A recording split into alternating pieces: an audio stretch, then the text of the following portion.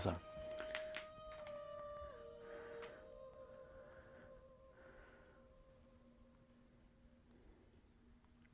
Test 1, 2, 3.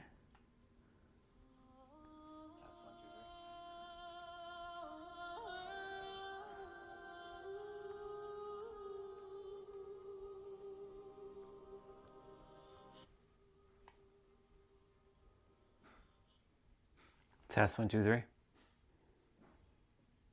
Test 1, 2, 3. Yeah.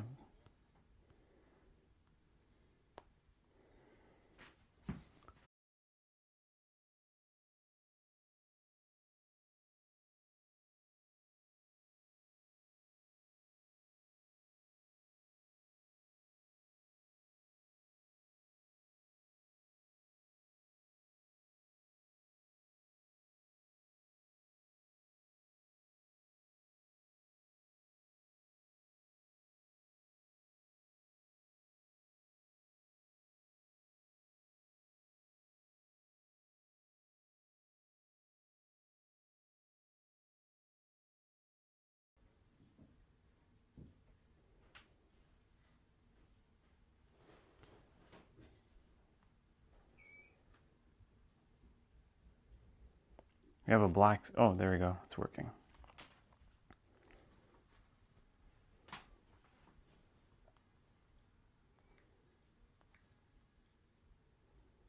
We have a black. Oh, there we go. It's working.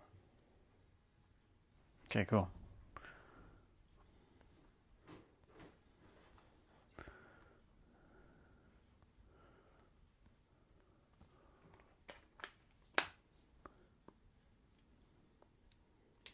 Getting everything set up, ready to rock and roll.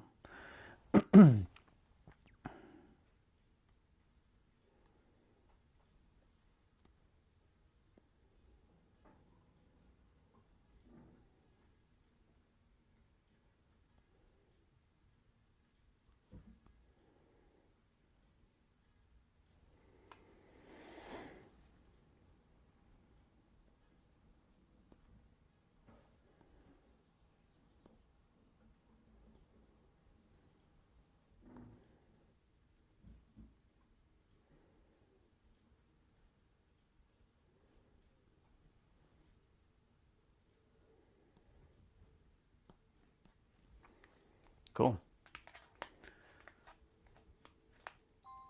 Okay, Google, turn light to 17%. That's better.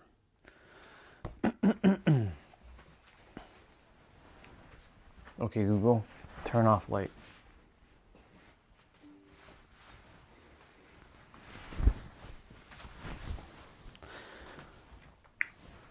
Let me put on my stream on my computer.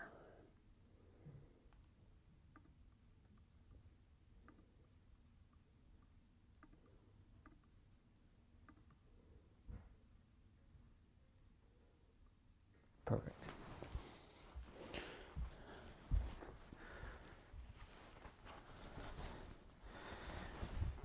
Let's drink some water.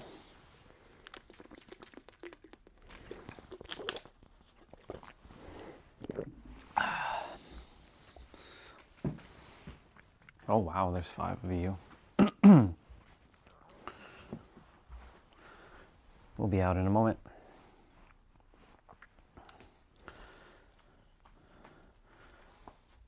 Everything's smooth sailing right now, but we shall see.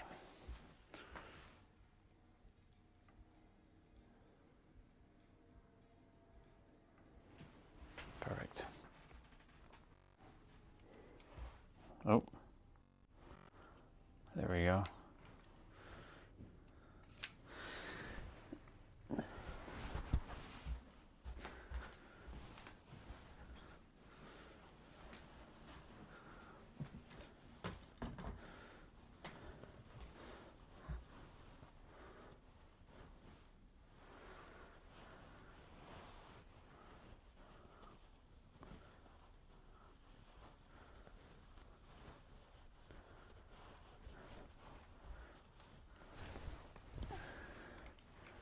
Okay, let's roll.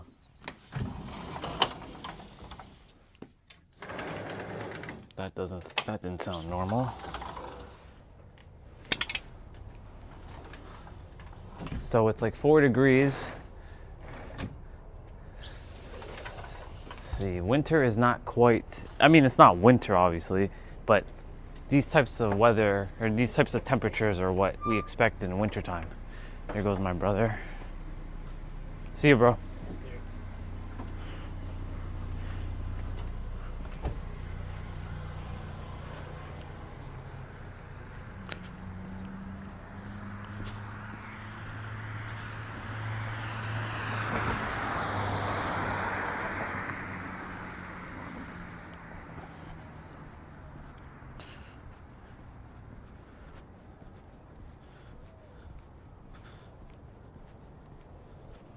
I'll get rolling with my talk in a moment. I was going to name today Impossible, but I'll leave it for tomorrow. Seeing how I said I'm going to leave it for tomorrow, that means that I will be streaming tomorrow. There goes my brother. Off in that white car.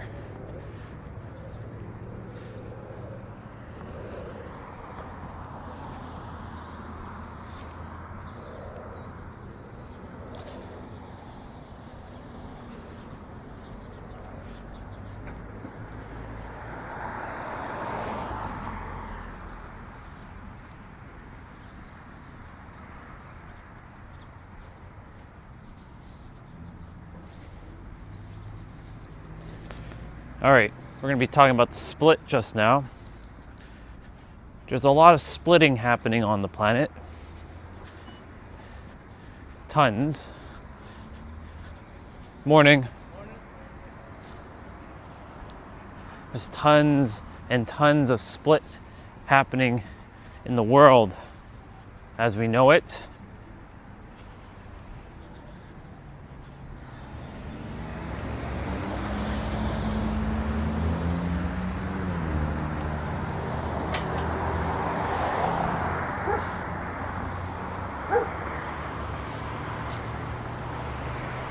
The split. It's fascinating because the split that's happening on this planet is attempting to divide us even more. Like cells, continuously dividing. But you know, if we get back to the origin of everything, it was one cell that split countless of times. Right? Before us humans even existed, right? Here's the thing, like we were microorganisms. Even before humans existed, everything just was. But people are attempting to separate and divide us because they themselves forgot that they're part of the oneness. Maybe they do know, right? Maybe they do know that we're one, but they don't want people to remember, because a nation that is divided, a world that is divided, is a world that can be easily conquered, right? For those super elites. Good morning. Have a great day. Have a good day. Thank you. They want you to believe that you're, good morning. They want you to believe that you're insignificant and you have no power, that you're separate, and you will always be separate. And yes, to some degree, you do have currently a body and a mind that is currently separate from another person, and that person, even though in your universe they don't actually exist, in their universe they exist. You're a walking universe. And so the split, well, hello there, Olga. And because of that, the split keeps happening, over and over and over, forgetting that before humans even were here, nothing just existed. It just was. It's similar to like going on like planet like Jupiter, for example, right? Currently, as we know, there's nothing on Jupiter except for just helium or gas or whatever, materials are on that planet. There's no human there, right? So imagine for a moment, one human teleports to that planet, Jupiter. Let's say it's livable. What's there? Right? There's no cars, there's no houses, there's no trees, there's no grass. It just is.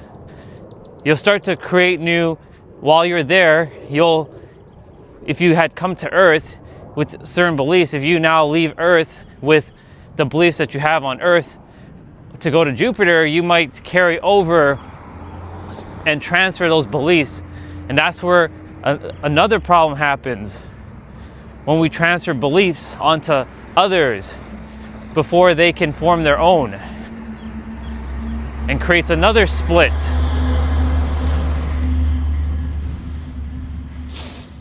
But you go to planet Jupiter and you live there.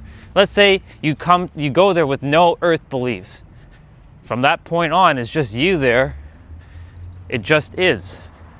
Earth was just is back billions of years ago, when all the continents were together at one point. Because if you look at the shape of them all, they were all like they're a puzzle piece. Every one of them interconnects with each other. So then you're wondering, well, why did it split? Well, itself wanted them to split so that you could have a unique experience.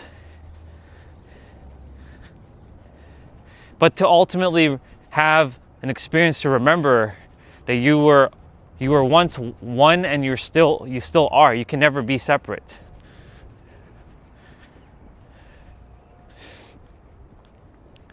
People are looking for a savior, a god, like a figure. But yet they forget that in this moment, and this character forgets at times as well, we're all, immune. We're not immune to it, or that's not the word. We're not, that's the word I'm looking for here. We're not excluded from that. But in this moment, this is what all is. It's all encompassing. It's all here right now. Every tree, car, house, brick, sidewalk, rock, garbage can, recycling bin, doorbell, that noise that just played there, right? Any other sound, the airplane in the sky behind me, the sun that's coming out over there, the clouds, every blade of grass, every branch, every twig. It's all part of the oneness. It just is. But yes, some people, some minds, I'm not going to say people, some minds know this idea, but they may potentially, I'm not saying that they may potentially want to keep dividing, because again, when you have many people fighting, holding on for dear life some beliefs, well, they forget who they are. Speaking of which, there is something that another itself through another character wrote, and I took it for myself because, it doesn't belong to him. It belongs to all of us. And I changed it. It was called If I Were the Devil. But I changed it to If I Were the Puppeteer. And I modified it a little bit, but it still needs a little bit more work. But I'm going to send you a copy of it. It's a PDF in your email. You can read it. It's pretty cool, right? It's the counterfeit light, not the obvious darkness. If I'm going to come to the world as the puppeteer, and now I call it the puppeteer mind, there's a puppeteer mind, then there's a third dimensional thinking mind. That's the mind that we use to navigate. But there's a puppeteer mind. Some could call that the egregore, but I'll call it the puppeteer mind that was created by, unfortunately, us, which then took its life of its own because now it exists. But if you don't adhere to it, then it simply doesn't exist. But of course, when shit happens, then we blame shit we just blame shit and we think something is wrong, but really nothing's wrong. It just is. Anyways, the puppeteer mind creates counterfeit light and wraps it around like words, but hollows out the words like meaning, using words like alignment. Like, I still use alignment, but I use alignment in a different way than what most, spiritual minds. I'm not going to say human, because it's not the human at all. It's not the character, it's the mind. It's the puppeteer mind that's controlling that character. Basically, I came here to stop the puppeteer mind. There's a collective puppeteer mind, and then there's individual puppeteer minds. That's what's creating the split. The heart, you can call that the soul, isn't a part of that. That's basically the true itself. That's the itself just being itself. It can't do anything until the puppeteer mind gets out of the way. It is attempting for everyone to remember thyself fully, but until then, the puppeteer mind runs the show. And it controls the character, and then the character uses the third dimensional thinking mind to navigate the world, not knowing that there's a puppeteer controlling in the background. Some call that the voice in the head. It doesn't need to even be the puppeteer, but that's the best word instead of using the word like devil, because I don't subscribe to that word whatsoever. The devil. Yeah, it's basically a virus. A virus, puppeteer, a demon, even though that's another word I don't subscribe to. An entity, an egregore, a being. There's no enemy, but it doesn't want you to have what doesn't feel safe. That's a bar. If it doesn't feel safe, it will not allow you to have it. Because it also controls the mind, and the mind controls the nervous system. And the nervous system works hand in hand with the third dimensional thinking mind, and then of course it feeds it to the puppeteer mind. So that's why things may not show up for some people. It's not that we're never supposed to have what we're supposed to have. It's more like, do you feel safe to have it? Because the mind's job is one thing: safety. It doesn't want its host to die. Speaking of which, there's some kids, some bubbas that drew things. Let's see what they drew. See what we got here.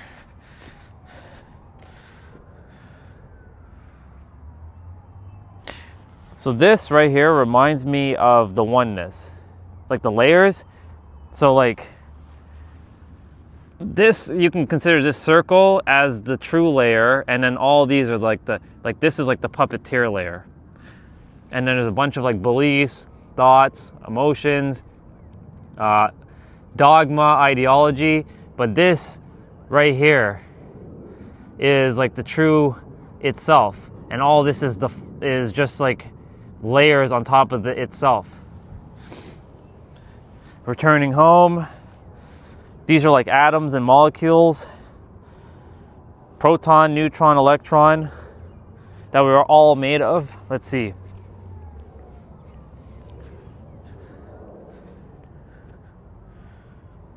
house.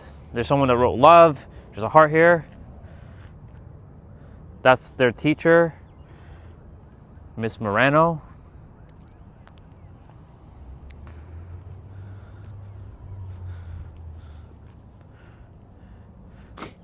They wrote the numbers 1, 2, 3, 4, 5, 6, 7, 8, 9, 10. They have a bunch of those, those games where you just jump. 1, 2, 3, 4. There's a bunch of them. There's like one. There's a heart here. There's another heart here. Some wrote their names.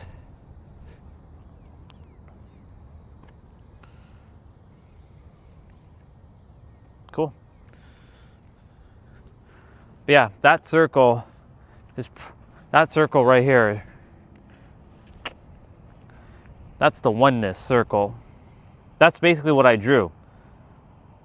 Remember, there was a drawing that I have. I have a drawing that looks like this, but just what it's all different. It's the same colors though, but it's basically this, essentially. All the layers. I'm gonna take a screenshot of that because it's gonna rain. Let me see how I'm gonna do this quickly.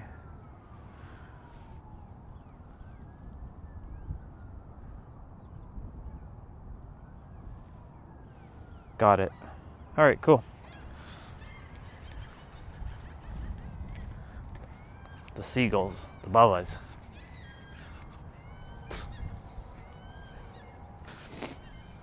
And yeah, it's a glitch in the system indeed.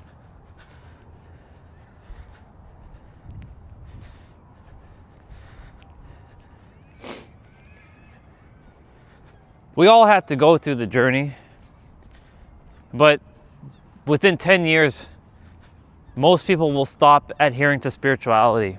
I guarantee it. There will be a lot of people who will create new things, though, and obfuscate what just is, but more people will remember it just is. And they will stop. And when I say people, I mean the mind will start to slow down. Like right now, last night, Danny, she messaged me. She's like, I'm so sorry to keep asking you questions. I'm like, I haven't responded to her yet because I just saw it this morning. I don't look at WhatsApp until like the following day, later in the afternoon. But I saw it this morning because my intuition was saying, and that's another word, intuition. It just is. But we'll call it what it is for now. The intuition was saying, look at WhatsApp for a moment. And she left a message saying, her addiction, she calls it, is she has a lot of addiction to Diet Pepsi. She loves Diet Pepsi. But she's been off Diet Pepsi for 6 days. She's detoxing herself from it. Right? So then she's starting to get a headache because she's been off it. So then her bestie, who is in the Matrix, is gaslighting her, saying, yeah, dear, you need to drink more Pepsi. So she was asking me, why is her bestie doing that? Well, because she cares about you, but she can't understand your journey now anymore. And the thing is, Danny was saying how she doesn't want to ditch people. She feels like she doesn't want to let go of anybody, right?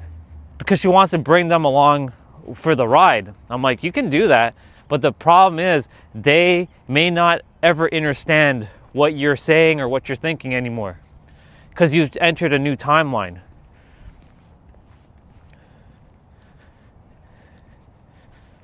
And because you entered a new timeline, there creates a new split. That's another split that happens, right? Like all the people that I used to connect with, like Ray, Clement, these are guys that I worked with. There was another Victoria before. There was 2 Victorias before our Victoria that I was really connected with. There was tons of people. There's another well, I used to call her work mom. Her name was Annabella. She always looked out for me. Then there's, of course, Rosa, who left this world, right? But I mean, Rosa got to see a little bit of my change before she left. But essentially, like, a lot of those people, I was highly, deeply connected with them, but the split happened because I changed frequency. Now, of course, they might be on the same frequency now, and they may come back into the life at some point, right?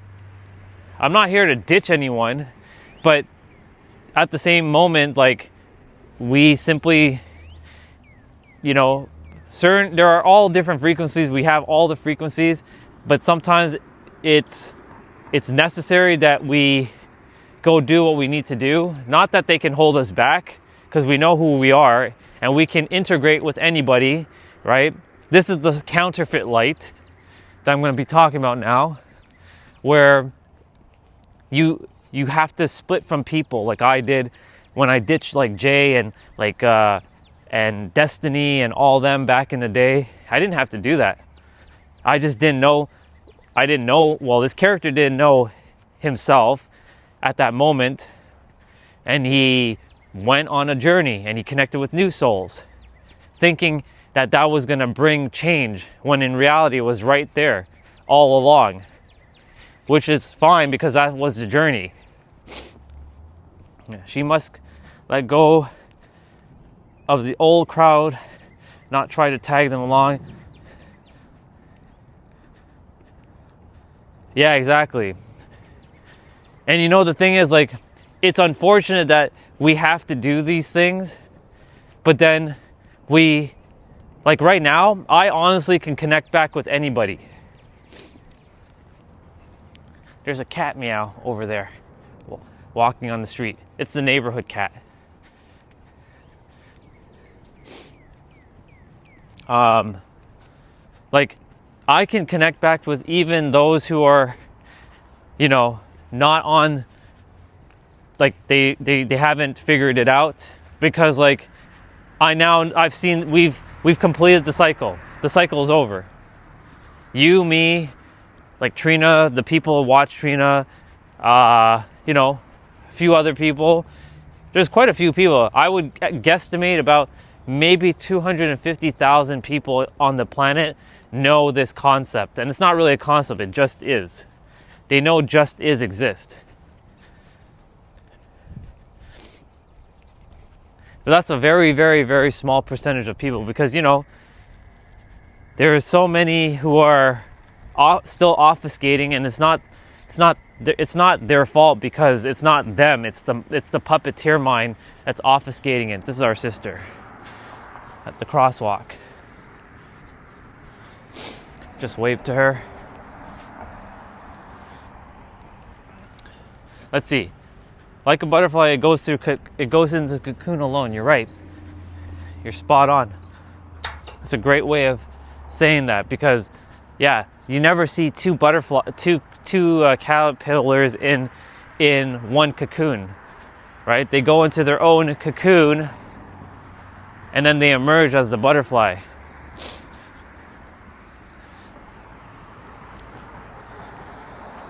Yeah, before one can be strong enough in any environment, they have to go through it. That's why, like, I was sharing with her, like, I told her, you know, go and read whatever you need to read, listen to whoever you need to listen to. But I told her one thing, or I shared with her, to keep in the back of your mind that the answer is you at all times. And you will see, like, I basically said that I'm going to save you many years of seeking, but go through and get grounded. Because the other thing too, her boyfriend, who lives in Africa, he knows. I don't know what he actually knows, but he's pretty aware of himself, but it's like he's holding back from telling her things, because she feels like she doesn't know what's real anymore. I do plan to go and see her sometime in May, as long as I have the car and she has the day off, so we can have a sit down conversation, because like, you know, right now she's at the stage of like, this is the exciting time, but it's also kind of terrifying when you're like, the things that you've lived through for 50, you know, years of experience on the planet to now, what the fuck is happening? That's half a fucking century. That's a long time, right? That's a long time. Yeah, her old identity is falling apart, and I told her that. I'm like, the you that you think you are is not the you who you actually are, but the you that the mind. I told her about the puppeteer mind. I told her, don't get tripped up with what I'm saying. I told her, like, yes, you're gonna struggle. Yes, you're gonna get into chaos. Yes, you're gonna go into calamity. Yes, the mind's gonna tell you all kinds of stuff. But just remember that there is a you before all of that. And that you are the answer. When I say you, I put air quotes with you because I'm referring to itself. You know, because like, most people can potentially surrender a belief, but they won't surrender their identity, right? And the identity, right? Like, yes, itself wants us all to have our own unique identity. That's why we look different and we have different ways of being. Good morning, brother. How are you? Good, you? Yeah, I'm okay. Good. Have a great day. You can tell the joy in his soul, like his itself is at peace. Every time I like say hello to him, I can feel his joyfulness coming out. Yeah, I told her to just like, you know, do your best to find a way to calm it down, relax as much as you can. Right? Because like there's a lot that's happening for her, and you know, I'm like, it's so funny because I've known her character for 12 years, and never once have we ever talked about any of this stuff. And all of a sudden, bang, just out of nowhere, this happens. And why does it happen? Well, because the universe herself permits that it's supposed to be, you know, done for her, because she came here to do something. She came here to do something at a grand scale, similar to myself, right? Everybody came here to do something extraordinary, but they have to wake up and see it for themselves. And that's the reason why I came to this planet, to help the people to remember thyself as sovereign beings, as the gods that they are. And I have no fear to say that in front of other souls, because, you know, my soul, or our itself soul, is basically attempting to tell each other that, hey, remember, you are the answer. You have the answer. You've always been the answer. And you will forever be the answer to what you're looking for.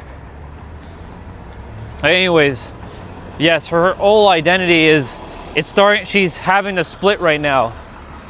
Similar to you, a couple years ago, you had your split. I had my split a couple years ago myself. Hell, my split happened even last year.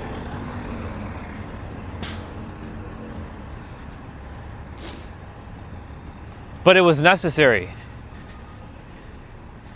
So that, you know, we're preparing for what's already here right now. Good morning, brother. Have a great day. Have a great day. Thank you. Yeah, it was the final. That was it. There's no more needing to learn, to remember, to study. We do these things if we choose to, not because we have to, right? And that's the thing, like, when I'm out in the world sharing, I'm gonna just say, hey, if you want to continue to read, learn, study, and it brings you joy, use it. Because if that brings you joy, do it. But don't be reliant upon it. Don't be dependent upon it, right? I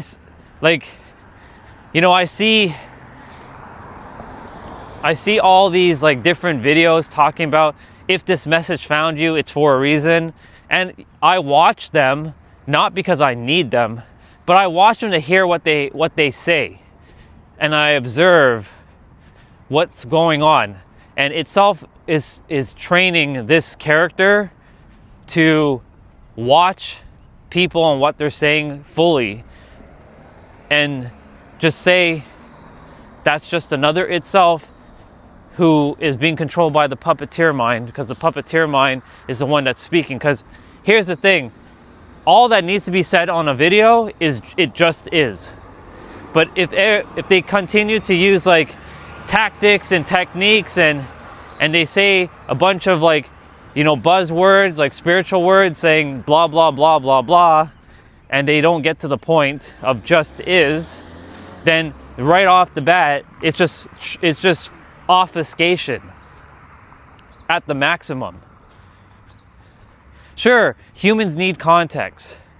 Well, let me rephrase it. The mind, third dimensional thinking mind, needs context.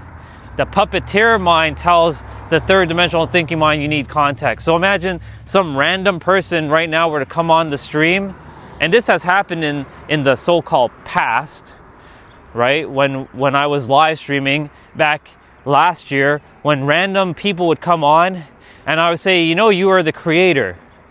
And they say, like, and they don't hear the context before why I said that, and they jump on right away. And this shit's gonna happen on the next like channel, but it's gonna be different because I'm not gonna adhere to a lot of the bullshit that their third dimensional thinking mind is operating from, right? Because there's a bunch of puppeteer minds being controlled, the characters of this planet. The puppeteer is what's controlling people. And so like when I look at people, it's not even really people anymore. It's just the puppeteer mind controlling itself. When I say itself, I'm referring to the God version of themselves, who have forgotten thyself as the creator, God, the infinite intelligence. I'm starting to lean more towards using infinite intelligence, more than God. Because infinite intelligence does not have a man or a woman figure associated with it. Because, like, you know, there's preconceived notions with the word God. Like, you say that word and an image can come in your head, or a feeling will summon through your body. You'll be like, ooh. For some people who don't know, they will think it's a dude in the sky, or a guy got pinned to a cross, or a black box in the Middle East, or a 15-arm elephant, or a 20-arm or 20-leg tiger. I'm just making these ones up right now. Or a demon that's like blue, or something that has like a thunderbolt that sends like to your shoves it up your ass. Like, basically that's what people conceptualize as God, but God is not what most people think. It's what it just is. It's right here. That's it. This present moment. We're looking for this figure, but it's right here. And so using infinite intelligence feels like a better terminology. And of course using the word itself. But that one can get confusing because, you know, it's all of our itselves that is attempting to tell itself, hey, remember me, I'm itself. You forgot. Now, time for you to remember.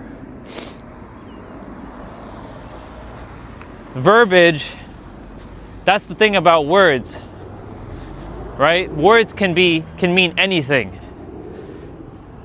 You, me, and a whole bunch of other people have our own definitions of words.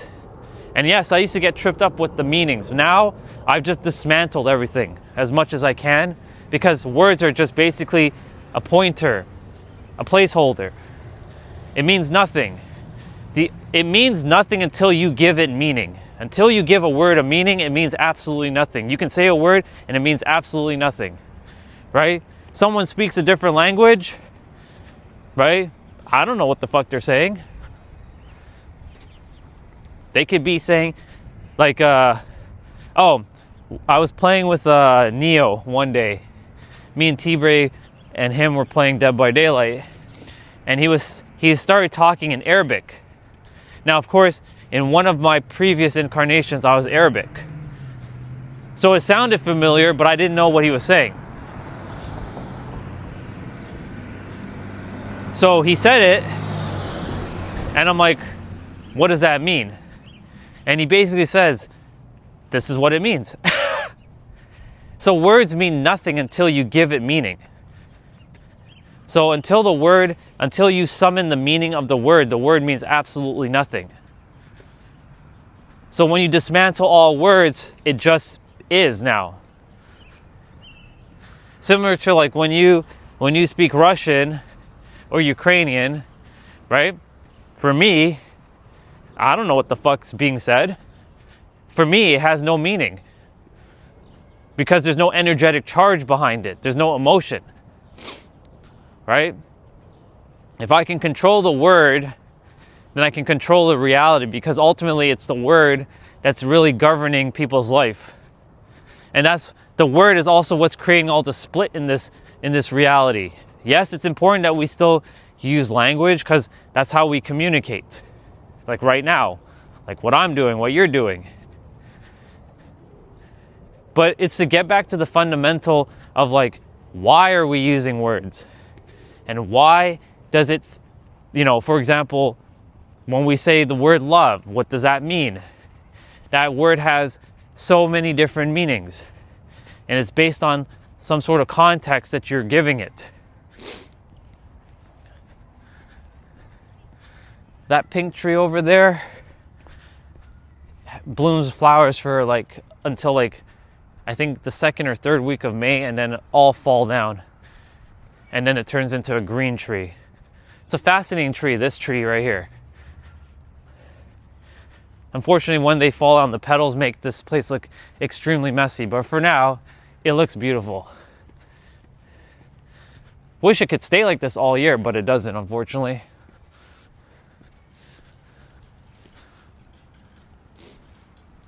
It's a good tree, though. Love it.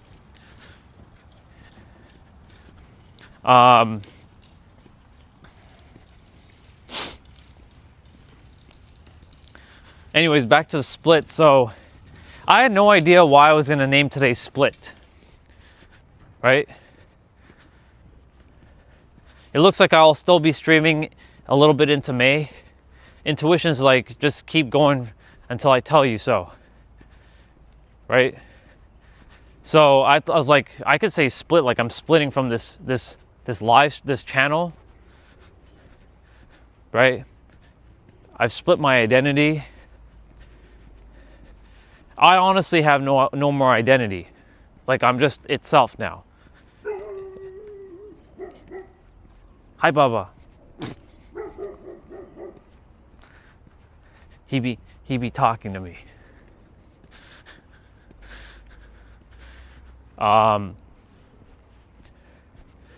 Because for me now it's easy to know that I'm just a character. I'm a character in this grand symphony. But the one thing that I said yesterday, which I really like, it stuck with me and it was really good. Itself chose to create me exactly the way it wanted to create me. We can alter things if we're not really aligned with it, but it still chose to create me exactly the way it chose to create me. Even though it's really myself, but there is no myself, it's just itself. That's the paradox of this. The mind just simply can't fathom that you created yourself and itself created you. It can only be one. But it created me. It created this character. And I got to be this character. Right? Imagine someone finally says, you know what? I get to finally be my character. You know how, if you feel the power behind those words and feel that you get to be your own character, right? You finally get to be you, and itself chose to create you exactly as you are. Like, that's pretty miraculous if you really think about it. But these are things that humans forget because they feel like these things are not important. because they forget these fundamental things, that itself created you and you're perfect as you are. Because the mind's going to say, I'm not perfect. The mind's going to continue to say, you're imperfect.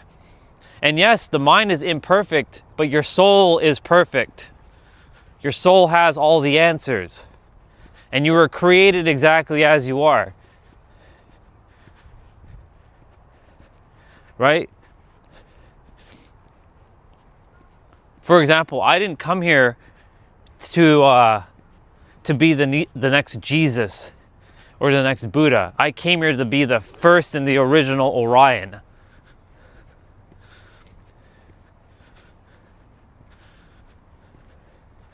I came to finish what they started,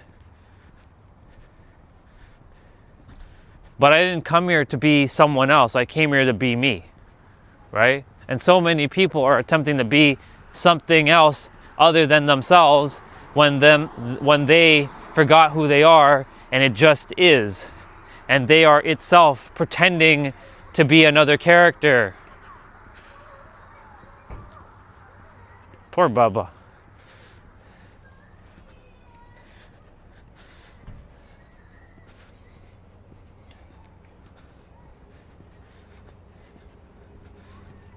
Well, not really poor Bubba, but you know, that Bubba is crying.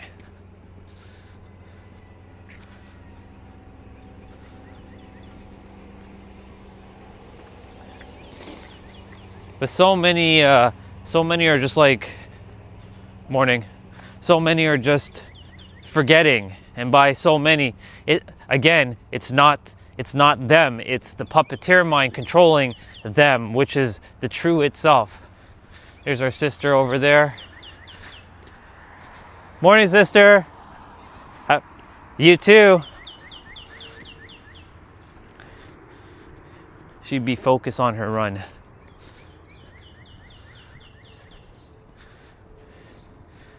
There should be a black doggy at the window very soon, barking.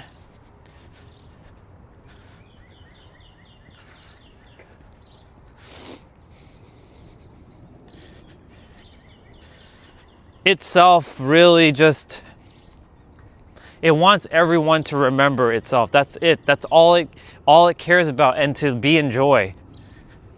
Right? We create our own damn suffering. By we, I mean the puppeteer mind and the third dimensional thinking mind in combination create the suffering, because it forgets that it's whole and sentient. That it needs to continue to seek and chase and consume and acquire and accomplish and gather, right? Especially gathering information. Like seeker of knowledge, seeker of wisdom, seeker of truth. It just is.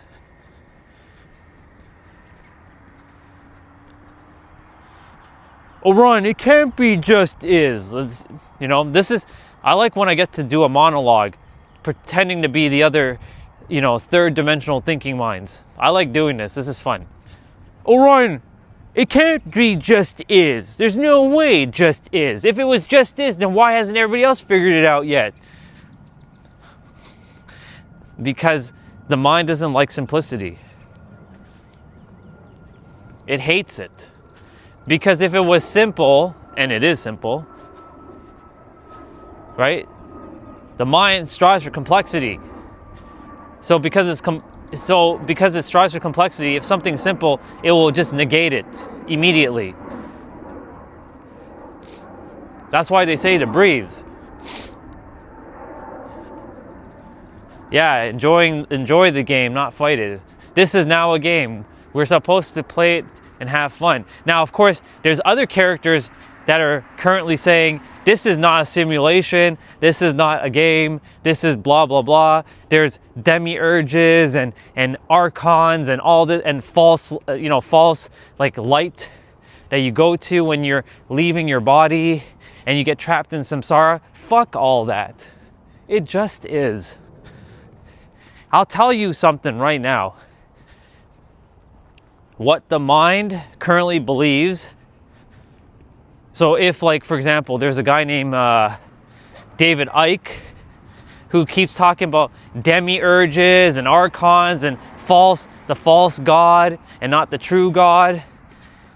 If you continue to adhere to that, you will make that, because the mind is all, the universe is mental, and you have that power to summon anything into existence. And when you die, that's what you will summon for a temporary time until the mind dissipates and leaves. Because the puppeteer mind will eventually dissipate.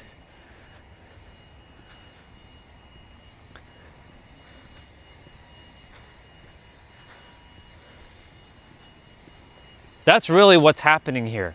Because for this character, that does not exist at all. Demiurges, archons, that does not exist. That is just made up. That's just also made up in the mind. Starseed, Pleiadian, all these things too. Like, yes, they can exist. But the thing is, they only exist if you accept that they exist. And sure, to some degree, I accept that they exist. But I don't adhere to them as more special or more powerful or more this or more ascended or more anything. It just is. Everything just fucking is.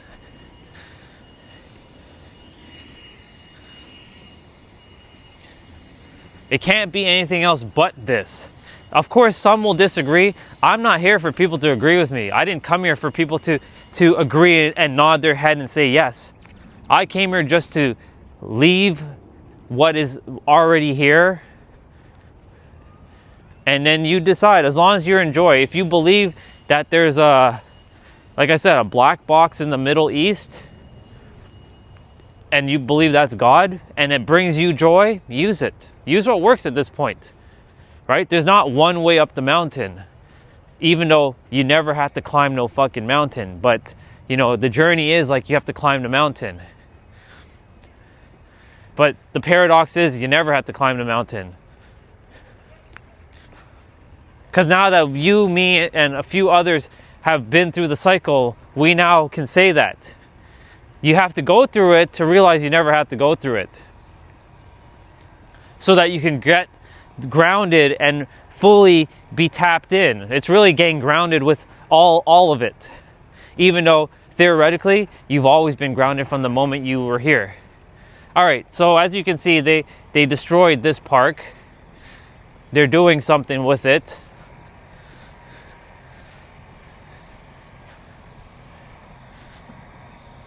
So that swing, right, you were here, you sat on these swings and the bench over there, but now it's destroyed. So you're seeing the change here. We'll see what they're actually building here. They better be building something good here. It better not be a waste of time. Because, I didn't come to this, this park was very, very nice, very peaceful. So they better be building something cool in the process.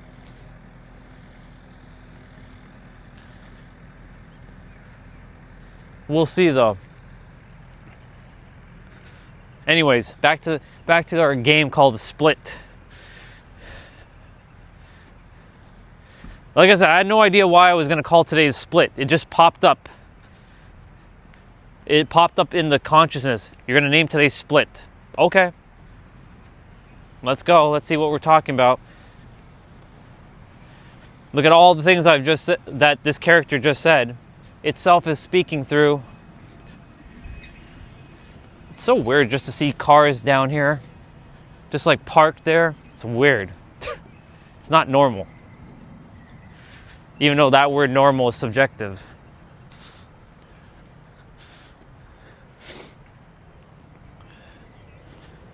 I have 68% on the battery. I have a good amount of battery still.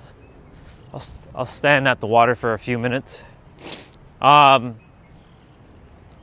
Split really is everywhere. But in my universe, my internal universe, there is no split anymore. That's why whenever I'm speaking, people they know. Because there's no more doubt. Doubt doesn't exist. That word is completely not existent. Hello, Mr. Bubba. We need to put you in on the grass because you're gonna get smashed. There is no fucking split. But the human mind, in order for it to feel sentient, it wants to feel like a separate self. It will continue to split itself until you finally go beyond the mind. Exactly. There is no spoon. I told Danny to watch The Matrix. She actually watched it for the first time. Oh, another Bubba. Look, we got another one. Hello, Mr. Bubba. We gotta put you over here. Y'all need to stop going onto the sidewalk, onto the pavement. Stay on the grass. She watched for the first time like maybe a month ago.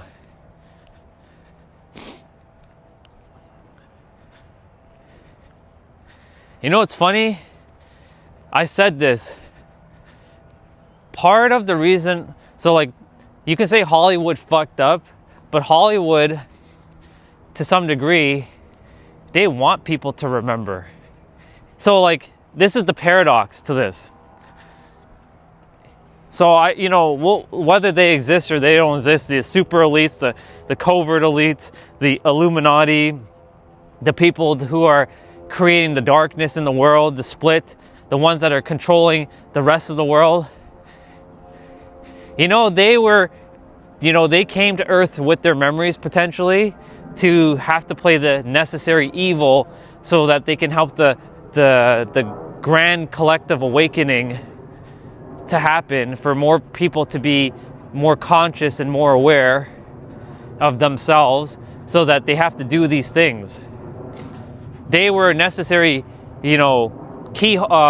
keystones in this experience. Yeah, exactly. Until you put focus on them, it doesn't exist. Like, for example, this green pipe. If I don't focus on this green pipe theoretically can or cannot exist.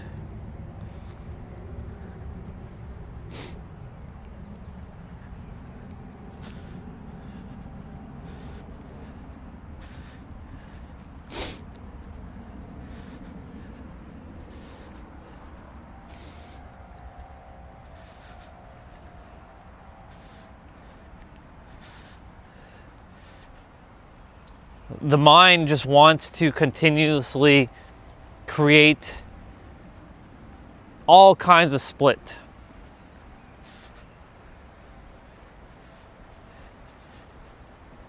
But again, go back to, day one Earth, or Earth before humans came here.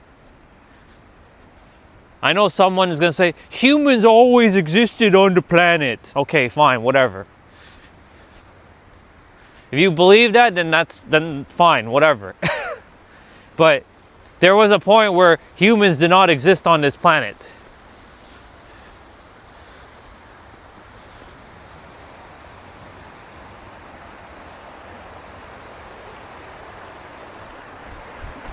I still can't cross just yet. We're not quite there yet. The water's still a little too high.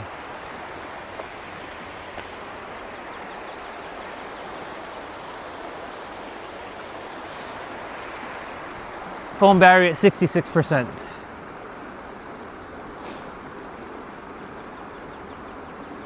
So many lessons here. So much. Like, some days my rocks, they're covered by the water and you can't see it. But yet they exist. And just because you can't see it, that doesn't mean it doesn't exist. Everything exists. And until, like you just said, until you place so I'll say the opposite now. Until you place focus on it, or when you place focus on it, now it exists. Because the moment you think about it, it already exists. But the eyes create the separation, saying, I don't have it. It's not here. But these rocks, if the water was higher right now, you wouldn't be able to see them.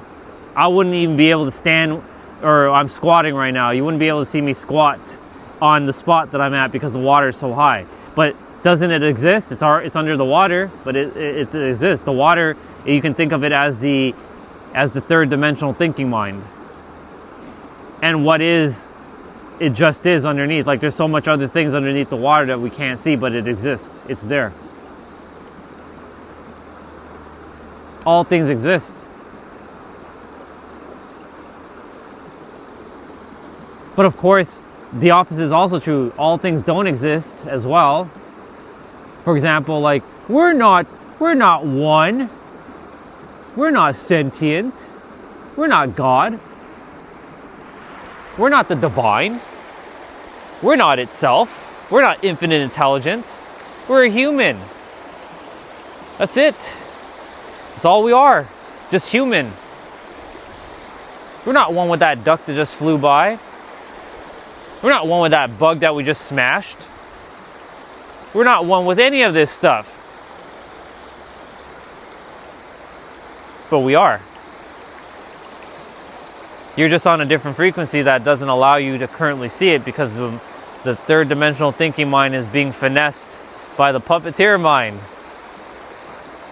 And unfortunately, you have to use your mind to go above your mind. And until you can know that there's a puppeteer mind controlling the background of your life, playing the game to hold you back because it strives to exist, because the moment you start to see things differently, it's going to fight back tooth and fucking nail to keep you where you are.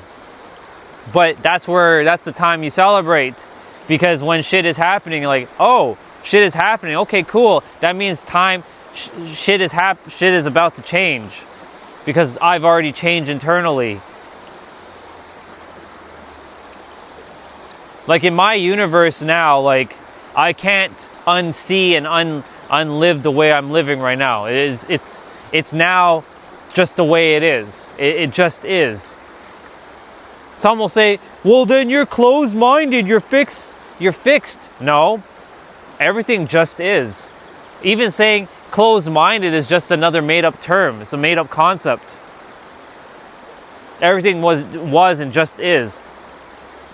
Orion, but things are always changing. Yes, on a physical sense, things are always changing, for sure.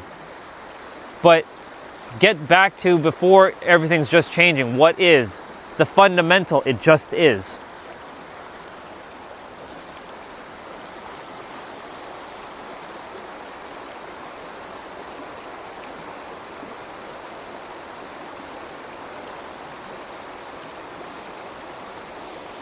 Thank you, water, for the lessons, always. I appreciate it. The mirroring of helping the character to remember thyself. Know thyself, and thou shalt know the universe. Or thou shalt know all of itself. Yeah. Bye, water. I'll see you.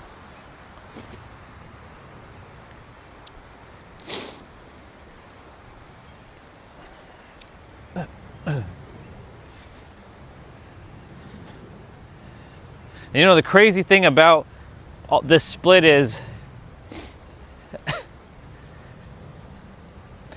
it's an illusion. Even saying the word split doesn't exist until we create it, right? Until we create the split, it doesn't exist. We can go back to like when we were a child. Hey, we can go back to when we were a child.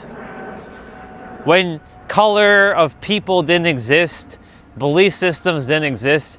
You walk into school for the first time, maybe, and you see other itselves, and you're 5 years old, or you're 4 years. Well, you're 4 years of experience, or you're 5 years of experience on the planet,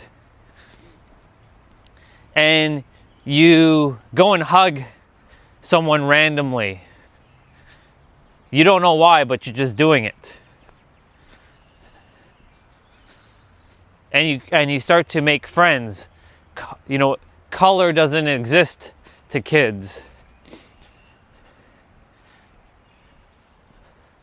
racism doesn't exist to kids at all.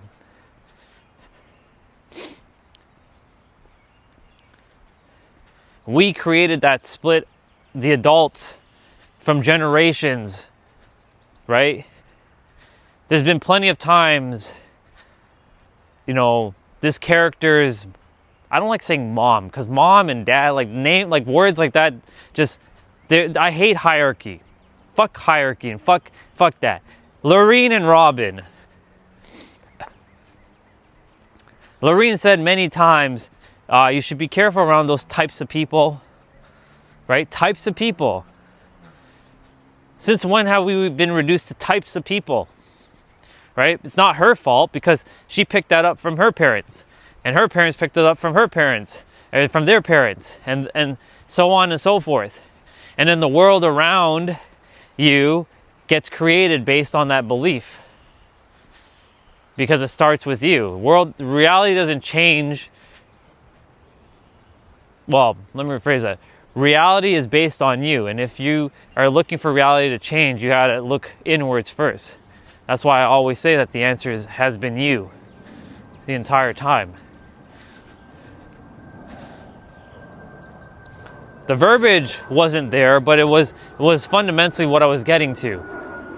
The answer is you.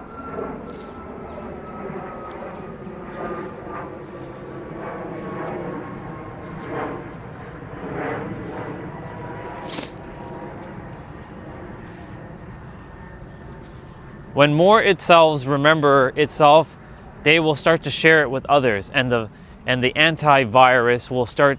It has already begun. It begun with, characters that you also watch that are also aware.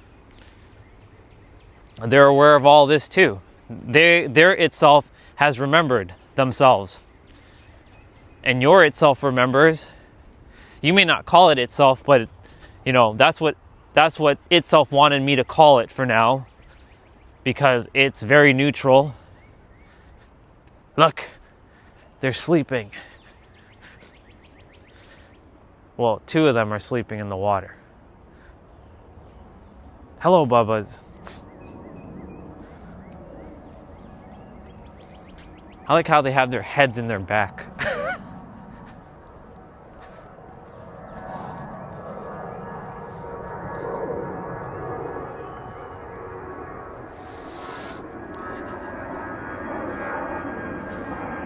But, I said about 250,000 people, give or take. There's 2 of them just hanging out together. The twins, just like chilling, looking.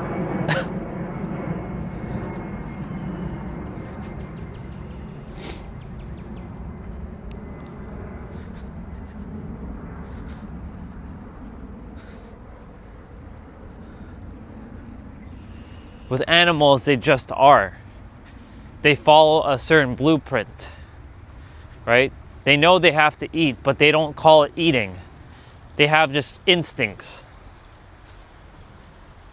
We humans also have instincts, but we were given something that animals currently don't really have, and that's, intellect, having the ability to think.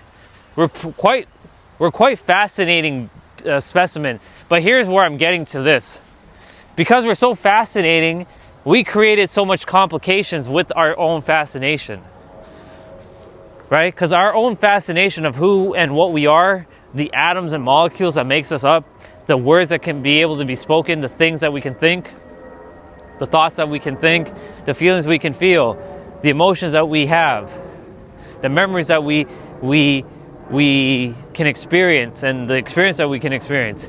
Like all these fundamental things we forget because the mind likes to create the split and forgets that everything is just one thing, and how fascinating and miraculous we really are.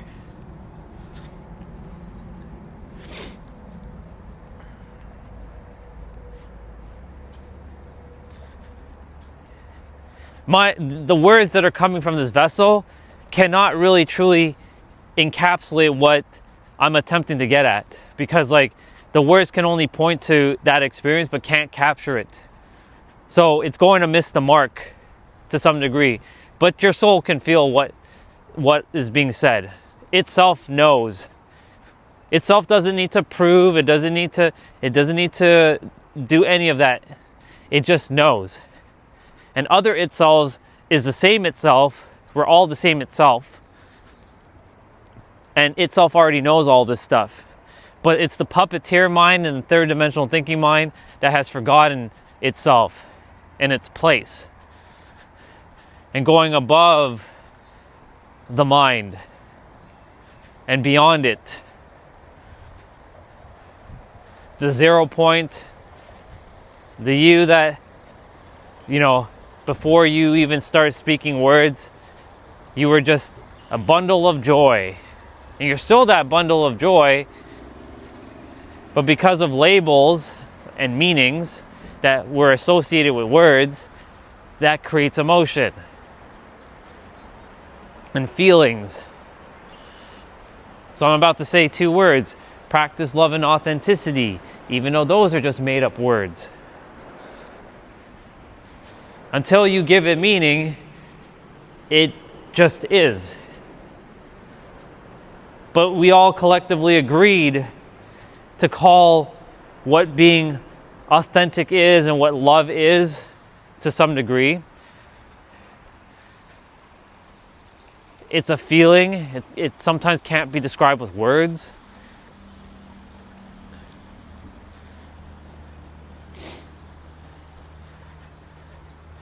Right? Because we can use, if I told someone, what is love? We've had this experience. Everyone wrote their own words, but the words are still missing the mark for what it really is. And what it really is, it just is. It can't really capture it fully.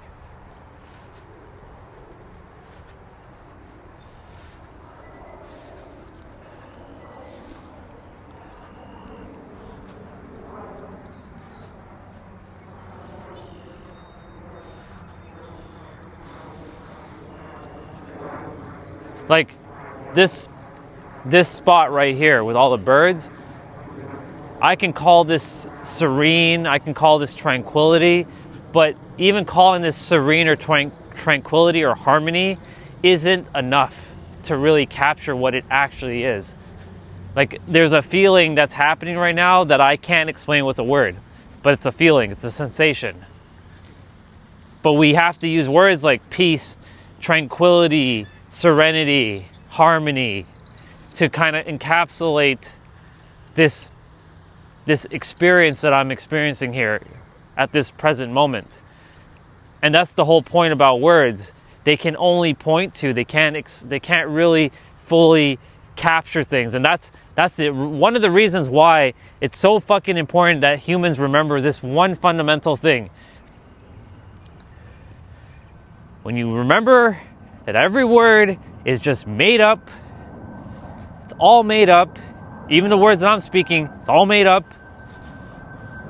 It was just a label that was created so that we can navigate the world to call something something, so that we can understand between one another. But because language has evolved so much, we've also created all this complication. Words were not designed for complex things. It was designed for simplicity. We, and by we I mean the human mind, the third dimensional thinking mind, not the puppeteer mind, the third dimensional thinking mind, had to create a label. Look, we got bunnies. We got 3 bunnies here. How awesome. You don't really see 3, you see usually 1.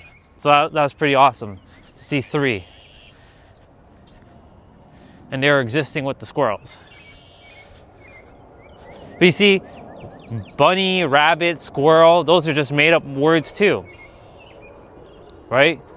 Because in a different language, they're not called bunny or rabbit or squirrel, they're called something else.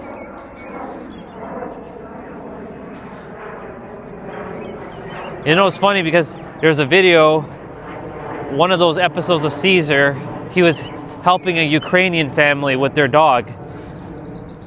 The mom was very babying up her Ukrainian dogs because it reminds her of home. So he was helping her. She could speak some English, but she was, it was very very raw English.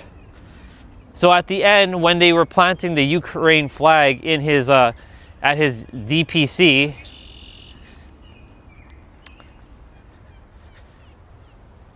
he said this. He's like, I know that I don't understand what you're saying, but I can feel what you mean. That's the one thing that we all have in common, besides being itself, is that we can all feel the same feeling. Like, we can listen to songs, even if it's in a different language, but we can feel something. Now, of course, if you want to be, shutting out your feelings, that's fine and dandy and whatnot. But truly, we all have the ability to feel these feelings. It's not locked to some. We all have it within. Morning.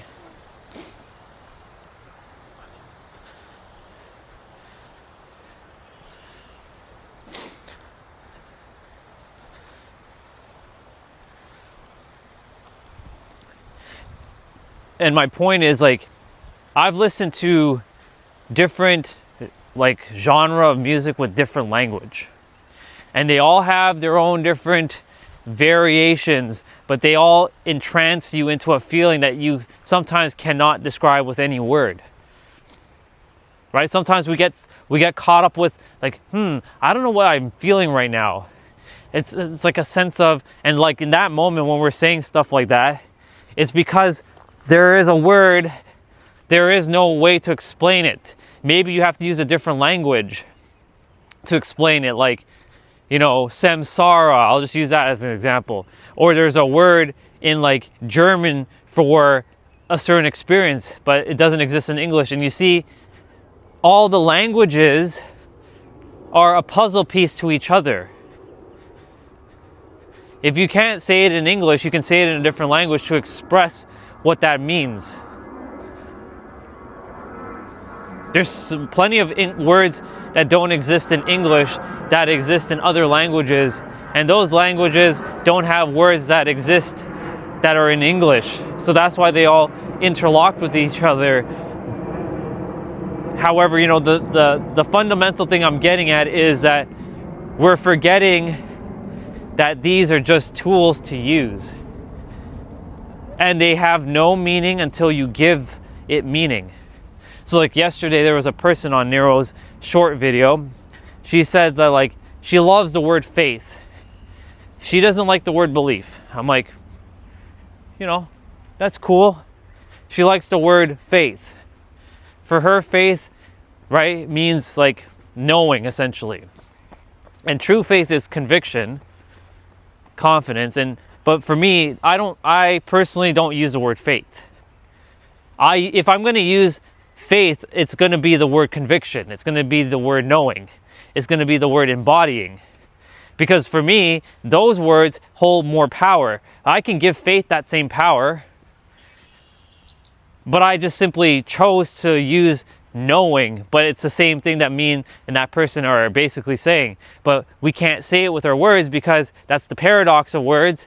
It can only point to the experience, but it can't encapsulate the experience. And if every human can remember this one fucking aspect of language, there will be so much less problems on this planet. So much less. Look at that. So much less. Paradox. Far fewer or far less problems. There we go.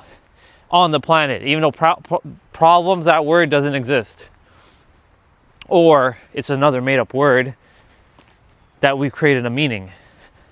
Problems, issues, conflict, drama. All these little fundamental things. It's the fundamentals where you're going to find the answer. Whereas it's right here. Simplicity, right here. But Orion, if it's just, again, going back to a puppeteer mind and a third dimensional thinking mind for a moment. But Orion, if it really just is, then why hasn't everybody else figured it out yet, huh? Well, it's simple because the mind is designed for complexity. And it's always looking for something so complex to be so world changing and so ridiculous, I'm going to call it that it forgets to look right in front of it. It's like you're attempting to look at your face in the mirror, but you're not looking at your face in the mirror. You're looking at your neck. You're looking at your ears. You're looking at your hair. You're looking at your chest. But you're not looking at your face. It's right there. Your face is right there. But you're not looking at it. But it's right there. That's exactly it. That's the best metaphor I can come up with at the present moment, right? You're looking for something, but it's right there. Morning, brother. Have a great day. Thank you. It's right there. Right? You're the mirror. You're looking for the thing that you're looking for, but it's right there. Hey, golf cart. Nice. Like I said, it's kind of weird just like looking at all kinds of different vehicles. Driving down here. That must be fun though, driving a golf cart down here. That's an experience.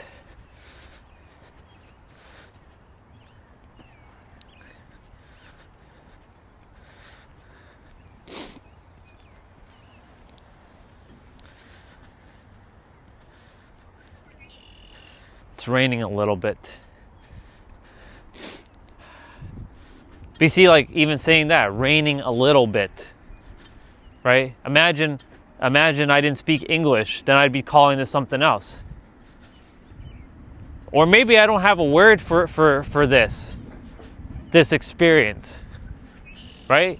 It just is. That's the reason why we use words, so that we can have the experience. Are they destroying this park too? They better not be touching my main park. I swear, if they're... I think they're just building the fountain, because, oh, there goes the Black Power Ranger. See you later, Black Power Ranger. I call him that because he looks like the Phantom Ranger.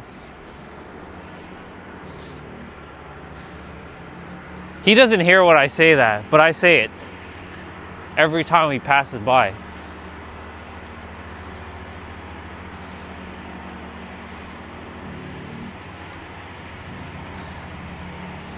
So this is what my trail looked like back in 2022.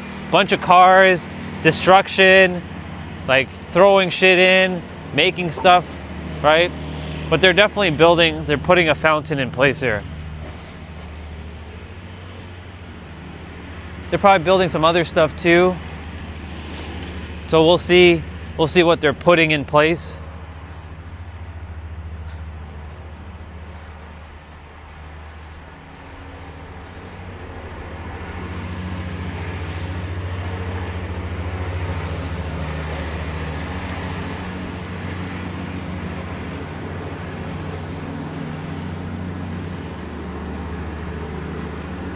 You know, before COVID, they never used to take care of this park.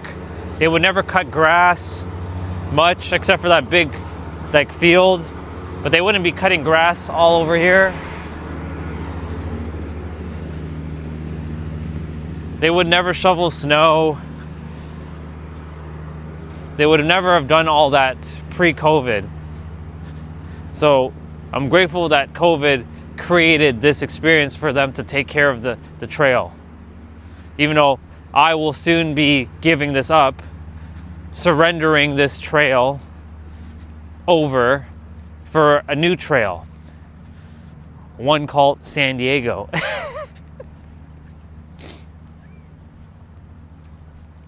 Anyways, the words, all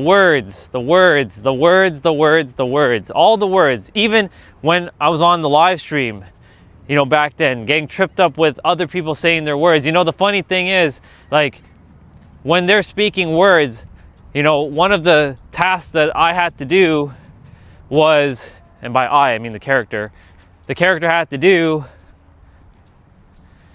was decipher, because what someone would say on the chat was not directly translating exactly to what they actually meant.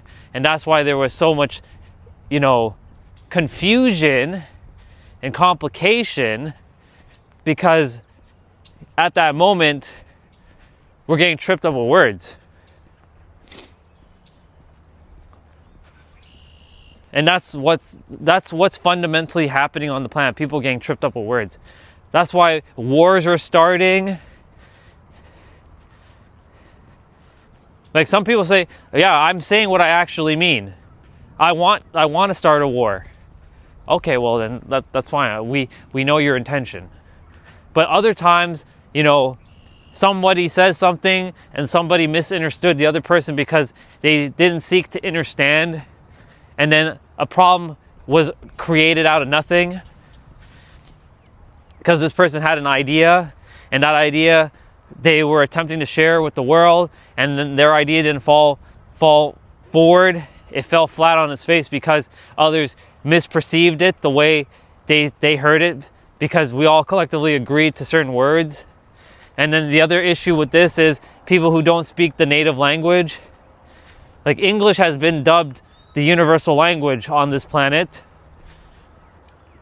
but not everybody understands English the way a native English speaker speaks, right? And even between native English speaking speakers, even they don't understand the words that they're saying at times, right? Again, we go back to that exercise. What does love mean? Every fucking person who speaks English natively will give you a different definition, personal definition. It's these fundamental things that humans, the mind, has forgotten. And if we can remember these fundamental things, we can stop the suffering immediately.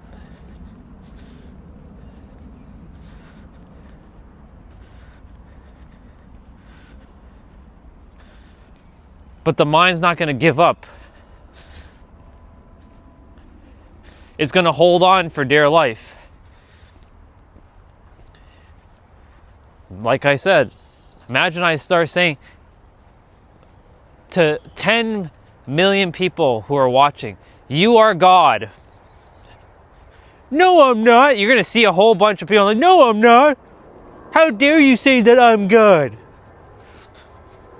I like mimicking the mind, right? This is the mind basically screaming inside, I'm not God.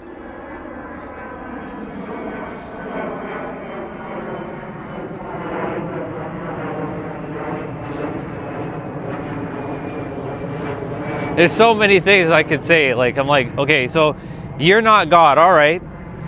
Then how the fuck are you able to speak? I just know how to speak. Well, how do you just know how to speak then?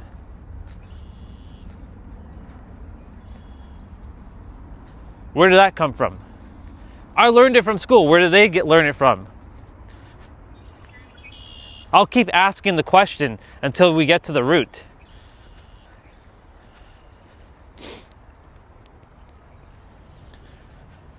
Where did language come from?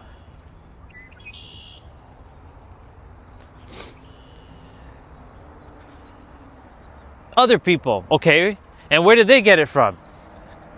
Other people. Okay, and where did they get it from? You see, it'll be a point where you're gonna have to just stop and just accept that it just is, and that just is also is God. Even your third dimensional thinking mind is part of God. It's all of it. Even the puppeteer is also God, even though it wants to be separate and it wants to be sentient in its own right, and it is sentient in its own right. It's still God. But it's not the true God or the true itself. It's the false itself, even though it's still part of itself. That's the paradox. That's the funny thing about the puppeteer mind. It's still part of the oneness. It's doing whatever it can to separate and keep the split intact so that its local host, the localization, can stay sentient and like, I am Barbara, or I am Kevin, and I am Jacob, and I am Ralph, and I am Susan, and I am Sandra, and I am Veronica, and I am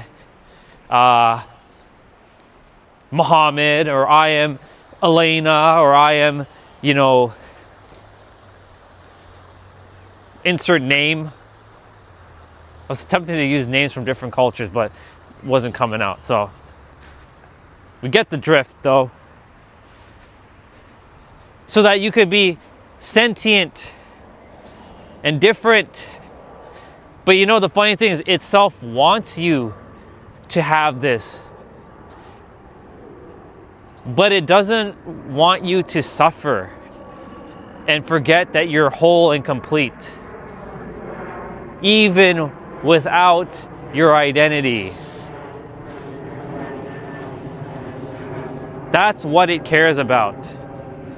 It wants you to have your name. It wants you to have whatever name you want to call yourself. If you want to call yourself king, call yourself king. If you want to call yourself the Pharaoh, call yourself the Pharaoh. You want to call yourself God's greatest human on earth, call yourself God's greatest human on earth.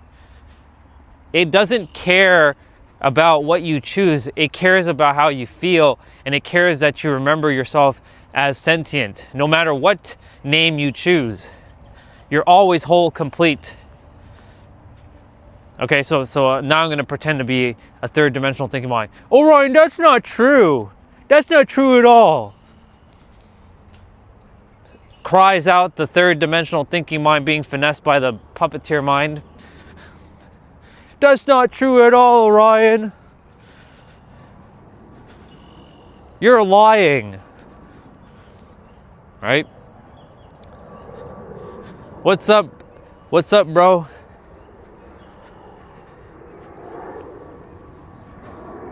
Yeah, I know. It fucking sucks.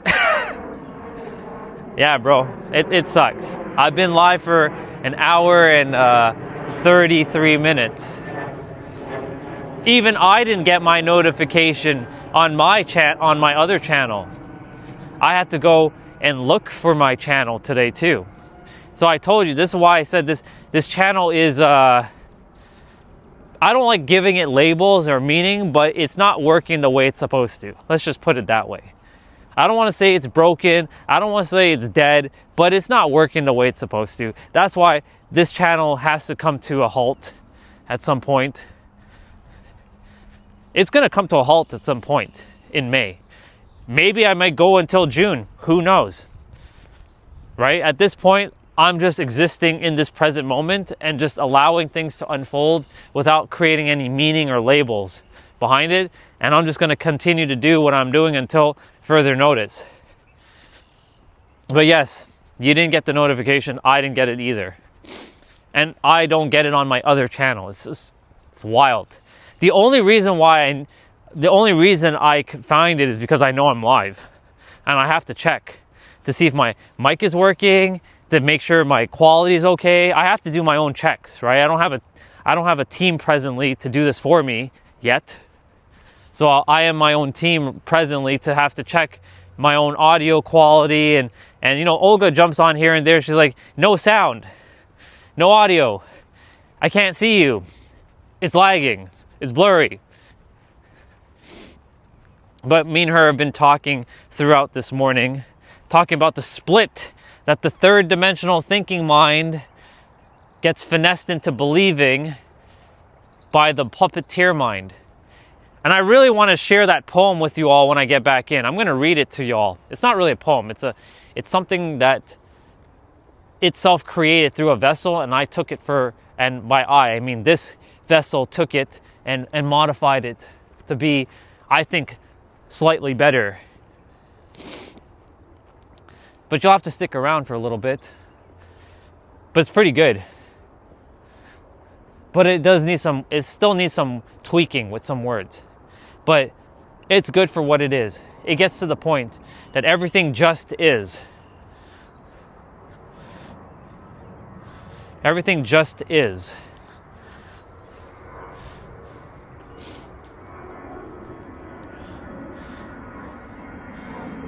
See? Those are other characters. Those are other itselves that's taken those forms. And you know the thing is, itself took all the forms that are presently on earth because it wanted to. And when you start seeing yourself like that itself chose your form to look exactly as it is, you start to change your perception to yourself. Even though there is no yourself, it just is. But the mind cannot accept that. It wants to be separate. It's designed to be separate. But it was designed to be separate by God so that you can master your mind, harness the power of it to realize that you're actually not separate at all. That's the paradox.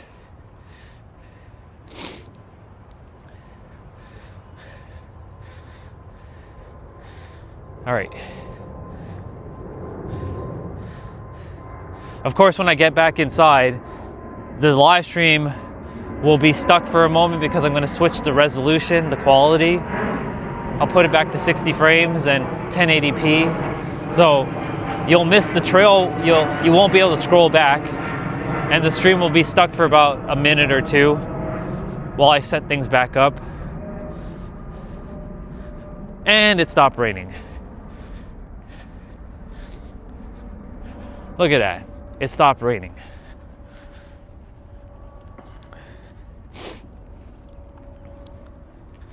You know, the clouds create the split in the sky from the sun. When it's daylight on certain parts of the planet, if the clouds are in the way, we forget that the clouds are just temporary, just like everything else in life is. It's just temporary. If you're experiencing some pain and suffering right now, that's not forever. It only will get perpetuated because if you believe that you're going to be in pain and suffering for the rest of your life, then unfortunately that's what you're going to keep creating. And you're just creating the split based on your beliefs. But beliefs are nothing more than words that are just made up words that mean absolutely nothing until you give it meaning. And meaning creates feelings and emotions. So if you change the meaning of a word to mean something completely different, it's basically breaking language structure. Streamlabs. We're on Streamlabs right now. Morning. We're on Streamlabs right now. It's working this morning. I won't be Prism Live. I don't. Prism Live is like backup. If for whatever reason this doesn't work.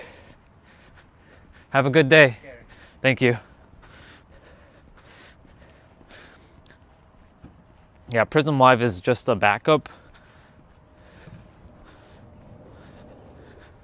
to Streamlabs, but Prism Live it may look cooler in terms of the interface, but everything else sucks with it. Except for one thing, it has the ability to switch between external microphone and internal microphone. There's an option. And this is what I was saying yesterday. I was like, I need to build, I will build, and I am building, and I have built. See that? I covered the past, the present, and the future. The world's greatest live streaming platform that has all the features, and it's not missing anything. I'm going to put Zoom out of business. I'm going to put StreamYards out of business. I'm going to put Streamlabs out of business. I'm going to put Prism Live out of business. I'm going to put what is it? What other streaming platform that allows you to multi-stream? I'm going to put them all out of business. Or I'll buy them all out and use their independent technology for Orion's network. Anyways, I don't know why, but my dreams are illogical. Of course, I had a dream last night too, and mine was completely illogical. And that's how that's how you actually live in the other dimension, where nothing makes sense. What does it mean by illogical dreams? Why are they not logical? Because logical is not real. Logical is an illusion. Logical is only to exist on this planet to navigate. That's a red car. That's logic. That's a tree. But everything else is supposed to be illogical. We're attempting to make sense of things that are not supposed to make sense at all. But then when we create things to make sense, we create a split in reality. Because when people are like, I need money. You need money, okay.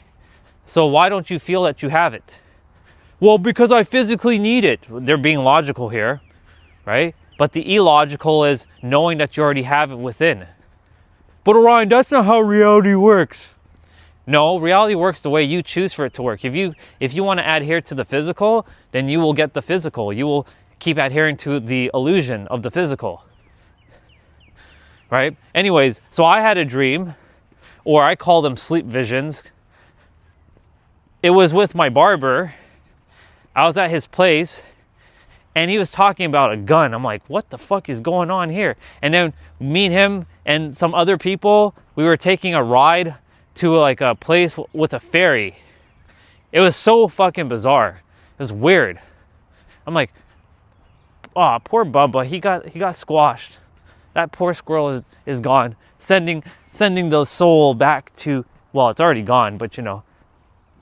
Poor Bubba. See, that's why I tell them to stop running onto the road.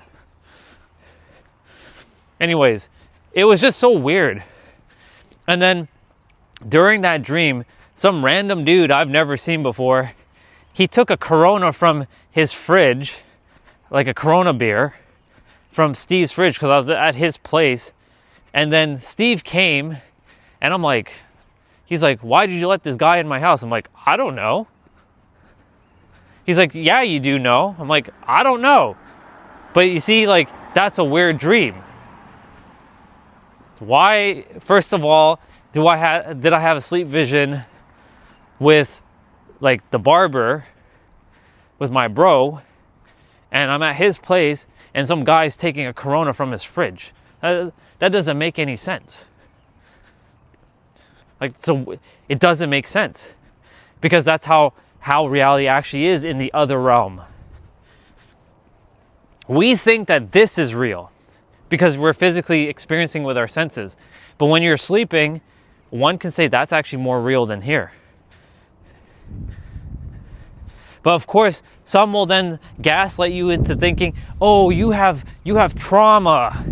So that's why you had dreams. You have unresolved trauma. Unresolved trauma. Keep throwing out that word, unresolved trauma. So that you can buy installments from them. You're going to hear me talk about that in a moment when I get back inside. I'm going to read it. Buying installments for your healing. You need to go heal. You need to heal. You're hurting. You need to heal. More healing. Lots of healing. But yeah, back to you for a moment. Yeah, they're not supposed to be logical. Because logical is actually limited. Illogical is limitless. But yes, it may not make sense. Whatever you had last night. But the funny thing is, it's not supposed to make sense. Well then, Orion, if it's not supposed to make sense, then how am I supposed to make sense of the thing that's not to make sense? Well, that's exactly it. It just is.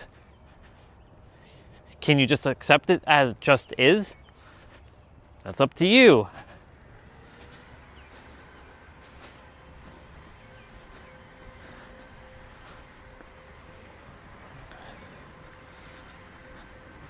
I am going to walk.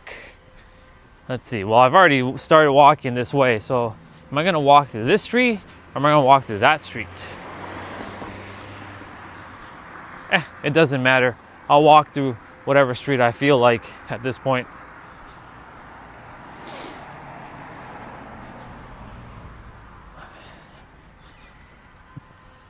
Definitely make some eggs when I get back inside. With that hash brown. With them hash browns. I can taste the eggs. Delicious.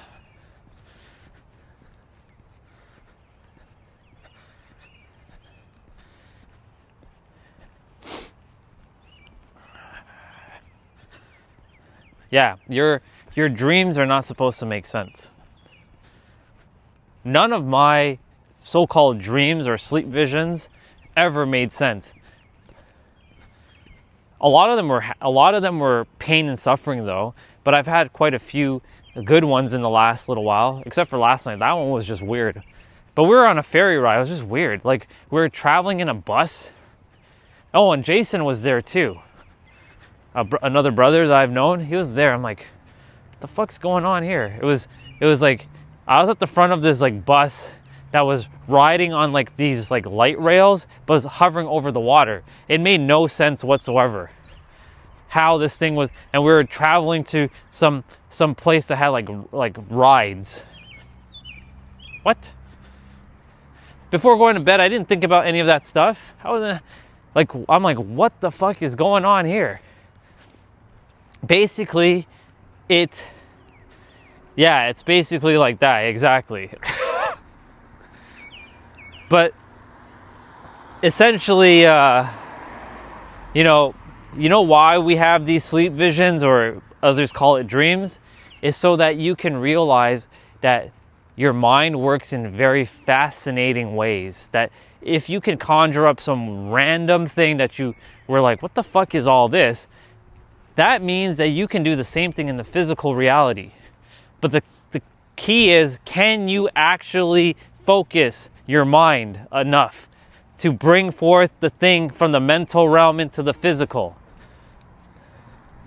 Because if you can think it, you can bring it into existence.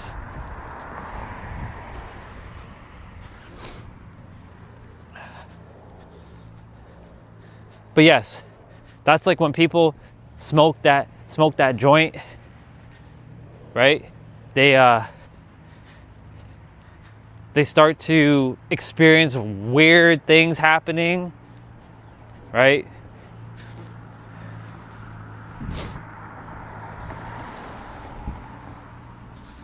That's why a lot of people go and experiment with DMT, which is created in the body. It's created in the body, just so you know, but people go get the plant or whatever substance, ingest it, see color, run into an entity to either tell them like, you need to stop coming to this dimension, or they get whatever insight. I myself never had to go through any of that shit to get the answer, which is so fascinating, because you don't need to do all that. People believe that they need to go and seek things like that, but they don't.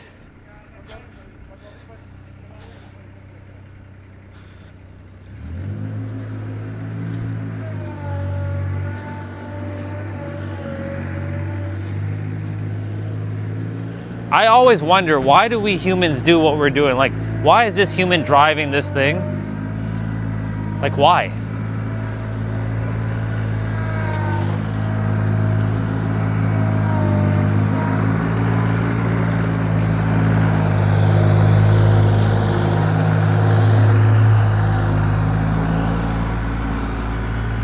Like, why are we humans? They're digging a driveway. They're probably rebuilding their driveway. But I always question, why do we do the things that we do? Right? Why am I live streaming? Why am I talking, right? Why does anybody do what they're doing?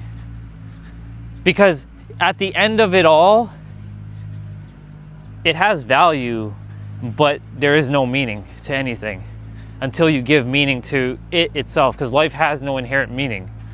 So like, why are we doing things? Like, why do people come to the planet to suffer? It doesn't make any sense. Why do people go to a job, and like, why do they want all these like things? Because they see other people that have these things? Like, it's fine to have these things, there's nothing wrong with that, but why?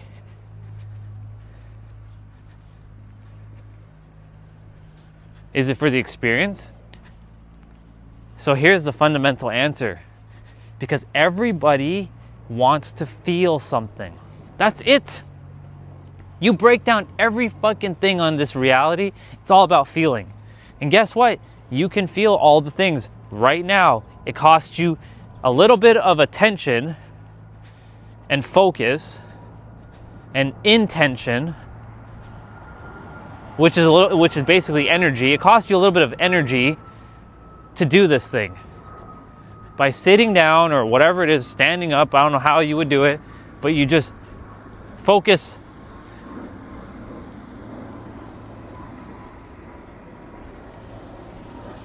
You would focus.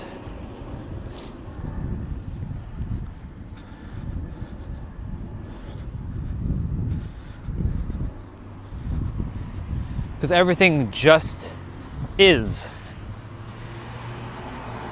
And you can experience all that. Why does somebody want a new car? Because they want to experience a feeling of what it feels like to drive that car. They want to feel cool. They want to feel like a badass. They want to feel like a gangster. They want to feel like a race car driver. Okay? Why does somebody want to eat food? Like I'm about to eat food. Because I feel hungry. I feel like eating. There's a doggy barking at the window. Why does anybody want to travel? Because they want to experience what it feels like to travel to this place. It's all about feelings. And guess what? That feeling already exists, but you have to feel it already as it's done. And then walk in alignment. Most people have it backwards. They're waiting for reality to show them that it's possible that they can feel it before they can feel it. But in reality, it's right here, right now. It doesn't make any sense. This character has been brainwashed back in the past to believe that you have to take action to get things into reality. Yes, you do have to take action, but you have to get into alignment first. And by alignment, I'm not talking about some fucking fake ass spiritual word. I'm talking about real alignment, your true self, knowing that you have everything. Walk in that state that you already have it, and you already have it. Walk as it is done. Look, the sun is coming out. Throughout this entire walk, the sun was peaking, and then it just disappeared, and now it's out. It's here. It's not warm today. Well, it's not the warmest day to be outside, but the sun is out. All right. I have 18% on the battery. I'm going to put on Wi-Fi first. So we're on Wi-Fi. I'm going to grab the tablet. I'm going to read that thing. Are you there? I want you to... I don't know if Olga's there. I think Olga already left. She might have already left. It's okay. I know she has to go do things. Okay, perfect. I'm going to go read you something. It's a little long, but I'm going to read it before we go inside. Because I'd rather read it outside with the energy that I have right now.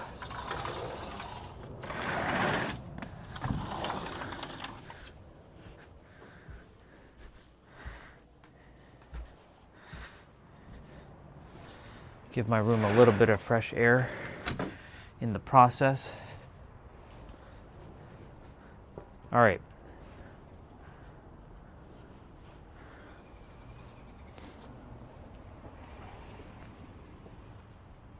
I'll turn the 60 frames per second and all that on in a moment.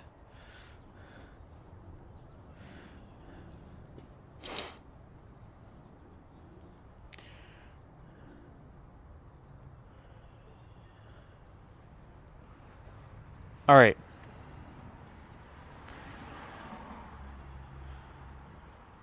It's called If I Were the Puppeteer.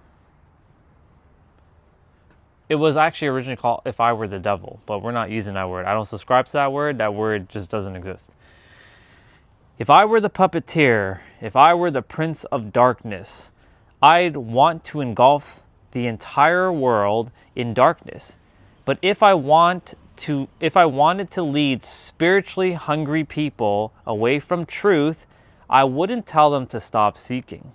Oh no, not at all. I'd tell them to seek harder than ever. I'd make sure they never found what they were looking for. I wouldn't come to them dressed like darkness. I would come dressed like light. I would come clothed in healing language. I would come wrapped in soft music, glowing candles, angel numbers, channeled messages, tarot spreads, moon rituals, energy updates, and videos whispering, "This message found you for a reason." If I were the puppeteer, I wouldn't try or attempt to make them hate the divine. Oh no. I would have to make sure they mistook everything else for it. I would turn the algorithm into providence. I would teach them that every video appearing in their feed was a sign, that every coincidence carried cosmic meaning, that every repeated number was a message, that every emotional spike was confirmation, that every random thought about an ex was telepathy, that every ache in the chest was destiny. And once I trained them to treat stimulation like revelation, I would make them dependent on interpreters to explain their own lives back to them. If I were the puppeteer, I wouldn't destroy spirituality by attacking it. Oh no. I would destroy it by counterfeiting it. I would leave the vocabulary intact, but hollow out the meaning. So every word, basically, I'm going to stop there for a moment. Every word that's being spoken in spirituality has basically lost its meaning because it's been hollowed out. And people are just saying shit, but they don't know what they're saying. That's the whole point I've been attempting to get at from this entire time. I would keep all the sacred words. I would keep divine. I would keep union. I would keep masculine. I'd keep feminine. I would keep awakening. I'd keep alignment. I'd keep guidance. I'd keep intuition. And then I would change what every one of those words meant. I would make divine counterpart mean your boyfriend. I would make divine connection mean emotional intensity. I would make divine masculine mean the man who's disappeared. I would make divine feminine mean the woman waiting for him to wake the fuck up. I would take words that once pointed upwards towards God and strap them to a romantic obsession. I would take words meant to describe the soul's relationship to the divine and reduce them to me and my person. If I were the puppeteer, I would make sure the sacred was not erased, only reassigned. Because if I could steal the language, this is a real bar. If I can steal the language, I can steal reality. Let's see. Yeah, I will. I'll explain it more in detail. I'll make breakfast as I explain it for you. Let's see, where was I? If I were the puppeteer, I would make sure the sacred was not erased, only reassigned. Because if I can steal the language, I can steal reality. If I were the puppeteer, I would destroy discernment without ever telling them to reject spirituality. I would make discernment look negative. I would make common sense look 3D. I would make doubt look unhealed. I would make boundaries look like fear. I would make emotional sobriety look like being spiritually asleep. I would teach them that if there's something that felt powerful, then it must be true. If it resonates, it must be from spirit.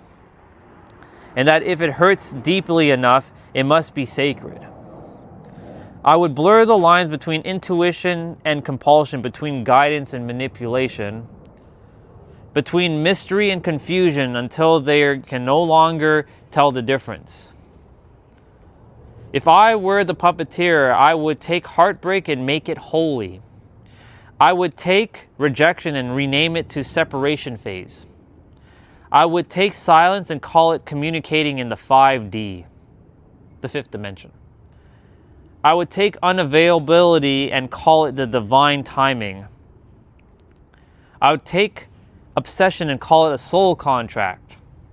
I would take an unhealthy attachment and rename it twin flame connection. I would take the agony of not being chosen and frame it as proof that the connection was especially sacred. I'd make the wound feel too spiritual to close. I would make moving on feeling like betrayal, letting go feel like failure, and I would make acceptance feel like giving up on love itself. If I were the puppeteer, I would turn grief into a business model. So this is where coaches come into play. I'm about to like nail all these coaches. Where was I? Right. So I'm going to reread that line. And I would make acceptance feel like giving up on love itself. If I were the puppeteer, I would turn grief into a business model. I would make sure people ask cards or other people that what they should ask reality. I'd make sure they asked readers what they should ask the person. I would replace conversations with readings, closures with energy updates, facts with channeling, and resolution with reassurance. And every time life remained unclear, I would sell them one more interpretation. One more reading, one more ritual, one more activation, one more message from a higher self of a person who still had not called. If I were the puppeteer, I would make passivity sound spiritual. I wouldn't tell them to do nothing. I'd tell them to surrender. I wouldn't tell them to abandon responsibility. I'd tell them to align. I wouldn't tell them to stop taking action. I'd tell them the universe was handling it. I wouldn't tell them to wait around. I tell them it was not yet your divine timing. I would train them to call delay wisdom, confusion, ascension, stagnation, integration, and helplessness faith. If I were the puppeteer, I'd make sure failure never broke the spell. If the manifestation didn't appear, I would say they have blocks. If the healing didn't work, I would say there was another layer. If the ex never returned, I would say there is more shadow work to be done. If the promise union never arrived, then I'd say timing wasn't right. And if nothing changed at all, I'd say changes were happening behind the scenes. I wouldn't move every goalpost and call that movement spiritual depth. Or I would move every goalpost and call the movement spiritual depth. I would make every disappointment feel like the very belief system that caused it. That's a paradox, by the way.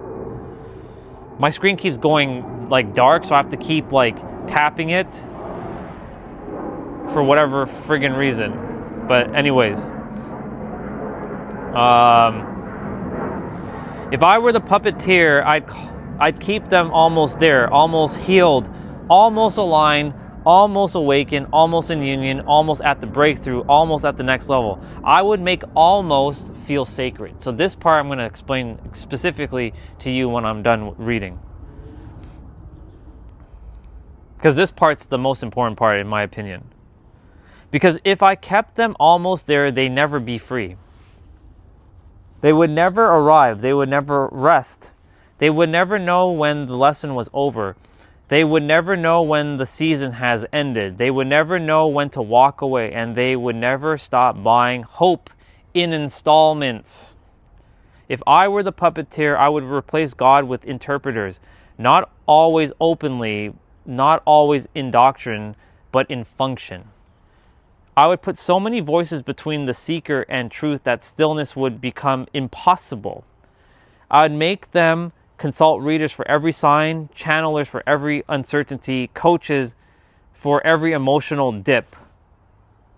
collective messages for every lonely night. I'd make them so dependent on outside interpretations that they forgot how to test what they heard, forget how to sit in silence, forget how to pray without needing a decoder ring. If I were the puppeteer, I'd make specialness addictive. I'd make them feel chosen because I made them honest. Wait, hold on. I'd make them feel chosen because I ever made them honest. And I would give them labels instead of transformations, badges instead of depth. I would tell them they were awakened, ascended, selected, divine feminine, star seed, divine masculine, old souls, light worker, slight worker, Pleiadian, all kinds of things. Part of the few who truly understand. And the more those identities flattered the ego, the third dimensional thinking mind, the harder it would be for them to admit they'd be deceived. Because people will surrender a lie long before they will surrender an identity. If I were the puppeteer, I wouldn't need to make them hate truth. I only need to drown truth in flattering stories. I wouldn't need to make them deny God. I would only need to give them a God made in the image of their own cravings. That's a real bar, by the way. A God who always confirms, always hinted, always reassured, always promised, always comforted, always never corrected, never contradicted, never closed the door, never said no, never demanded discernment, never required maturity. If I were the puppeteer, I would take a generation of spiritually hungry people and make them allergic to endings, addicted to signs, dependent on readers, obsessed with romance, suspicion of common sense, and convinced that every fantasy cloaked in spiritual buzzwords was light. I wouldn't destroy their hunger for the sacred. I would weaponize it. I would make them stop using the word. I wouldn't stop making them use the word divine. I would teach them to use it for everything except their relationship with the divine itself. I'd keep them speaking the language of heaven while living in a fog of confusion. And once they could no longer tell the difference between truth and stimulation, between guidance and salesman, between spirit and suggestion, between God and glamour, I wouldn't have to drag them very far because they would call the darkness light and the counterfeit holy. If I were the puppeteer, it's almost done. If I were the puppeteer, I wouldn't need to make people stop believing in a higher power. I only need to make sure their longing for the holy was fed by counterfeits. I would keep them so blinded by false light that they no longer recognize truth when it stood right in front of them. So no, I wouldn't need to drag them into the darkness kicking and screaming. I'd let them walk there willingly. Oop, phone battery's at 10%. I need to charge it up. I'd let them walk there willingly, calling it healing, calling it ascension, calling it union, calling it divine timing, calling it guidance, calling it love, calling it light. In other words, if I were the puppeteer, I'd just keep right on doing what I'm doing. The end. Now I know that English is not your native speaking language, and this is the other problem with language. Because you asked me about the poem, right? And there's nothing wrong with this because English is not your first language, right? So you heard a bunch of you just heard a bunch of words, but some of those words probably didn't mean nothing to you, right? And that's the whole point about language, right? Until you give it meaning, it means nothing, right? Because if for example, if you speak a different language that I don't speak, right? I won't understand what you're saying. It's only common sense. Let me just charge the phone quickly. Give me a moment. I'm gonna switch to 1080p. So just hold on a sec. I'll be right back.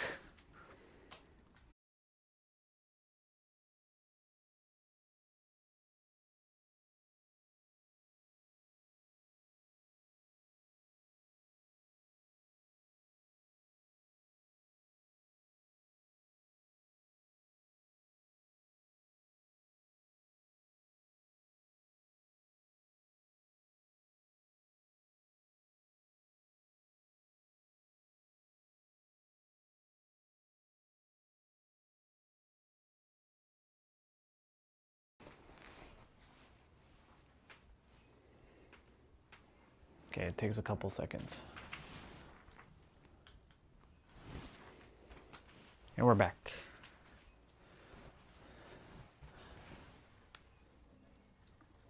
And we're back. Perfect. All right. So now that we're back and we're charging, let me just quickly go back and get my tablet and my gimbal. So yes, I'll explain now what I just read. So essentially, I'm going to do my best to explain it with very simple words. There are people in the world that are using religion, I'm going to use the word religion, and spirituality as a business model, and nothing's wrong with that aspect, but they are selling you this idea that you're broken and that you need fixing. Ultimately, because you believe somewhere deep, I'm not saying you specifically, because people believe that something deep down inside is fundamentally wrong with them. Hello, Mr. Bubba, I didn't even see you there. Hello, hello. You gotta go. You gotta fly away. There was a fly on my gimbal. I just really like, what the heck is that? Oh, it's a Bubba. Anyways, I saved it. I made sure he landed on the one of the chairs. So ultimately, the poem's over. I've already finished reading it. So basically, what I'm saying is, people are weaponizing your.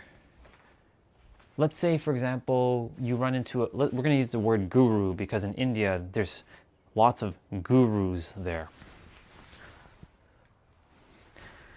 Like, I'm sure you heard of Sadhguru.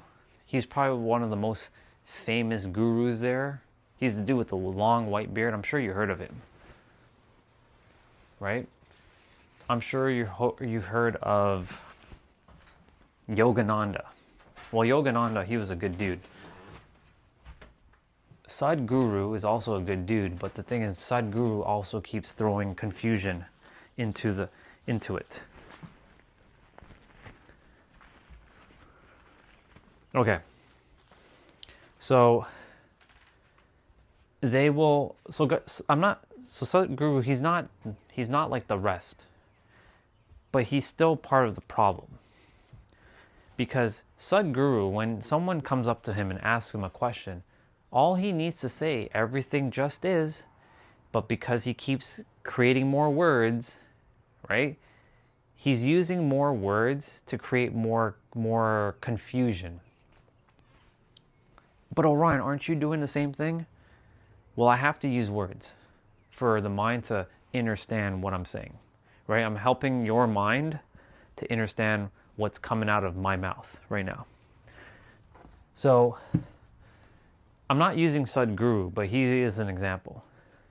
There are other gurus in India, but this is not just India, this is everywhere around the world, that are telling people that they need to heal, that they're broken, that they have trauma, that they need to heal their inner child, that they need to heal this thing and they need to keep healing. Because if they don't heal, then there's something wrong with them. They need to go to therapy, right? There's so many people who say you got to go to therapy.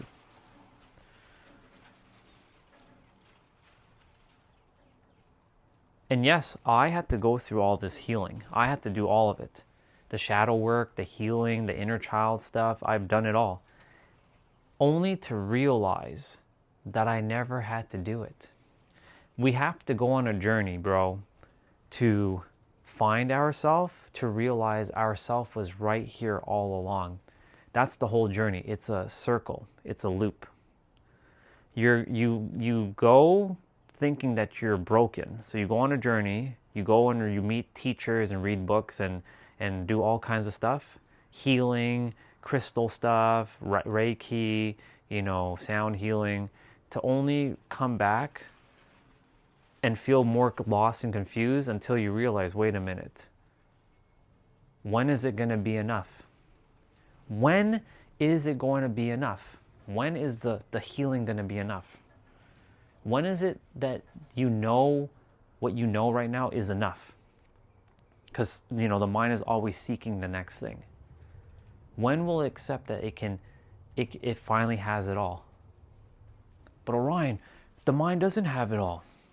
Yeah, you're right. The mind doesn't have it all. But your soul does. But when will you decide that you have more than enough information that you can navigate the world with? Why do you need to keep knowing more? That's because the mind is designed to keep seeking out things. So in that poem, I was basically saying that they will continue to use the word almost, telling you that you're almost there, you're almost there, you're almost there, you're almost there, you're not there yet, you're almost there. Keep going, you're almost there, Orion. Keep going, Orion. You're almost there, you're almost there. But they keep saying almost, but you never reach there yet. You never, until you stop and realize it was right here all along.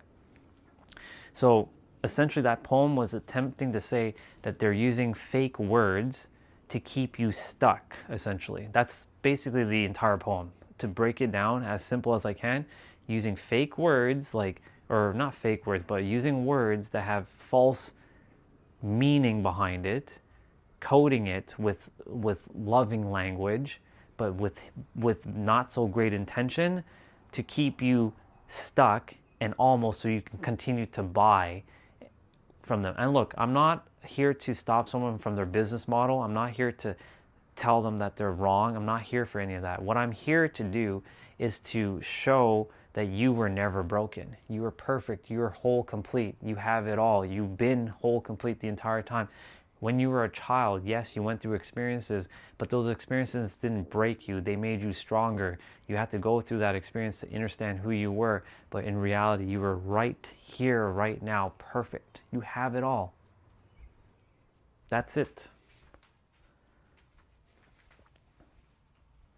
It's working right now. On my end, it's working. I see it.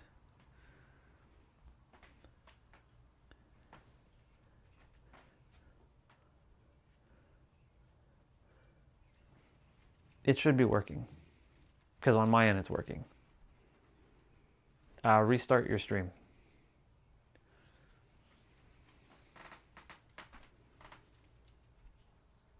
Perfect. So basically, what I was saying for that little interruption was this, just to summarize everything. So I'm going to summarize the entire poem in a couple words right now. Well, there was a black screen on my end for a moment, so it was actually my end. But let me summarize the poem for you. Basically, there are people in the world who are using words, like loving words, but their intentions behind their words are not true. It's sort of false. To some degree, they want to help you, but they don't want to help you to the level that you're supposed to be at, that you're already here right now at. So they throw in all these buzzwords to confuse you, thinking that you're broken, that you need fixing, that you need healing, that you need all these things, but you don't, because you were never traumatized. You went through a traumatic experience maybe in your life, but you're not traumatized. You just have to release it and let it go. But the thing is, they will tell you, no, you need to keep doing this over and over, and if you don't, they will continue to sell you their next package. They will sell you the next book, the next package, the next podcast, the next seminar, the next experience, the next retreat, until you realize, wait a minute, when is it going to be enough? You were whole, perfect, and complete the entire time. You were never broken. That's basically what the poem is talking about. Essentially, people using loving words like healing and love and light and authenticity, but having the intentions behind the words are not the same. When I'm using the words, I'm being very intentional. I'm being very real. I'm saying you are perfect. What else do you need to know? You don't need to go study. You don't need to read another book unless you love reading books. If you love reading books, that's a different story. But if you think you need to read a book to go learn something, guess what? You don't. Because you have everything right here, right now. But Orion, I don't have this is what the mind's going to do. But Orion, I don't have all the answers. You're right. Your mind doesn't have all the answers, but your soul does. And in order for you to hear your answers, you have to stop talking and start listening. You sit, or you can stand up, you can close your eyes, you can keep your eyes open. It doesn't matter what you do. You just have to stop being distracted. The mind gets distracted with the next, but everything is right here. It's like saying you're looking in the mirror, looking for your face, but you're not looking at your face. And you can't see your face for some reason, but your face is right there. But you're looking at your hair, you're looking at your chin, or not your chin, you're looking at your neck, you're looking at your collarbone, you're looking at your ears, but you're not looking at your face. But you're looking at everything else, but your face is right there. Why aren't you looking at your face? And in that experience, it's because you're looking to something external as a metaphor for the answer, when the answer is right here. It's been here the entire time. So that's what that poem is all about. To break it down, super simple.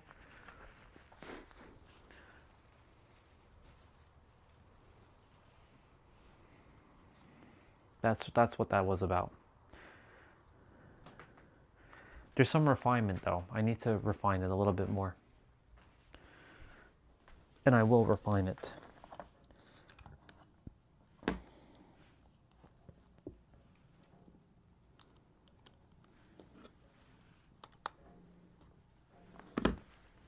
I'm gonna go make eggs. All right, I'll see you later, dude. Enjoy your lecture. I'm gonna go make eggs. For anyone else is here, I'll be back. It's time to go make some food. But before I do that, I need to go use the bathroom. So I'm gonna go mute my mic for a moment.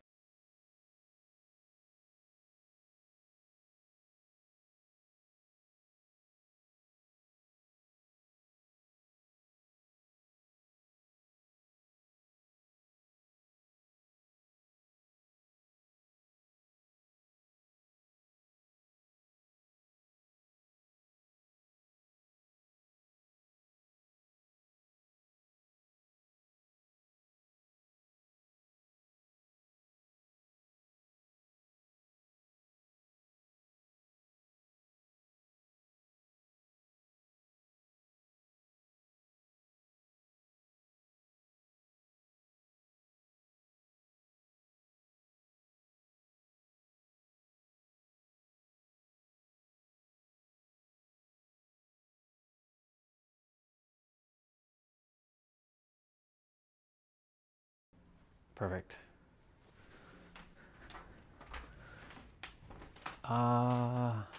Yeah.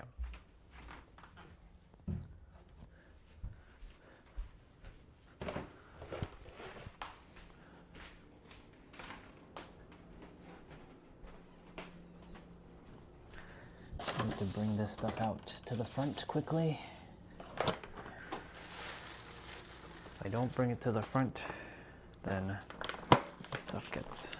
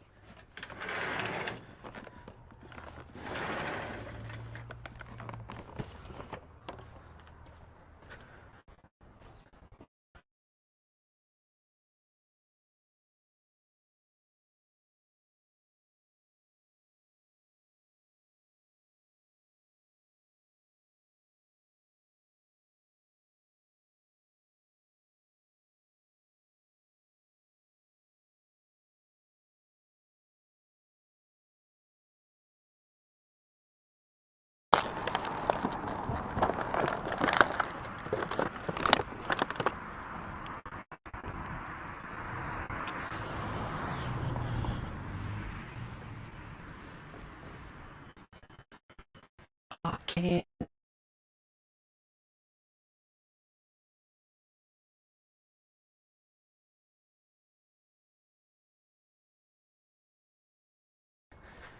Feel so alive.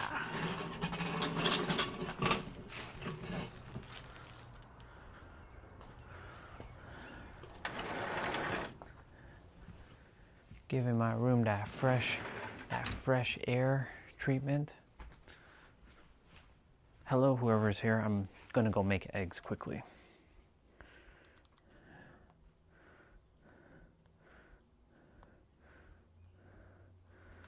Okay.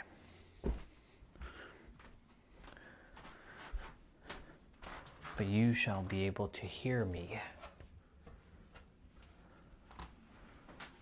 Let me just make sure of that. Hear me. Yeah, you can.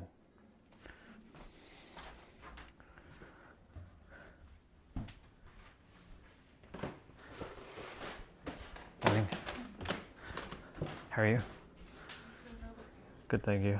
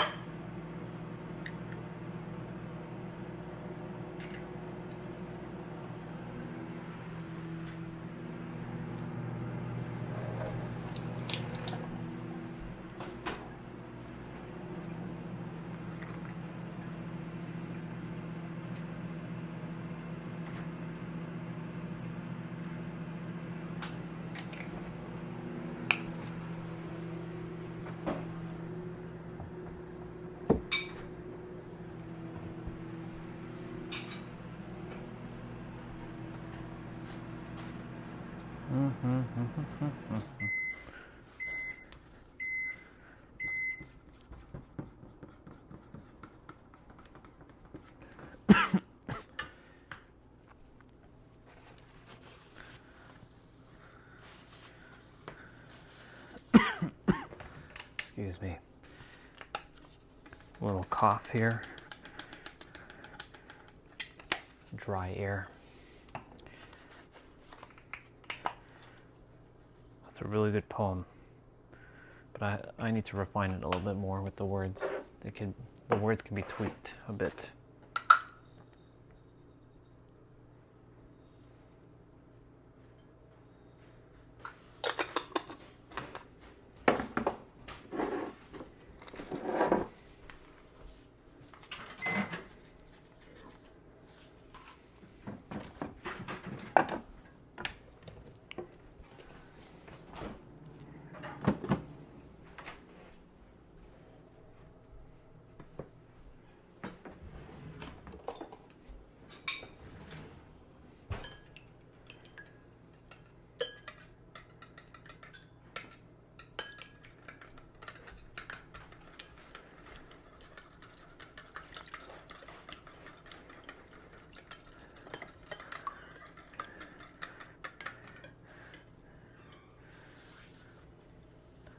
Counterfeit light. That's what's going on this planet. Counterfeit light. I can see that a lot of people are genuinely wanting to help other people. I can see it. And there's layers to these things. But the thing is, we're not here to go through these layers. We're here to remember that you have no layers. We're here to remember that you have been whole, perfect, and complete the entirety of your existence on the planet. But that's not true, Orion. I must keep healing. I must keep going through these things. If you really do believe that, then yes, you will. You will have to go through that over and over and over again until you come to a realization that when is it going to be enough? When will it be enough for you?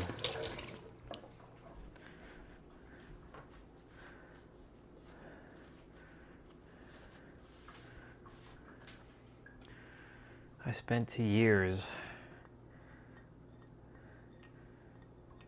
to get to this point, to finally realize it.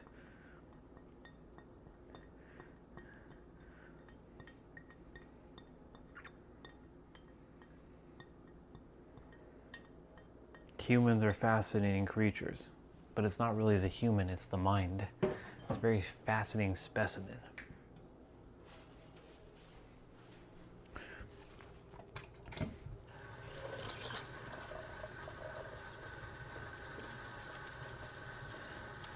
Hiding truth by using counterfeit light.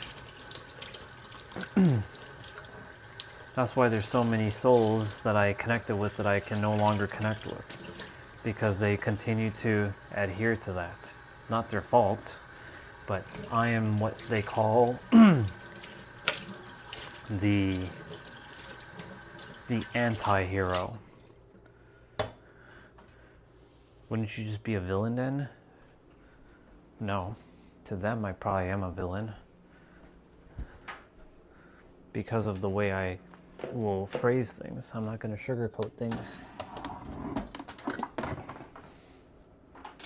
I'm going to tell it as it is. They're not going to like it though. And they're not here to accept it. But I'm not here to hold back with my words.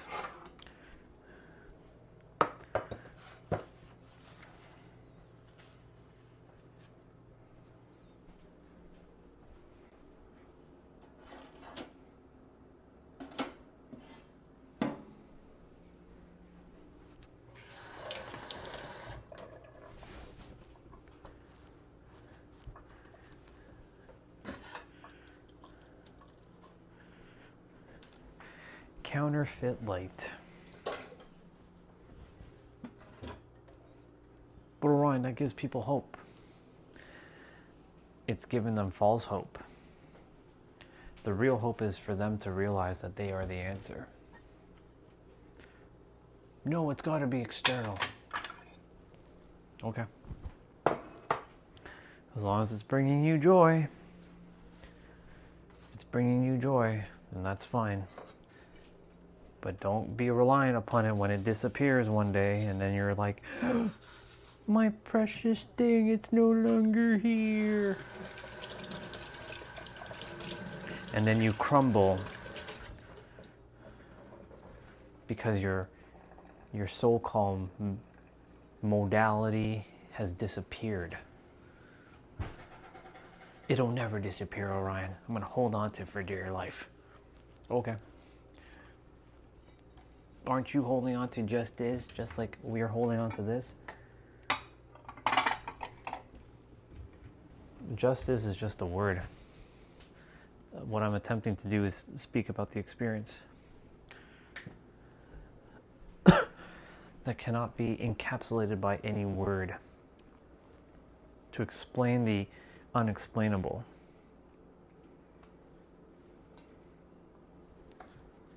Quite literally. or literally, however you want to say that word.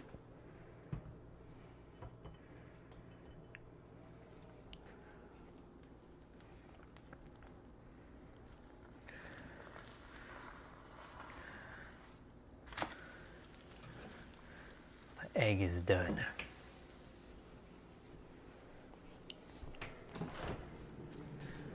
I am the antithesis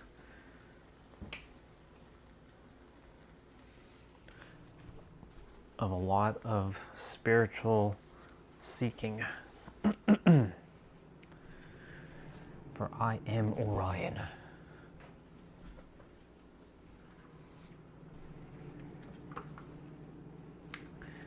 The one who came to make and change it all in this generation.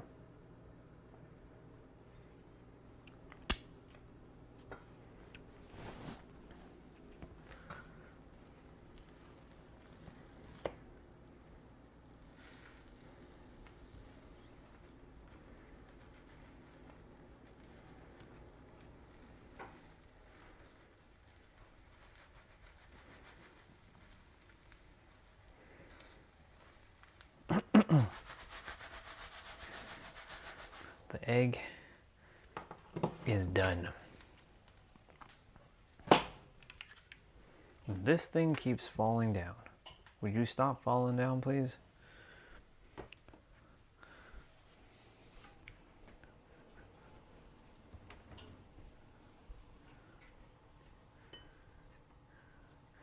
Counterfeit light.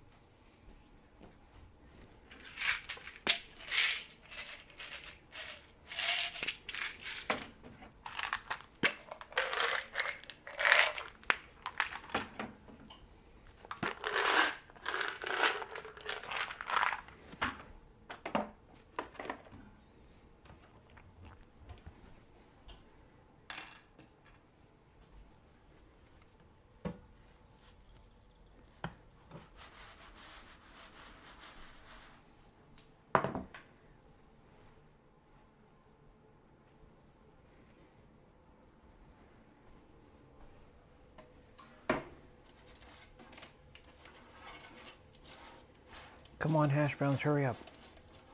We don't got all day. Let's go. Chop, chop. Do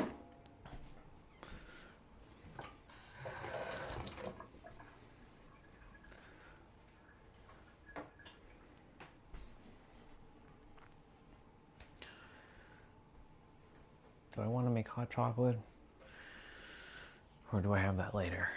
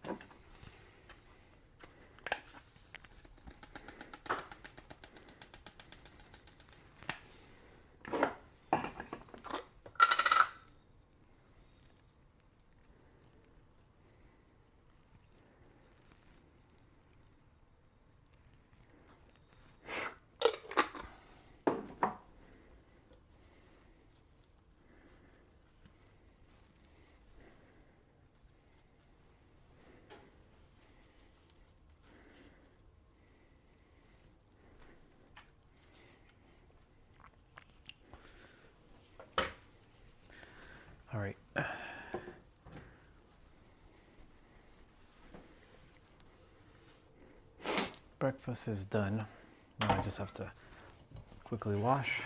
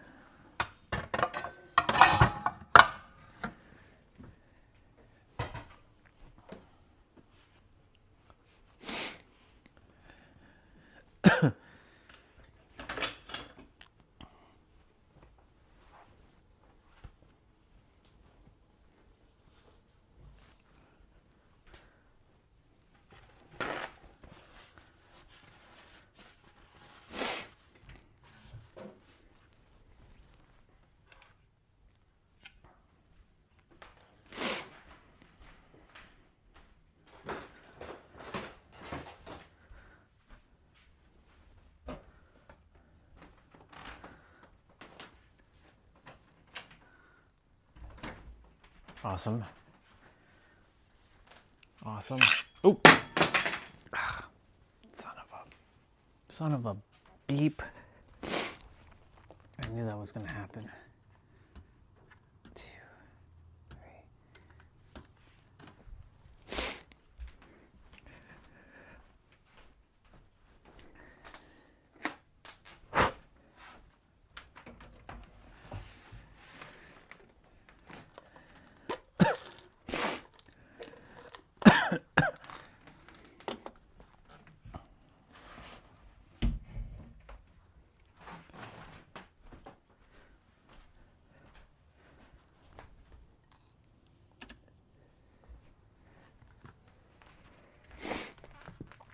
All right.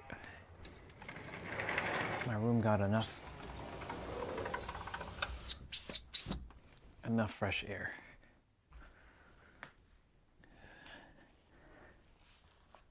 Ooh.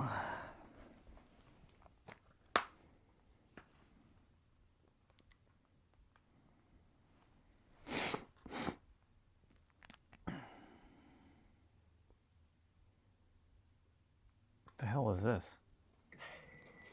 Oh, it's a movie. Hello? I had a little bit of a problem on the road. I was wondering if I could use your phone. Hello?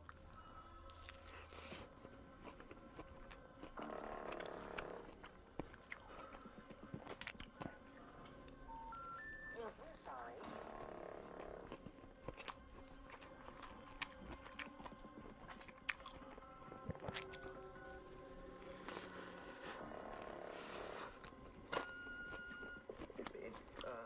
Look, I'm really sorry that we got disconnected earlier, but,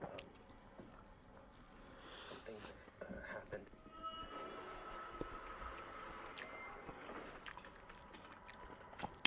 I'm in, like, a seriously fucked up situation right now.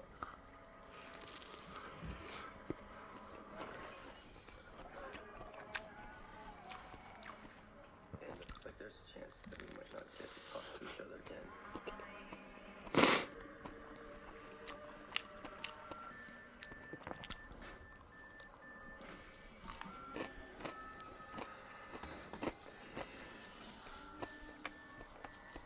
I just wanted you to know.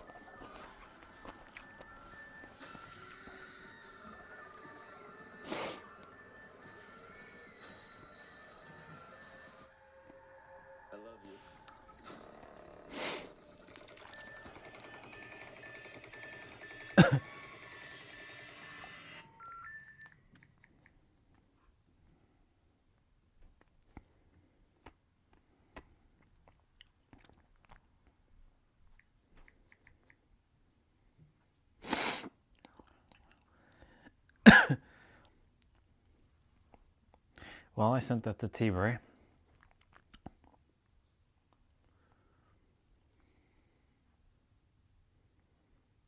It's pretty cool.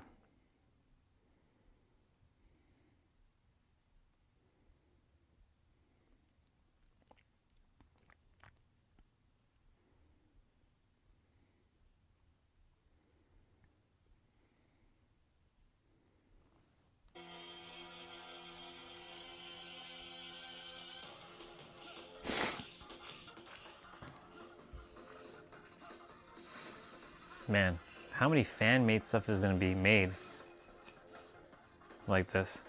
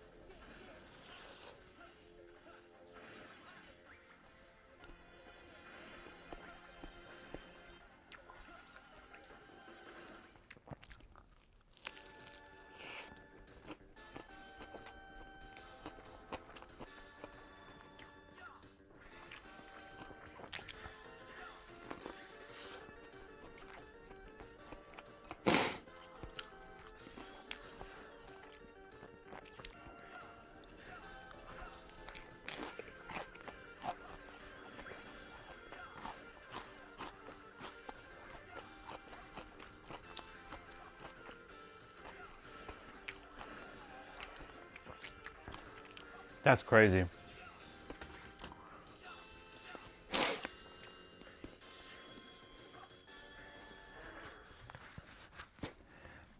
Zero?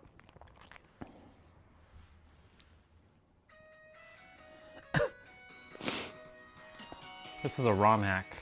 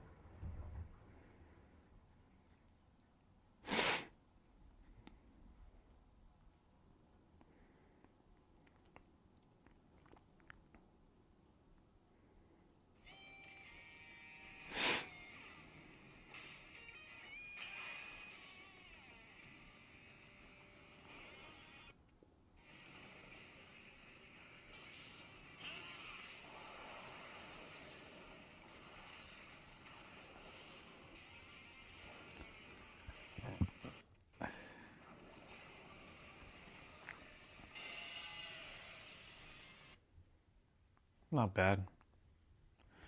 Look at this, the Empress of Tomorrow, Asuka standing tall.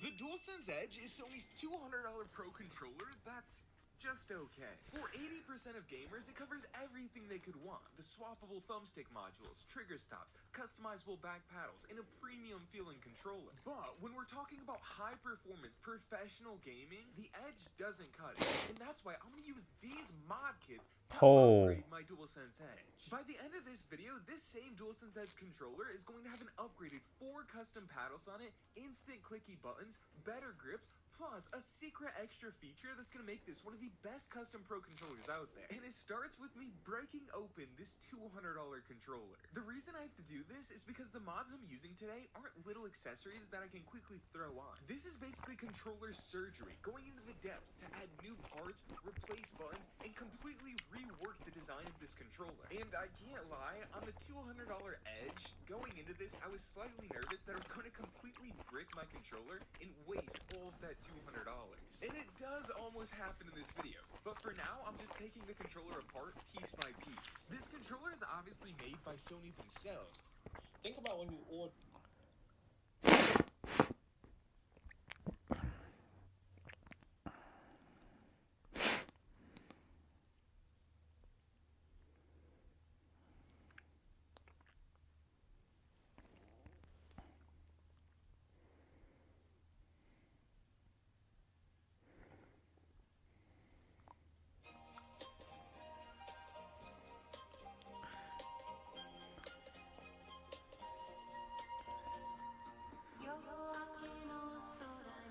What the hell?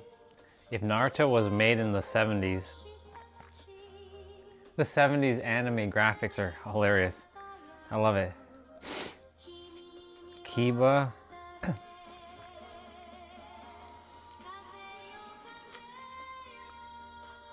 Interesting.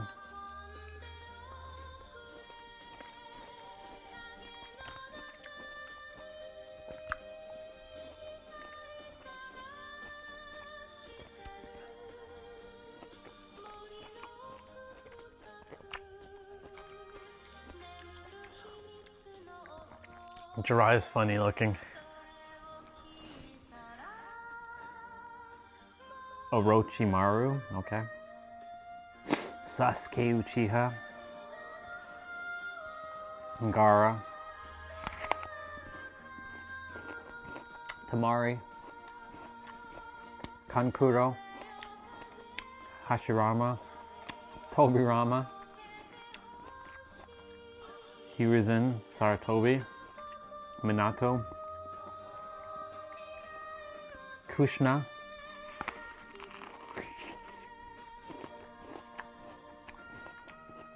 Hiden, Deidara, Itachi, Itachi again, Pain, Madara, Toby, that's funny.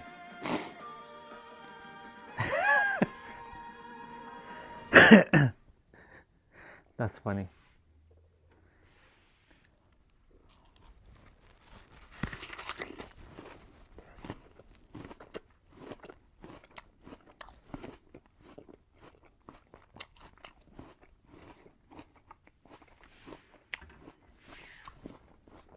That's funny.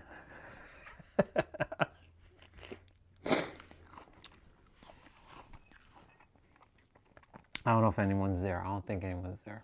Let me see. Nope. It's just me.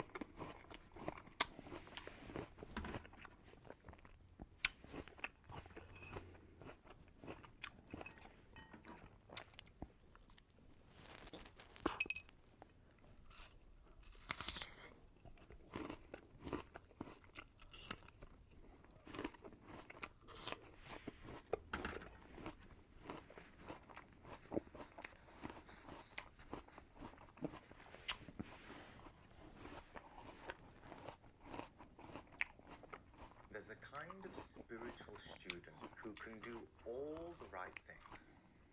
This person reads the books, speaks wisely, attends the schools and lectures, follows a teacher, even has deep spiritual experiences. But still, at the center of their life, remains exactly the same. What I want to say today is uncomfortable, because this student could be you. It could be me. It has been me. Many of us have spent years seeking, reading, studying, collecting teachings, moving from one spiritual idea to another, going through different groups, different teachers, different books, online, in person, Yep. whatever form it takes. And yet, something essential in us remains the same. This doesn't just apply spiritually. We see the same movement everywhere, only wearing different clothes. Yep. Students seek better grades. Businessmen seek success. Christians wait for the coming of Christ. Buddhists wait for enlightenment. Gnostics wait for their ego to die and reach liberation somewhere far off into a distant fantasy. So you see different forms, but the same inward movement. Something inside us reaching outward, hoping that through one more idea, one more achievement, one more teaching, we will finally become whole, liberated, free. But why does something essential core remain unchanged? Because everything's a paradox, bro. Is that not the whole point of seeking? Why do years pass and the inward center, the actual quality of our presence, the essence of consciousness, the real state of our inner life, our state of consciousness, why does that stay almost exactly the same as where it was 5 years ago, 10 years ago? It just 20 is. years ago? And I know many of you are in that position who are listening today. So this is the question I want to sit with. Because if we answer it honestly, something can begin to shift.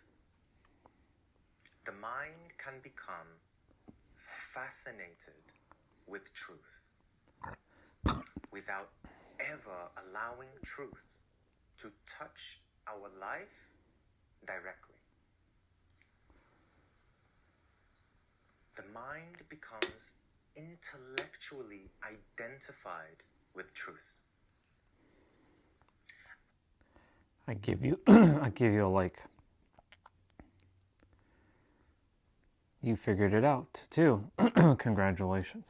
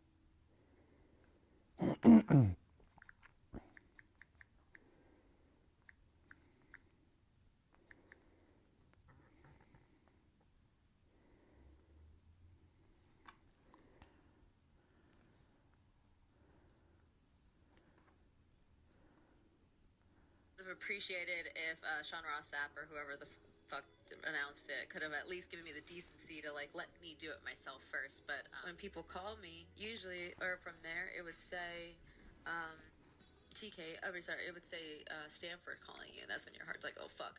But this time it said TKO, so I was like, very telling. 5:09 p.m. is when I found out. That is the thing. But I think the biggest like holy fuck is that thing is like I was so shocked. But yeah, I also would have appreciated if Sean Ross Sapp or whoever the fuck announced it could have at least given me the decency to like let me do it myself first. But fuck you, dude.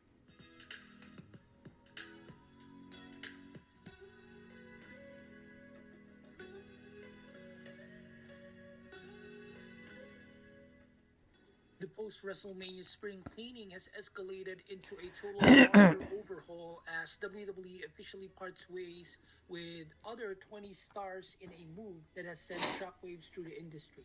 According to the latest reports, The Purge hasn't just trimmed the edges, it has gutted entire storylines, releasing the entire Wyatt Six faction, the legendary Motor City Machine Guns, and high-caliber stars like Aleister Black and Kairi Sane.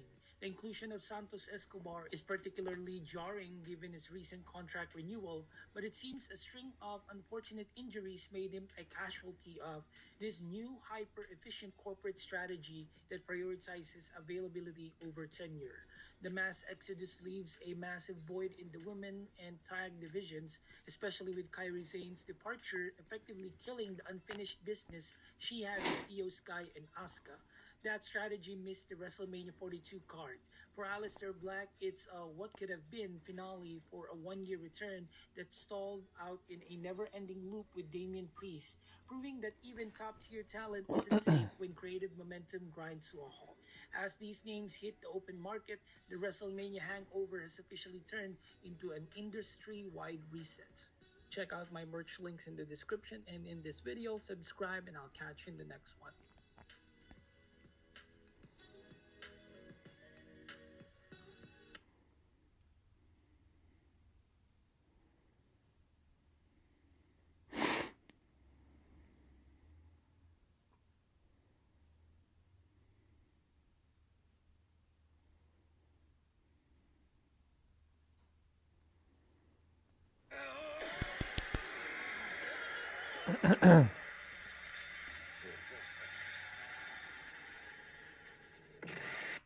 It's a cold, simple, but effective death, leaving Dende to watch on.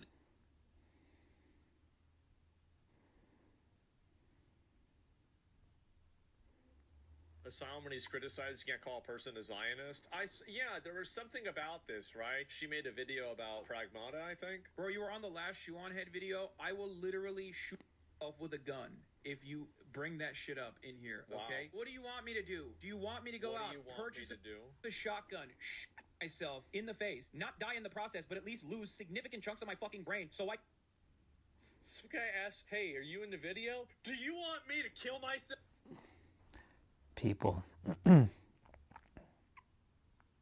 you suffer from tight hamstrings and you're attempting to fix it by doing things like this or even things like this where you're just tugging away on tight muscles but nothing is really happening? That's because passive stretching only relaxes your nervous system. It doesn't build strength, which is what is the key factor in allowing you to develop flexibility. The brain is trying to protect you. So when you're tugging away at tight muscles, it restricts that because it's trying to keep you safe from injury. Yep. So what do we have to do instead? We need to build strength through our full range of motion so that we can teach the brain that it is safe to let go.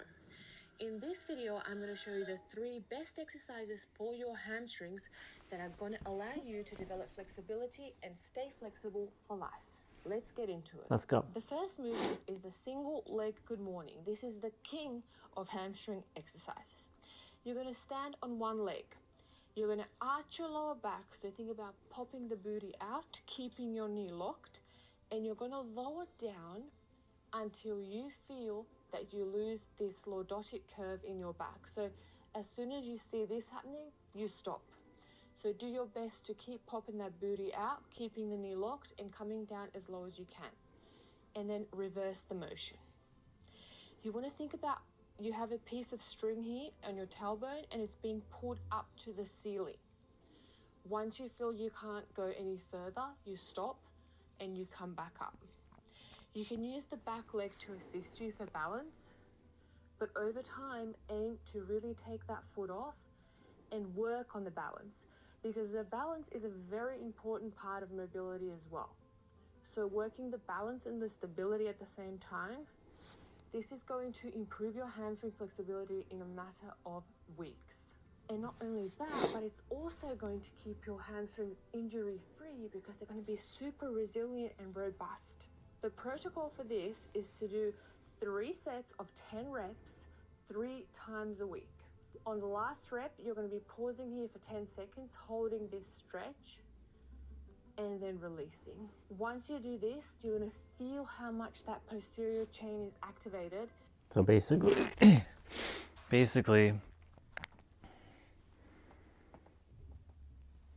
hold on.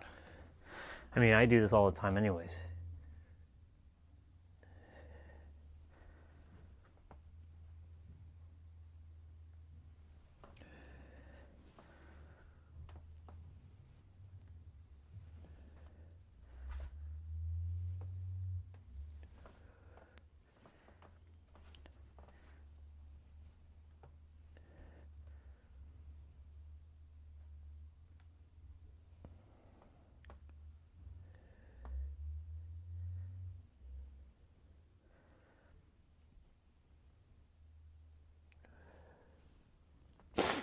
Balance though. Okay. These are good movement snacks.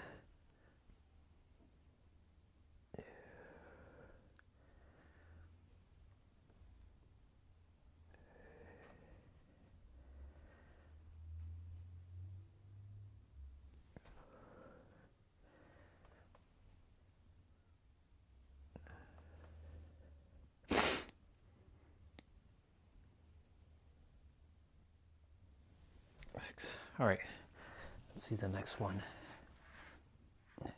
Chain is activated and you're going to feel results within days. Your hamstrings are going to feel healthy, they're going to feel strong, and most of all, they're going to be a lot less tight. The second exercise is a little similar, and it's called the B stance good morning. So you're going to place one foot in front of the other, keeping the front toe slightly out at 30 degrees. You're going to keep that knee locked. You're going to arch your lower back, and then you're going to reach down. Now, this works really well if you have light dumbbells to hold on to, because that weight will allow you to get a little bit further into the stretch. So you can see, it's not about... So...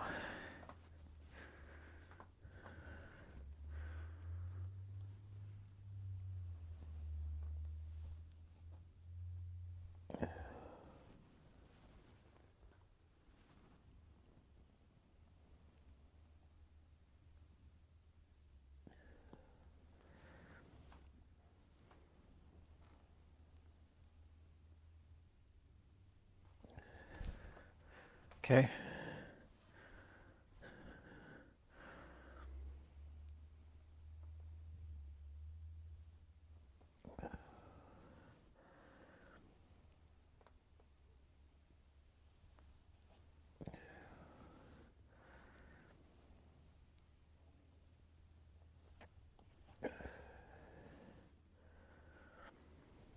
New move unlocked.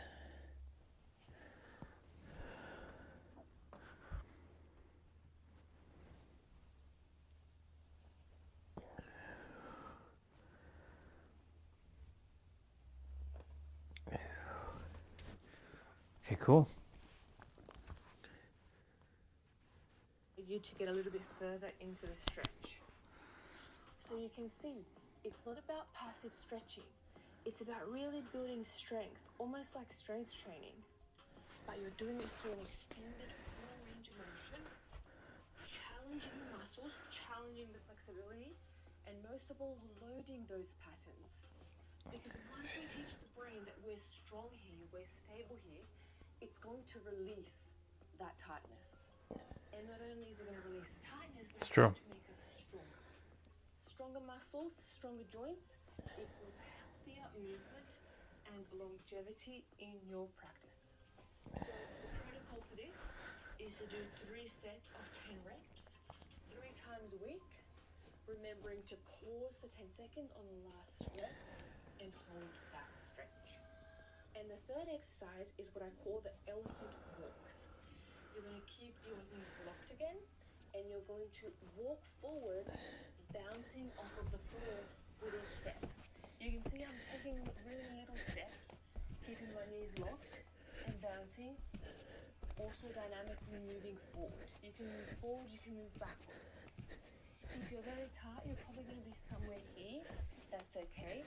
I want you to just bounce with your current level, and slowly, as you get more mobile, you'll be able to release that. Now, a lot of people say that dynamic bouncing or ballistic stretching is dangerous for you, but I want to assure you that if you prepare your body progressively for something, there's no danger behind anything.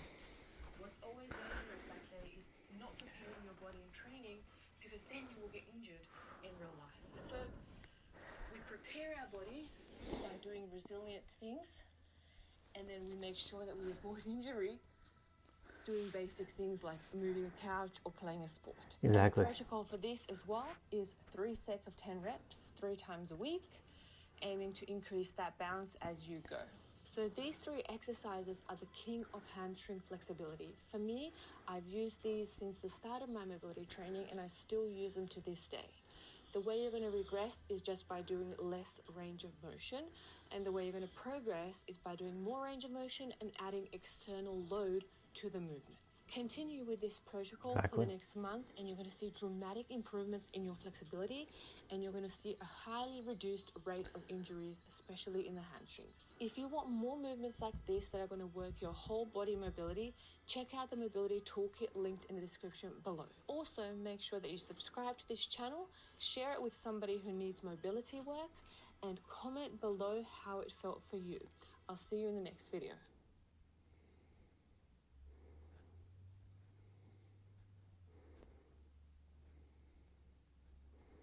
All right. This is a comment that I'm going to help with.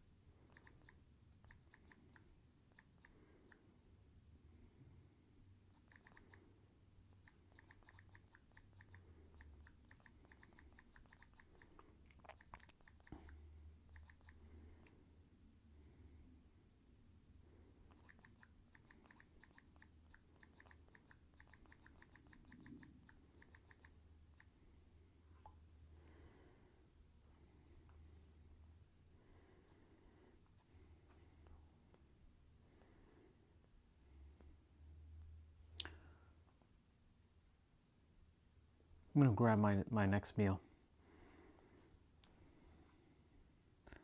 Thank you, Vanya, for that stretch. That was good. Kairi Sane has finally spoken out following her shocking release, and fans are still trying to process the news. She took to Twitter to share an emotional message, saying she's grateful for the support around her and adding, "I'll set sail in my own time. Until then, I love you." Soon after, Asuka responded with a powerful message of her own, assuring Kairi, "No matter what happens, I'll always be in your corner. You'll never be alone." Jade Cargill and Jacob Fatu also showed their support to Kairi with kind words of encouragement. Please subscribe. Kairi Sane has... Man, it's getting crazy. Hello everyone and welcome back to the Ryan Retro channel. So picture this scene. You're playing a game on one of your favorite handhelds, making your way through the game, winning some Pokemon battles, you throw down a save file, and you decide that you want to continue playing your game on your laptop. Well, you just simply load up that recent save, and you're right back into the game again, right where you just finished on your handheld. You level up your Pokemon a little bit more, and throw down another save file again, and maybe this time you want to carry on a handheld again, but maybe this time you want to use a bigger handheld. You can once again carry on right where you left off on the previous device. Whenever you press a button, it automatically recognizes the controller you're using. You're straight back into the game, playing again in a matter of seconds. You can carry on going through the game. If you watch my recent video about docks, you can also dock your handheld to a TV and connect an external controller, and then you can carry on the TV using your external controller as well. You can play on smaller handhelds, dual screen handhelds, so you can watch Ryan Retro videos at the same time. You can play on your phone with touch controls, and of course can add a controller as well, which will automatically be recognized and start working right away with no setup. It supports autosave, it supports retro achievements, and resume button. Can we just get on with it? We then have our load button, where you can load one of your saves, just to make sure you've got a backup to come back to. Carry on later. We have reset, which is the same as pressing the hardware restart button on the console. So it's going to restart the game. We have a simple speed control to choose between 1x speed or 2x speed. Although 2x speed actually looks like about 100 times speed. I'm not sure it's actually 2 times. We also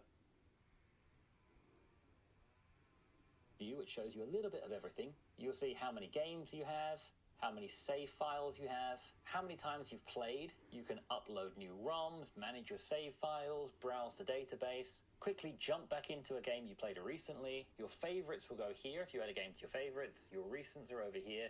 It's a little bit messy, so I don't tend to use this screen. I tend to use the left panel. On the left panel, you have your library split up by system.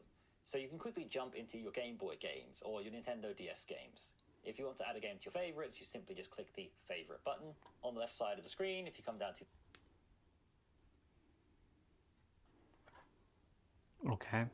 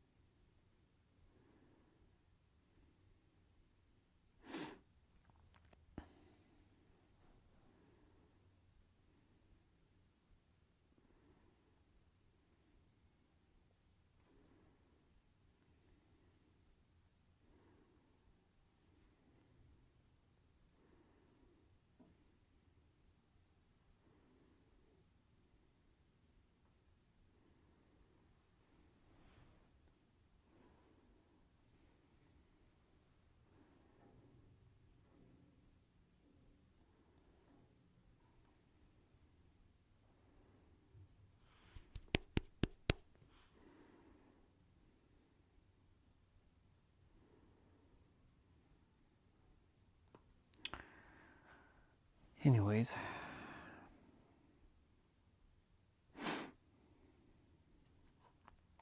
Everybody, we chase for the status, the wealth, the titles, achievements until someday I realize that is an endless game. I remember when I was in the plane to fly to Beijing, I wished the plane in order to be not so stand out. Oh, I see. Yeah. Yeah, Did you feel you were different than other people, though? I think so. So this badly need human beings, we regain the capability to enter into that stillness stage.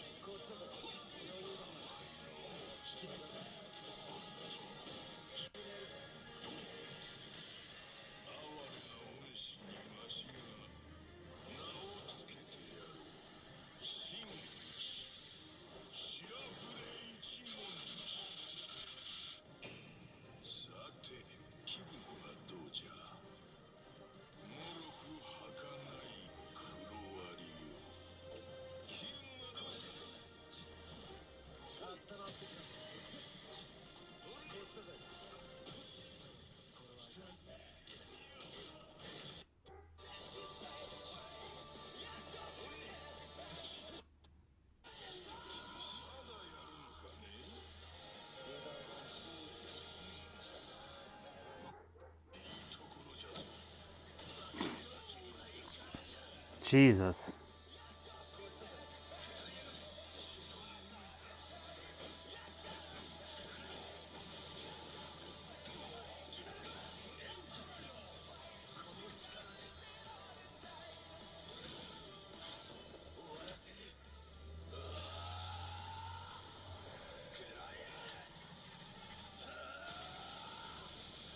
Freaking hollow powers. Jesus. Fucking Ichigo.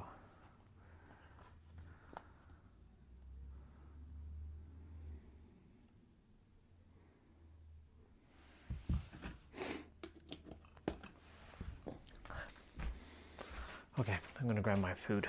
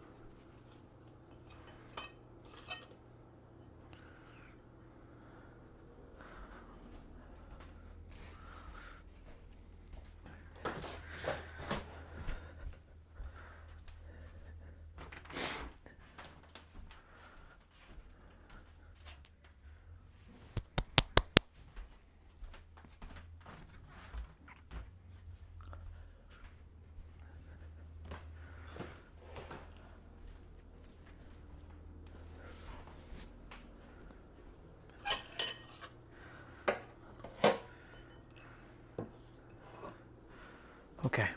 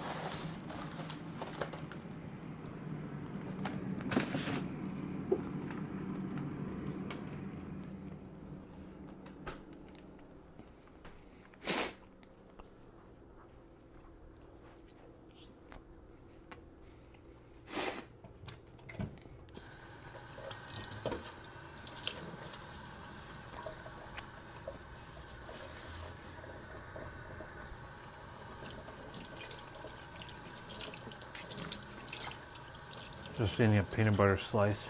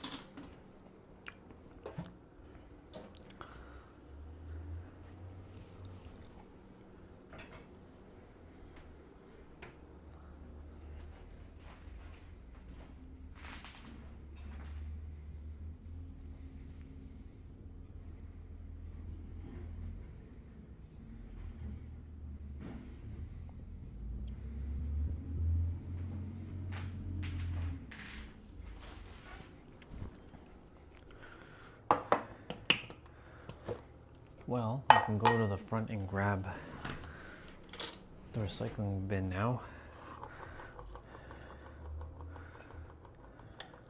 I did my best to keep everything flat and flush.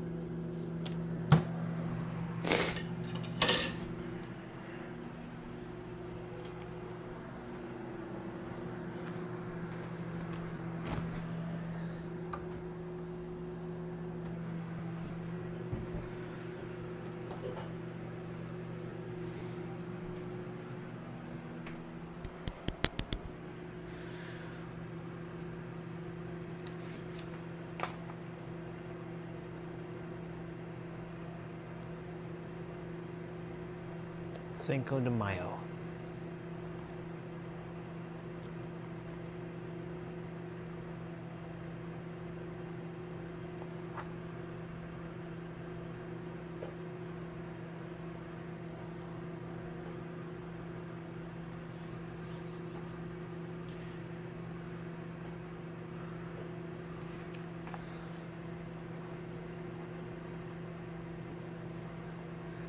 Cinco de Mayo.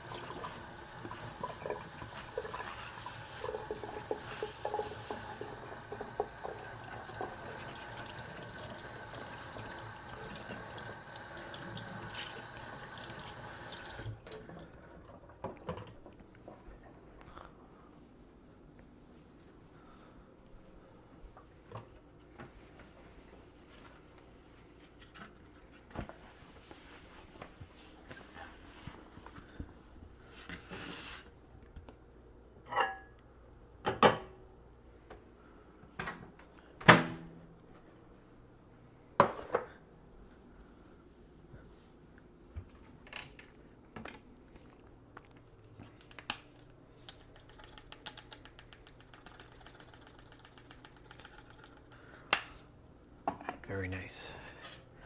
Very, very nice.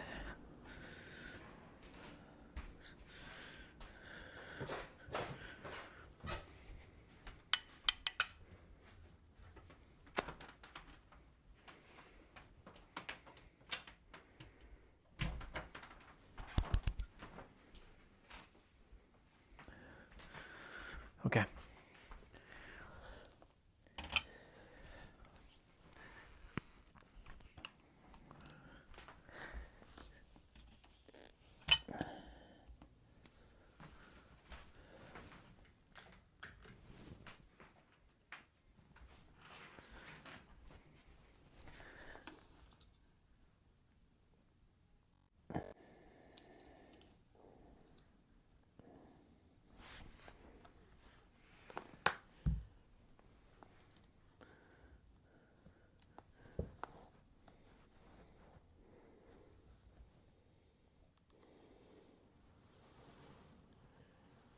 Oh shit.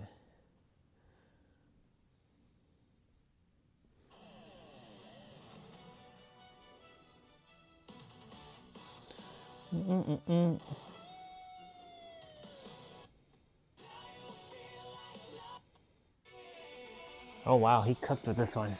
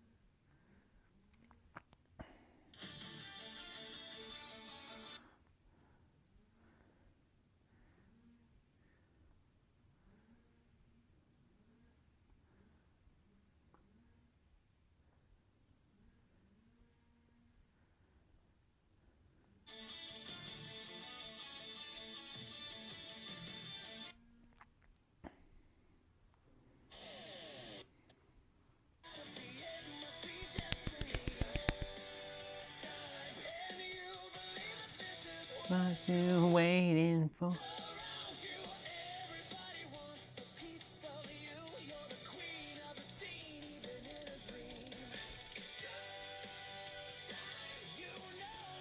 This is destination.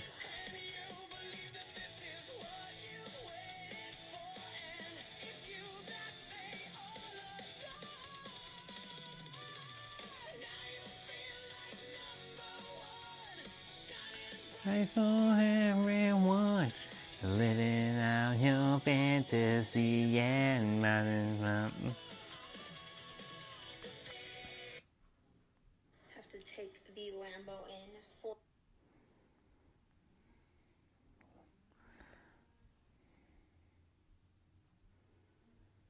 James Austin, a neurologist who, in 1978, wrote a book called Chase. Time, you see it differently because of something you learned recently, some experience you had, some conversation too. The opportunity was always. Now here.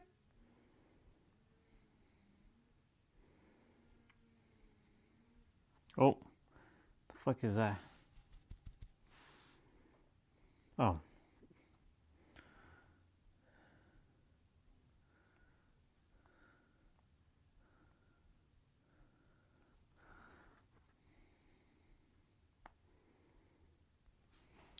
All right.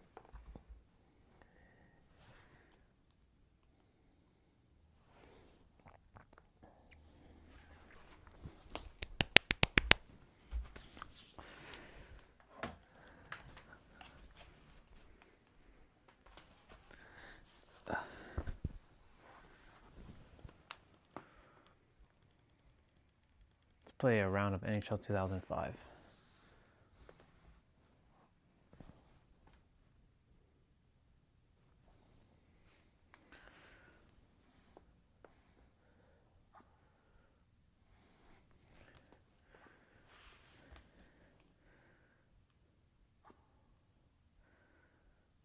EA Sports. EA Sports. It's in the game. It's in the game. I'll be eating in the background.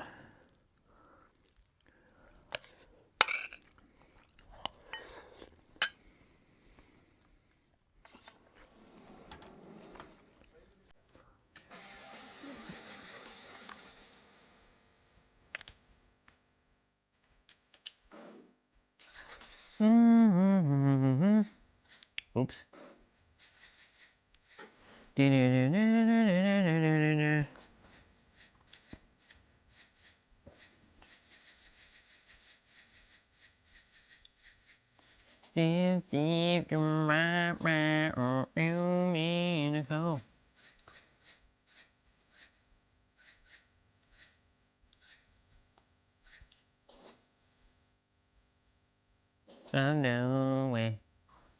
Whoa, whoa.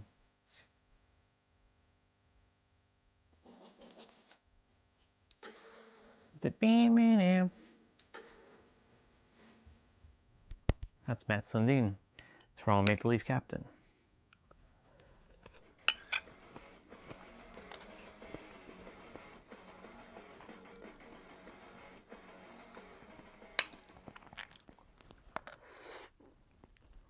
We're here at the Arrowhead Pond of Anaheim. Welcome to EA Sports NHL 2005. I'm Jim Houston with Craig Simpson here for a fast and thrilling matchup between the Mighty Ducks of Anaheim and the Pittsburgh Penguins.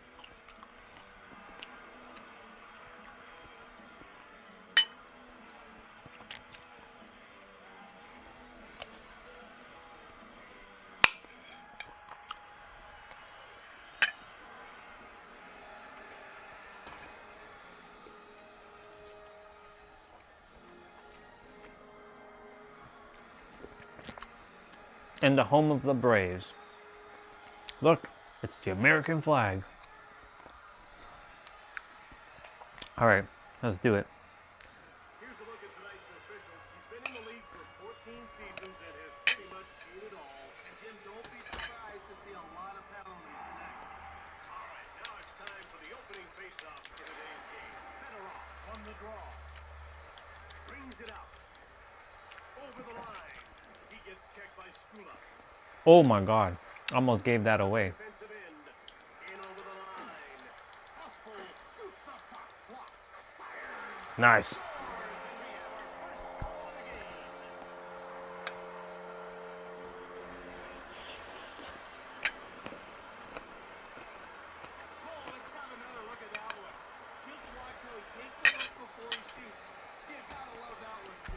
All right, you guys get to hear the game. I'm gonna eat.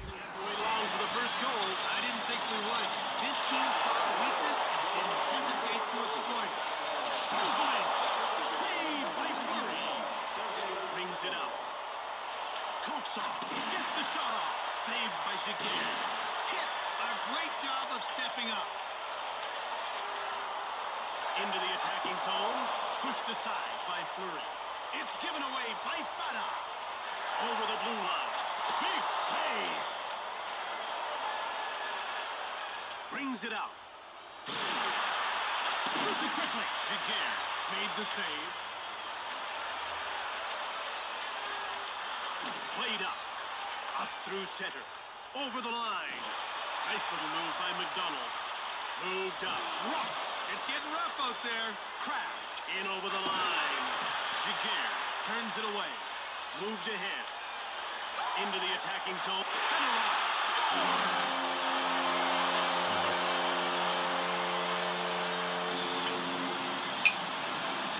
Wow, Jim, what a great goal. Take a look at how he leans into the shot and lets it fly. Great hand-eye coordination right there. A two-goal lead halfway through the first.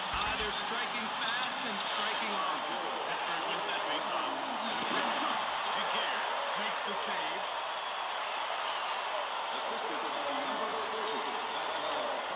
Over the blue line. Turned aside by Fleury. Ward.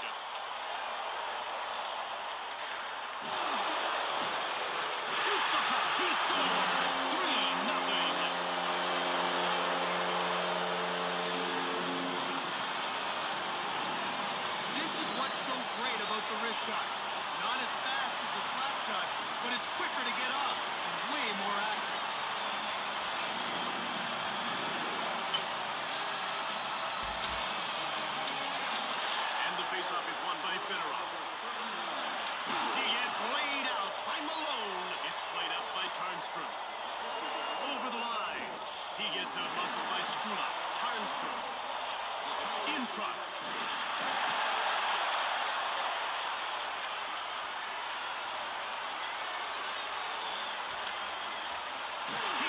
Taken out by Carney. There's some physical play. Shoots. Big save by Fleury. Out of their defensive end. Muscled off the puck. These checks keep everyone on their toes, Jim. It's moved across by Lupul. In over the line. Advances the puck. Morozov corrals the puck. He dumps it in on the end boards. Quick shot from the slot. Huge save by Giguère. Into the attacking zone. He gets rocked by Fedorov. Niedermeyer controls the puck. Last one. Fleury turns the shot aside. Brings it out. Over the line. Knocked over. It's getting pretty intense down there. Over the blue line. Blocked. Koltsov. A lateral pass. Shove. How about that deep? He really hung him out to dry. In over the line. Fleury turned him away. Into the attacking zone. Passed ahead. Out of their defensive end. Over the line. Turned aside. In the first period. Brings it out. Moved over by Orpik. Koltsov. Check. That's showing authority. That'll do it to end the period. It's 3-0 as we head to the break. Auto and Light Truck Show next weekend for a sneak peek at next year's models from the world's top automobile manufacturers.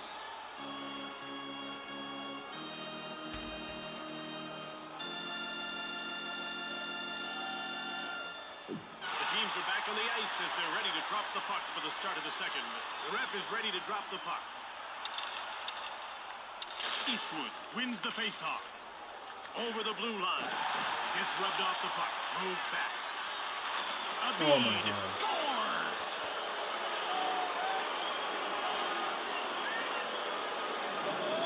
Wow, what a wristery uncorked on that goal. That was an absolute laser beam that found the back of the net.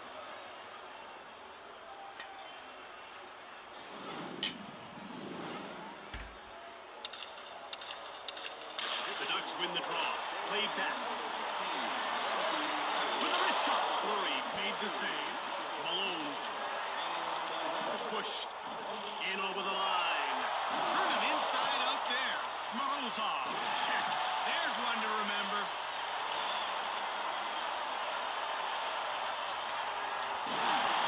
Across. Holy shit. Brings it out. Moved across. Nice move there by Lemieux. In front. Quick pass up. Right in front. Giguère turned him away. Lupul fires. Fleury got a leg on it. Brings it up. Over the blue line. Out of their defensive end. Over the line. Hit. Another hit like that and sparks will fly. In front. Brings it up. Played over by Koltsov. Fata gets bowled over.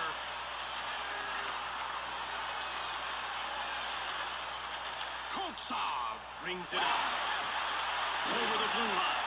Little deep there by Ozilic. Across and over the line. Bad scramble. Passed up to the neutral zone. Into the attacking zone. Giguère gets a leg on it. Played up. Out of their defensive end. Over the line. Fleury gets some wood on it. Brings it up. Played across. Breakaway. In front. Great save. Advances the puck. Brings it out. Moved ahead. Shoots the puck. Turned aside. Right cusp. Oh my God. Scores. Come on. Let's take another look at that goal, Jim. Wow, what a wrist shot. I don't think the goalie had a clue where that one was going. They're down to a one-goal lead again. Well, the question now is, who will step up and be the hero? Shot from the point by Stula. Fleury made the save. Crushed. I could feel that one from here. It's played over by Leclerc. In over the line. Saved by Fleury.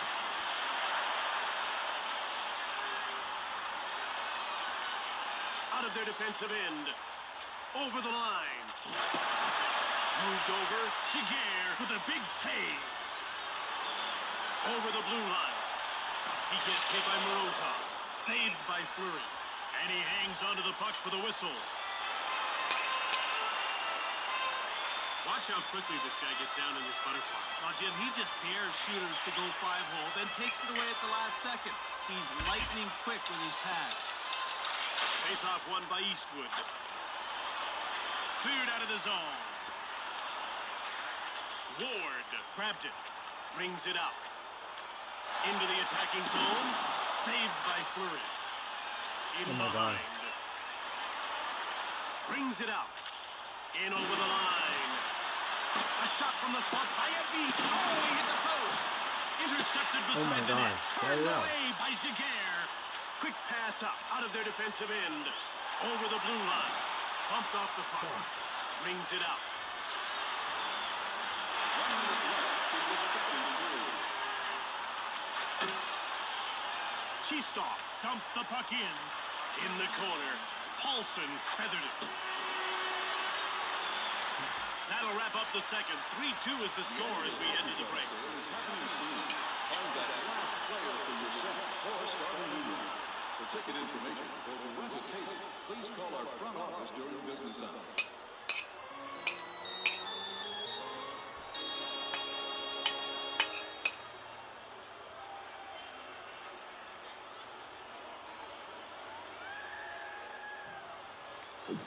It's still anyone's game as we get ready for the third period.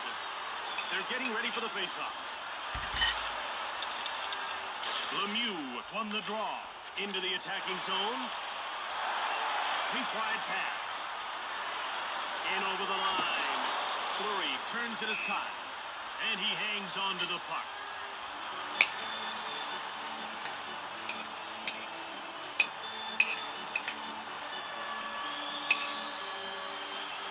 The ref is signaling for the face-off. And the face-off is won by Kraft. Out of their defensive end. Over the blue line. Bowled over. A smackdown. Weak wide pass. Over the line. Turned aside by Fleury. Brings it out. Into the attacking zone. Mowed down. Oh, God. Jim, that was a major league bump. And Stula scores right through traffic.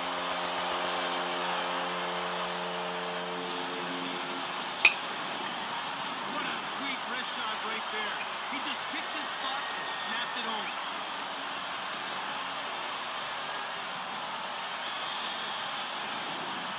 I think they can expect a lot of pressure for the rest of the period. Defending a 2-goal lead is not an easy task.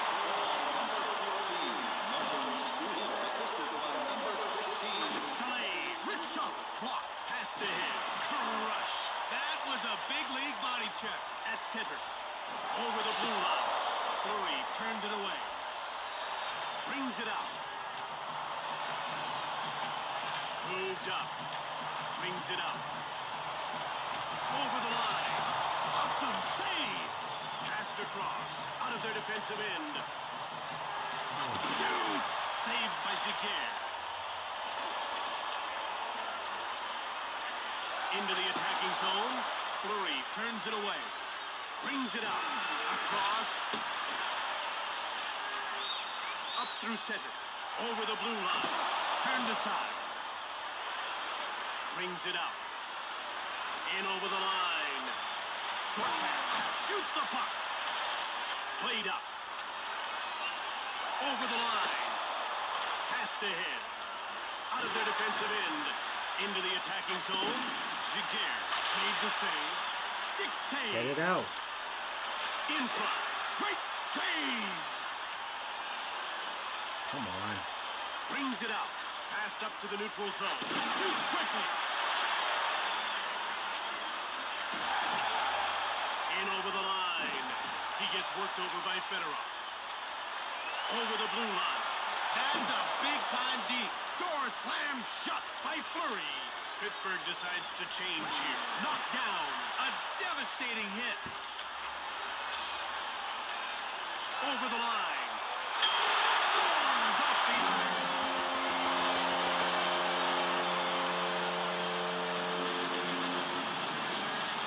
got behind the defense with the puck and put it past the netminder nicely. Toughest spot for a goalie is one-on-one. Lost that challenge.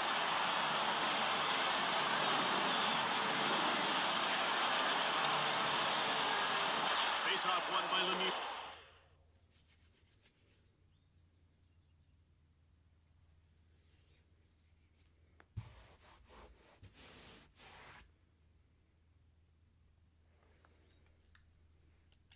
Level. He got clocked that time. Into the attacking zone. Check. That was a throwdown. Advances the puck out of their defensive end. In over the line. Stone cold by Giguère. Moved across. Over the blue line. Come on, man. Are you for real? Brings it out. Over the line. Shoots quickly. Turned aside. Come on, guys. What are you doing? Oh, my Lord.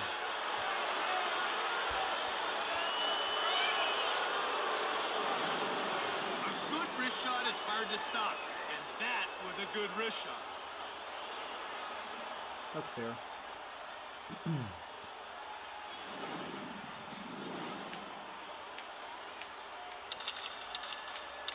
And the faceoff is won by Eastwood.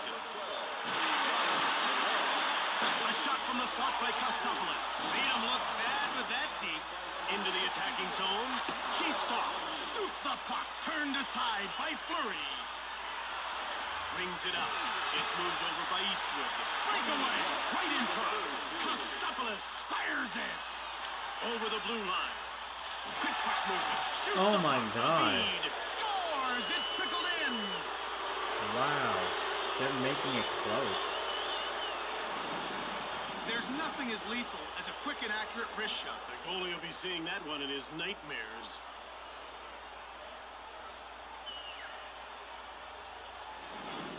Come on, Gary. You fucking Couldn't suck, keep the bro. lid on this one. Jim, this is where the defense has got to make a stand. The faceoff goes to Pittsburgh. Fleury is leaving the net. Jim, they need numbers now. They need offense. There isn't much time to tie this thing up. In over the line. Shot blocked by Lemieux. Over the line. Giguère made the save. Stick save. Leg save. Oh my God. Pad save. Lemieux cannonading drive. Whoa.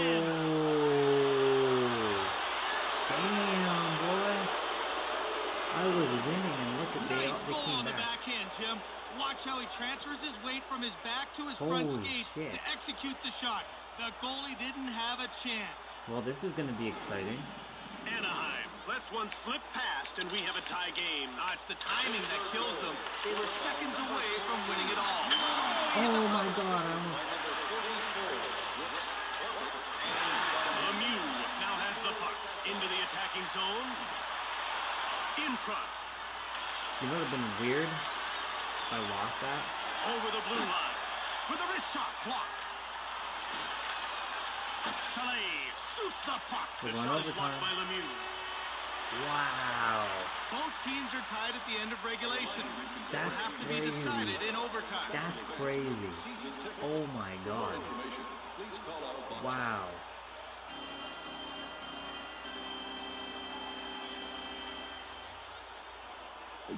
Regulation decided nothing, so we're headed to overtime. Time for the big guns to raise their game. Pittsburgh wins that faceoff. Played across. In over the line. He gets shoved by Fata. Shoots! Fleury denies him. And he hangs onto the puck for the whistle. I should have won this game, man. I should have won this. Crazy.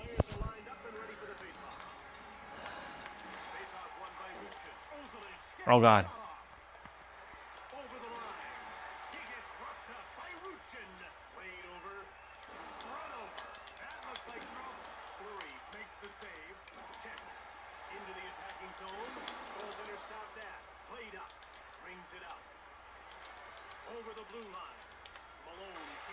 Nope. Nope. Giguère, don't fucking give that up, man.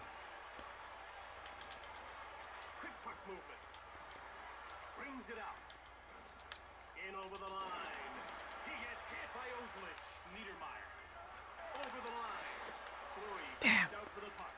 Hit. Great contact. Passed up to the neutral zone. He gets bowled over by Stu. Come on. What the fuck is going on here, guys? Damn. You could see the look in his face. He cannot believe that there wasn't a penalty call. This is what he's steamed about. Let's have a look at the reason for his argument.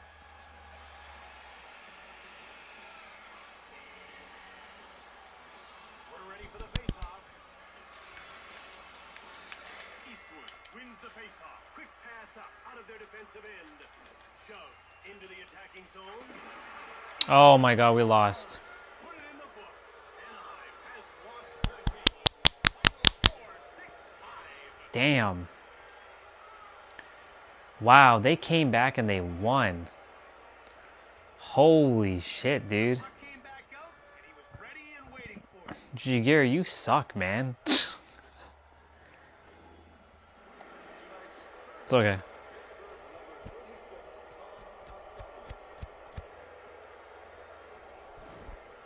I'll be back. Ow.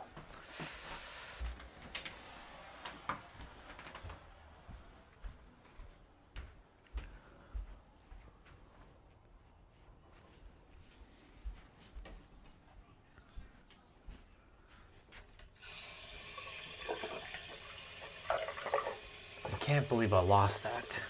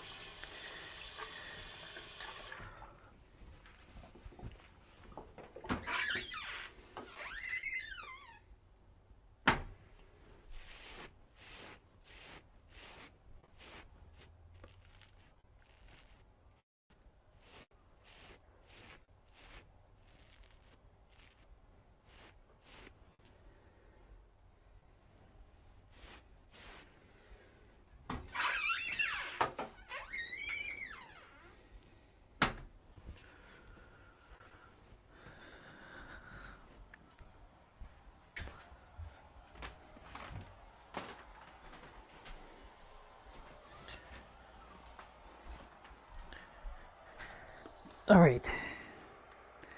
We lost that one. That was wild. I was winning 3-0.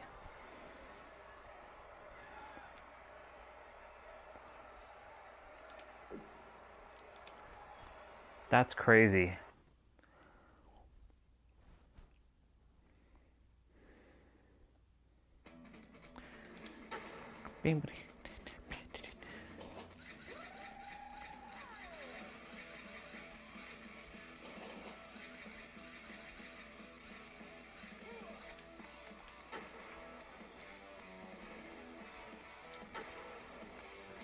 Something I was not sleeping new day, hanging around hell.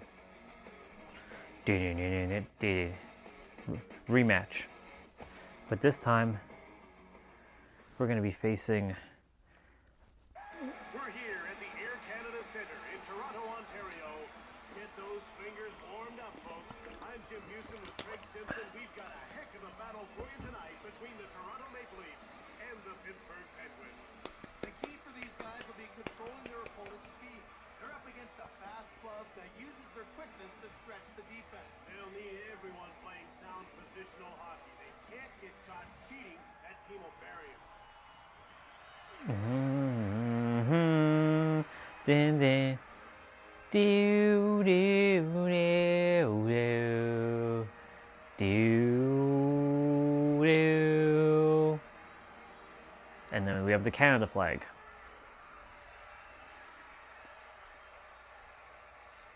Here is tonight's referee. Jim, players will have to be on their best behavior tonight because he calls a pretty tight game, especially when it comes to stick work. Won't let guys get away with anything. Sundin wins the faceoff up through center. Run over. That's what you call a big-time hit. Over the line. Hit. Great hustle and a great hit. Great save.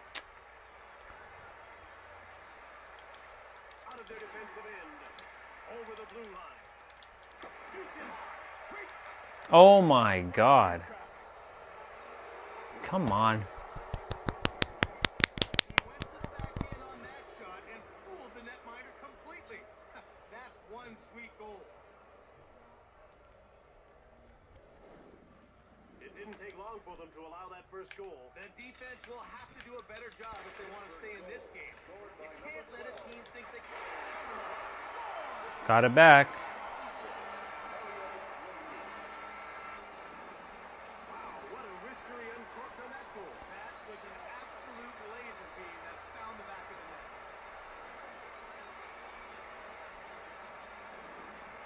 Toronto answers with a goal of their own. We're not even 5 minutes into the period. Talk about action. Pittsburgh wins that faceoff. He gets checked by Marchment right in front. Assisted by number 10, Ron. Checked. That's real action. Brings it up. Moved up. In over the line. Belfort got a pad on it. Into the attacking zone. Fleury turns it away. Brings it up. Over the line. Marchment.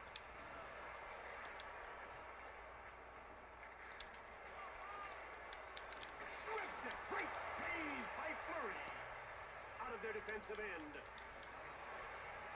Over center ice. In over the line. Rubbed off the puck. Oh my god. Brings it out.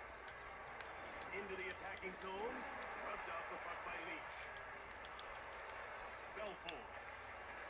Brings it out. Over the blue line. Turned aside by Fleury. Hit. Over the line. What the fuck? Where are you guys?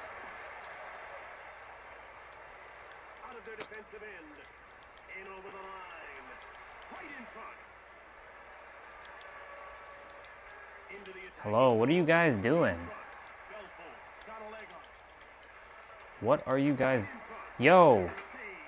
It goes wide. Moved ahead. Over the blue line. McGillney shoots. Saved by Fleury. Pittsburgh puts its checking line out. In over the line. Turned aside by Fleury. Over the line. Belfort denies him. Into the attacking zone. Turned away. Brings it out. Over the blue line. Nice move there by Wilson. Turned away by Belfort. In over the line. Holy moly. Played up. Brings it up. He gets run over by Caberlet. Francis over the line. Nice.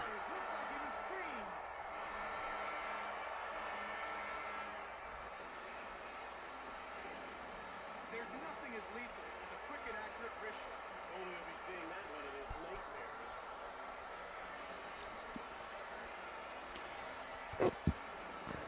Toronto is up by one. Nothing like a late period goal to boost the team. And the faceoff is won by Riker. With a wrist shot, Fleury turned it away. McCabe out of their defensive end.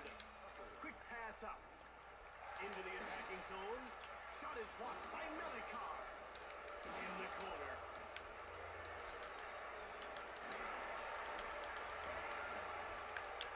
Over, brings it up. In over the line. Fleury gets some wood on it. Wrist shot, turned aside. Brings it out. The horn signals the end of the first. 2-1 the score. Show up in the Denver jersey next game and get a ticket for a free burger from any of our concession stands. A very lively first period. Now we're set for more in period 2. We're ready for the face-off. Toronto wins the draw. It's passed back by Francis. Over the blue line. Fleury made the save. Out of their defensive end. Into the attacking zone. Goaltender stopped that. Brings it up. He gets hammered by Francis. Nailed him. Oh, that was a nice pass to myself. Over the line. Pushed aside by Fleury. Brings it out.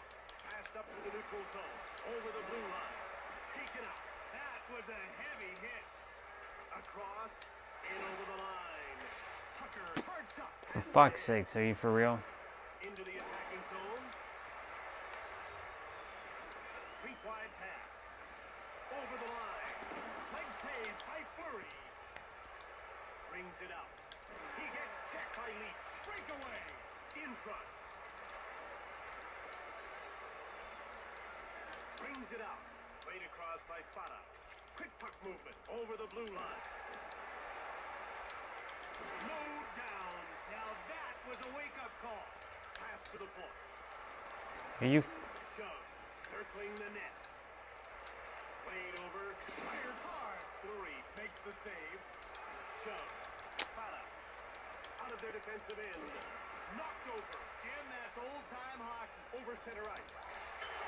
Nice. Nice shot. He hammered home that slap shot. What a blast. This could be downright scary for a goalie when a guy can let it loose with that kind of velocity. Toronto widens the gap to 2 goals. That extra goal is very important. And now they have some insurance.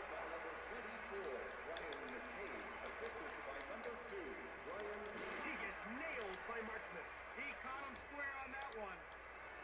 Brings it out. In over the line. Turned aside. Moved up.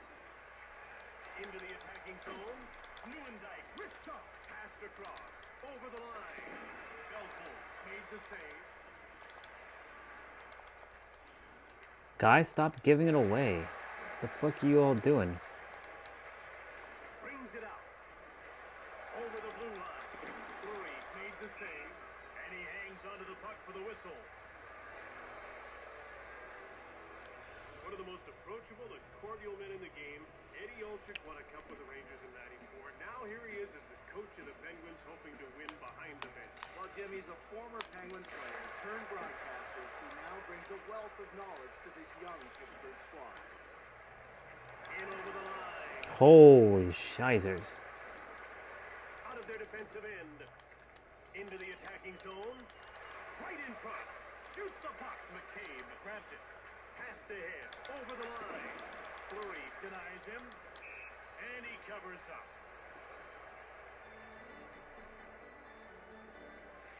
Belfort is a phenomenal talent. He makes saves he has no business making. Ask any shooter in the league and they'll tell you he's one of the toughest to beat night in and night out.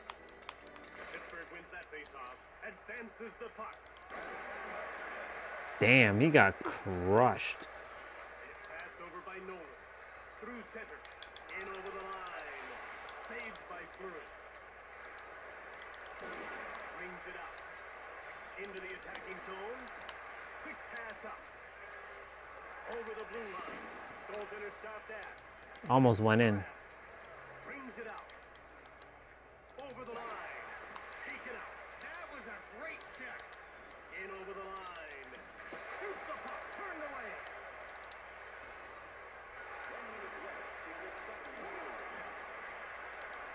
Fata now with the puck. Out of their defensive end. Into the attacking zone. Stolen by Orpik.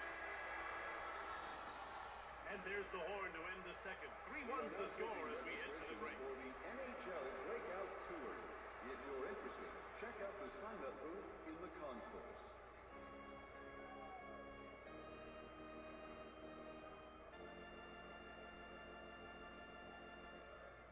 A decisive edge on the scoreboard after 40 minutes, but there's still plenty of hockey to be played as we get set for the start of the third period. Toronto wins the draw. Played back. Through center. Wow. Over the blue line. Flatten. Nice hit. In the corner. Belfort makes the save. Brings it out. Moved across. Turned away. Out of their defensive end. Into the attacking zone. I feel like there's some more moves that I... Get it out, guys.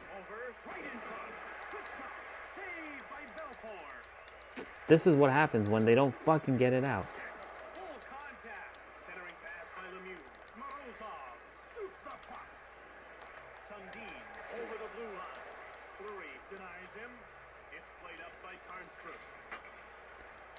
is dumped in on the inboards by Malone. Get it out, guys. What are you doing? Hello. Roberts moves it ahead, brings it out. In over the Nice. scores, and it's 4-1.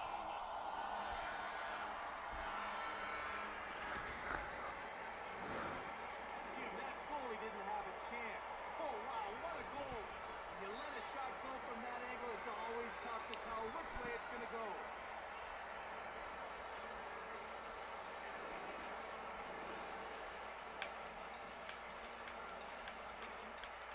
The Maple Leaf faceoff win. He gets bowled over by Melikov. Saved by Fleury. Out of their defensive end. Kostopoulos. He knocked him off the puck. In front. Quick shot from in front. Come on. See, this I don't like when this shit happens. But it's okay. What a sweet wrist shot right there. He just picked his spot and snapped it home. This one wasn't Ed Belfour's fault. So now it's a 2-goal lead again. Brings it out. Into the attacking zone. Fleury reached out for the puck. Way over the blue line. Hard shot. Uh-oh. Right in front. Belfour made the huge. Get it out. Nolan in over the line. Bowled over. You can't hit much harder than that. Over the line. Curl rush. Lots of contact there. Into the attacking zone. Fleury turned him away. Kraft out of their defensive end. Over the blue line. Clee brings it up. Up through center. Over the line. Brings it out. He gets worked over by Francis. What a hit! McCabe.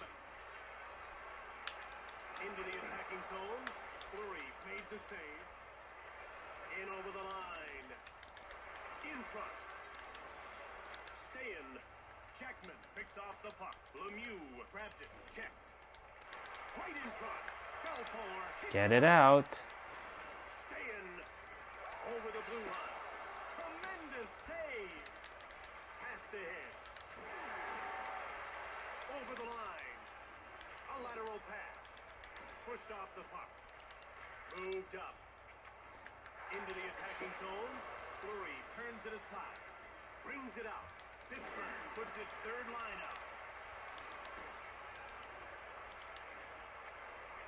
In over the line. Goaltender stopped that. Eastwood brings it out. Over the blue line. Moved ahead. Out of their defensive end. Into the attacking zone. Belfour with a huge save. Over the line. Turned away by Fleury. He hangs on. Watch how quickly this guy gets down in his butterfly. Now, Jim, he just dares shooters to go 5-hole, then takes it away at the last second. He's lightning quick in his pass. Penguins get the draw. Brings it out. Bumped off the puck. Roberts moves it ahead.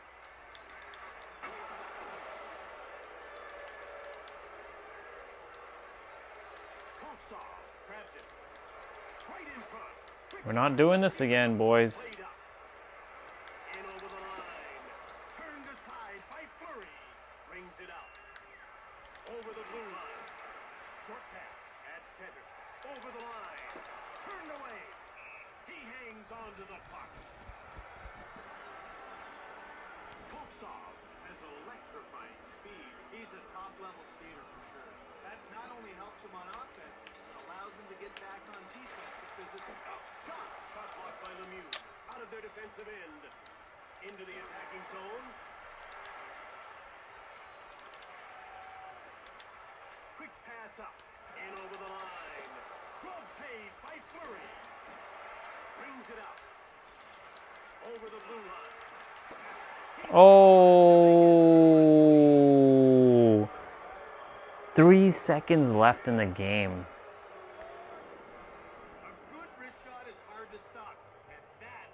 Damn. Pittsburgh is really good at coming back. they're a good comeback team. I gotta give them credit, man. Like, they're really good. Looks like they'll be able to hold on for the victory. Yeah. I don't know about you, Jim, but I'm not ruling out any late game heroics. This new guy won the draw. It's finished. Toronto has won it. 4-3 the final score. Okay.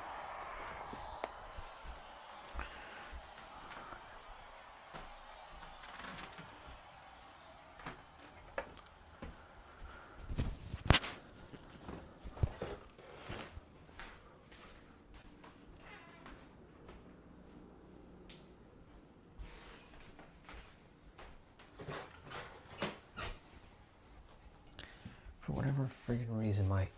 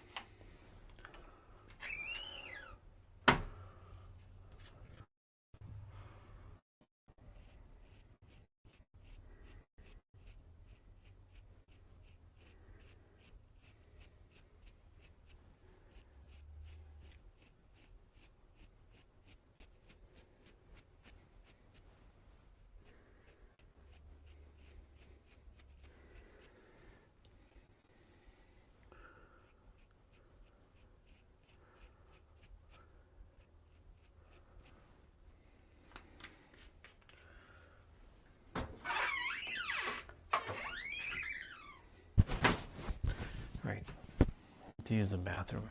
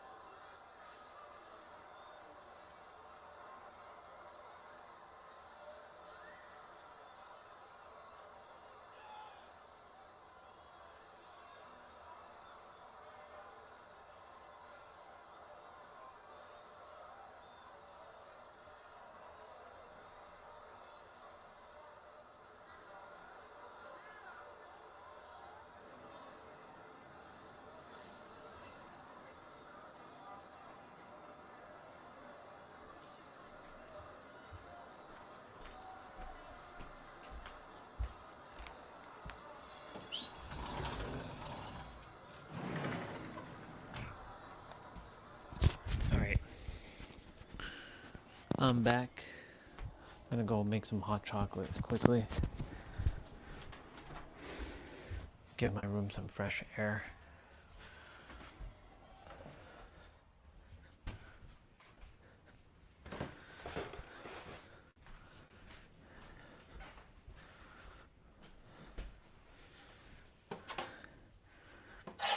crazy. Pittsburgh came back in that game too.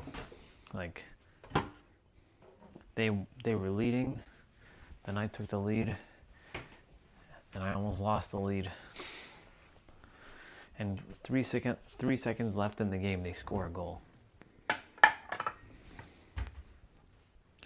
Crazy.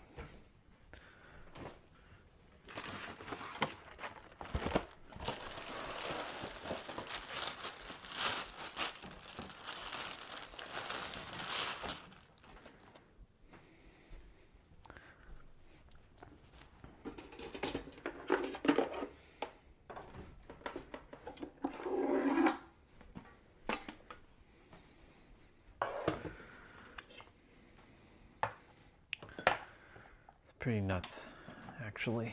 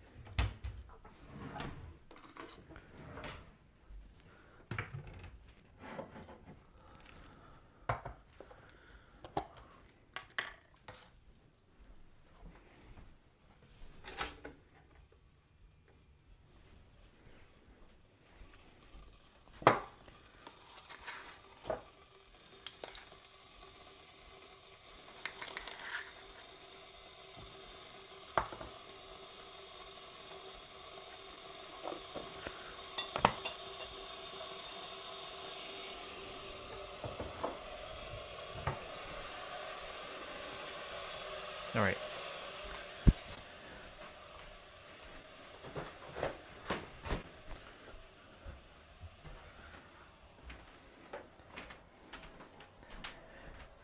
Gonna go to the front quickly and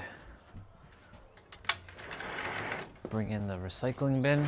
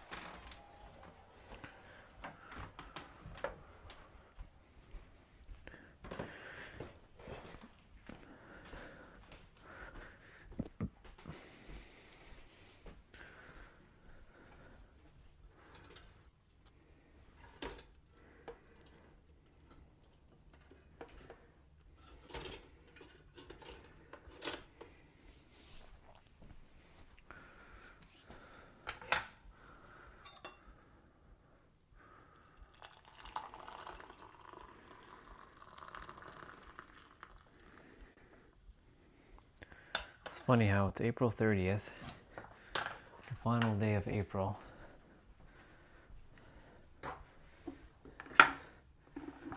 Final day of April 2026, never to have this day again.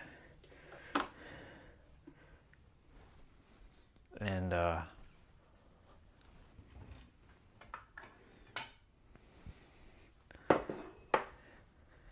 it's still kind of cold. We've had a couple spring, summer days. We've had a couple nice, really nice days.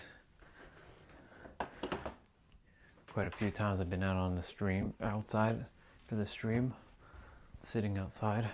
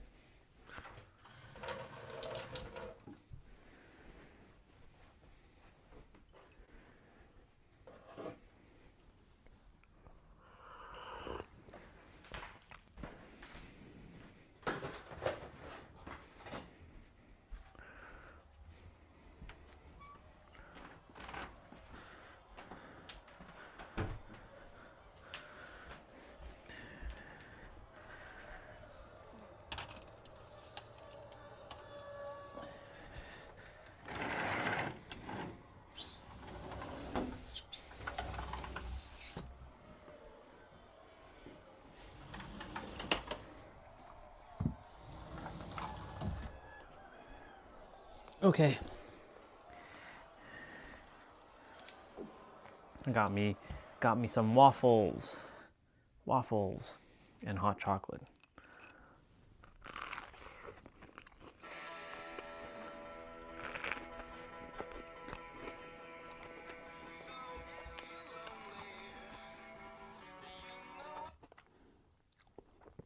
All right. We need to play Rogue Galaxy. Actually, before I do that, let me open up Mr. Codebreaker.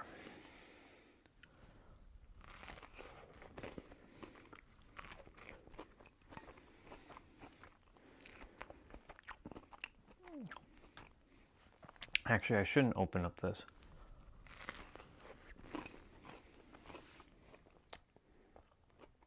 Oh.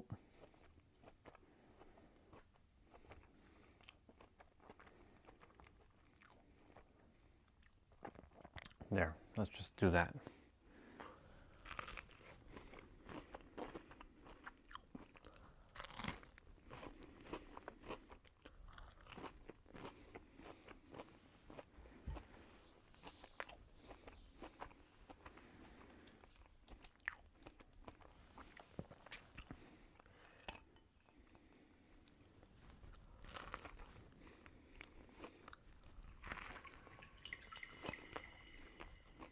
Level 5.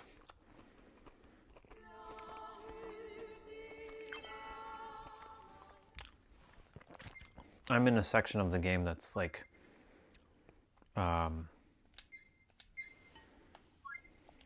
I'm in a section of the game that's pretty long.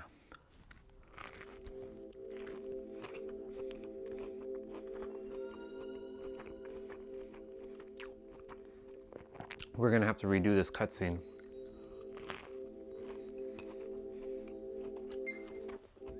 The crew's gonna get, well, you'll see.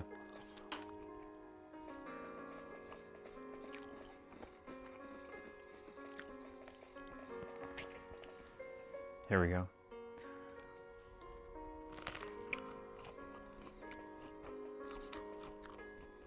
Welcome to the Galaxy Corporation.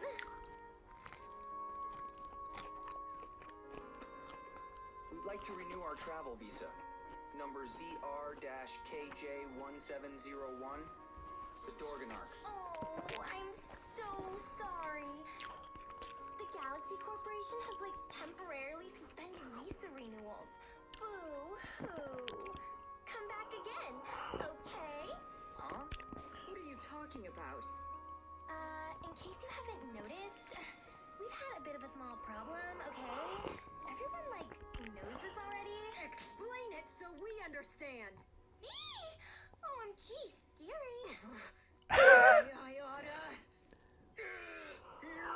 Come on, she's over here, Robert. Calm down, Henry.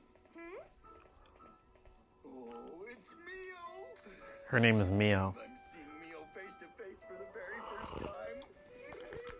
It's the real Mio. Mio live and in person. They're obsessed with her.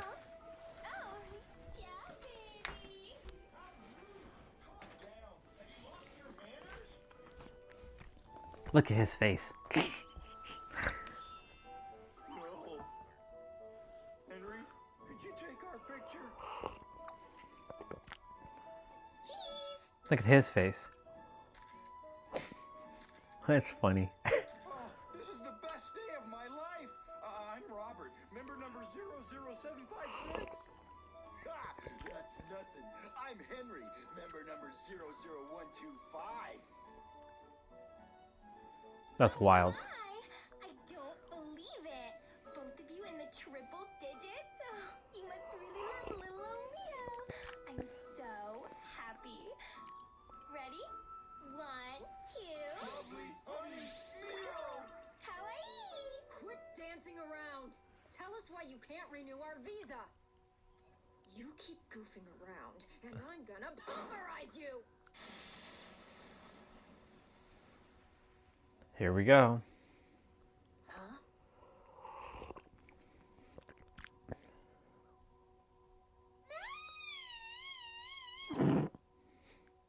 So cheesy. Look at those police cars. Over here, troops. They're like over here. She's totally the one that did it. She said she was gonna blow me up or something. What? These guys over here are her accomplices. Huh? That's not true. Shut up, you Draxian spy. No! Wait! Just listen to our side of the story. Gosh, it's so icky when a bad guy doesn't know when to give up. Like, I can't believe they try something like this. It's so totally lame. You ever run into someone like this in real life? They're so totally lame.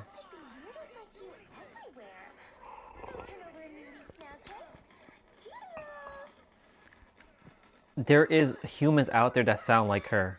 There are so many humans, like girls out there that sound like that. That was a cinch. Sorry, Jaster, but I need you off the ship. I'm not gonna let you get in my way. Mr. Zegrim attempting to betray us here. Deception. Check this guy out. He's like a Frankenstein. I am Alec Rosencaster. I am the warden of this prison. I am the warden of this prison. You certainly look like criminals. I was told all of you are Draxilian spies. Draxian, not Draxilian. To confess. It's a false accusation. We haven't done anything. Listen to me. We just came to renew our galactic travel visa. We had nothing to do with that explosion. Take a good look at us, Warden. I mean, come on. We can't be criminals. We don't look suspicious at all. Okay. You to that story. It doesn't matter anymore. You could be innocent or guilty. It means nothing to me. The only thing that's important is that you're here now. You really are lucky to be in this prison today. You can atone for your crime and contribute to the progress of life as we know it. What?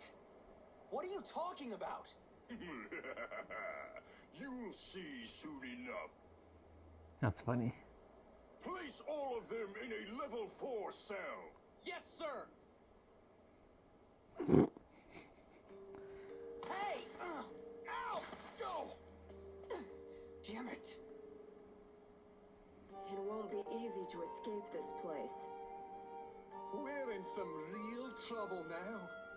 Oh, why did we have to get thrown into Rosencaster's prison, of all places? You know what they call him? The Guardian of Hell. Once you're in here, there's no getting out. It's all over. Of course, you know, when you see a character behind you, it only makes sense to go talk to that character. Damn, why us? The next time I see that little wrench, I'm going to knock her lights out. Getting tossed into level 4, that's nasty. And to think we're here on a bum rap, ain't that right? Or it ain't right. He doesn't say anything, of course, obviously. Is there an item in here? Nope, there's no item in here. There's gonna be a cutscene here.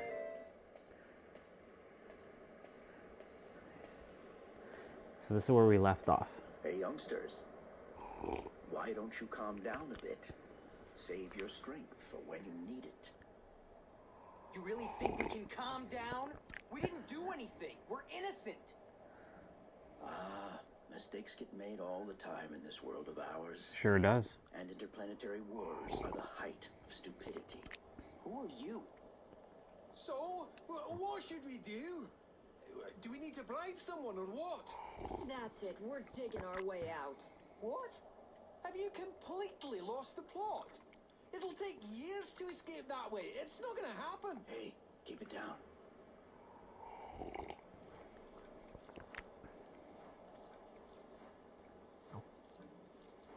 For crying out loud, we leave our post for just a sec and we get slapped with cleanup duty for a month. But it was so worth it for being able to meet Mio in person. I still can't believe it. Hey, by the way, your membership number was lower than mine. How'd you manage to pull that off? Oh, come on. I'm miles different from wannabe fans like you, Robert. Whoa! Robert, check it out! Mio's changed into her jammies! Oh, what kind of dreams will you have tonight, Mio, my sweet? Oh my god. If I could only be your blanket. Oh my god. Look at these obsessions. For just one fluffy, cuddly night. Obviously, those two sneaking behind them are up to something. What? We apologize for the delay.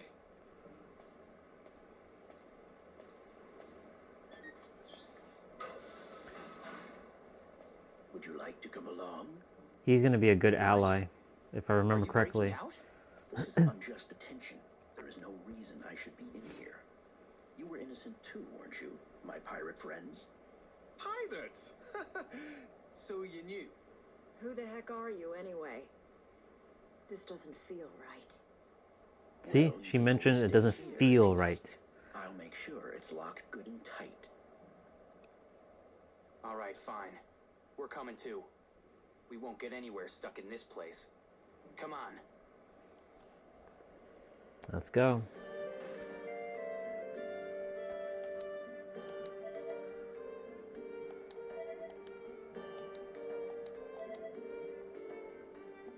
There should be some fighting in this area.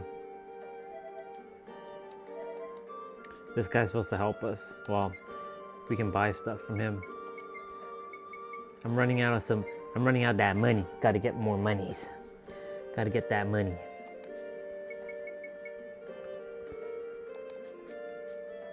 I think everybody's equipped it properly.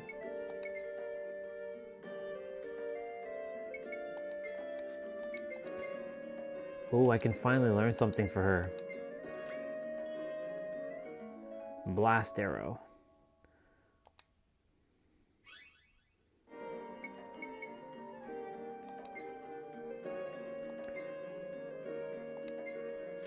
Give her something.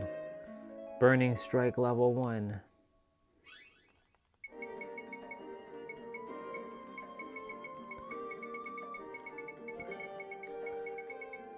There's not much I can do for her except for that.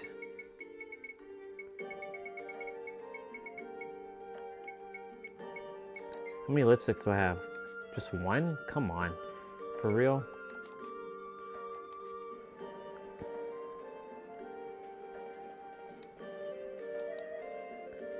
Okay, the structure of the upper level is complicated. Look for the red door to make your escape. I'm sure there's gonna be fighting in here. So we gotta save. We're gonna make a new save file. Save file 11.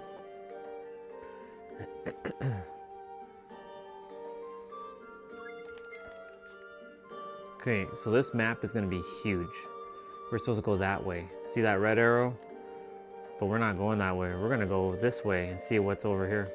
Something's not right.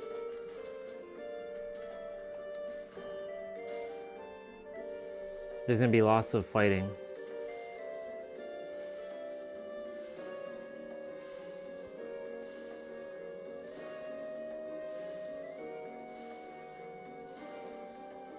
I wonder where this is.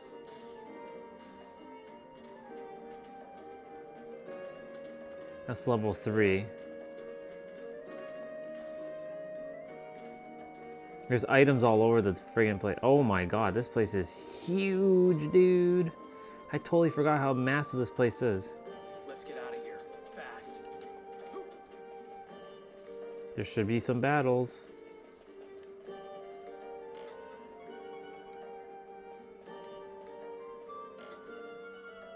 Ooh, nice. To explore this entirety of this thing is crazy. We best keep our guard up around that prison. Wait. Am I on level 3 still? Oh, yep, here we go. Alright, some new monsters.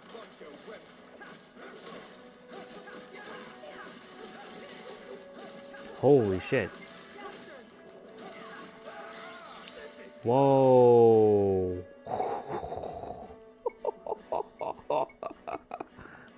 Holy shit. Wait.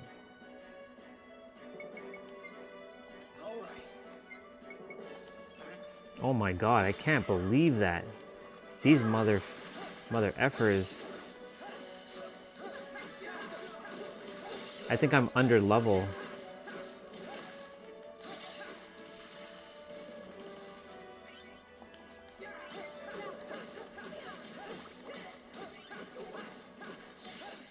Holy shit. Okay. Alright. Do we have anybody that needs AP? Yeah. Oh my god, that was crazy.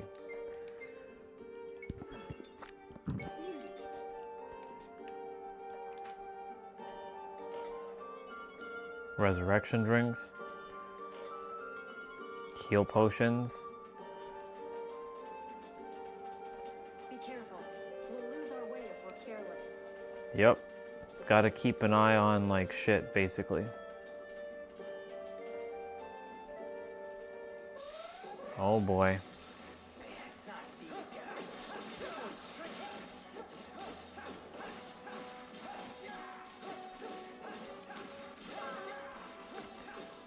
Oh my god. Jesus Christ. These guys are getting slapped.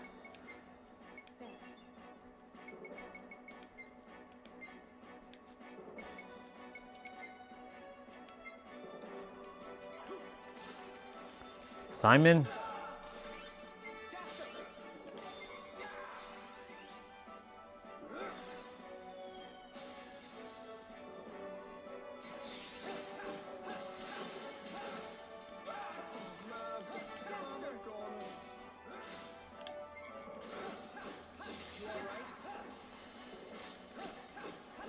Oh my god, these guys are...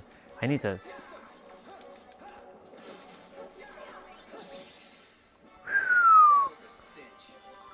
Alright, we seriously gotta get some levels here.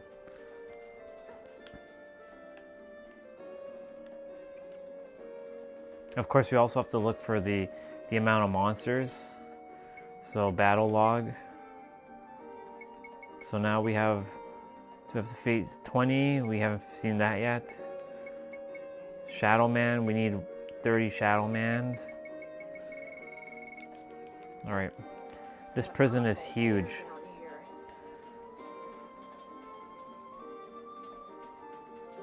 And of course there's items to look for, so we gotta be extremely careful.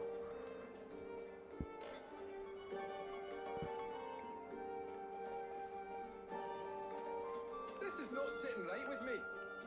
Where the fuck is that elevator? Is it this? Oh, there's a prisoner. What's the secret? Ah, I keep thinking about it, so I can't even sleep anymore. Uh-oh. What's next?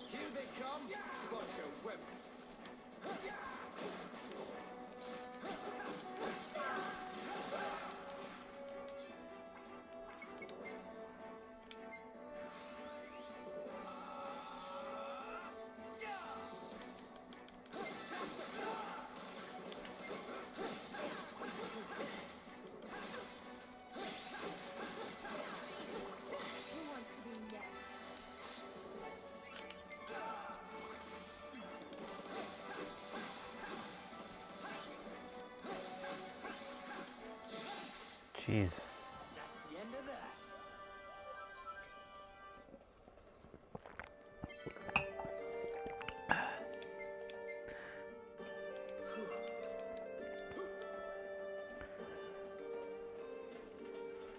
Be careful. We'll lose our way if we're careless. There's a lot of exploration in this area. There's a person in this jail. A long time ago, a guy who tried to get out of here told us a secret. He said to go from the blue arrow. He said to go from the blue arrow towards the red. What the heck does that mean? Was he just a nutcase? Right, okay. So we gotta keep that in mind. Okay, so we have some new enemies.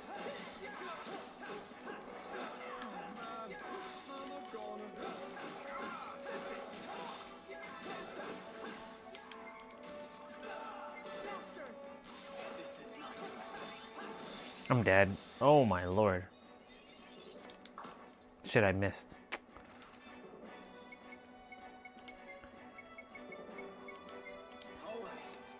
I'm seriously under level in this area.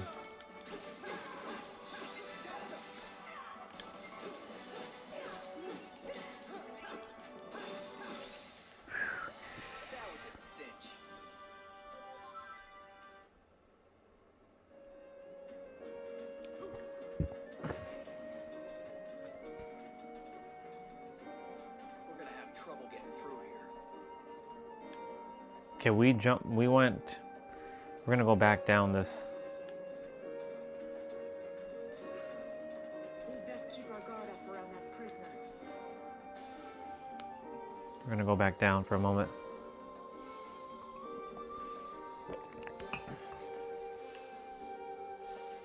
I like the fact that I can move around. That's our character. His name is Jaster.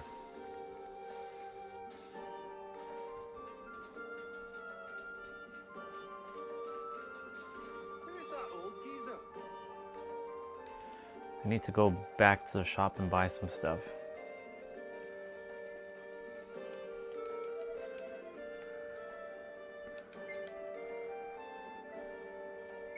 Max heal.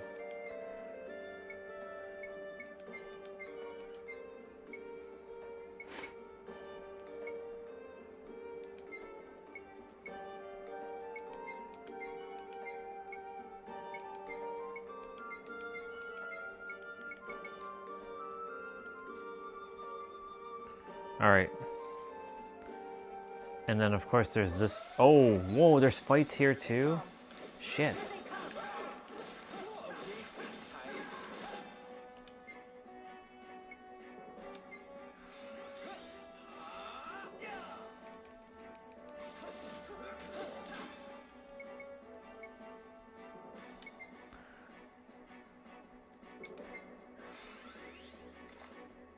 Take this. Come on, come on.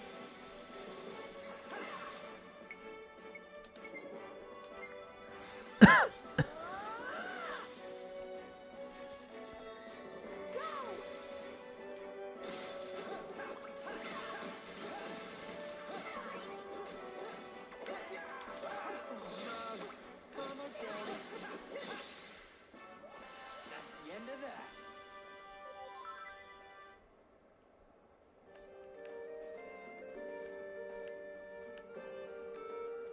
Okay, so we know that there's fighting in this area.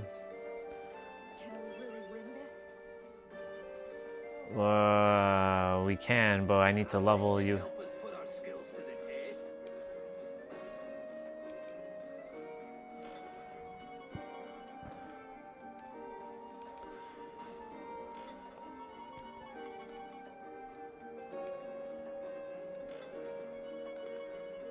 Okay, nope, I'm gonna have to... Actually? Yeah, no. I'm gonna have to discard that.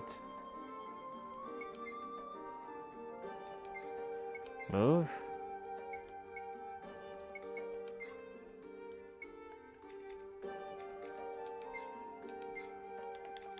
Damn it all. I can't move it. I'm gonna have to discard it. Damn. Oh well.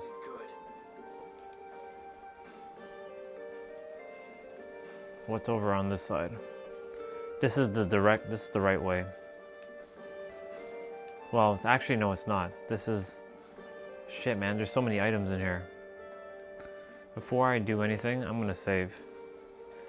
Be careful. We'll lose our way if we're careless.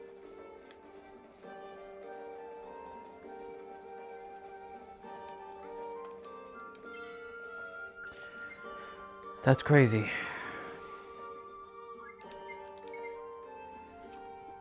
Oh man, that is crazy.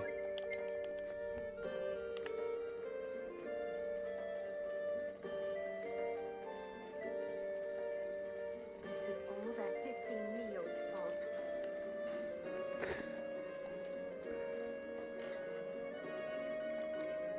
I'm gonna...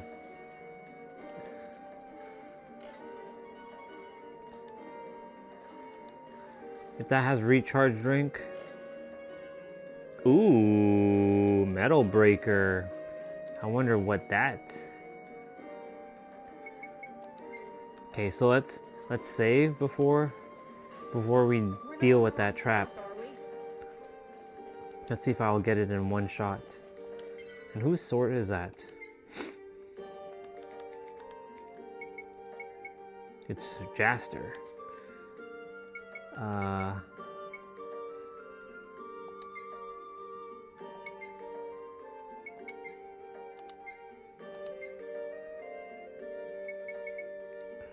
Oh, damn, look at that. My attack power goes way up. Yeah, we're gonna need that.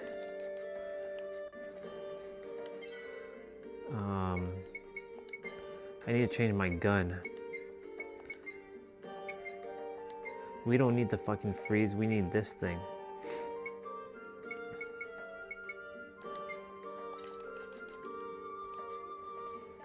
Actually, you know what? I need to level up one of the other guns.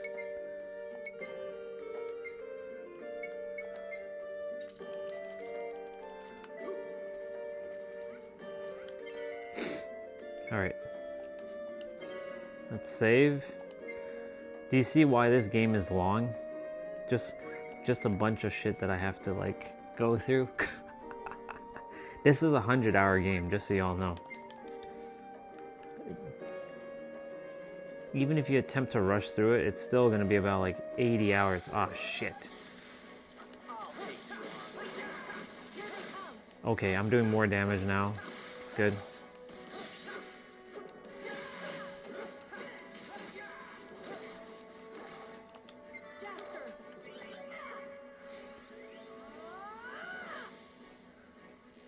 Thank God I learned that for her.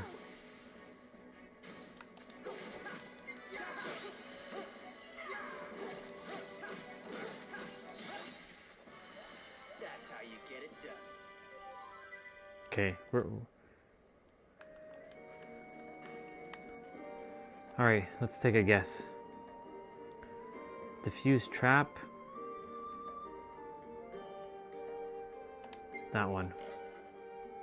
Nope. How much money did I just lose?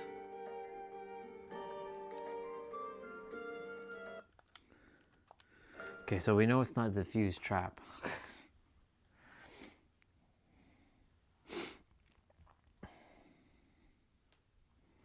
I don't think that's amount. I don't think I lose that much money, but still, I still require it.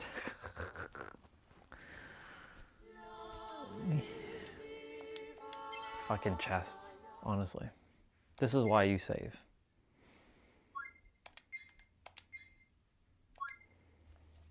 And now you get to read, let's see what it says. In the middle of the visa renewal process, Jasper and company have the misfortune of being mistaken for terrorist bombers from the Draxian Empire, thrown into the Rosencaster prison, a fearful place where prisoners are often left for dead. The team has no choice but to hatch an escape plan. Will they manage to break free?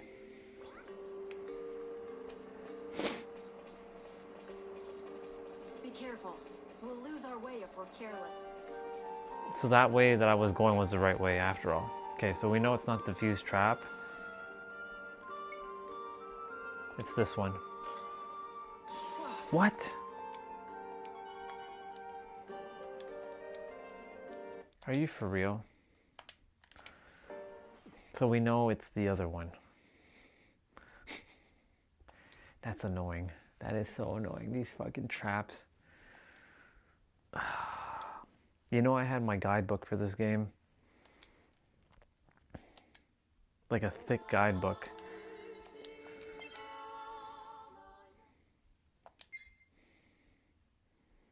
This is before YouTube was before people were making tutorial videos on YouTube. You see where the chair is over there? I had a TV over there, a big projection TV. The chair wasn't there before, it was just a TV with my consoles. And it was 2006 I was playing. There wasn't YouTube yet.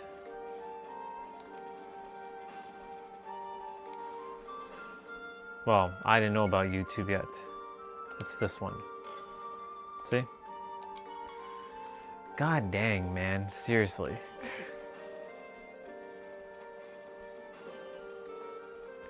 Save. I don't like where this is going. So we don't have to do that shit again.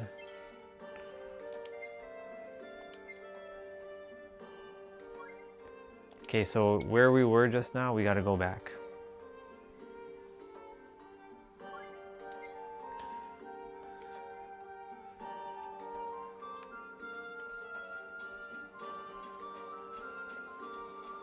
I only hope they don't catch us here.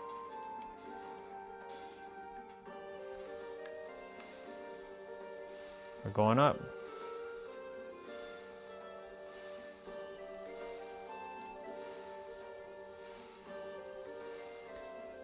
The map's gonna change, of course.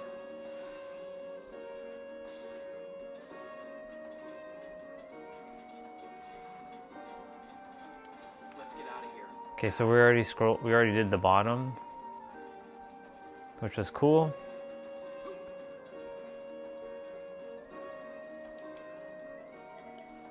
You better hurry and escape. And just like that door, if you can find the place where with the red light, you should be able to get out there as well.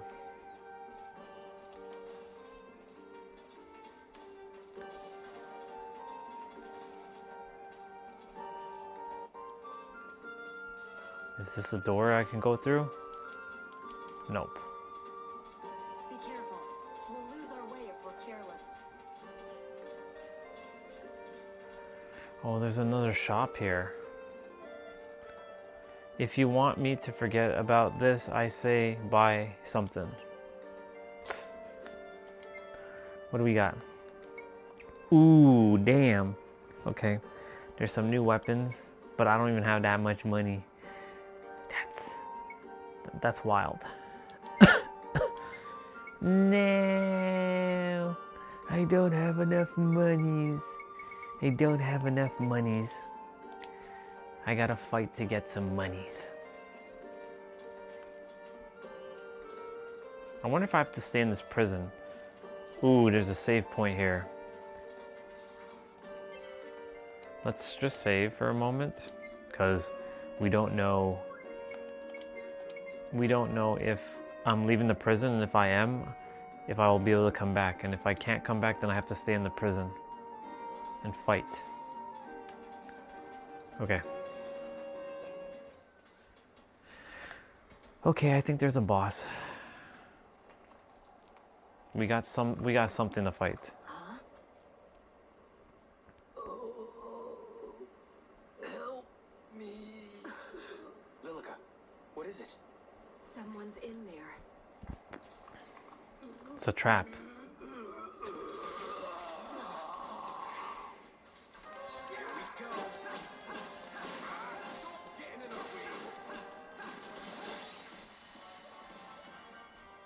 Okay.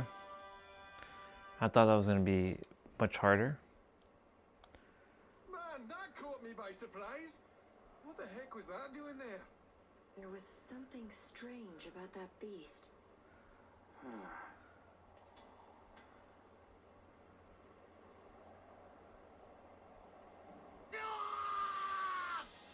Oh, they're turning people into beasts. Rosencaster, let's stop here. Keep going. One more jolt. Oh my god. Damn it. Not again. Bring in the next prisoner. He's creating a beast. In order to use any more prisoners, we'll need permission from the higher up. Do you know who I am? Yes, sir. You're the warden, sir. That's right. I'm the one in charge here. We don't need permission. I'll decide. Got it? Just do what I say. Now, bring the next prisoner. Right away, sir. I'm never going to give up. We're too close. There's no way I can give up now. Evil, man. Alright. This map is... Let's just fill it out. Let's get out of here. Fast. That's no exit.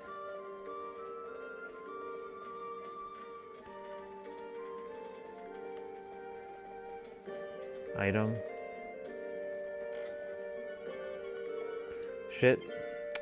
See, this is the problem. When you have too many...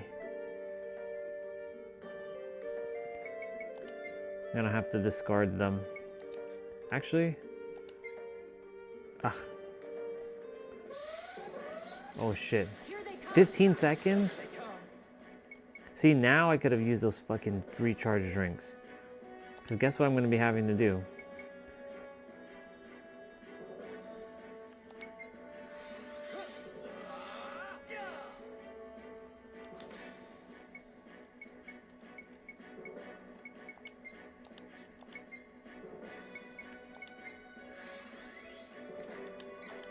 I can skip cutscenes.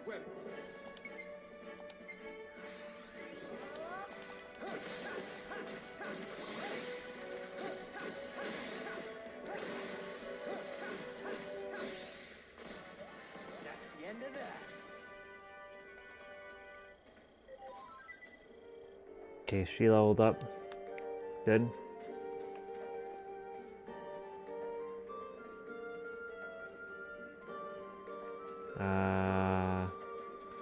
Nope. If we escape from level 4, they'll become legends. Well, we're escaping from level 4.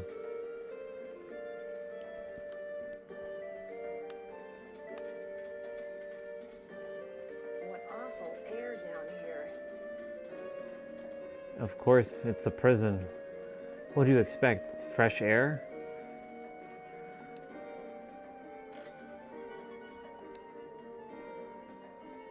I should start using...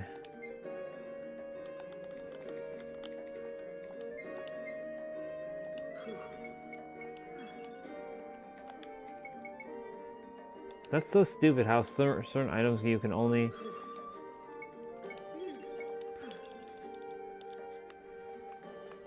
have like a certain amount of. This is all that Dixie Neo's fault. Here they come, bunch of wimps. Oh shit.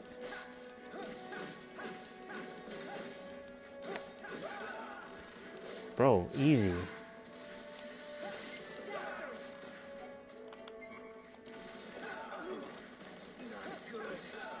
Dude, what the fuck? What's up with you?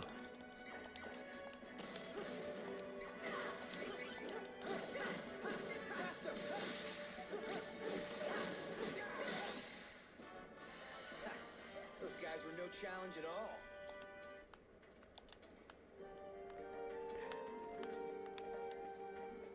What's in here? Prisoner barrier key. Okay. That's gonna... It's definitely gonna be needed. Oh my god, what the hell, y'all? So this door is not open.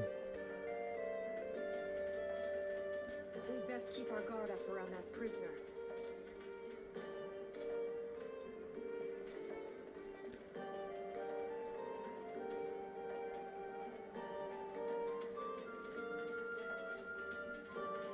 Something's not right. Dude. I'll take you on. Here they come, bunch of wimps. Oh man, I'm a goner. No, you're not.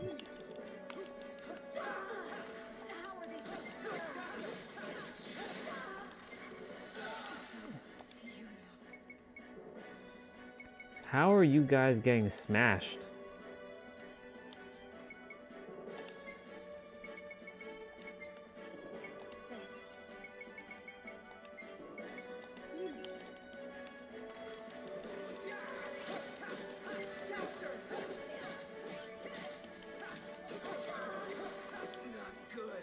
Oh my lord.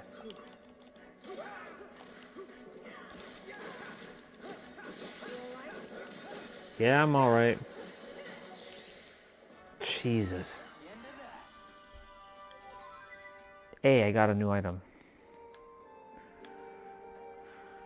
Holy fuck. Binding. I got a new gun.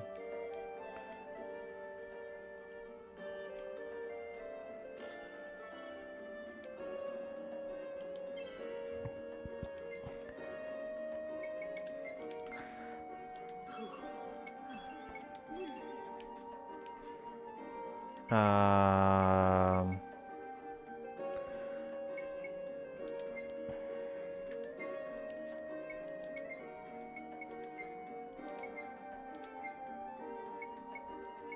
ooh, look at that gun. Fuck yeah, let's go.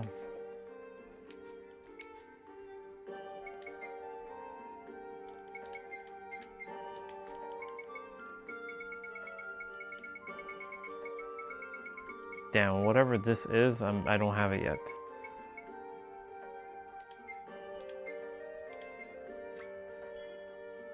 A warrior's God's cry. Ah. She needed something.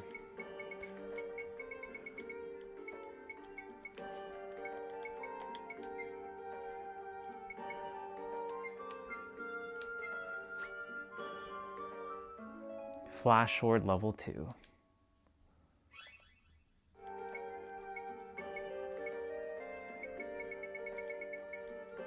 I could have learned Desert Wind level 2, but whatever. I only have one of those.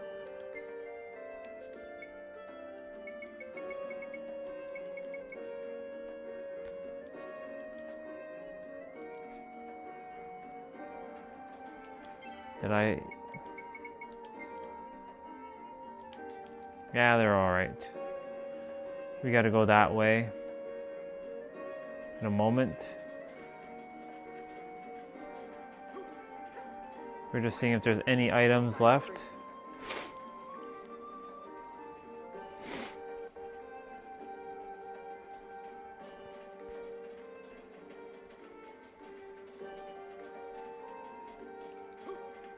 I only hope they don't catch us here.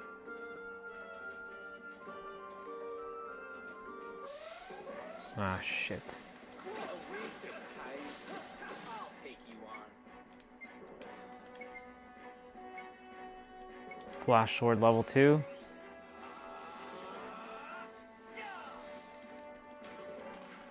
Oh my god. These guys hit like a fucking tank.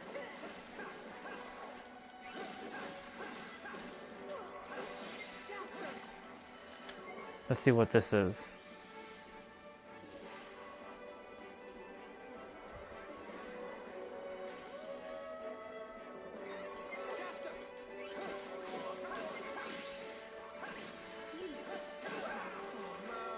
I'm a goner. Those guys were no challenge at all.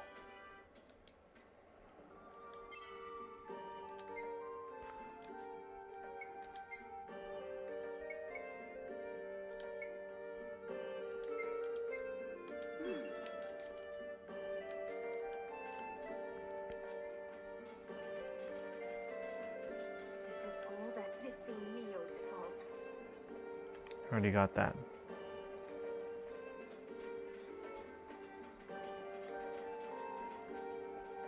Okay. I was just making sure that the map... Be careful. We'll lose our way if we're careless. Dude, what the hell is going on here?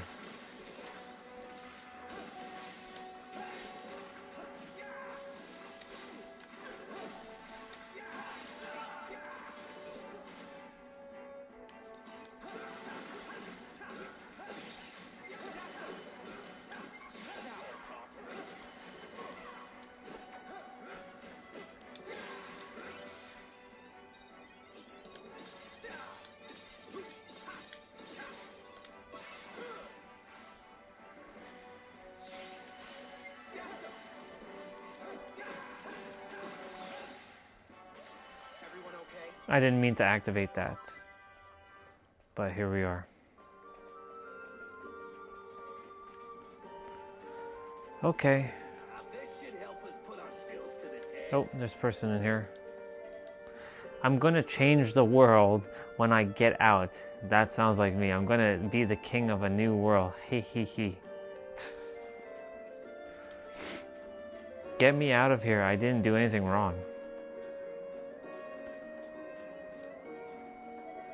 You need a key from the treasure box to open the prison door. You'll also need a similar launch chip for the elevator that doesn't move. Find it to escape from here. I wish you luck.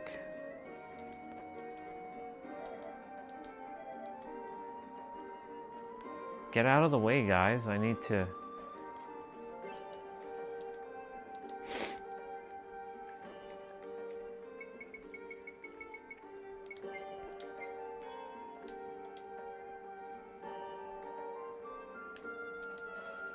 Oh, I thought there was gonna be like a cutscene thing.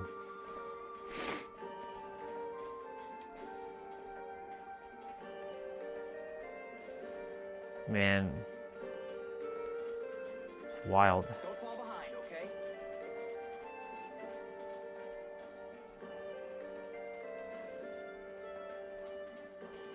No save point. Is this level 2? Oh, there's a person in here. If you break out, it'll just add to your crime. Just leave me be.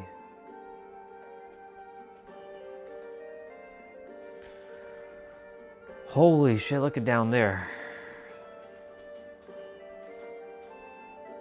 Up is the way, obviously. But we need to go down for a moment. See what's down here first. Dude, what is up with these, like, tarantulas? I died? I died? Whoa. Alright, whatever. Bring my ass back to life.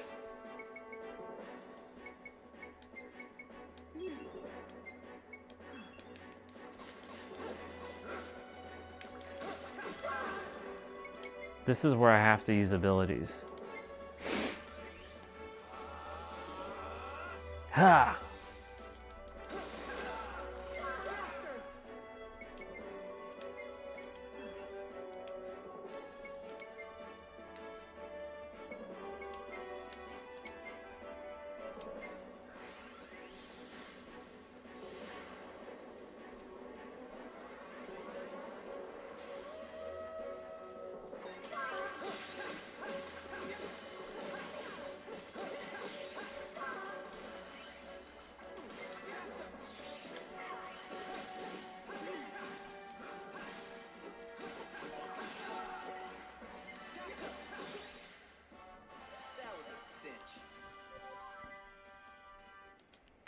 We're leveling up a little bit.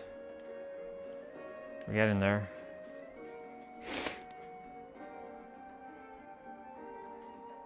There's a blue star there, as you can see, so that means we're approaching. Let's get out of here, fast. No items here. Doesn't look like there's any items. Nope. Ah, son of a bitch. Whoa.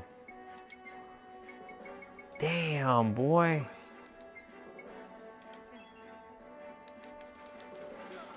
All right. Desert wind.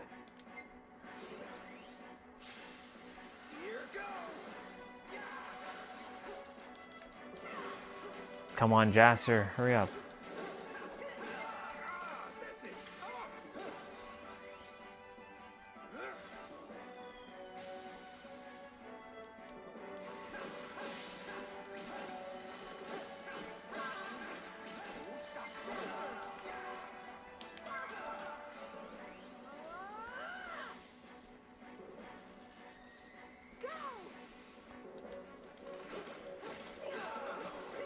Jesus Christ. Yo. These fucking rolling guys are such a pain in the friggin' ass.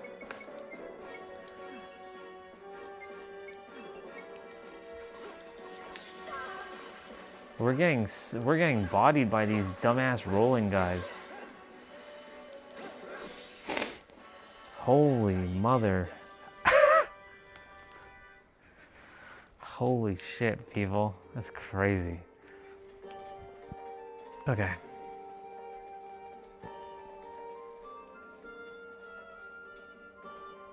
Okay, we gotta go up. Wonder if they're worried about us.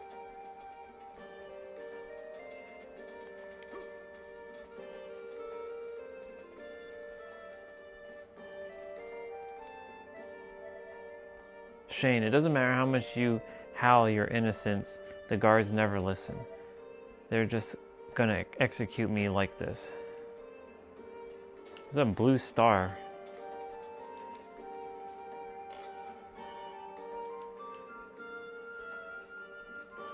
Who needed that magic lipstick thing? Oh, right.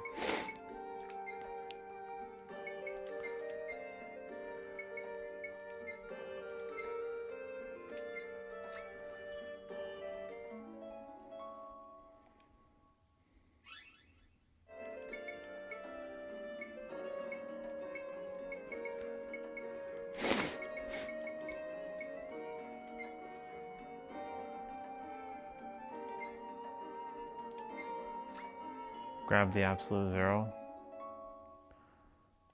This is how you level up your characters.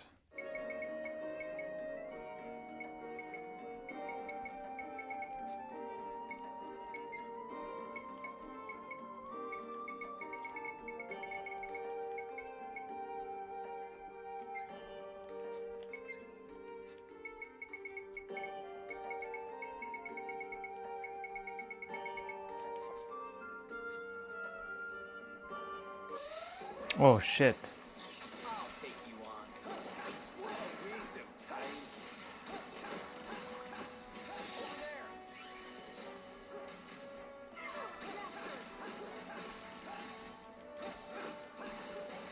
Shit.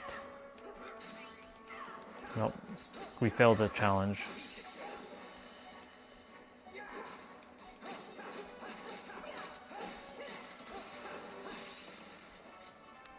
Ah.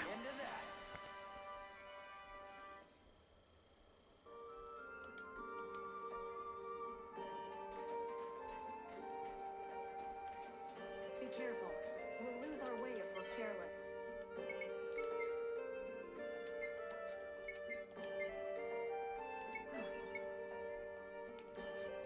He's okay.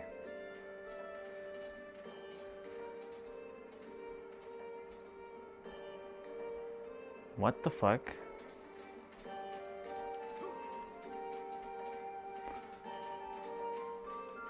Who's that old geezer?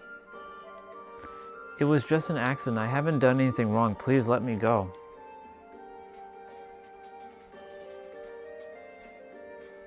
That's the door we just came from, underneath.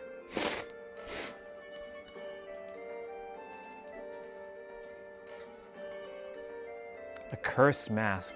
Alright.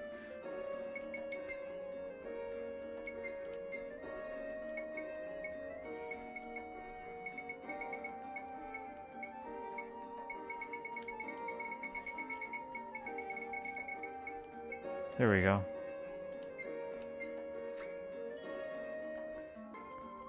Wow, she's getting a lot of the items now. Now we're rolling with her. Shellbreaker. We're gonna need her though.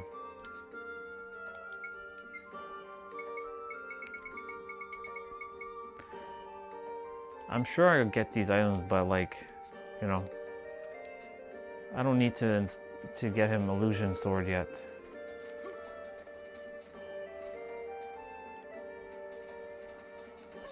Oh shit. Here they come.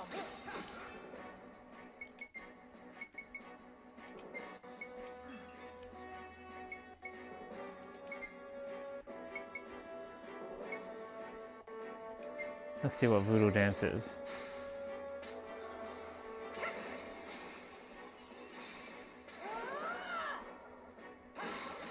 Oh shit.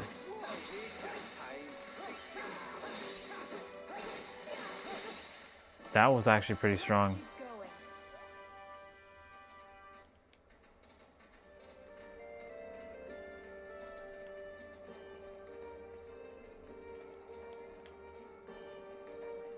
Let's get out of here. Fast.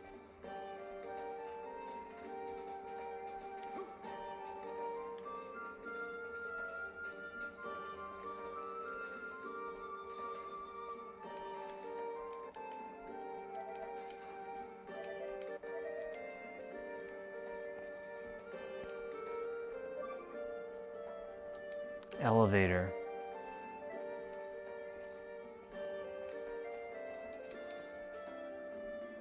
It's a fucking star here. This isn't good.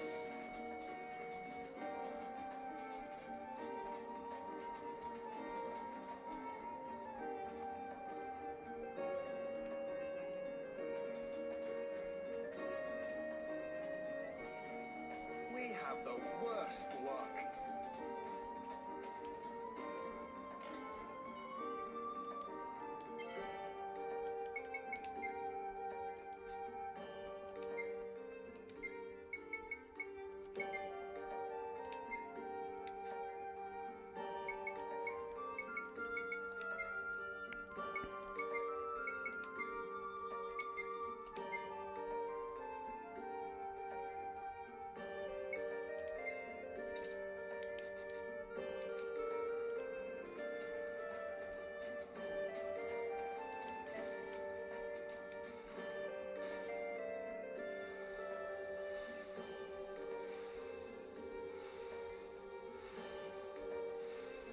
We're going up.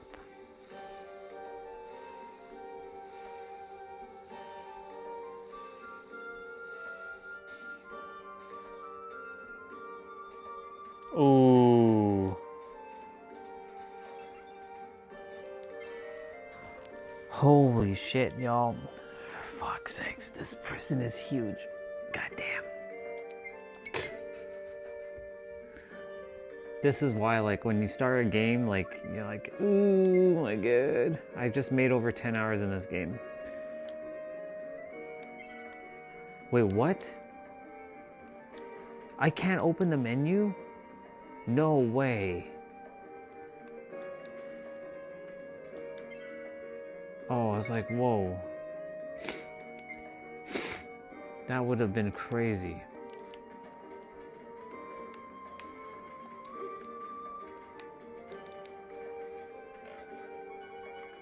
Nice. Give me some of those, like, star airing thingies.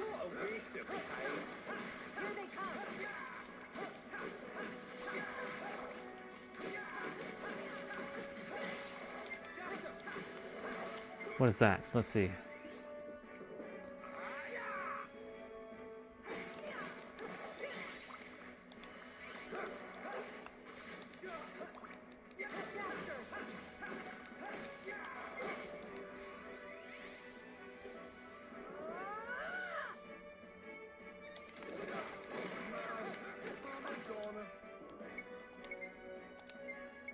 No, you're not.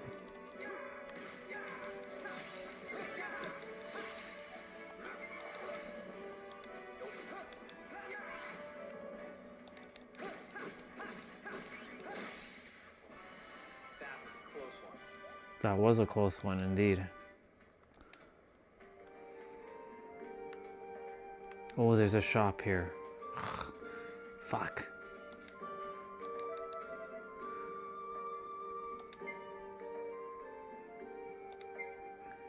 Ooh, I made some money. Okay. I made some money. Shit. Do I have elixirs? I do. I should take a couple of these. Resurrection! I don't got that money now.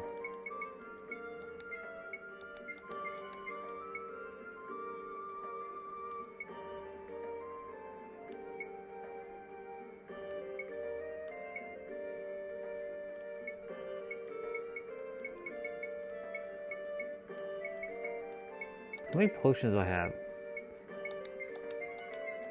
We'll grab a couple more. I don't got that money anymore. We're not on the wrong path, are we? Hey.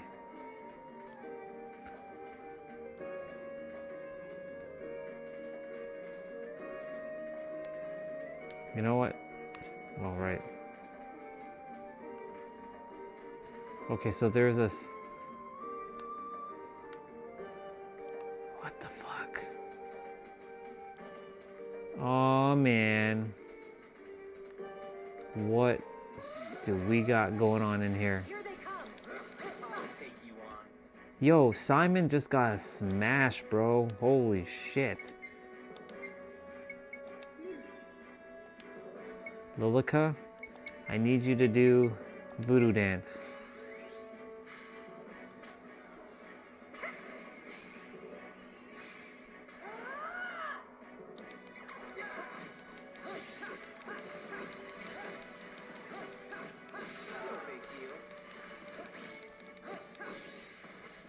Awesome. Okay, he leveled up, but he's gonna betray us soon. But he's gonna come back in our party. I only hope they don't catch us here. We're just filling out the map, just so that we know that we've been here. There's nothing here. Be careful. We'll lose our way if we're careless.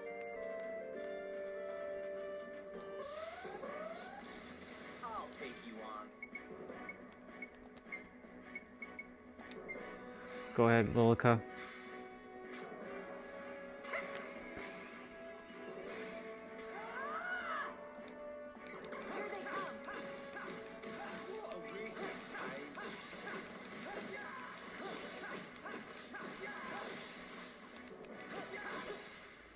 See?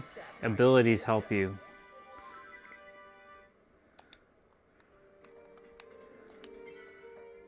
How much?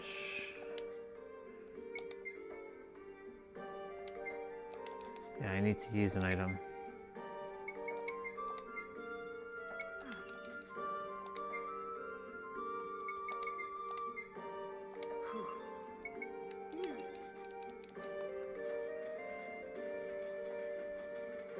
Is this really the right path?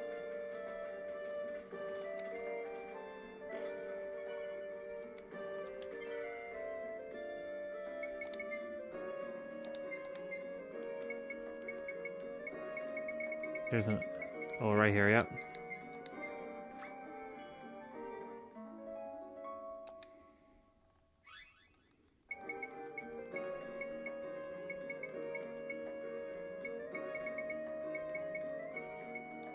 Fuck it, I'll just use it.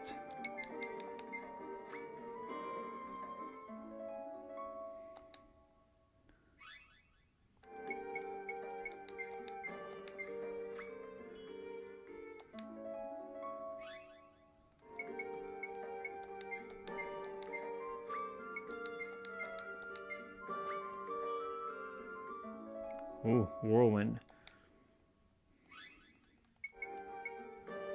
Oh. Damn. We're getting there. Whirlwind.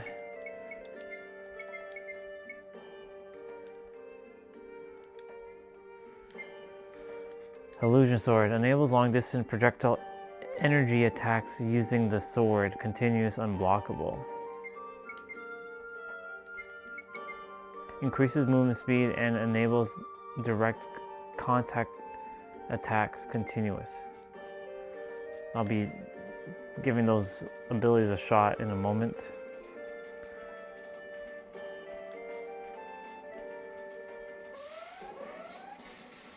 I'll take you on.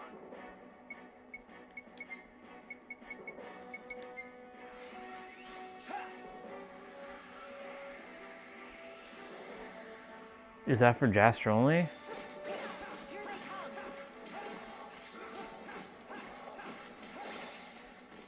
Oh yeah. Jasper's moving a lot faster.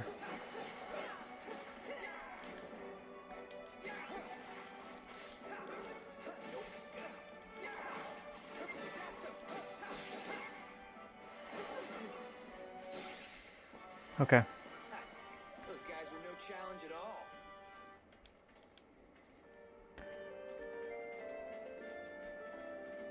I wonder if they're worried about us.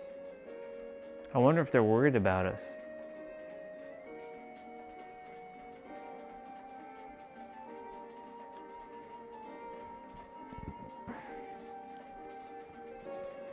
Be careful. We'll lose our way if we're careless. Oh, prisoner. It's dark here and the food is bad. You should skedaddle, man. Yeah, man. Here they come. Ability. We're just gonna do that. And then change. Let's see what illusion sword is.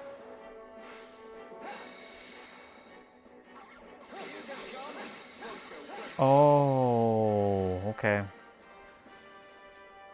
That's the end of that. Nice. What the heck is going on? What the heck is going on? Indeed. What the hell is going on indeed, yo? Hold on. Battle recorder. Okay, so I got the tarantulas. The rollers are not done. The slimes are not done. The Shadow Man. The Savage Dogs. The Proto Beasts. Okay. Nice.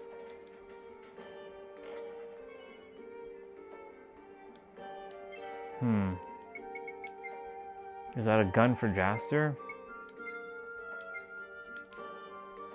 I think it is.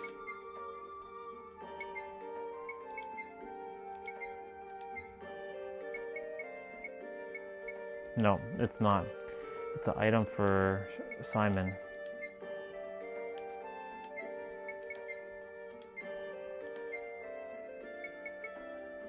Hell yeah, we need to up his power a bit.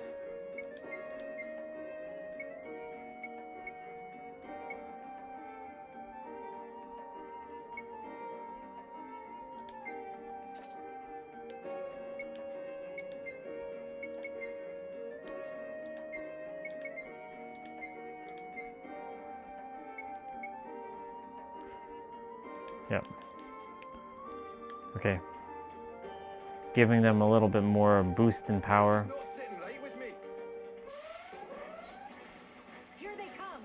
Ah, we got more slimes. There we go.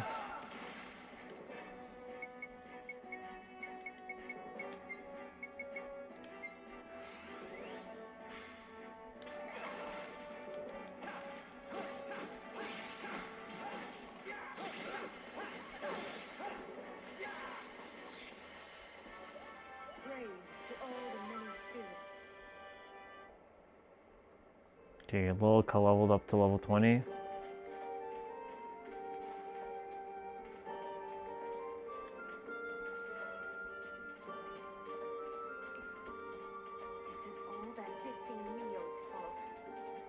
It's all that Ditsy's Neo's fault. Dream Mushroom. Heal Potion.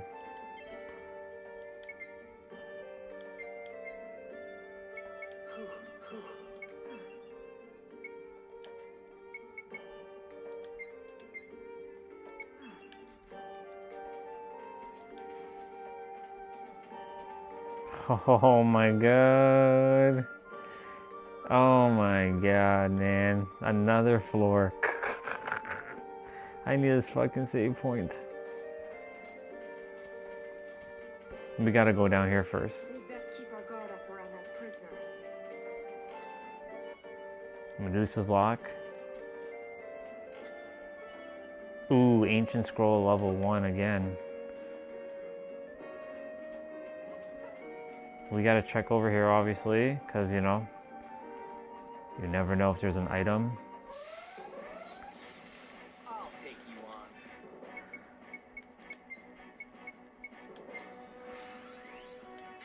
Here they come, bunch of wimps.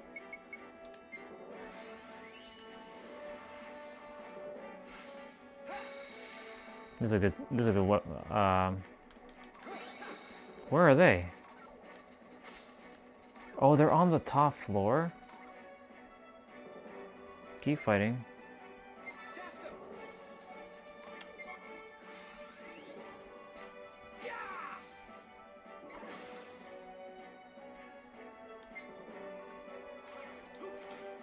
Wait, what?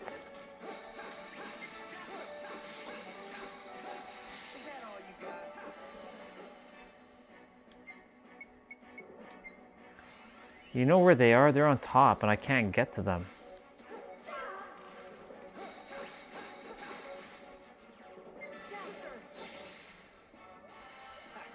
Those guys were no challenge at all. Did you see that? That was crazy. That was crazy. They're on the top.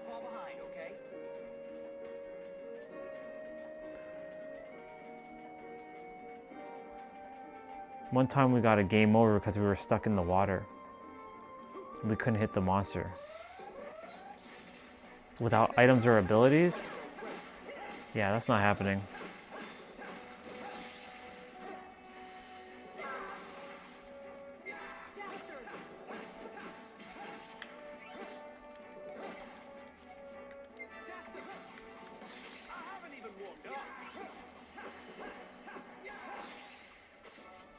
Let's keep going.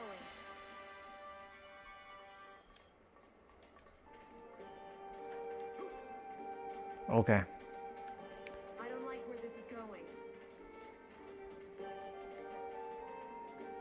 Nor do I, Lilica. Nor do I. Is that a fucking... Can you fall down there? Yes, you can. You can fall down there. That's crazy.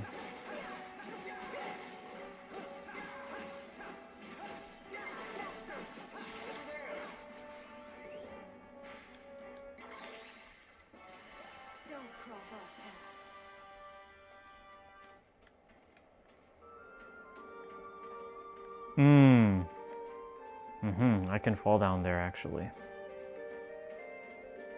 I can go back down there. Something's not right.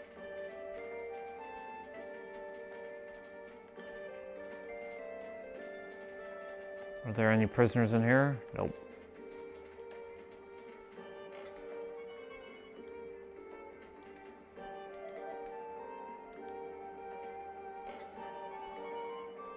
Nice.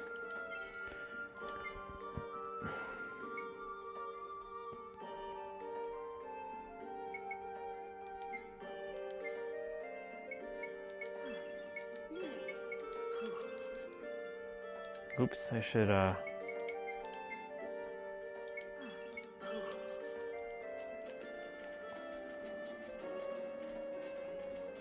that old geezer?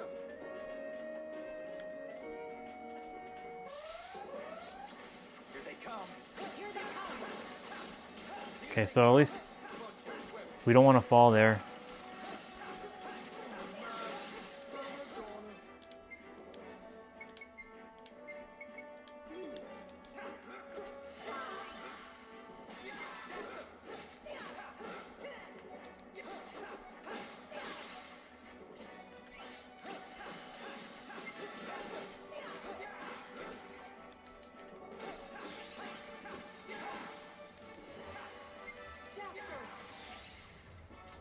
That's how you get it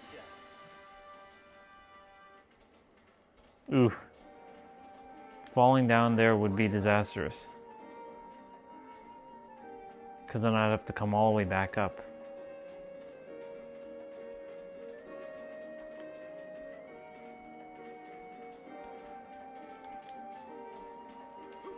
Why are there beasts inside a prison? Yes, why are there beasts inside of a prison?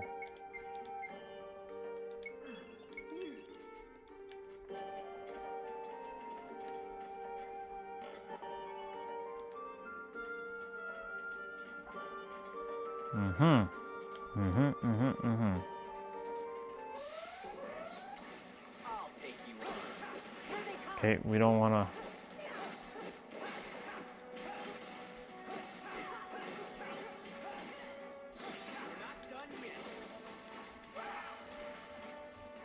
I'm paralyzed.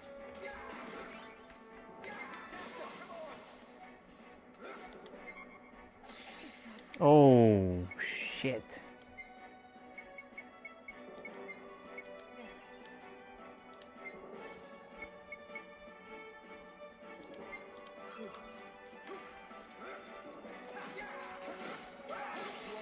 Again, I'm paralyzed?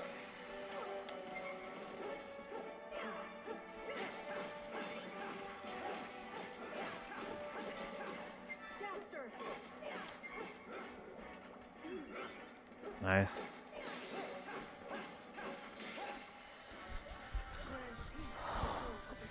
Oh my god. Okay, everybody's level 20 finally. Everybody finally hit level 20 in the party. Well, in and out of the party, everyone's 20 now. Wow. Place is fucking huge, man. Crazy. I totally forgot how big this place would be.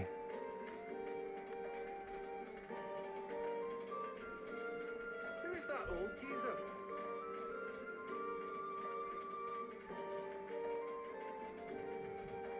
Can I get a fucking save point, please? Oh, damn, man. Where the hell is the save point? I gotta go down there.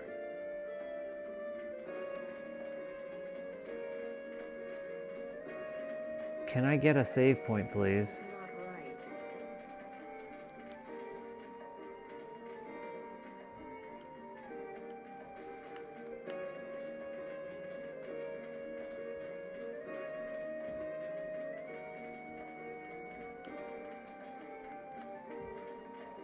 Come on, let's hurry. Ancient Scroll. Max heal.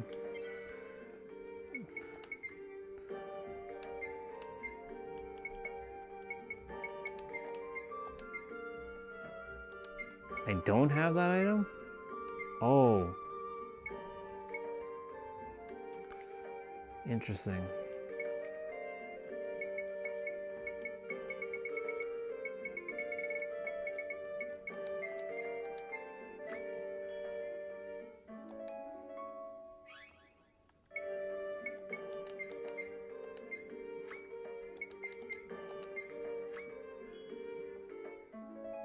Nice.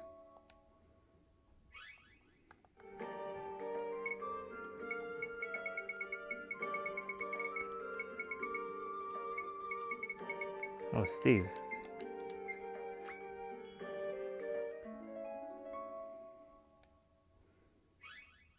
Gotta level up Steve a bit.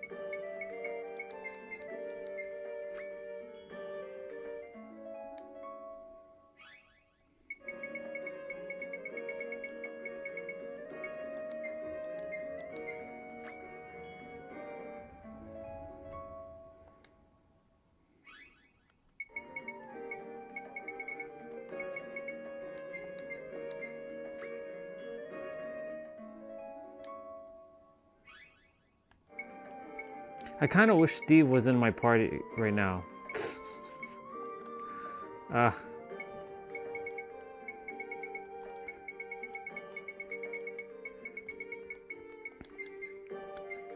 Dude's gonna betray us.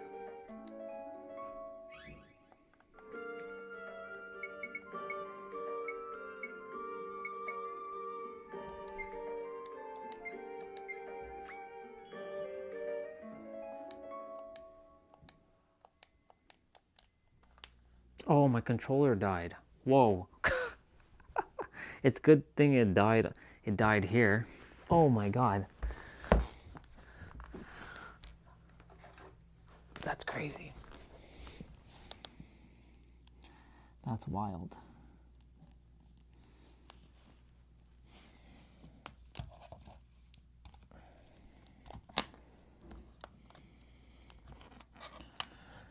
I was like, wait, I was like, my intuition was like, your controller's gonna die, your controller's gonna die. It's a good thing it died now, outside of battle, not in battle. Otherwise, we'd be getting a game over. That would have been fucking disastrous. Because we haven't saved in a while.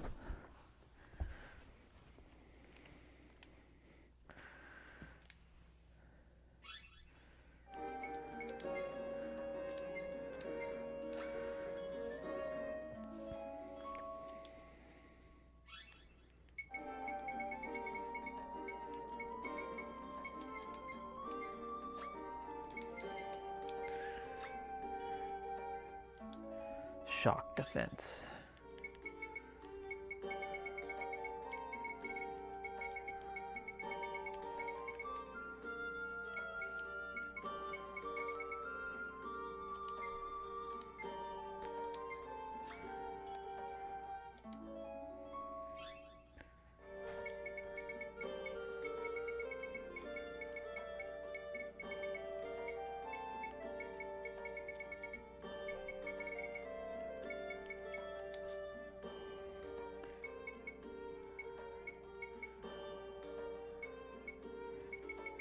All right.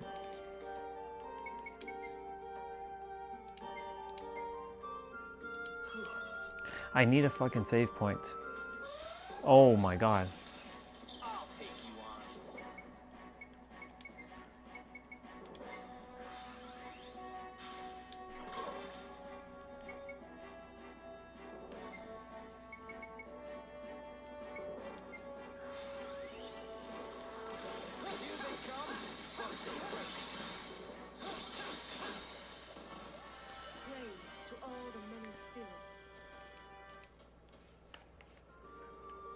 That was nuts.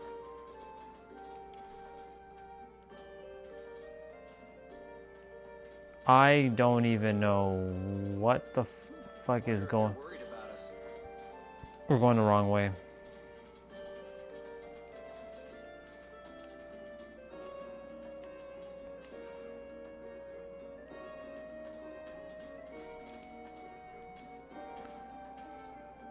Shit.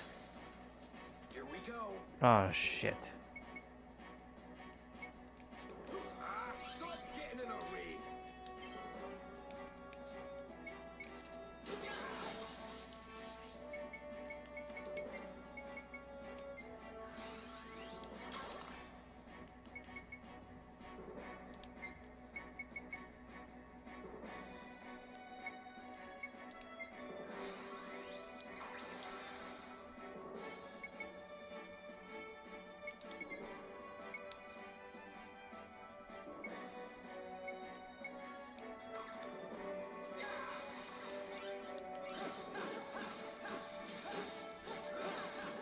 Freaking mimics.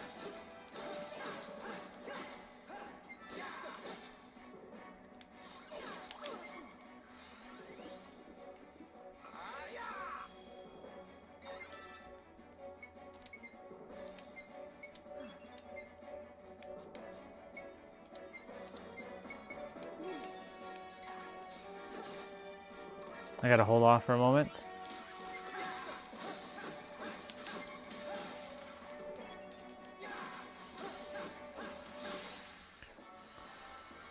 God damn.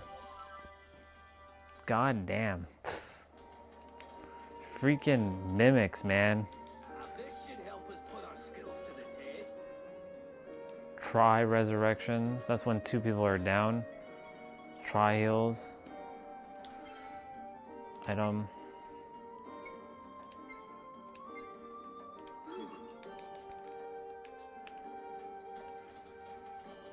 I gotta go through that place again. What the heck is going on?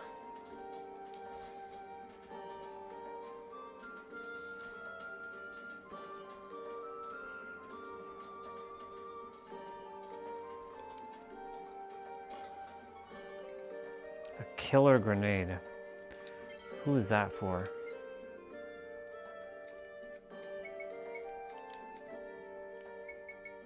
Steve.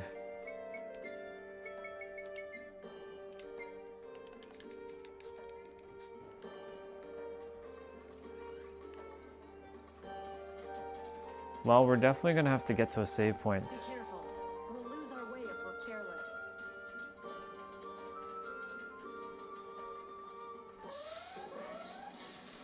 Here they come. Here they come. Bunch of whips.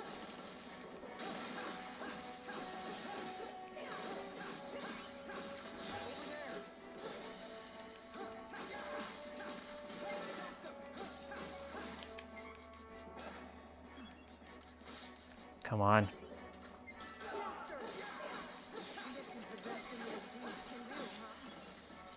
That's how you get it done.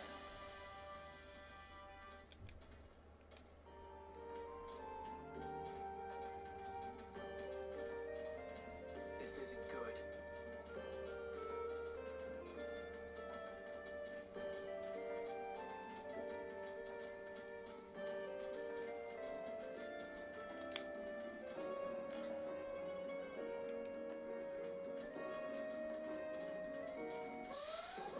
Okay, that's not happening.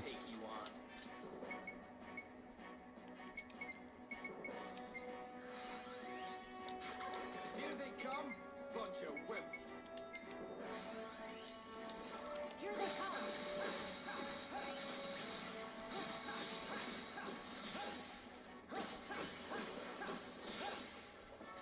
Oh, we won the challenge. Those guys were no challenge at all. Nice. Level up. It's always good when my characters level up. I don't like where this is going. You think I do? I responded to Lilica. Oh my god. What, 5 rollers? Damn. Okay.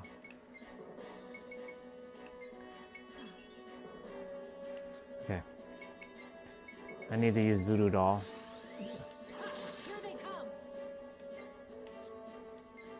Should I need a item, recharge drink?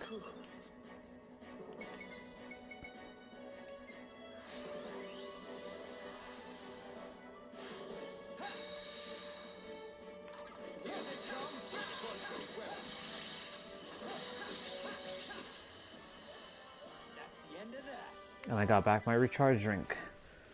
Nice.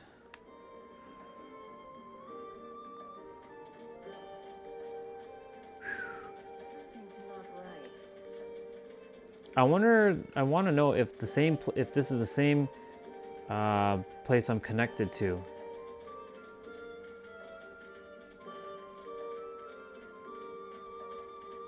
Like if this is the same place that is connected with where I was. Ooh, okay. We got the elevator chip.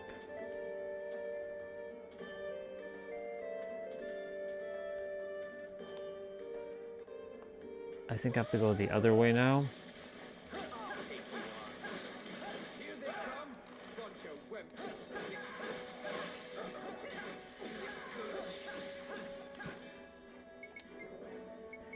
Antidote.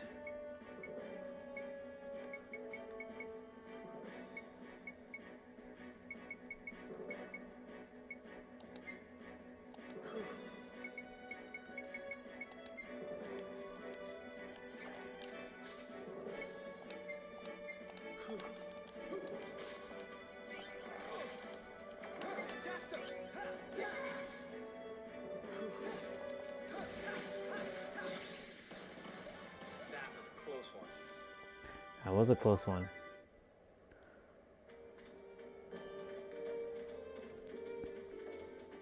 We're gonna have trouble getting through here. Oh my god. Fucking save point. Jesus.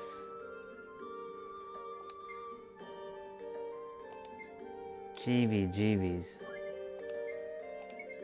Oh my god. Y'all, that was nuts. Now the question is,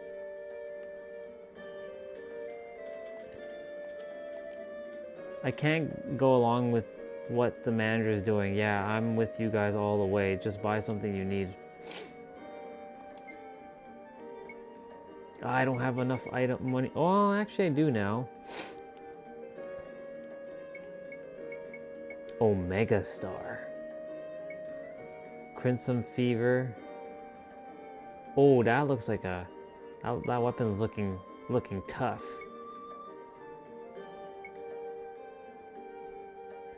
All right, I'm gonna buy. The power's not that much though.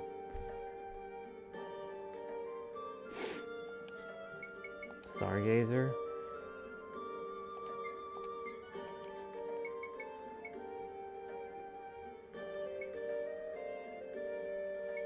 There's no revelations for these yet. Definitely need to buy that.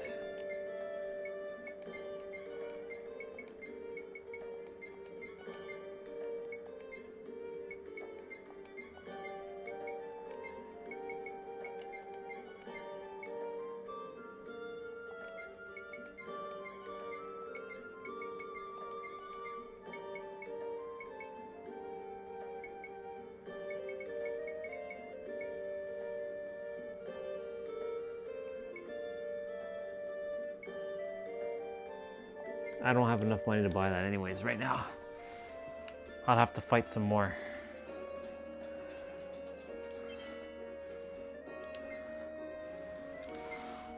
Holy shit, y'all.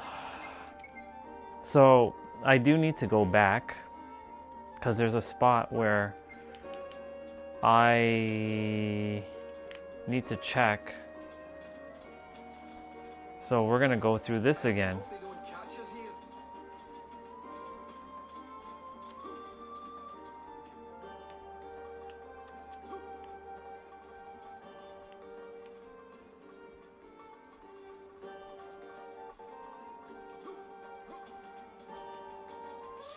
Ah. Well, it's fine.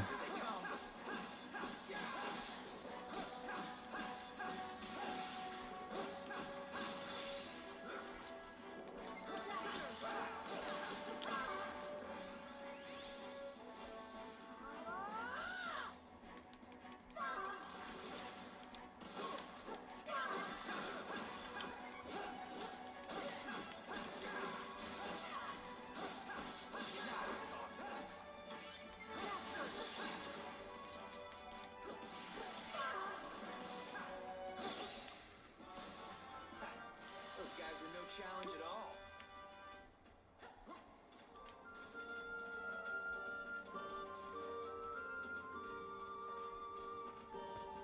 Be careful. I sense something strange.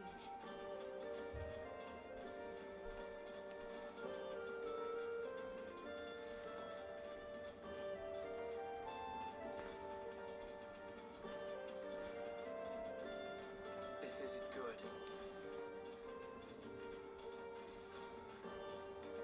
So, y'all remember when I went through here, but I didn't finish up here?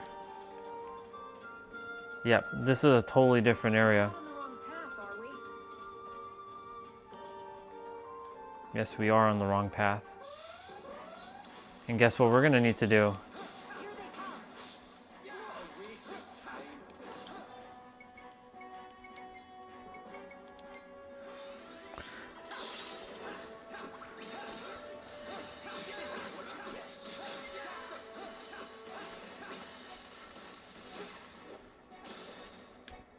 Ah, shit.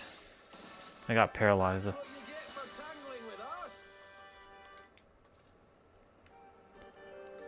So, as you can see, I have...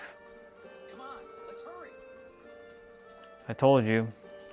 So, at least I saved. So, that's good. I got a save out of that. So, I basically covered distance. So, now I have to go up this monstrosity for a moment and see where the fuck this leads us, because I didn't go all the way here yet. Nope, it's not. It's the wrong path.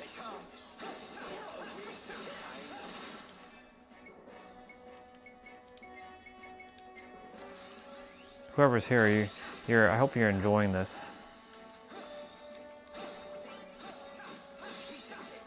Piece of cake. Oh, damn. All right, hold on.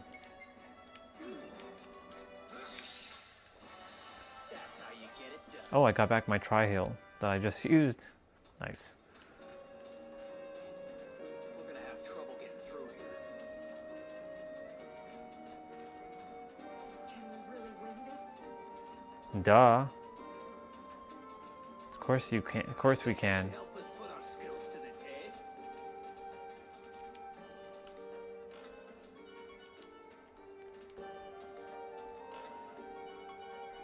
Resurrection. Oh shit, nope.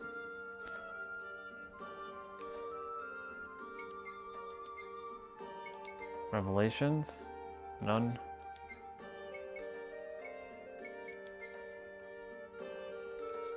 Ah. See, this is what happens when you buy stuff and then it gets wasted. That's not good. What a waste of time.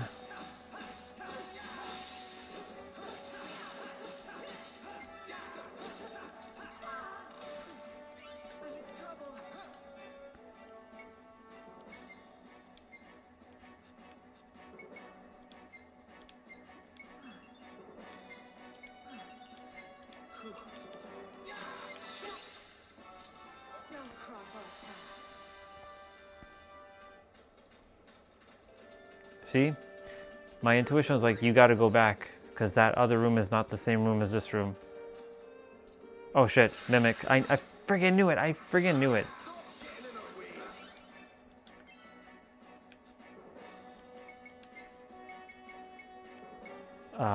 Desert Wind, level 2.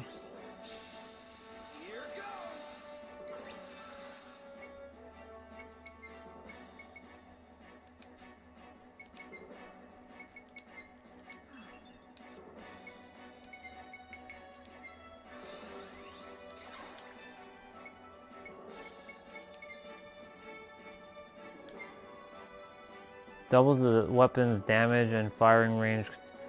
Lockable. Wall of smoke.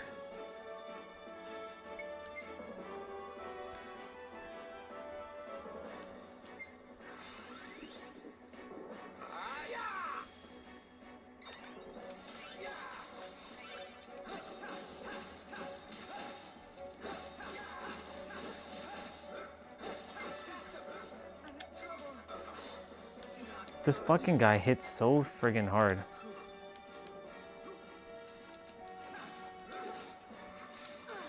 How are they so strong?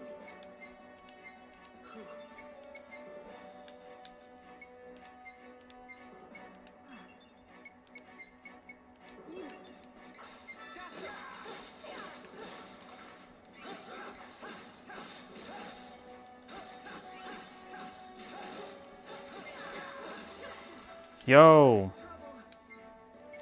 Jesus Christ, dude.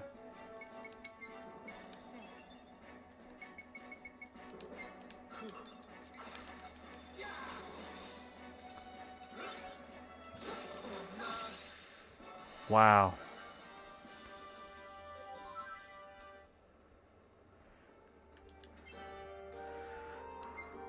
Holy moly, man. Yikes.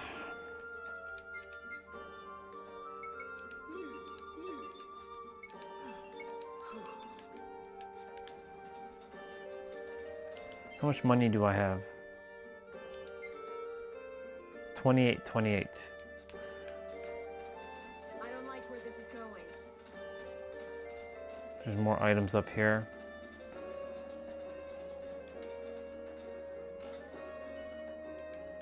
Absolute zero stone.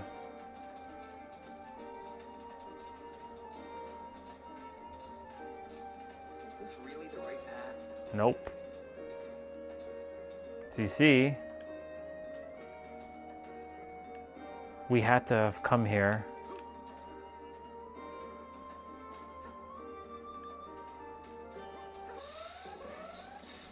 Here they come.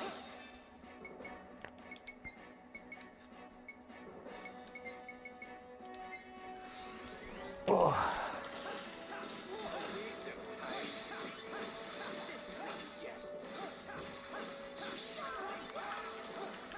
Holy shit.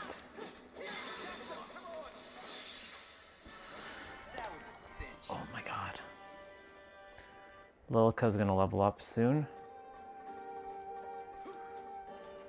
So that's what they meant by red door and blue doors. So now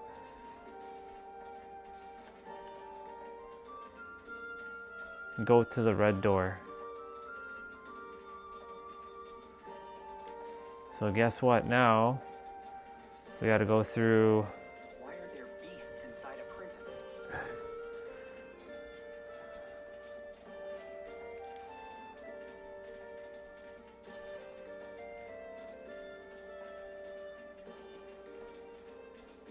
Wonder if they're worried about us. Now we gotta go up.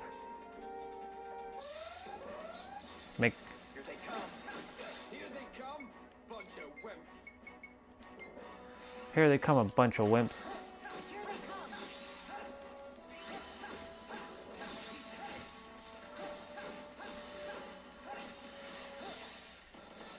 Man, her voodoo doll thing is really good.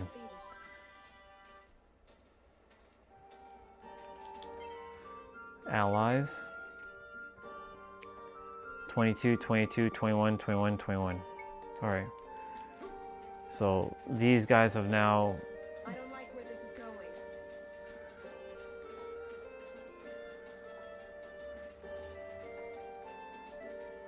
It's 147. Alright. We'll be getting into Ab shortly. Where's that old geezer?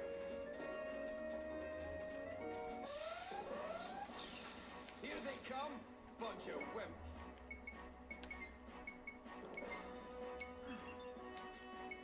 I really like her ability. Here they come. Here they come. Over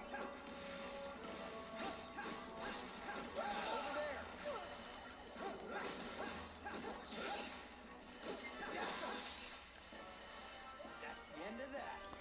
Someone needs healing.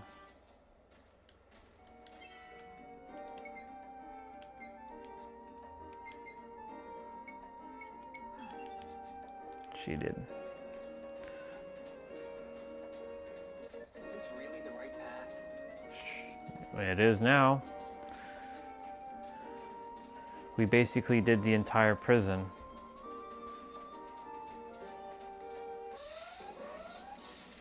The only problem is, if we didn't fight all the monsters yet, then we need to get them all.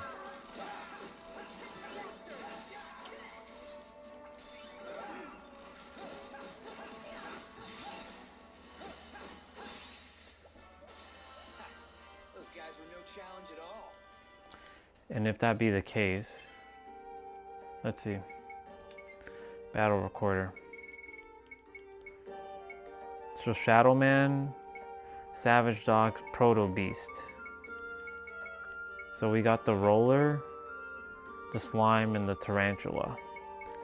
But not these guys.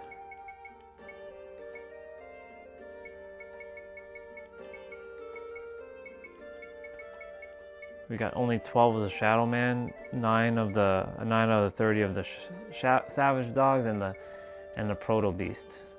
So what I'll do, I'll create another save file and see what happens going forward. If for whatever reason the prison has only these monsters, then I have to stay in the prison for a bit.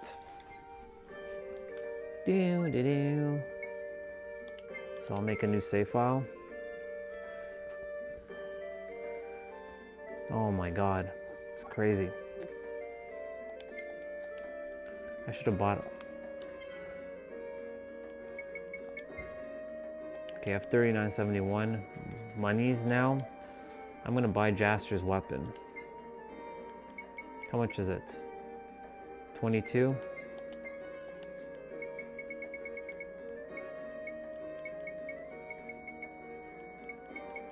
Crimson's Fever.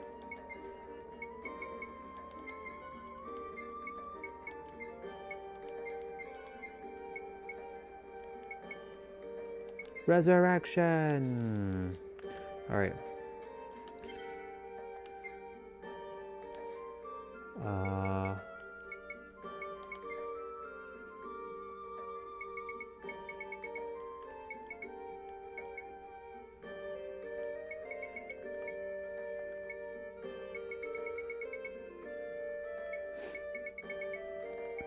Everybody's got their Burning Strike level 1.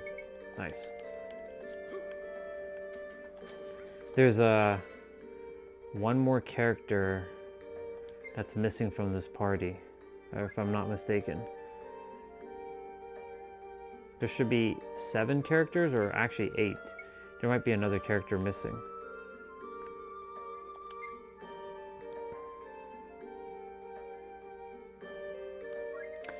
What I'll do, actually, I'll save on the 11th one as well, just so that I have an updated version of it. I just want to see where this takes us. What?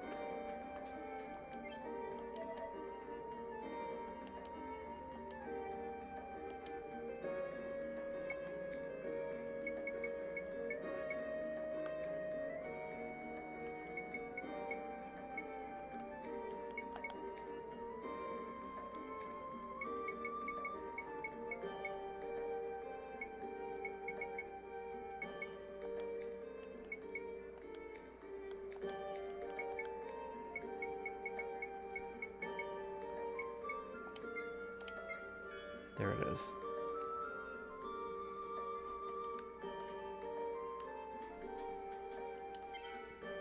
Hold on, I need to organize my items. Now we can save again. Save on both save files. Oops.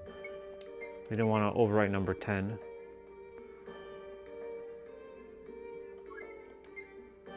And save on 12.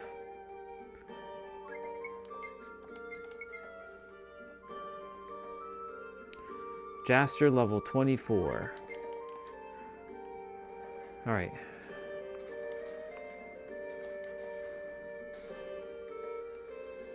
This is out of the prison, so if the monsters aren't in this prison don't show up outside of the prison, then that's the reason why I have save file 11 to come back to.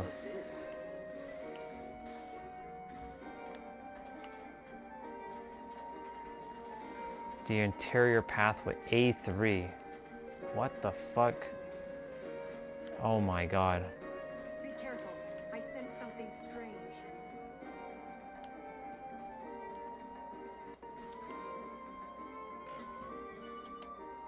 I just bought that weapon, you know. I literally just bought that weapon. Oh my god. Are you for real right now?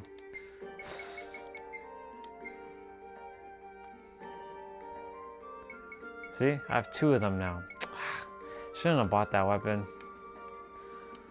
I could have just saved me some money.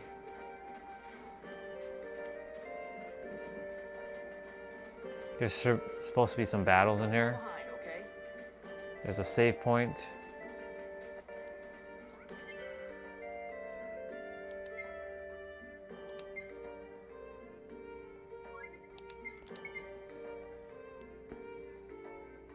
I played 11 hours of this game. Fuck. Look at that. 11 hours. We'd best keep our guard up around that prisoner. Oh, shit. Boss. Is this the beast we fought on Rosa? It's the salamander. Shh. Someone's coming.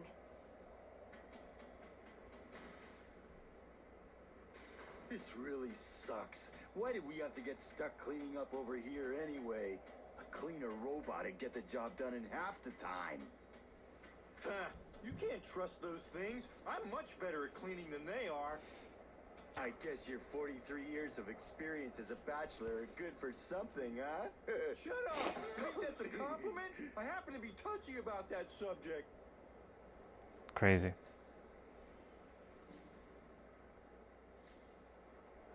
You know, Mr. Rosencaster's different somehow. He was never like this before. Yeah, Mr. Rosencaster's too wound up in those experiments of his. It's borderline obsession if you ask me. I mean, they used to call him the best officer ever. Everyone used to look up to him. He was such a great guy. I don't know what's happened to him. I suppose it has to do with Claudia. Claudia? Oh yes, I remember now. Never mind. I guess it's not for us rank and file guards to know. Come on, let's get back to work. What do you want to do? Now's our chance. They're not looking our way. Let's go. Wait.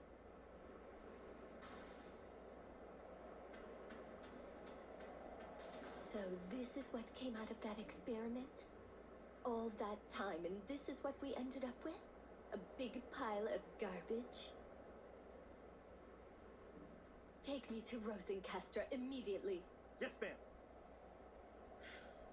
What a colossal waste of money. We need a reorg here.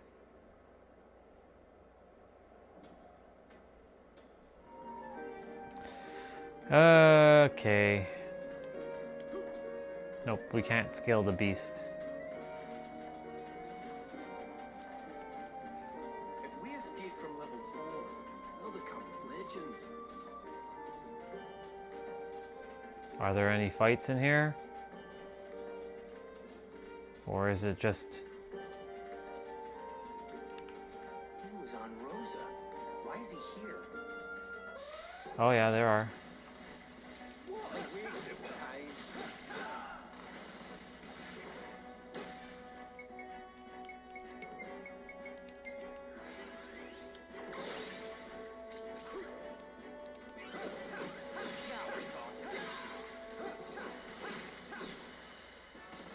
That was a cinch.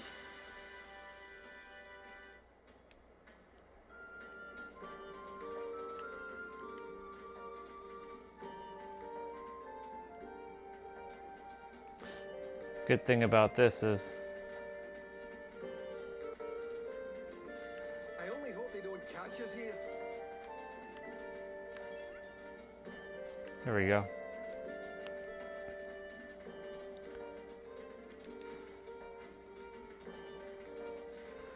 This is why you save the game. Why are there beasts inside a prison?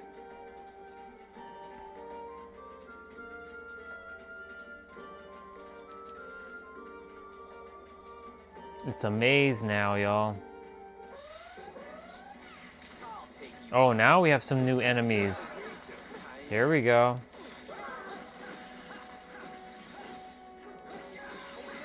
It's the first time we're fighting crows.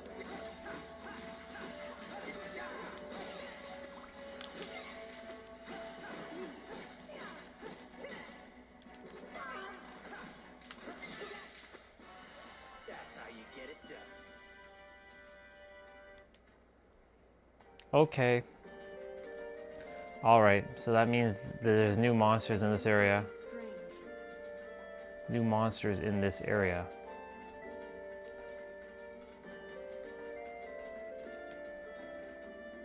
Ah, shit. I knew it. I fucking knew it. I fucking knew it. God damn mimics. Here we go.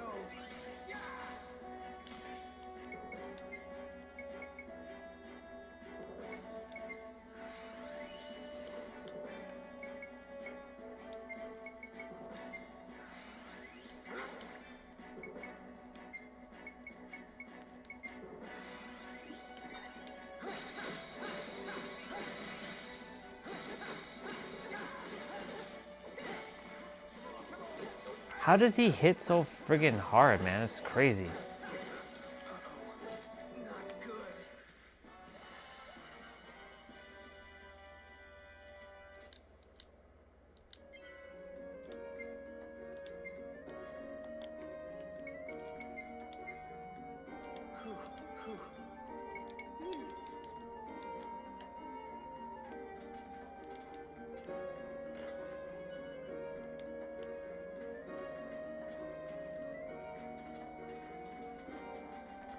This is all that Dixie Neo's fault.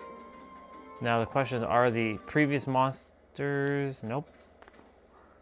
There's a cutscene here.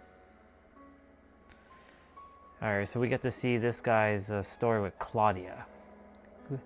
Who's Claudia? I think it's his daughter or his girlfriend. Claudia, I'm sorry. I couldn't do anything for you. I would do anything, anything if I could only bring you back. Why, Claudia? Why have you left me all alone? Poor dude. What's going on? Rosencaster, sir! We have an urgent situation! The level 4 prisoners have escaped from their cells! What did you say? Those little punks! Secure the partitions! Post officers at every gate! Don't let them get away! Yes, sir! Good-for-nothing idiots! Did I come at a bad time, Mr. Rosencaster? It's all well and good to go after those escapees, but I wonder how that experiment's coming along. It's coming along. We are close to perfecting the rune cell cultures. Once we do, you'll finally get what you want. We'll be able to mass-produce artificial human soldiers to your heart's content. Oh, but that's not what you're after, is it? I know. You're fixated on one dead woman. Oof. It's holding up the whole experiment. I have to go after those escapees. We can talk later.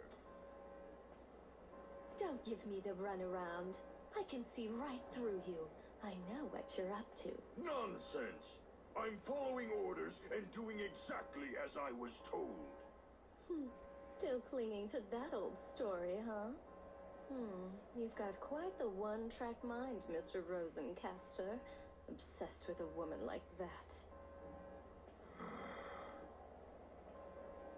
Rosencaster, listen up. This is your final warning.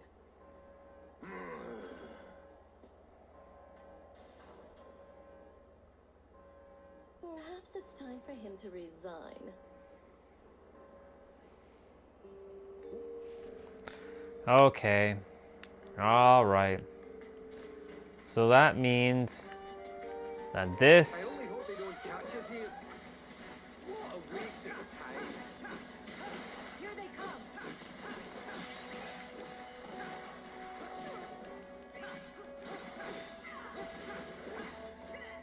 Jaster.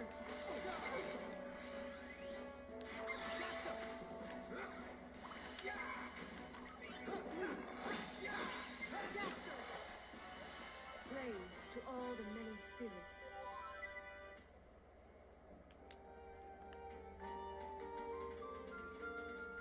Why are there beasts inside a prison?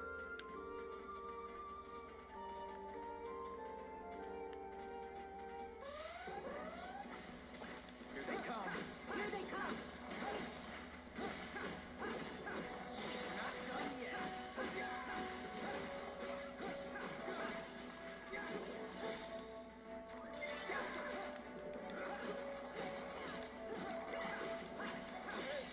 Oh.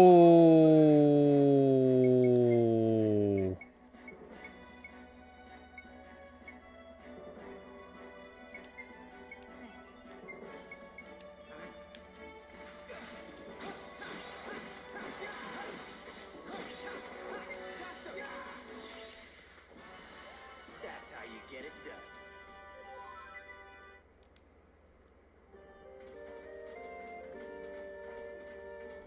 We're gonna have trouble getting through here. Can we really win this?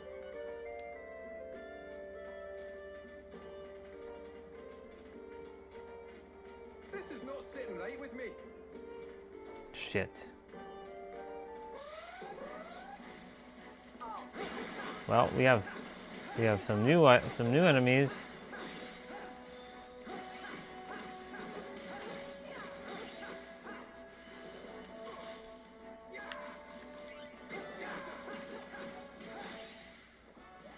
That's what you get for tangling with us.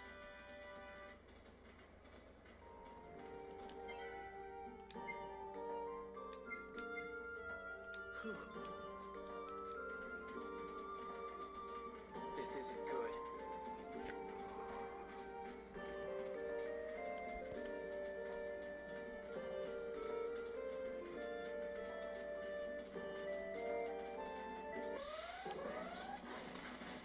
Oh shit.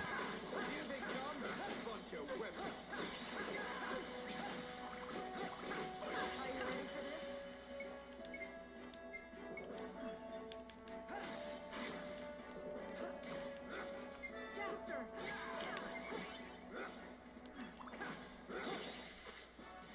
That's the end of that.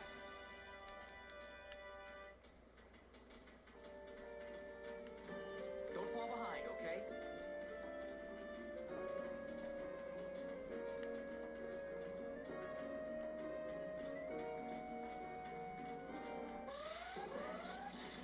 Here they come. Whoa, what the fuck?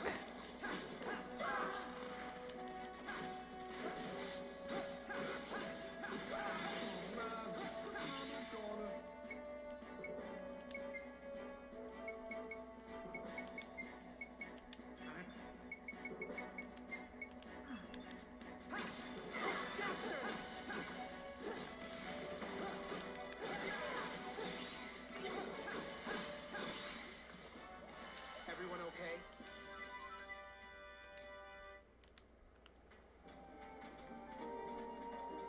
We're gonna have trouble getting through here.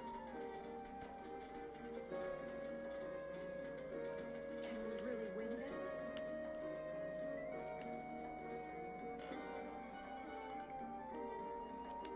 Okay, divine blessing. Whoa, okay.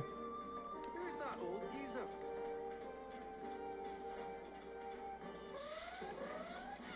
Here they come. Bunch of wimps. Here they come. Jaster.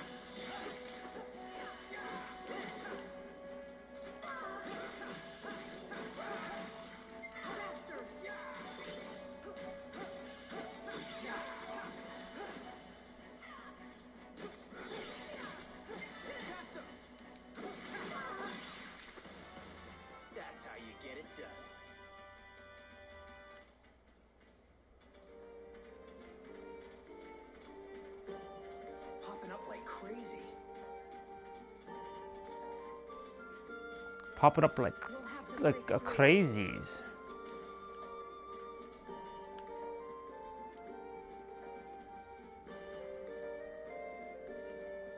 The hell's in here?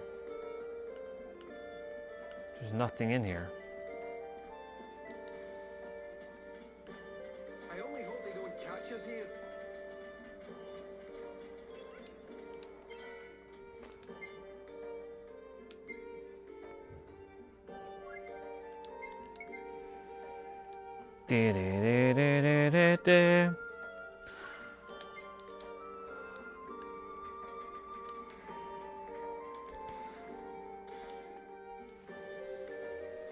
Man, this prison is huge.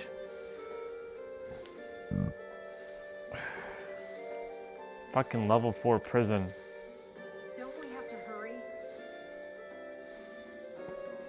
We're back up on the surface, I believe.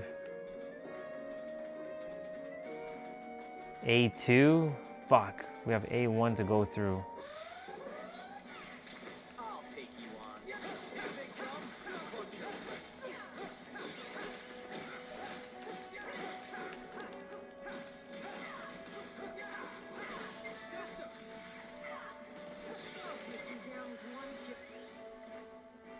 Take this. Come on, come on.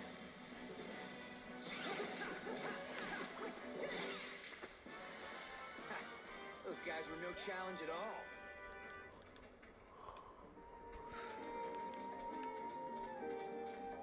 I only hope they don't catch us here.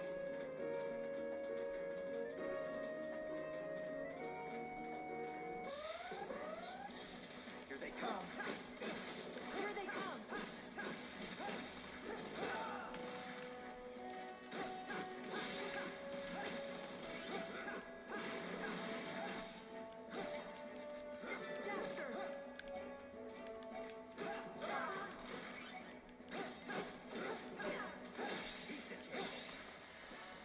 That's the end of that.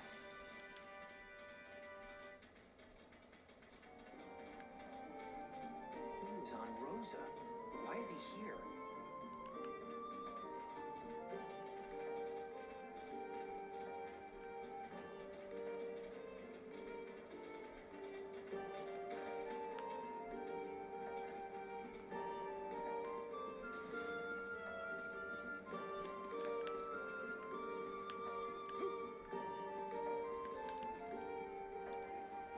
Okay.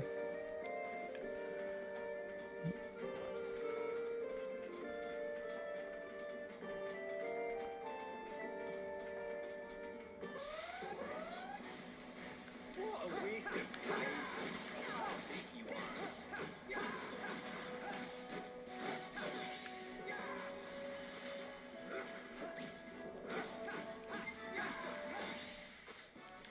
That's how you get it done.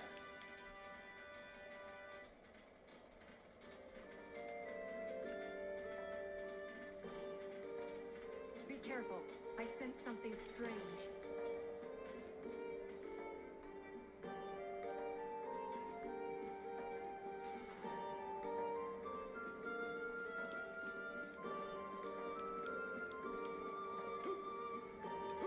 What awful air down here. Dude, get out of my way. The fuck? Jeez.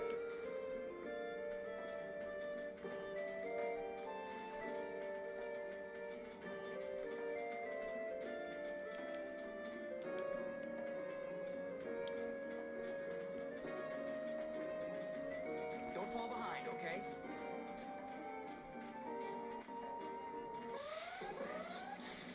I'll take you on. Here they come. Bunch of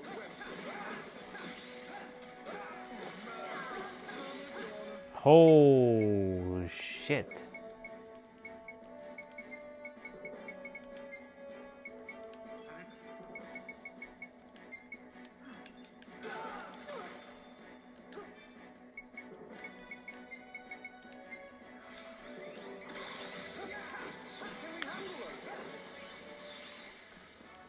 That's the end of that.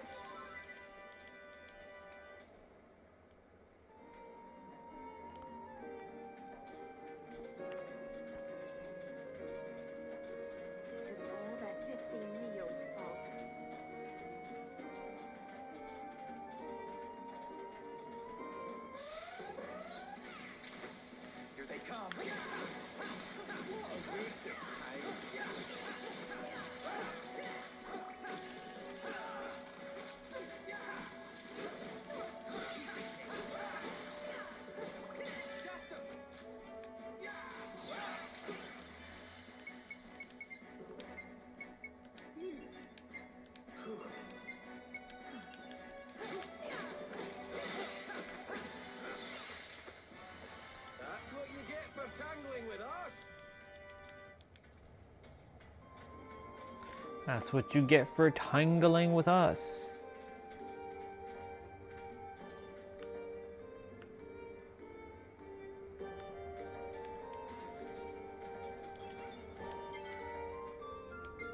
Oh my god.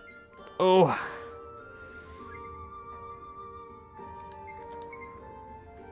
Now the question is, can I teleport back into the prison?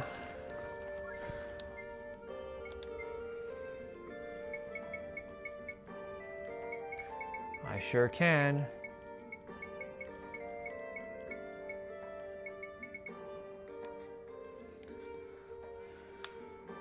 Alright. We're almost out. Who's that old geezer? Oh boy. Alright. The Human Factory. Whoa, take a look at that. This place is more like a secret lab than a prison. Look, Jaster. There are people in there. What's going on? What are they doing in this place? Toying with human lives. Hey, it's this guy again. With Rune in order to obtain forbidden powers. What do you mean? There have always been rumors, but I had no idea the experiments had actually gone this far. We can't let them get away with this. That wasn't very smart of you. You should have run when you had the chance, old man. Rosencaster! So it was you getting involved in this kind of experiment. How could such an honorable soldier like you? Shut up! You know nothing about me. Oh no!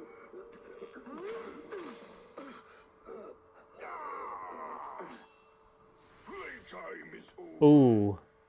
I'm gonna crush you, fools! Here we go. Stop getting in our way.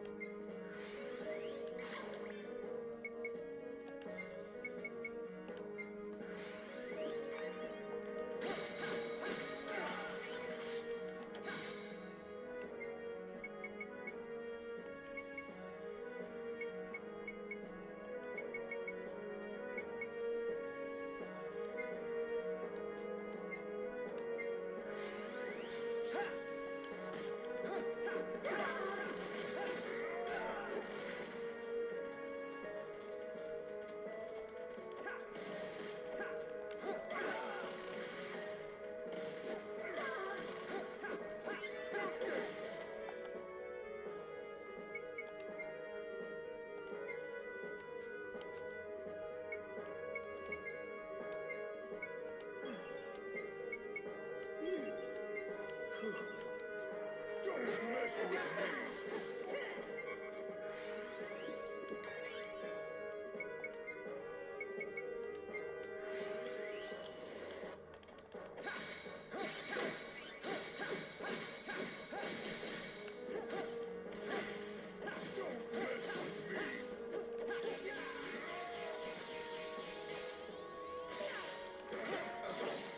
Whoa! Holy shizers.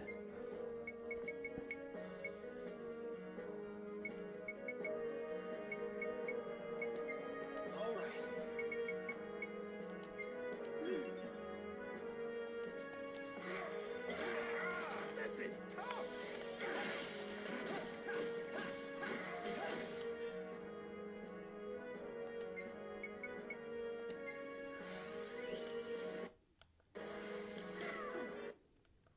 I'm in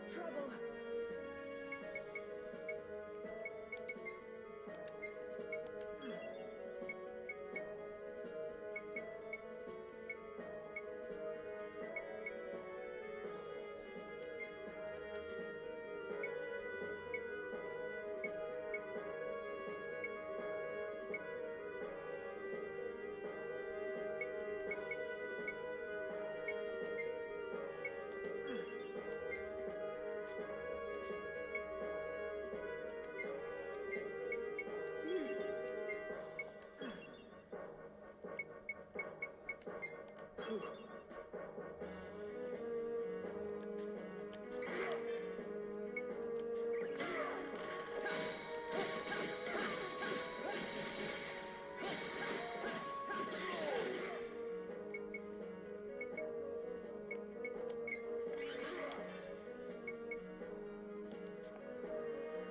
get too close.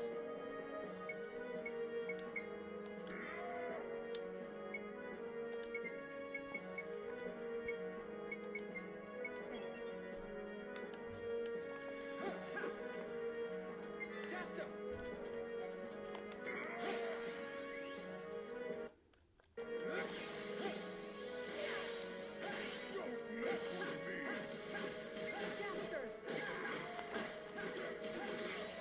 Holy shit.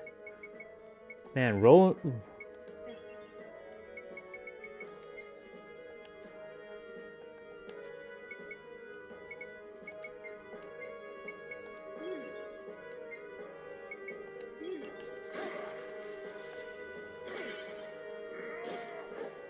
Chester!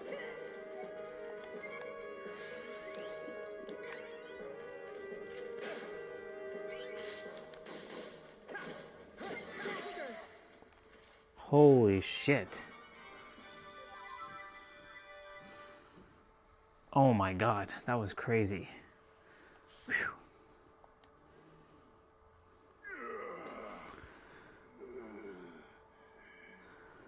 I'll never forgive you for this. Rosencaster, don't make Claudia any sadder than she already is. Think about what you're doing for a moment. Is this really what she would want? You act as if you know. Damn! We're outnumbered! Run, Graham! Snap out of it. It's not too late.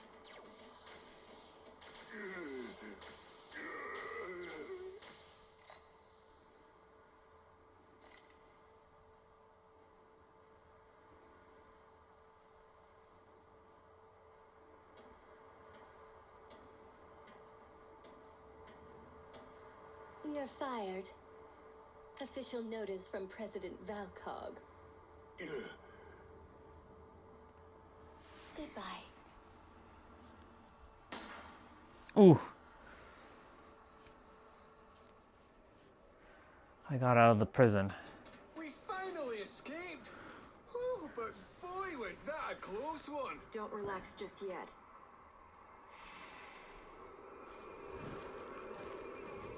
That's crazy. It's all right. Don't worry.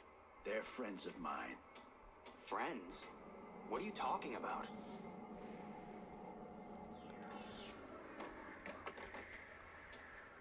We've come for you, sir. Do you have any injuries?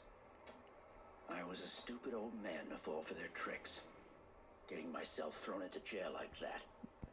Crime is just another way to promote war, sir. You said it. And Datron's involved somehow. Datron? Hey, who are you anyway? A fellow prisoner. Isn't that enough? Now you have the skills of a warrior, yet you have kindness and mercy as well. I didn't think youngsters like you still existed. I'm quite impressed. I'm glad I met you. Say, have you seen him somewhere before? He looks awfully familiar. We'll probably cross paths again someday. But of course, since you guys are pirates, you'd better watch your backs. Hey, what's that supposed to mean?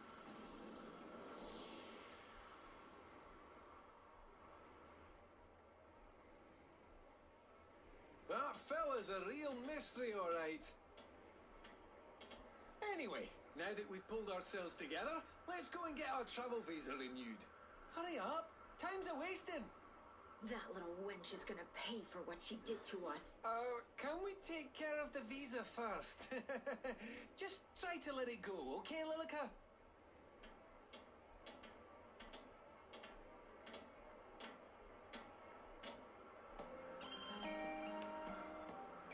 That was crazy.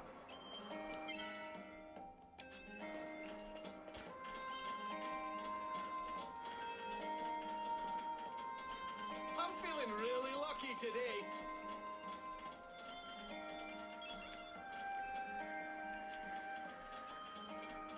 Can I go back in there? No, I cannot. Oh, yeah, I can. I feel like I could run forever.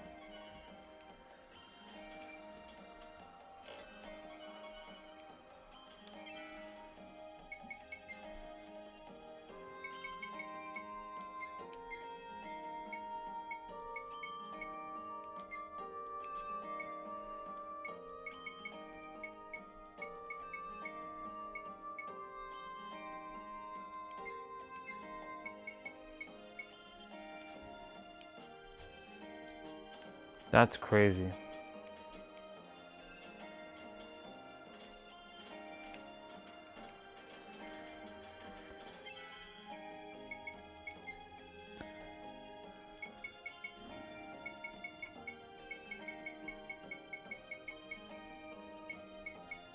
There's one monster that I did not run into whatsoever there. So, do you see what I mean by like having a save file? Because like now I can't go back in there. Be careful. I sense something strange.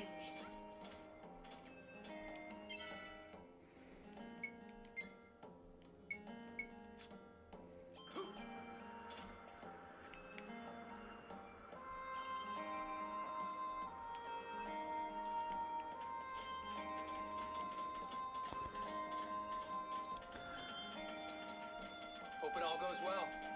I won't be saving.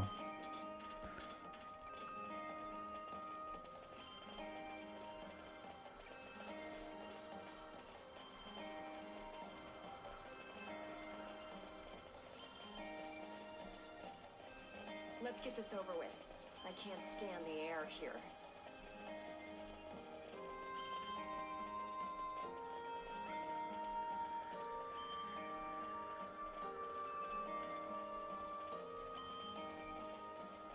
Let's hurry over to the Galaxy Corporation.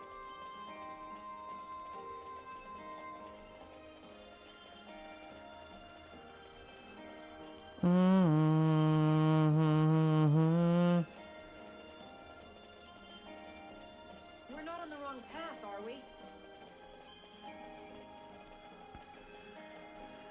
I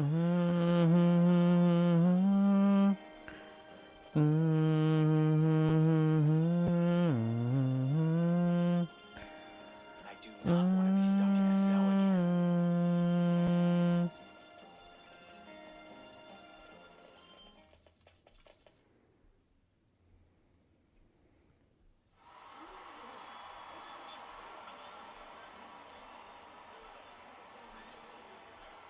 Therefore, to put an end to the long-standing war between Longardia and Draxel, we need to mutually agree to implement military cutbacks in order to drive home the point to the dissidents still pushing for war. Cutscene. People of Longardia, now is the time to lay down our weapons and take our first steps on the road to peace.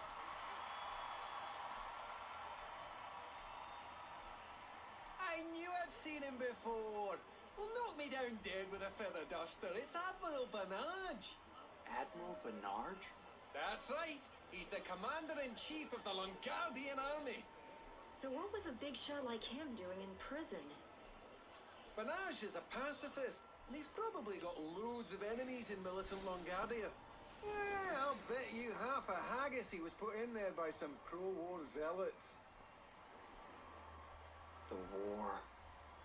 There's no escaping it. Look at those graphics.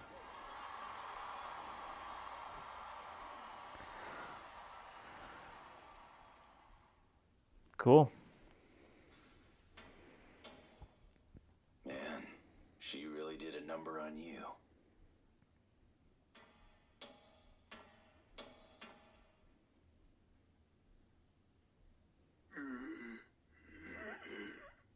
For crying out loud, you old fool. All this this for love. Well, not that I don't understand the feeling. Hmm?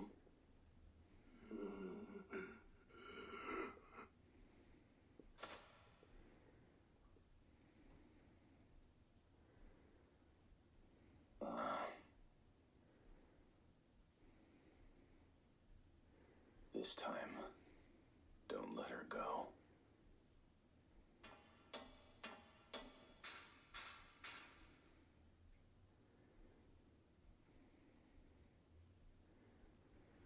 The photo.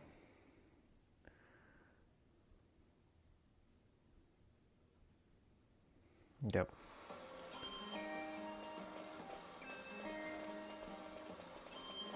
Does this place feel different?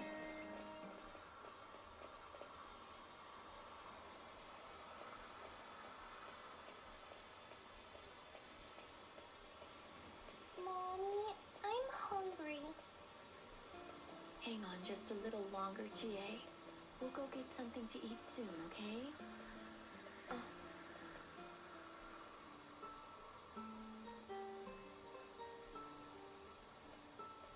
Excuse me. Please pardon me for asking, but do you happen to know this person? Hmm? Do you recognize him?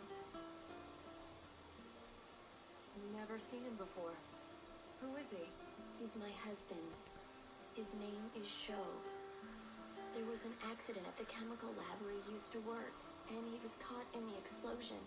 He managed to survive, but he's gone missing from the hospital. Simon, do you know this guy? No, I can't say that I do. No.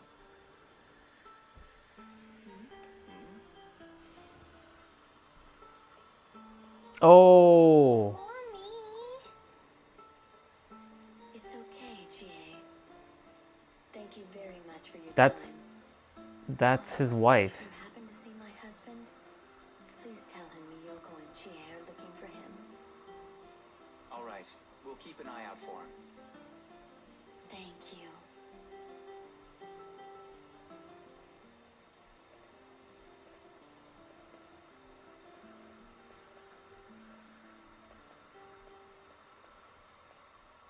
Something bothering you? No, not especially. Oh, I feel a little dodgy all of a sudden. Do you mind terribly if Steve goes with you instead? Huh? That's his wife. I'll be joining the party if you don't mind. Thank you for your patience. How's Simon doing? My sensors failed to detect anything out of the ordinary. Apart from his body fat percentage, that is. At any rate, let's get to the Galaxy Corporation. The captain will have our heads if we don't hurry.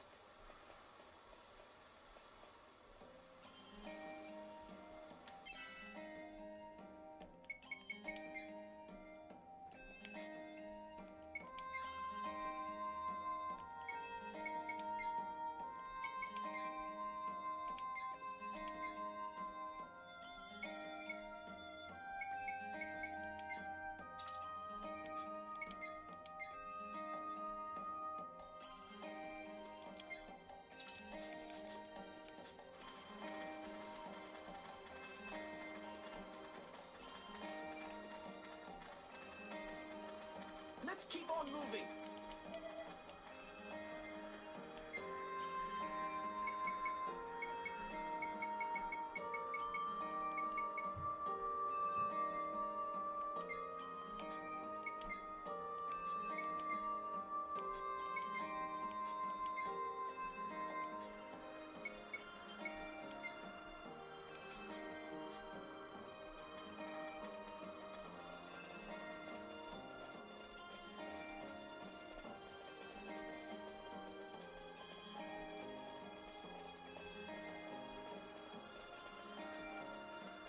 All right, time to bear down.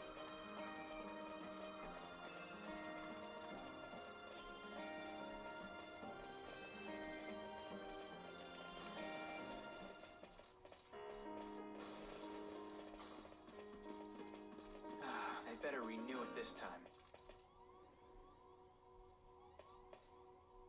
Huh? They released you already? You know, that's really surprising. Isn't that awfully fast for a bombing? Gosh, law is like so complicated.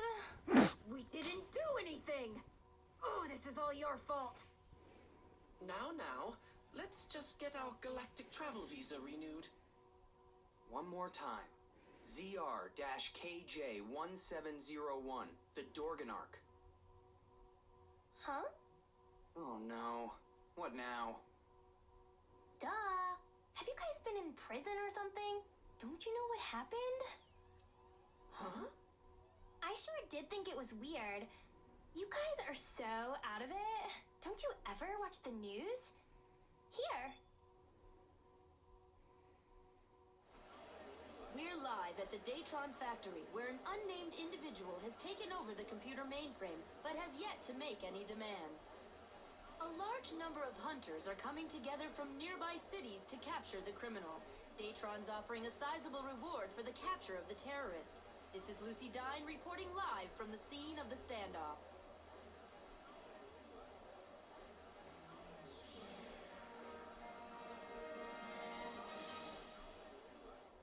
So, do you get it now?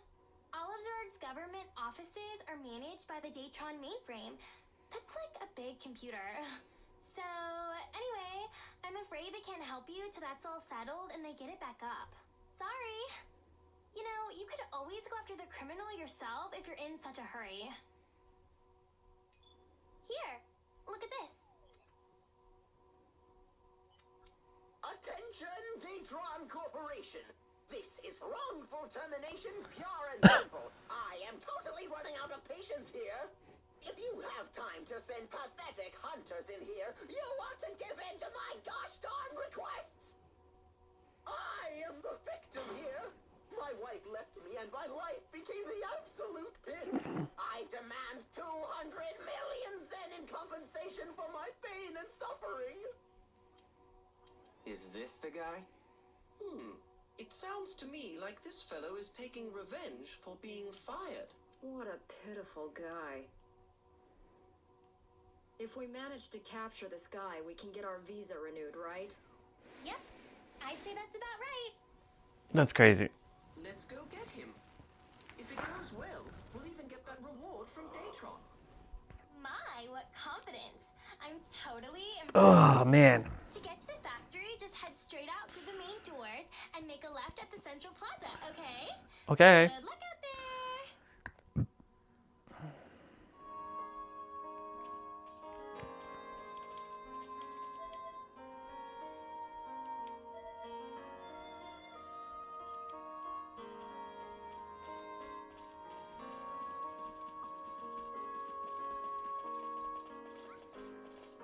First, take a deep breath.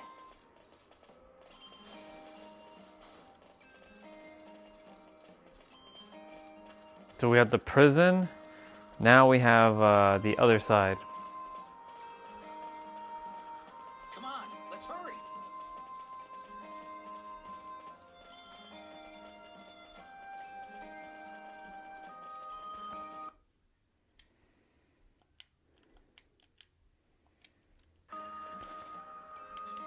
I'm gonna hit save, but I'm not going to make a. I'm gonna make a save file. Looks like we aren't welcome in this land.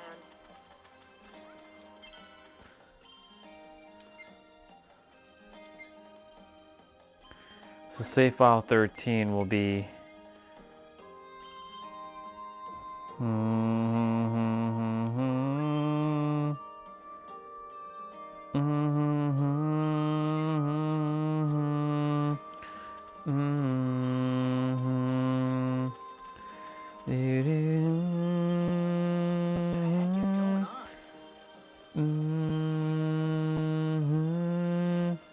I like this track. It's very nice.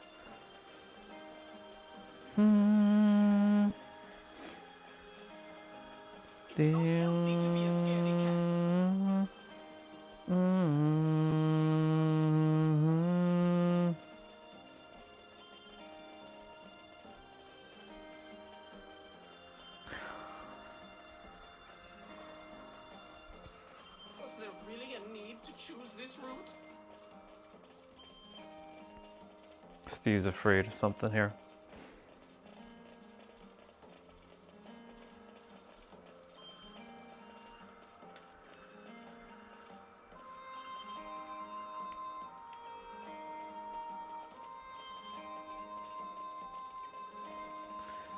Lilica was stuck on the wall.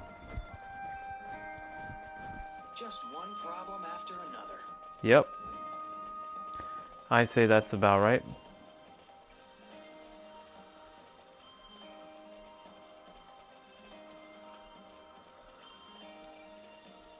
Is this all part of his plan?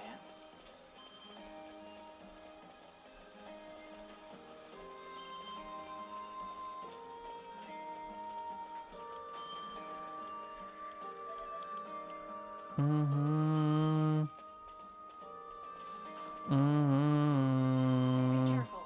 I sense something strange.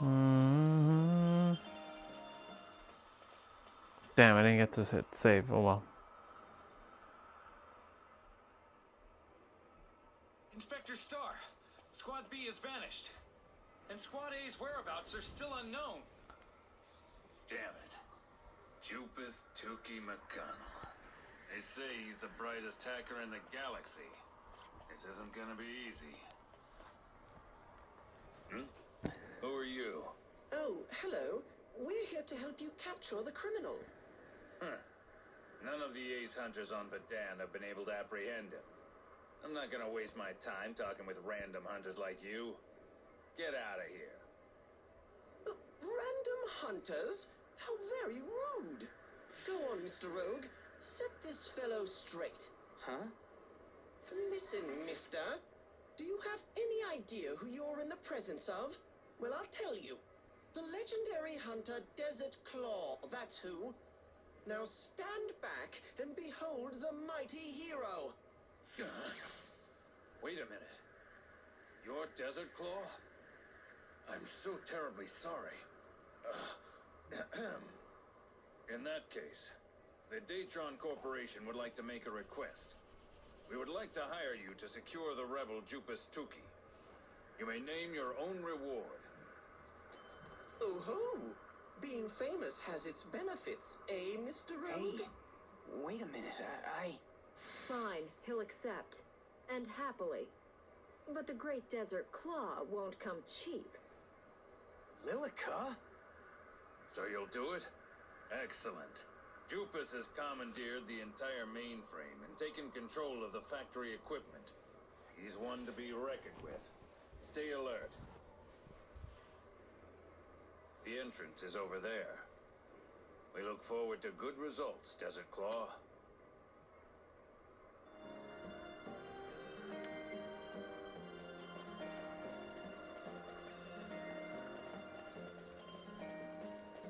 This isn't good. So now the question is, are the enemies in here the same as the enemies in the prison, and will there be repeated monsters? And if not, I will have to resume this.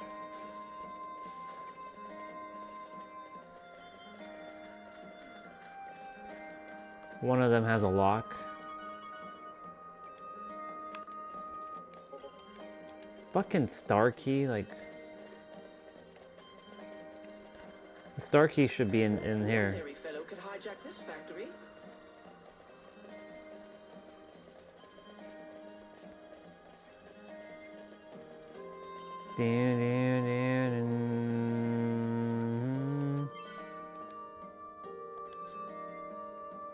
Let's read everybody.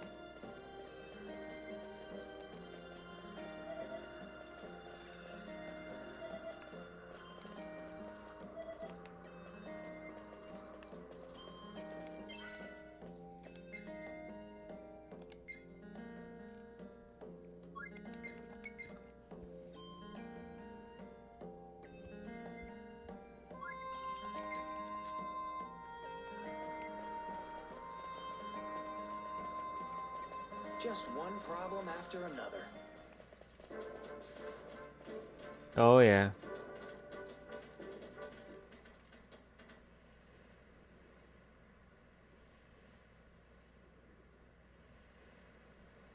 This place is fucking huge. This is one of those places like you don't even bother. Whoa! Oh, you got lucky. But this time I won't miss. There we go. Why, you... Be careful, you two. These robots are being controlled by remote. By Jupus? You're hunters hired by Datron, just like the others, aren't you? Anyone who gets in my way is just asking for it.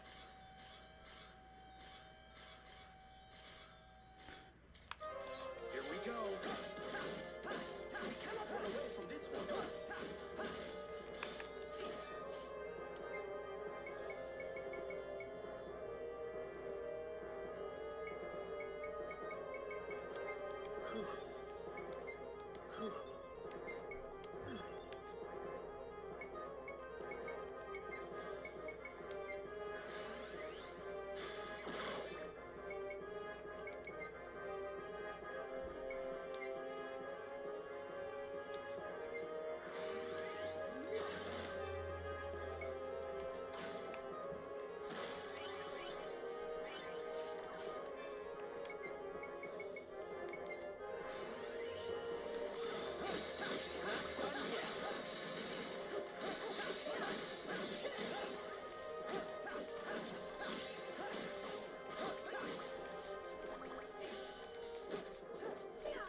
These are hardly worthy enemies.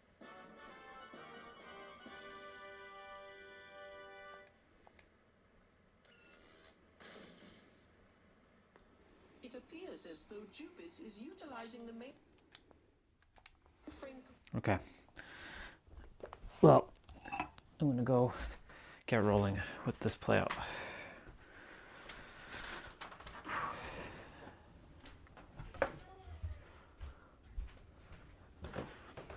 Get in.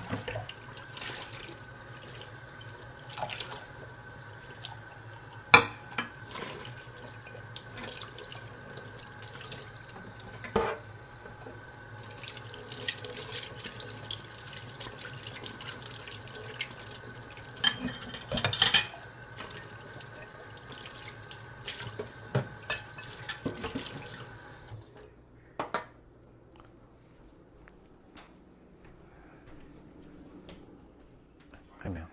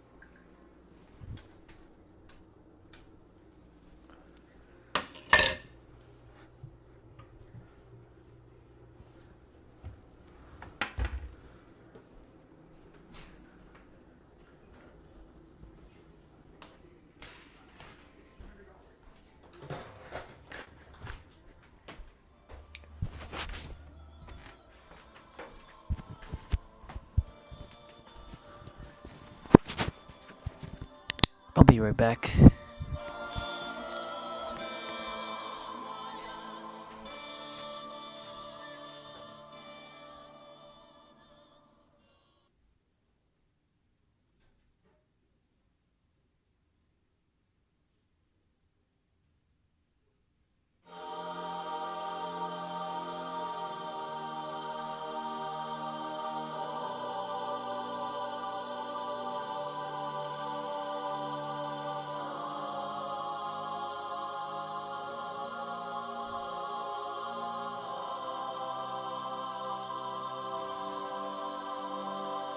An eternal voyage through the murky blackness, sprinkled with billions of points of light, each with its own history, written there in the dark. This is a story inscribed upon one such point of light. A story of heroes.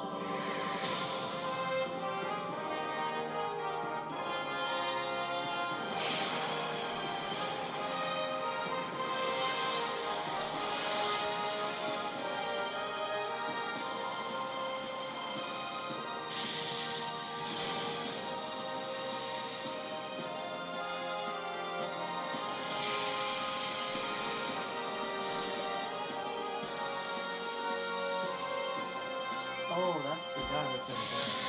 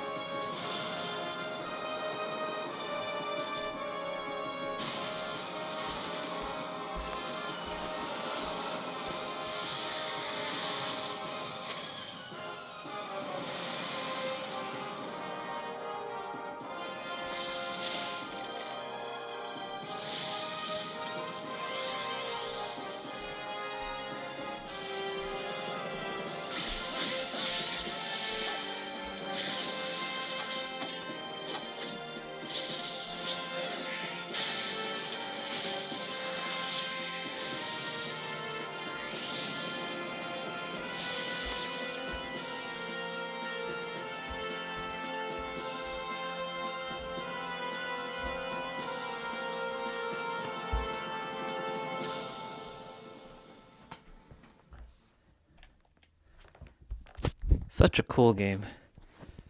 Very long game though, but such a cool game. So the guy who, so our next, I totally forgot that that's our next party member. Perfect. Okay, so we got abs to do.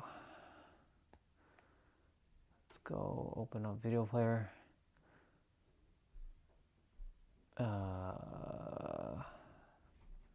SD card, play out, abs.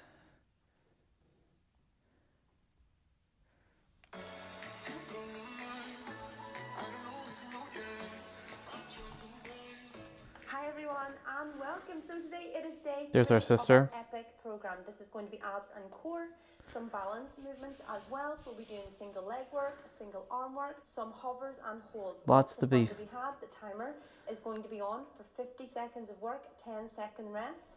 For the whole duration, this is approximately 40 minutes in total. All you will need is your mat and a bottle of water. Please ensure you spend at least 5 minutes warming up prior. Don't forget to subscribe and hit that notification bell so you don't miss any workouts. In regards to modifications, of course, place the hands under the hips for the leg lowers. Alternatively, bend at the knees, perform single leg alternate lowers. Just as long as your lower back is maintained contact with the mat at all times. With crunches, of course, you can place both hands behind the head for a little bit extra support for your neck. And I think that's it. I think we're ready to go. Let's go.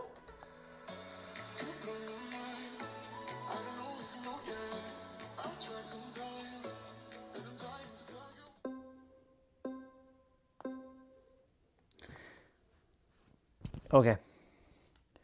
So I'm going to put you all back up there. My controller is charging right now.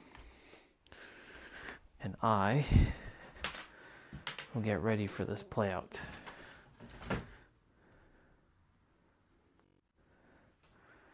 Split.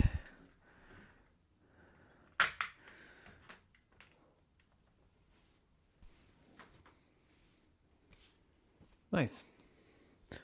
Let me change my headband. Oops. Shizers. Oh my god. Oh my heavens. Oh my words.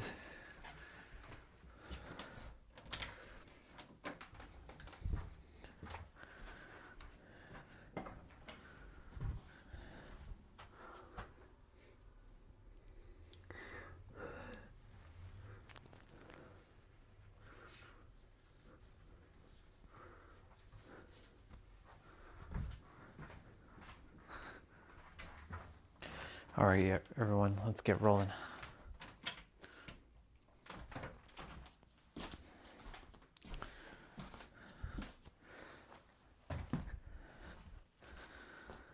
Let's move this back here. It's there. Let's drink some water. Ooh, my goodness, bless me.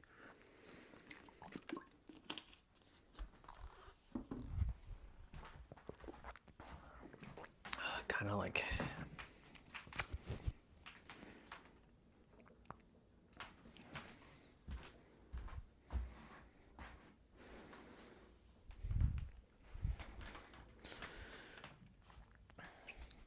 controller's charging.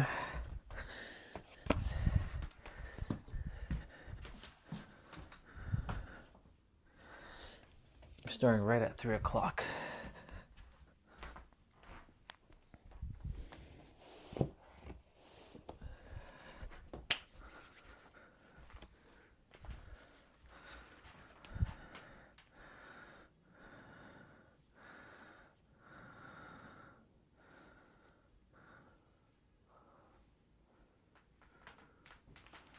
$30 seconds.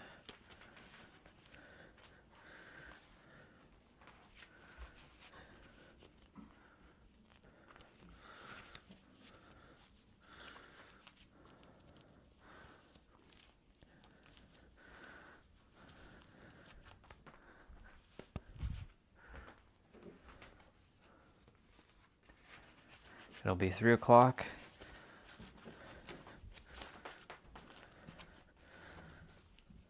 Right on the money.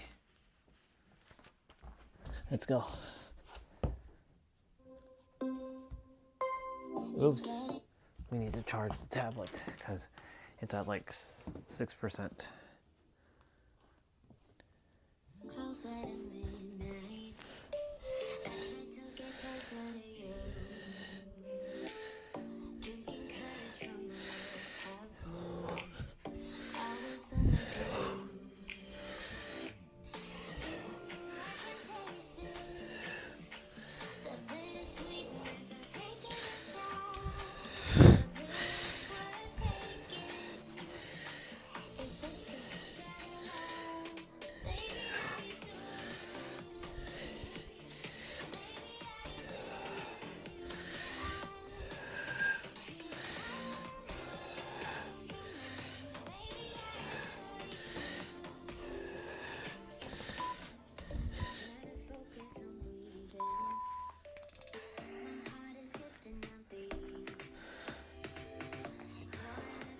Switch.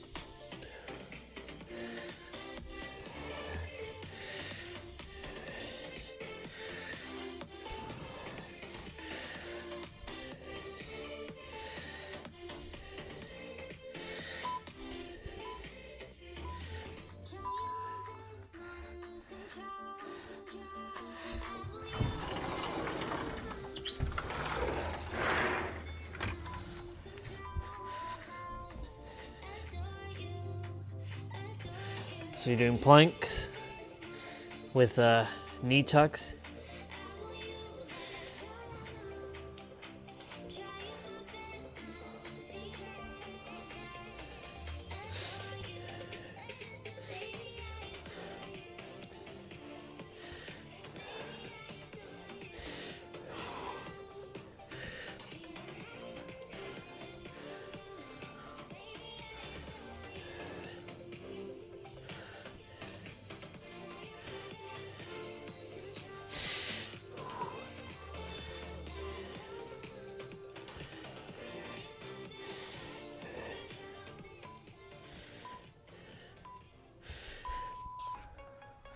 Let me move you all back just a smidge.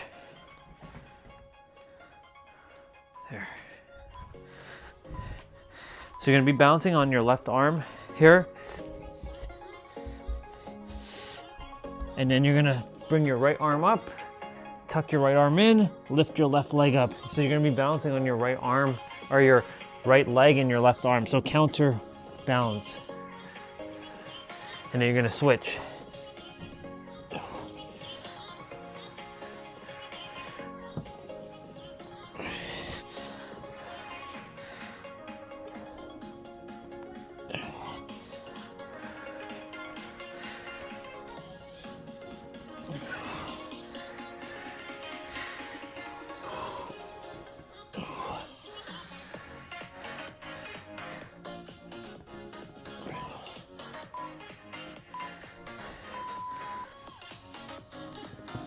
Move my boots there for now.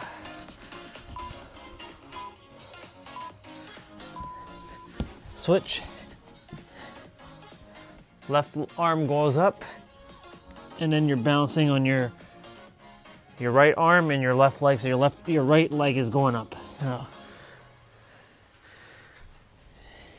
Y'all, it's like super windy.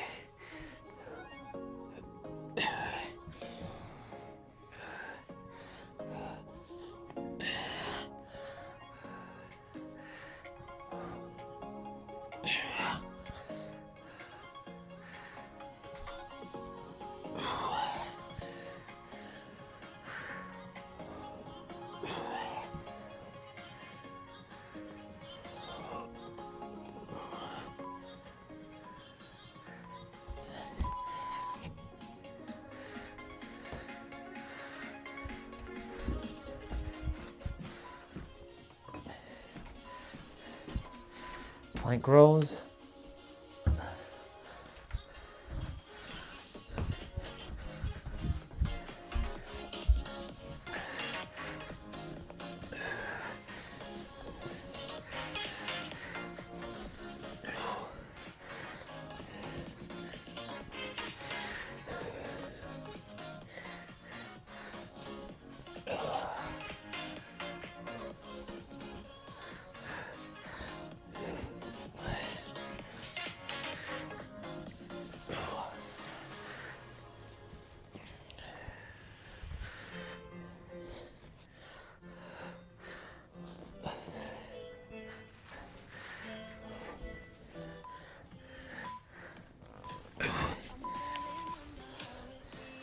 Tuck crunches.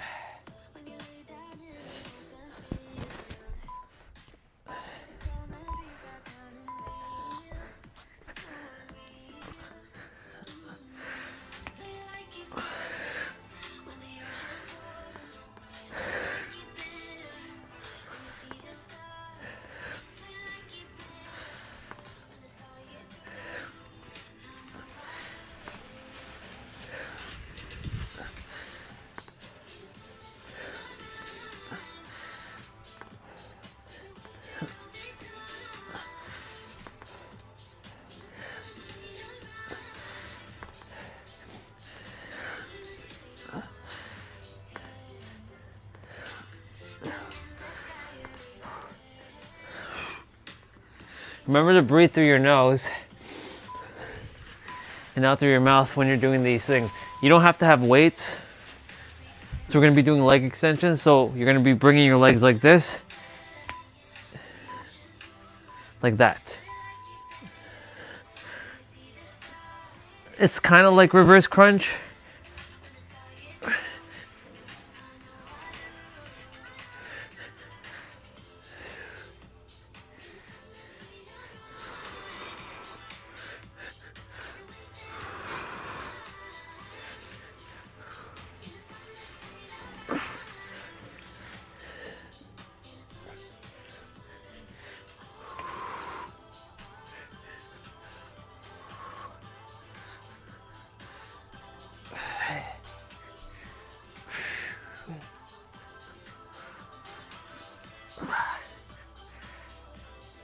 Yeah.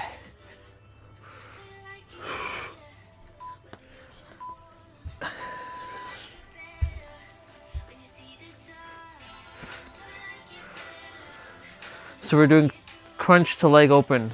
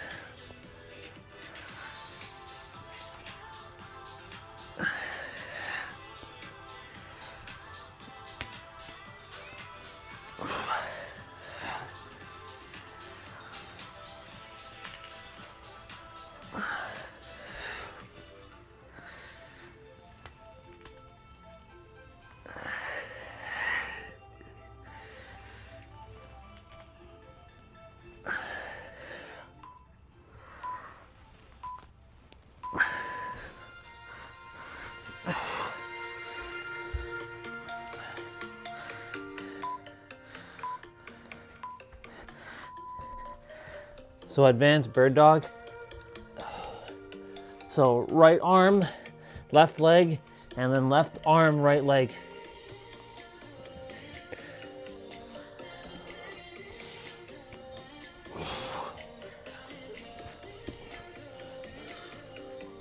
Remember to suck in your gut here.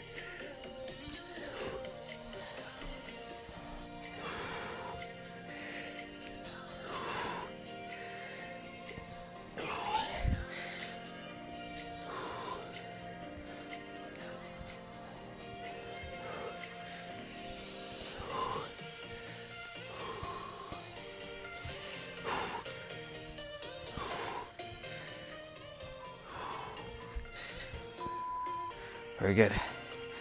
Standard bird dog. So what you're gonna do, extend, tuck, extend, switch. So your right arm or your right elbow to your left knee and your left elbow to your right knee. So extend, tuck, extend, switch.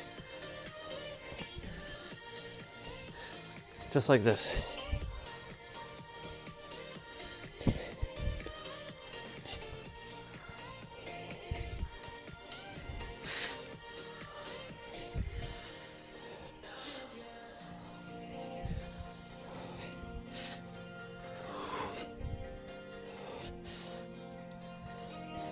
Man, doing that jail, that prison in Rogue Galaxy was a lot. It's crazy.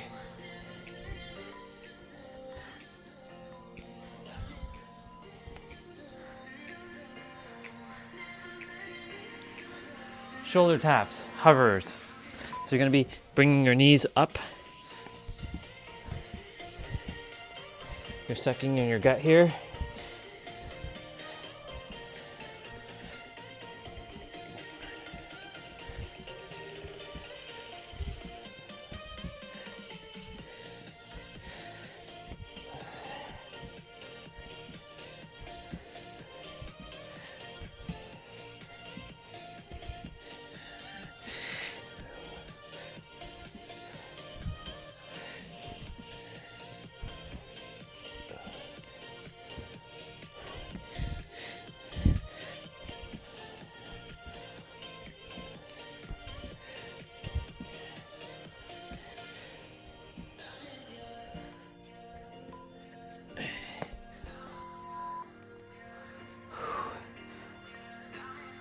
Hip raise.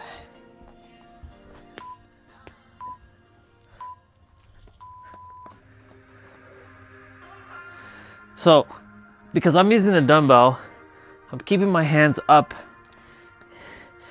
With you all, you're going to keep your hands on the ground. Unless you're doing it with dumbbells with me, then you're keeping your arms up. The goal is to keep your lower back flat to the mat when you bring your legs lower here. And your lower back temporarily leaves the ground for a moment when you lift up your legs.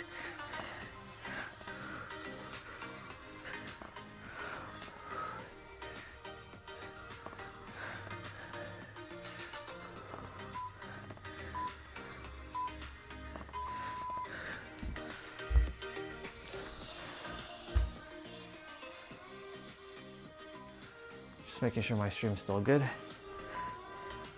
And it is. So we're doing reverse crunch now. So this time you're rolling. Instead of doing it like this, you're rolling.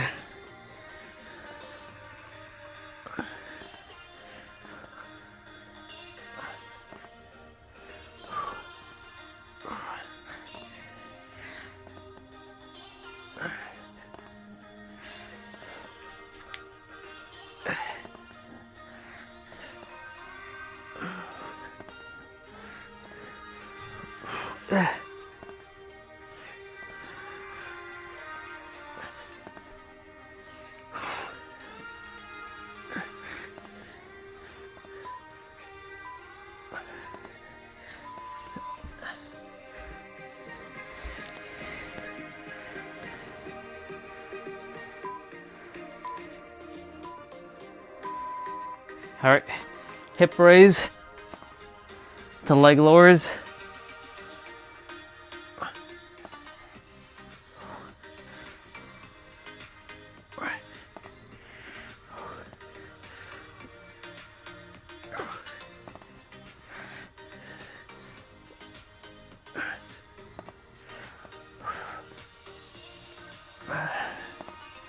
We're doing good, y'all. Keep it up. So after this, we've got our mobility training and our 55s to do.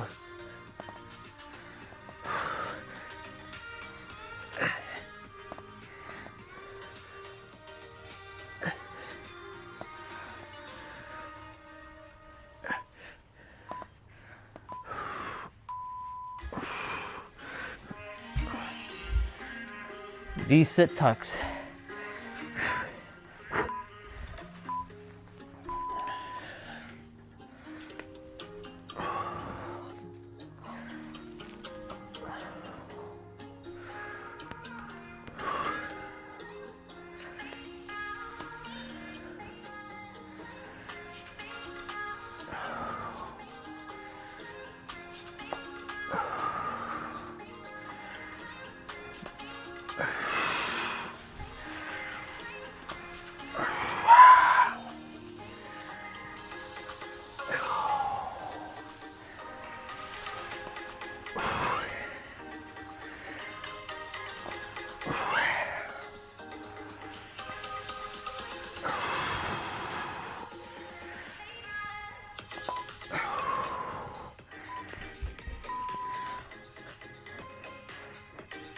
Elbow scissors. So you're gonna be on your elbows here.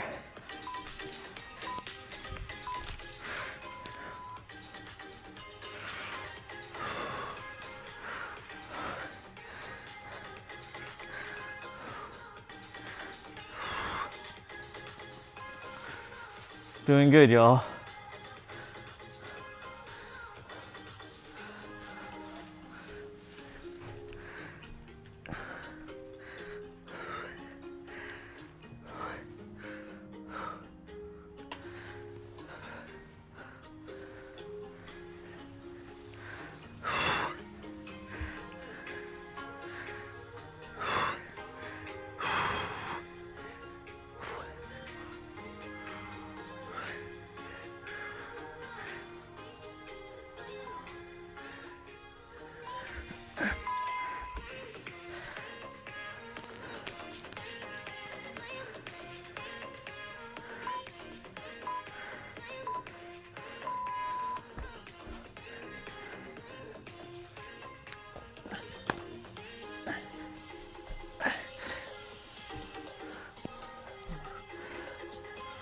Russian twist, also known as universal twist.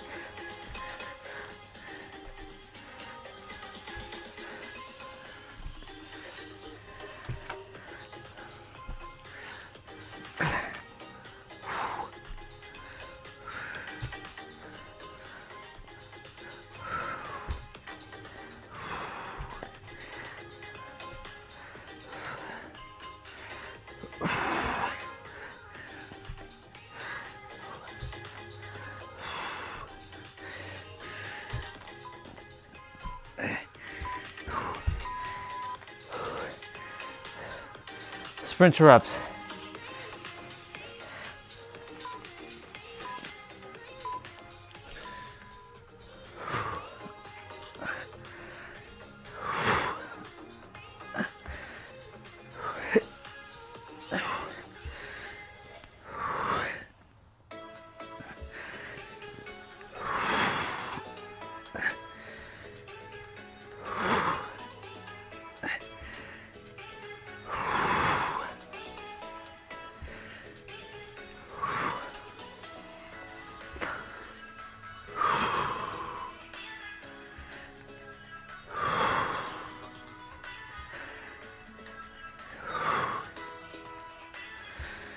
Doing good, y'all.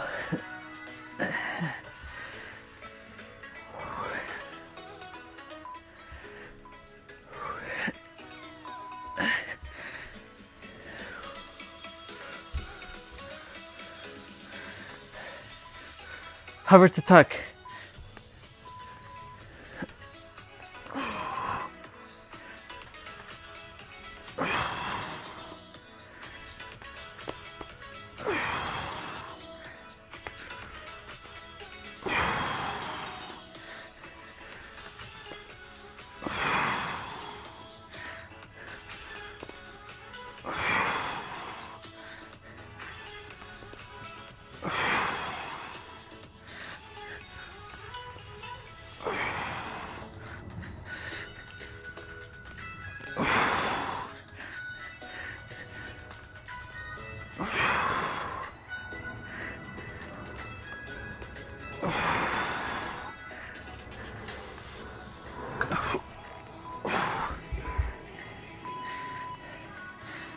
Ooh. V-ups.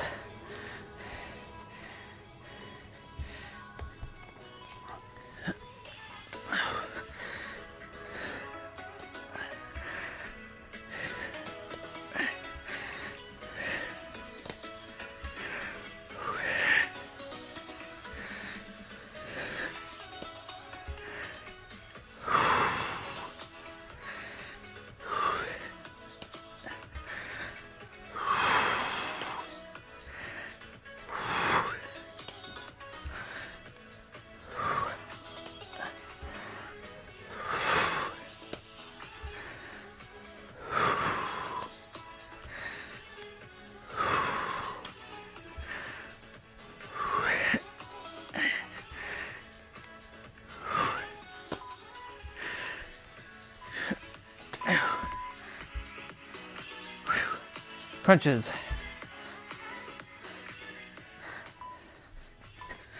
Actually, let's do it both.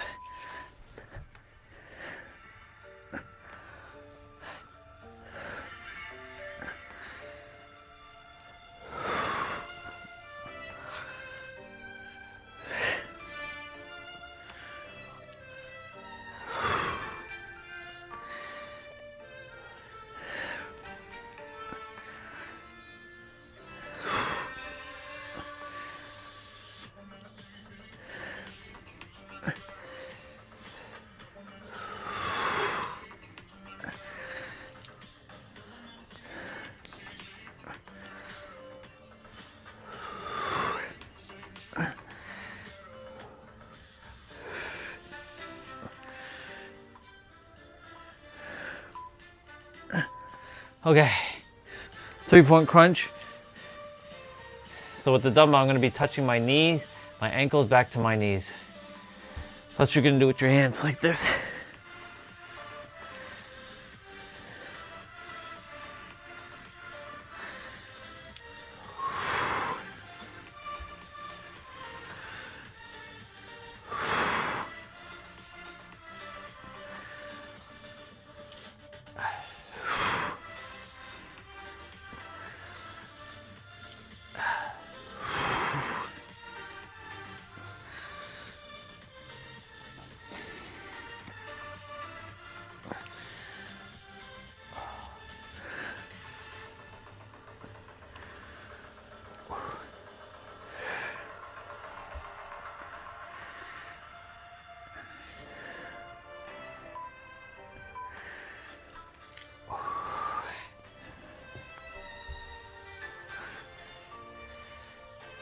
crunch pulses.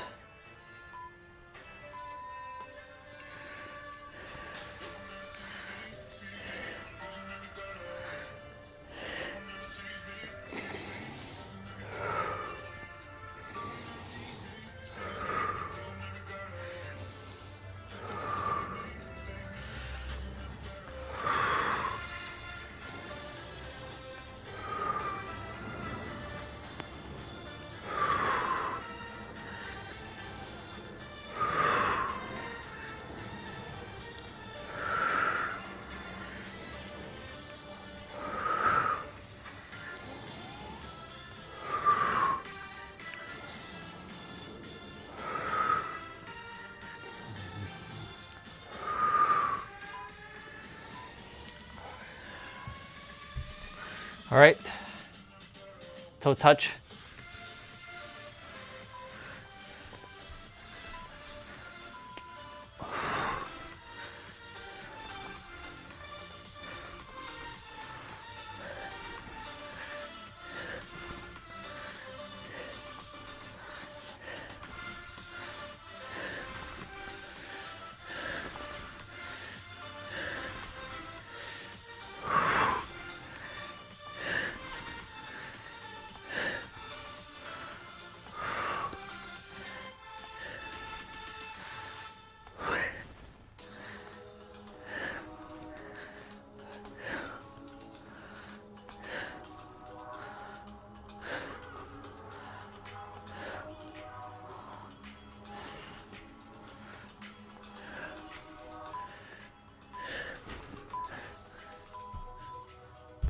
Put it down.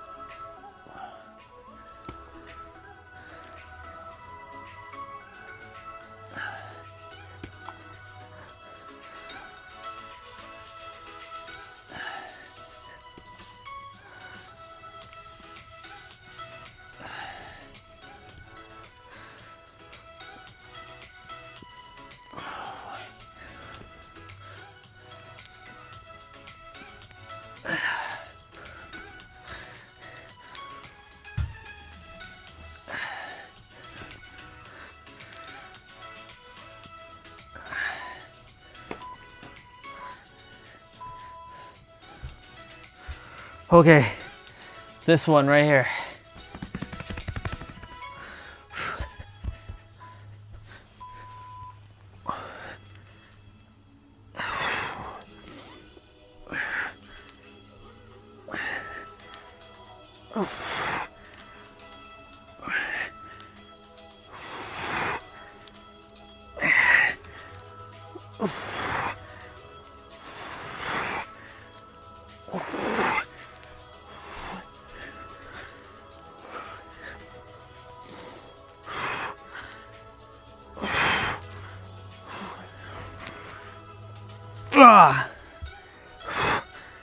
Oh my God.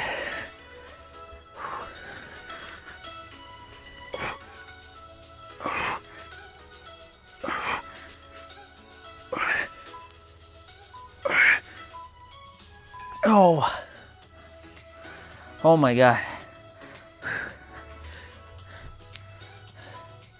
That one is a killer.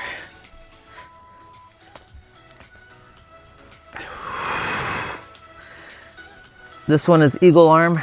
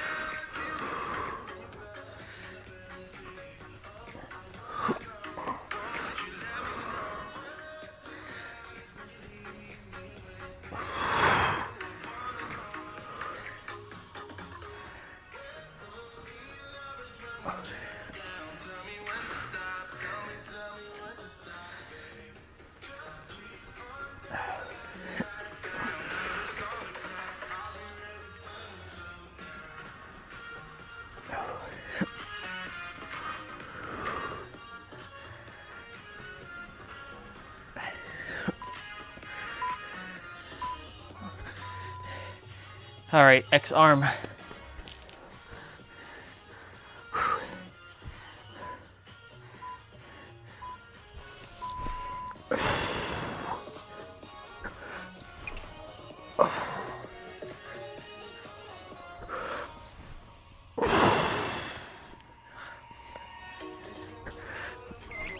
Oh yeah.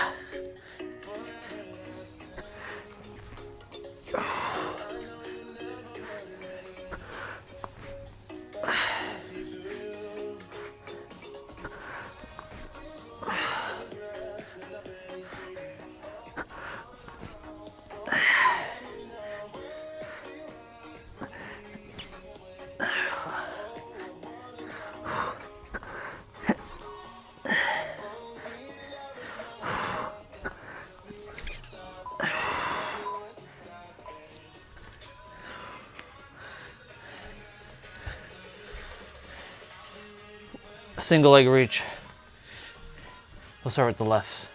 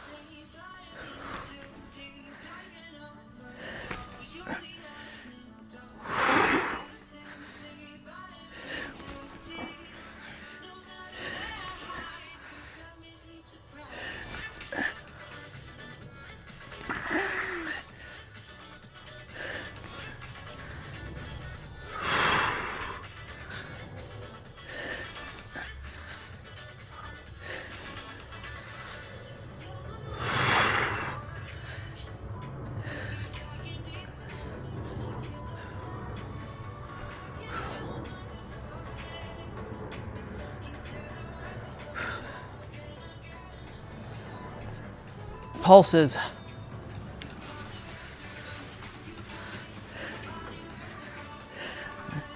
Almost there, y'all.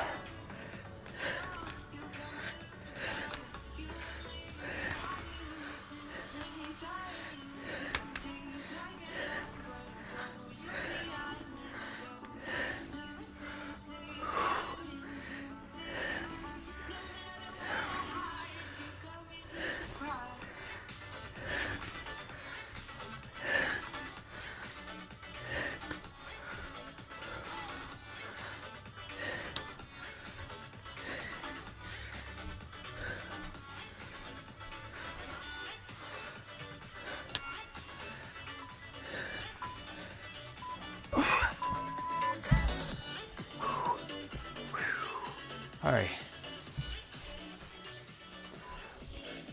Time for us to do planks.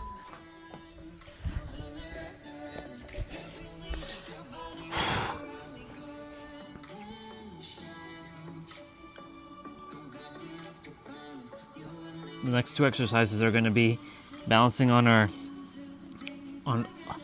one arm each. You're going to start with the left arm. You're going to be holding your stance a little wider with your legs. You're gonna tuck in your opposite arm near your gut, near your abs.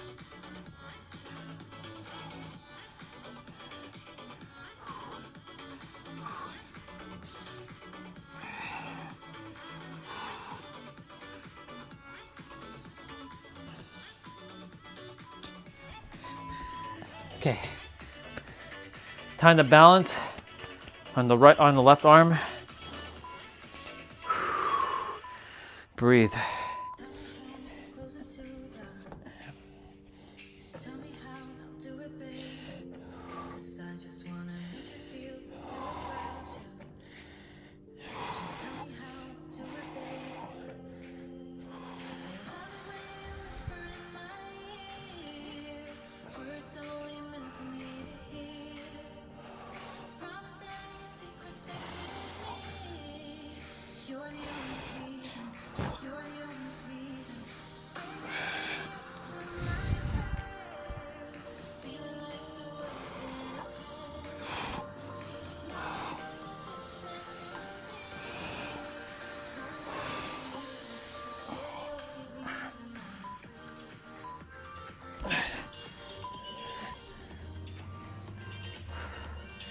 Other side now.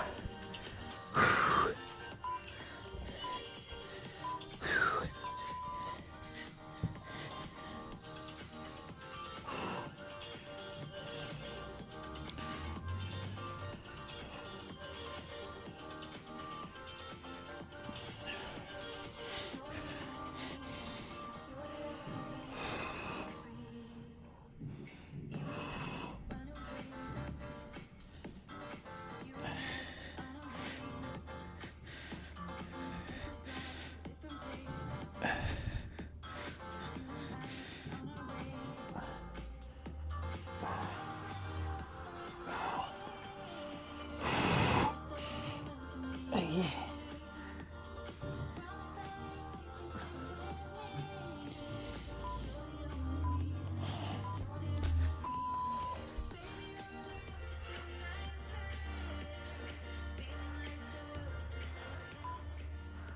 All right. Traveling mountain climbers. Last one, y'all. Let's go. Give it your all.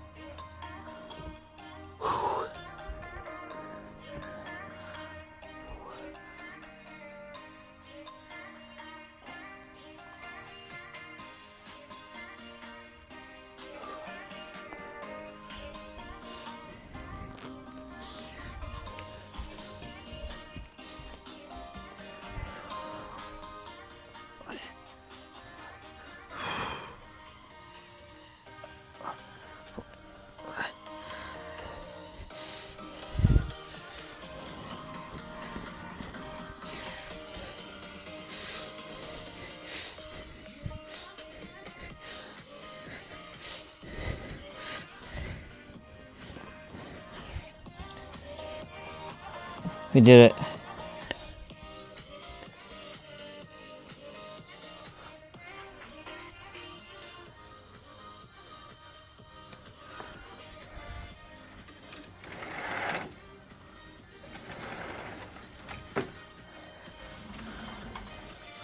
Sun came out.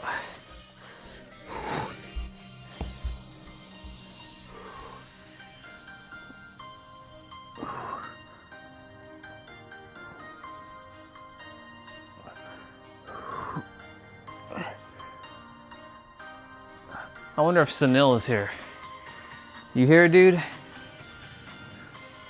Just want to see if he's here. Because you never know. Watch if I say he is and he shows up. Call his name and he appears. Or, even better yet, I summon the T-Bray. And I summon Ramon.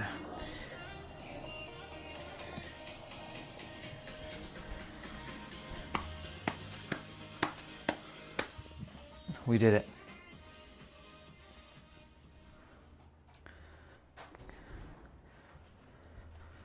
We did good, y'all.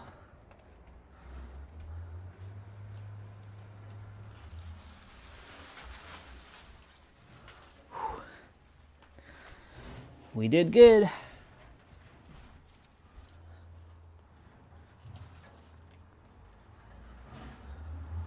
What? Huh?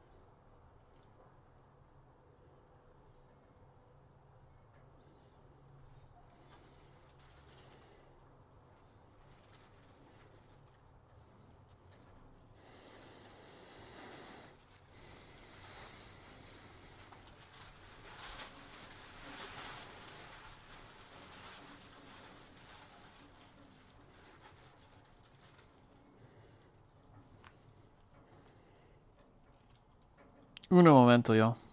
Ooh, look at that wheel. It's looking nice.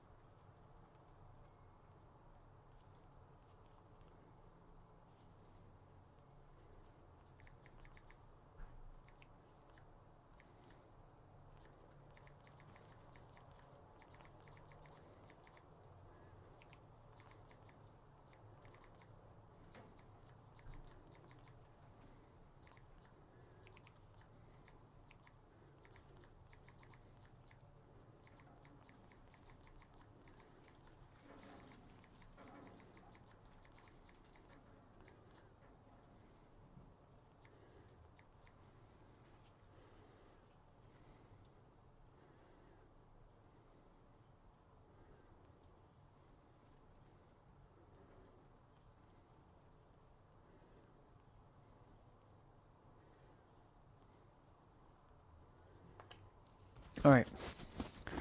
Let's do this thing. Let's do this thing.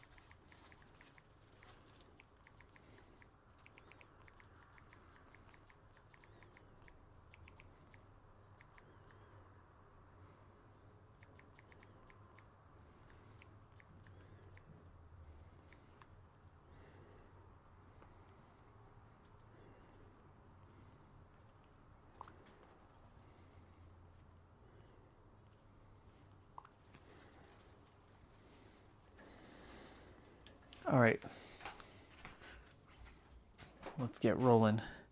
Mr. Sugiano. Ooh, Nintendo.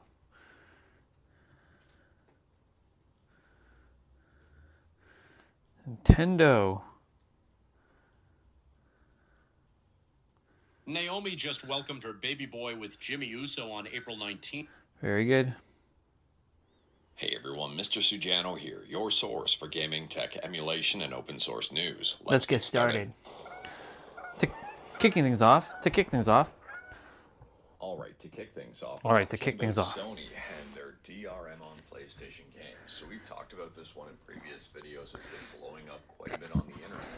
And that's regarding the 30-day check-in. It turns out that Sony has finally clarified the whole thing. Well, I don't know about you here, but I find this really interesting that Sony hasn't addressed this head on. I mean, on their Twitter, no responses to any of this. On their website, no responses to any of this stuff. There's a lot of press that is trending on Twitter, and again, no responses from Sony except for this on GameFly. I've seen a lot of articles reference this one.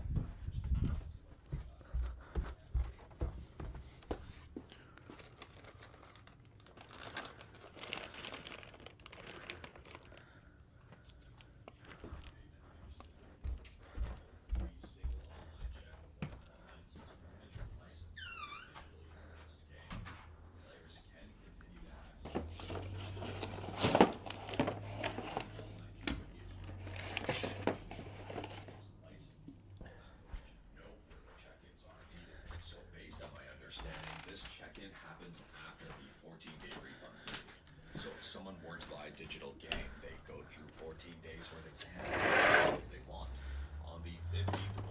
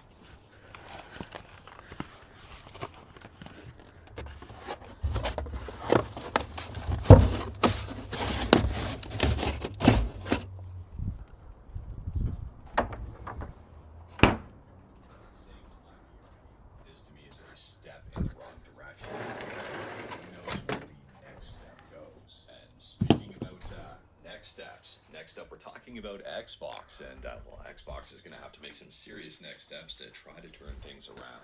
Probably why Ashley Sharma was brought in the first place. So financial information has been released for Xbox, and the numbers are not looking good.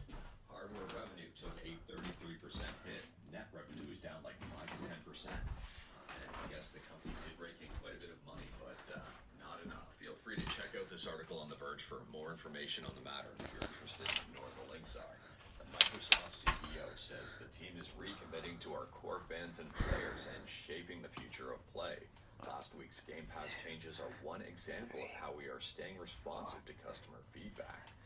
I'm very curious to see Xbox's next steps here because shareholders are probably not really happy with this information. There is something to consider here, and I'm really hoping I'm wrong with this one. Like, really hoping I'm wrong with this one. But taking a look at this quote from the CEO, our AI business surpassed an annual revenue run rate of $37 billion, up 123% year over year. I'm curious, especially with Ashley Sharma's history, if Xbox is going to lean towards more AI and try to generate revenue with AI or using AI or whatever.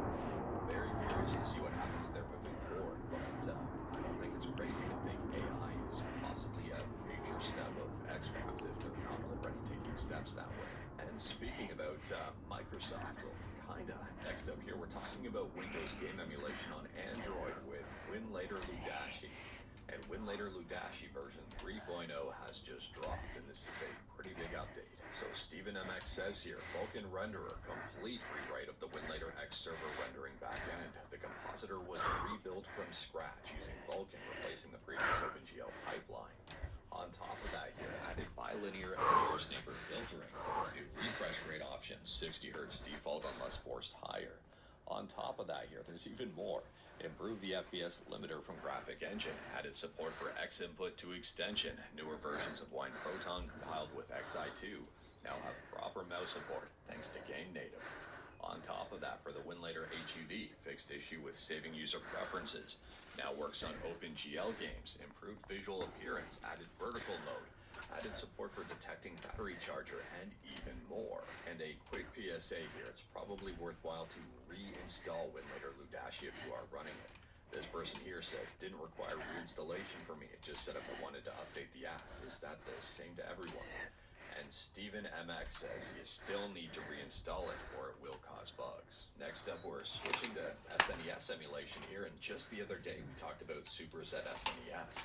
Well, now we're talking about Super SNES 9X. We talked about this one in a previous video. On a side note here, this one is heavily AI assisted with code. The developer states they've got like 23 years of development experience.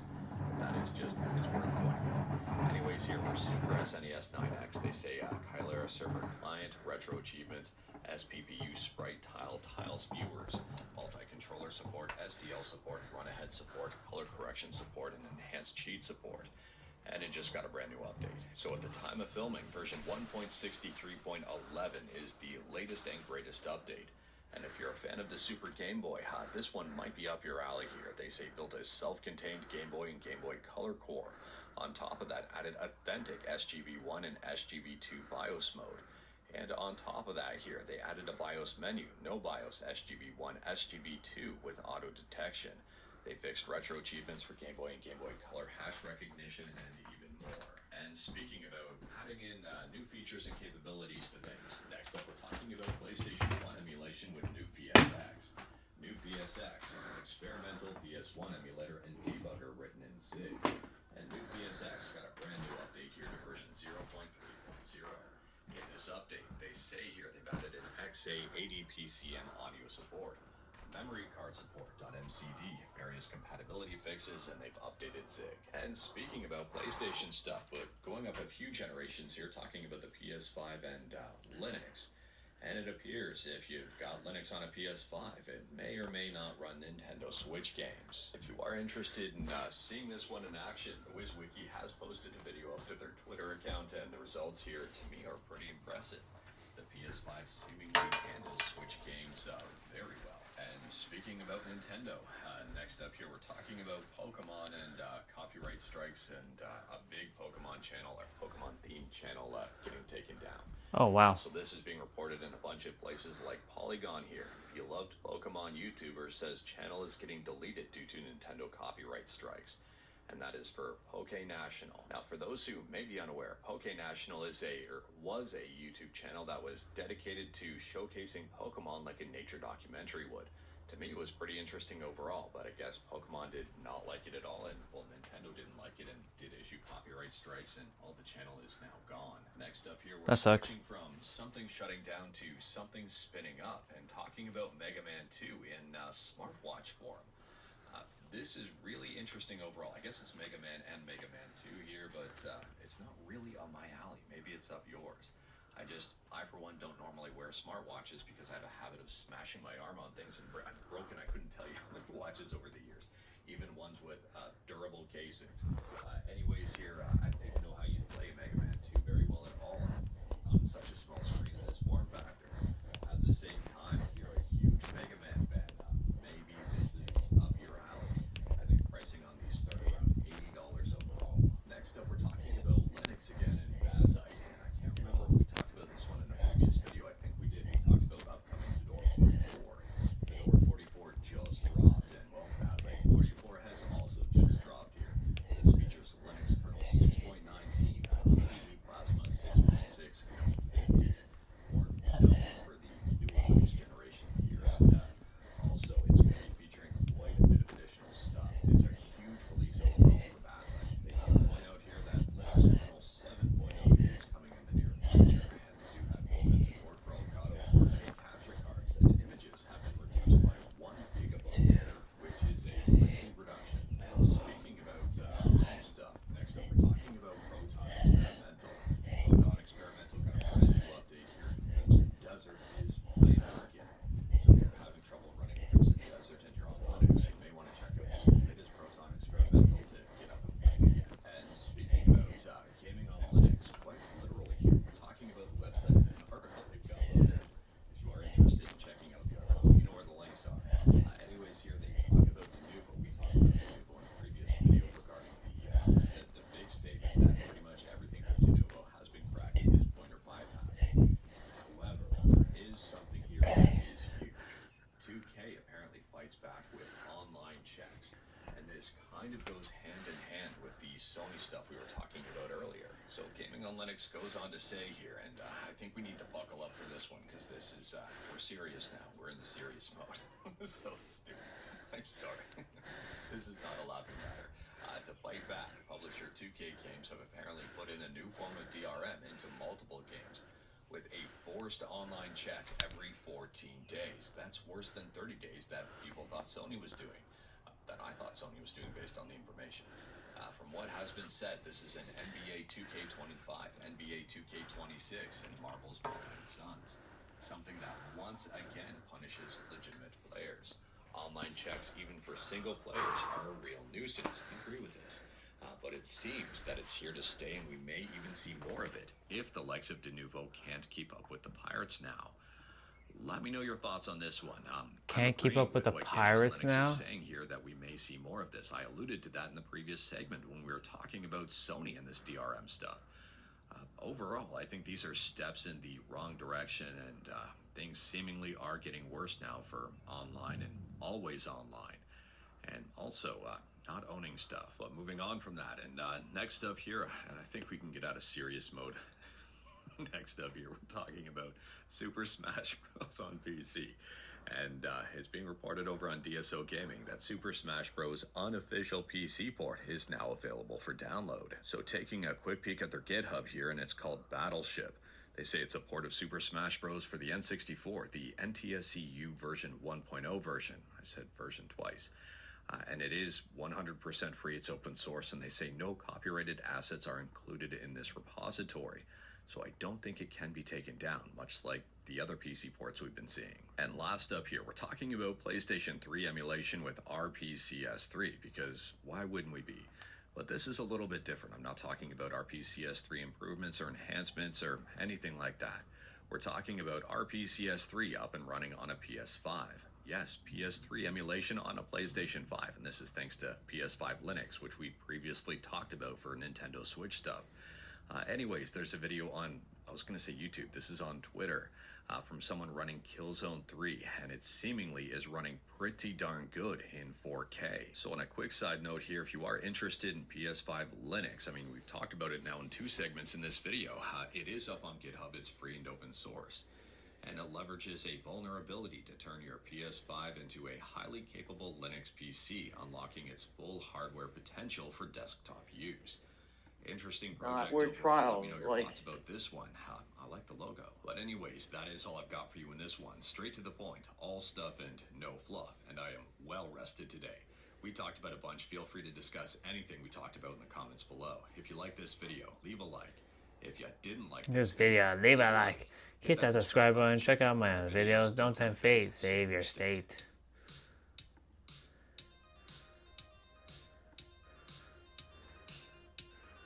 That's weird.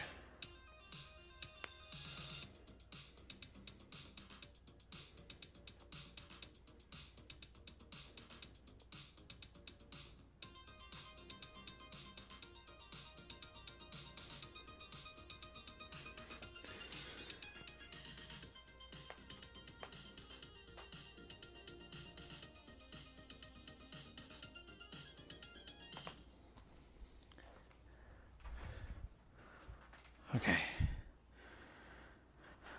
Let me check something.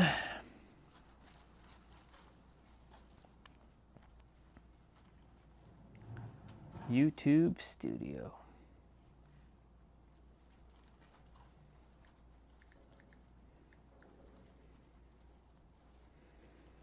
That's weird how this one doesn't have a...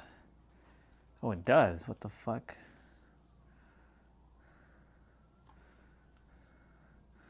That's weird. Good morning, all.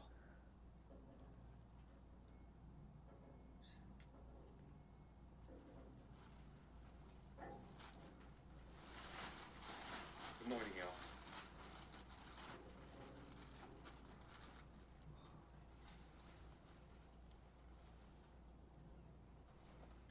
For now. Ew. Changing it up.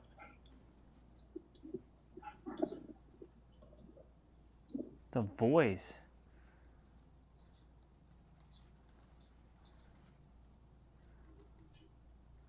To get you to start adopting my ideas, I would just show you a couple of experiments.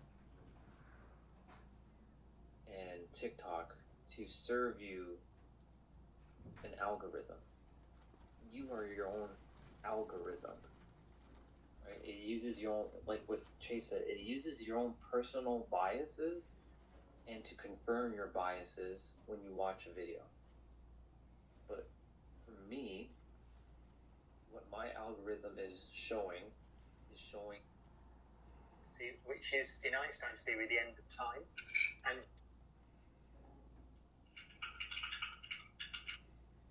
this empire crumbled right before his eyes.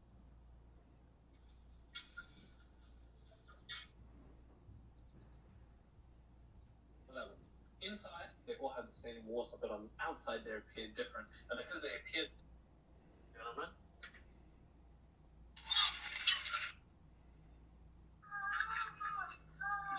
I got her. You got her okay. I was about to say, I probably should just went over there and got her. Wow, the audio is terrible. See if you can fill up another full gas can for the inside. We should be able to get it. he's coming after me.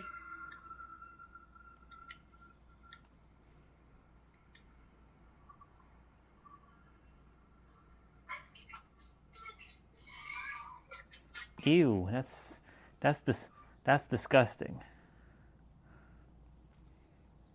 Oh boy. I wasn't even gonna make a video about the update that went live yesterday because it was so little.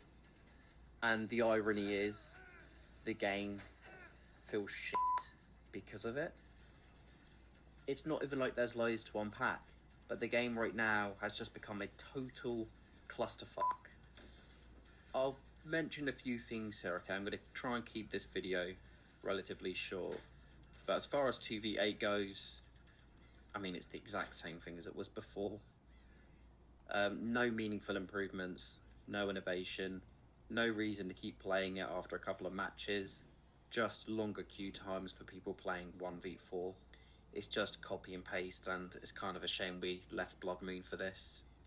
But the biggest problem right now has to be the absolute shower of bugs this update has brought with it.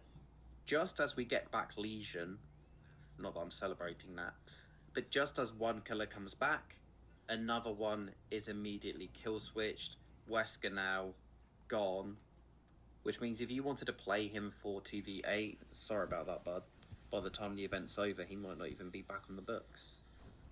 Basement hooks, bugged. Opening the exit gates, it seems to take really, really long, and then when you complete it, the gates don't immediately open. You can actually walk through them at that point, but they're bugged. Even when you actually escape the trial, the volume drops to like 1% for some reason. Oh, and Dracula's bugged again. But I'm pretty sure that's the same with every update now. He just gets more and more broken. I'm not quite sure how this keeps happening. It just absolutely baffles me every time. And this is why we have a PTB.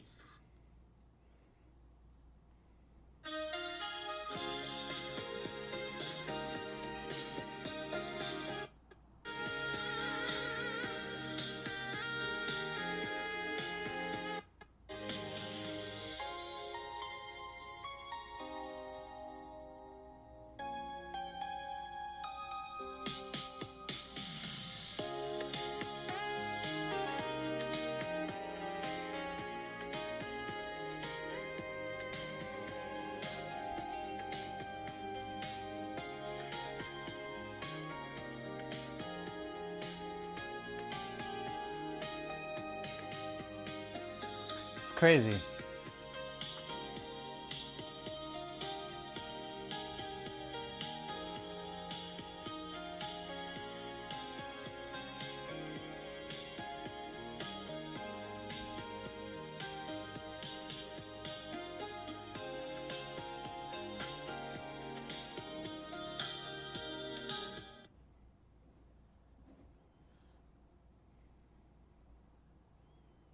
The support under the first perk combo video was genuinely insane. So in today's video, I got 3 more combos for you. Actually, one of these combos is so broken, it made the killer rage quit, which is why I made a whole dedicated video about this perk combo. Alright, but before we get into that, let's jump straight into the first combo. Okay, so the first combo in today's video is Soul Guard and Conviction. Conviction lets you pick yourself off the ground at 25% recovery progress, as long as you've healed a teammate before. There is a downside to it though, you're going down quietly again in 30 seconds. And Soul Guard lets you recover fully when you're cursed by a Hex Totem. That's quite nice, since we can sometimes fully recover after we just disappeared using Conviction. That's not the important part though. Once you're recovered, Soul Guard also gives you Endurance for 8 seconds. And surprisingly, this also works with Conviction.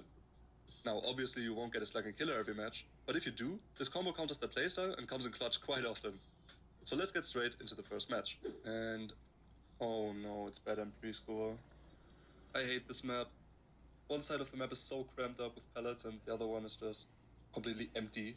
Like it's got 3 pellets or something. And it's a Billy, I think. It doesn't sound like Baba. Or is it Baba? No, it's Billy, it's Billy. And he's right here. Nah, we won't make it. Oh man. This pellet is really unsafe. Wah. Wah. Maybe one more and then drop after. Ooh. Okay, all good. He can't turn that fast.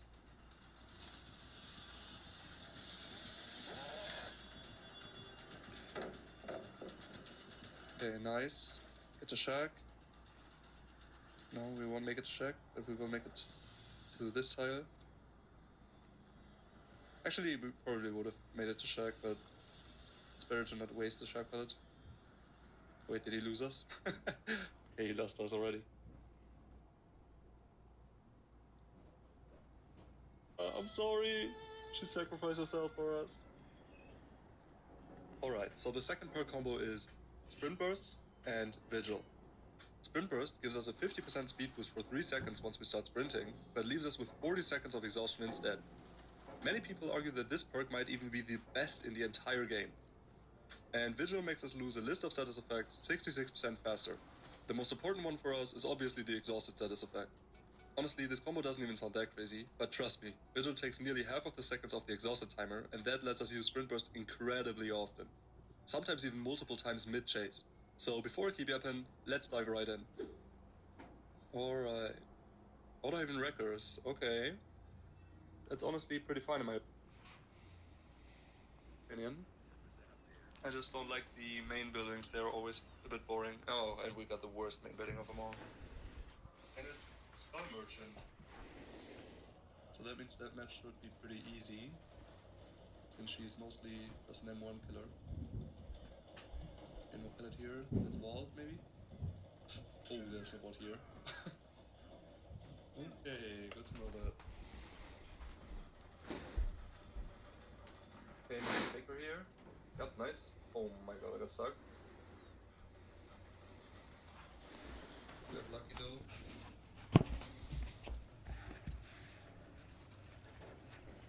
Okay, try to stun her, but 3 drops fine as well. Nice. Okay, so she falls back. But nice to draw, let's leave.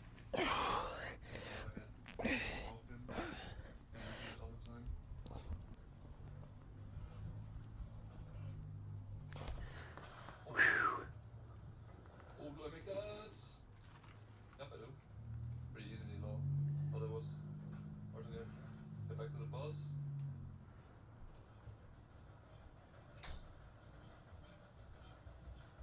Drop here.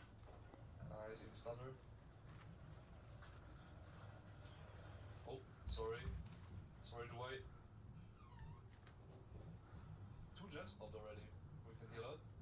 Never mind, we can't. Just cannon. Let's see if I can take the chase one more time. We got Sprint Burst 99.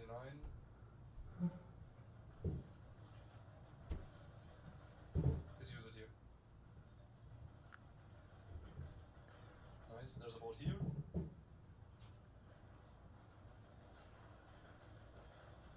Right. Okay, 6 like 3 slow with the white now. So let's find a gem. Oh wow. She just rage quit. Crazy. Alright, so as you can see, that will literally get the killer to rage quit. And that was my first match as well. Even though I made quite a few mistakes, I still got so much time out of the single chase. If you want to see how truly broken this was, my latest video was actually completely dedicated to it. So if you want to watch it, you can either click the info box in the top right corner, or you can click the link in the video description. Also, if you've enjoyed the video so far, I'd really appreciate if you like the video, or maybe even subscribe to my channel, so that you won't miss my upcoming videos. Alright, now back to the actual video. For the last part combo, we've got Dead Hard and Made for this. I think everybody knows Dead Hard by now, but if not, after we get unhooked, we get to press a button to activate Endurance for half a second. So we can basically just tank a hit for free as long as we aren't already deep wounded. And Made for this gives us Endurance every time we pick up a mate off the ground. But more importantly for us, every time we're deep wounded, we get 3% haste constantly. This combo is actually quite known. I mean, nearly all of the combos in today's video are pretty popular, but there may be a few people out there who didn't know about these yet. Alright, let's get straight into the last match. Alright, so we're playing Larry's here, which is actually fine in my opinion. I like Larry's. I just don't like that the map looks the same everywhere. I mean, I never know where I'm at. And it's cool. Oh. Honestly, I don't have that much of a problem against Pool. Many people hate Pool. I think it's okay, even the insta-injure, but the insta-injure is also okay for me, but I really, really hate Pool's slingshot at me, and it's like right at my back. Like, I'm not talking about the animation where you see it's like onto my body, rather slingshot behind me and then ending up at my back, because I have like 2 seconds. The next resource, like the ball pellet. And when there's nothing there, there's a guaranteed hit. And that's what I hate, because not only does it get one guaranteed hit, if you slingshot correctly, you get another guaranteed hit. And I'll be back. But still, I just like to play against that. Oh, I think he's coming over here. Oh yeah, there he is.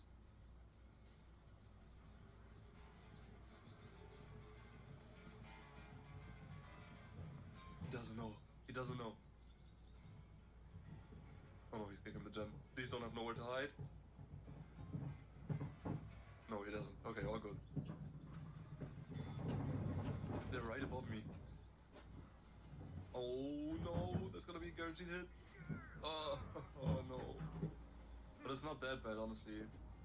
If he's slingshotting at me, nothing changes.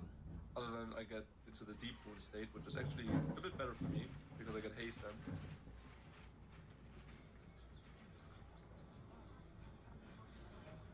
Did he lose me? He lost me. Okay, good. Yeah, the rest of the build. We're playing, or I decided to play, Hope here. Hope. Okay. He doesn't care about us. Right, I decided to play, Hope instead of something else. You can literally go with anything. It doesn't matter what you're going with. I just thought it would be a nice addition to Hope, so we got even more haste in the end game. So that whenever we get into that game, we get like 5 to 8% haste, depending on if we're deep wounded or not. And for the last perk, I decided to just go with Finesse. Honestly, my favorite perk in the game. Really fun to play. The vaults look clean. Best of all, it's always save me. So that's why I went with those 2 perks. You can literally go with whatever. Okay, let's get the Anuk here. And it seems as if he's going to tunnel. The music's getting louder. Yeah, I think he's looking for us. Yeah, definitely. Oh, yeah, I need owner. At least we got the heal crew. I think he's coming to us. I'm just gonna leave. Hopefully he doesn't see us. Okay, good. He's at the gem. Oh! If it glows, it goes. Nah, there's no way. Bro, there's no way he's coming around the corner. Does the totem make sounds for the killer as well, or did he just check if there's somebody on this totem? No way, bro.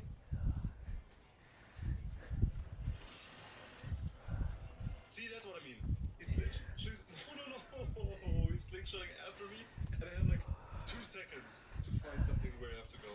Bro, this is the most annoying thing in the entire game. He slingshots after me, and that didn't even take any skill. He just had to slingshot off there was a ceiling above us, and he just had to slingshot at the ceiling. He was right at my back. Bro, this did not require skill at all. He just had to slingshot after me and hit me. And I was literally running through the nearest possible thing. There's no way he's coming back to tell me, right? He is. And he's waiting for the endurance to go. Wait, maybe they're not in the pellet here? Bro, he's respecting the pellet. Are you serious? And he's shaking his head. Nah, bro. Like, you. Nah, bro. That's insane. And he's got the power up as well, bro. I'm terrible at the game. I literally just thought he was going to swing right into the pellet. Why would he respect the pellet if my endurance is about to run out? Or, I mean, it did run out. Is he not able to count? You just literally had to wait 10 seconds, and we were at like second 14 or something.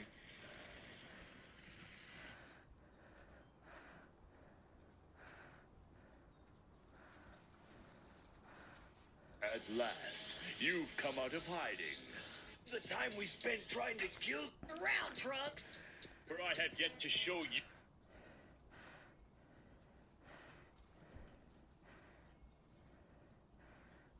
I've been playing Dead by Daylight for a long time, and it's always quite a shock when I compare how the game is now to the way it was back in those dark old days.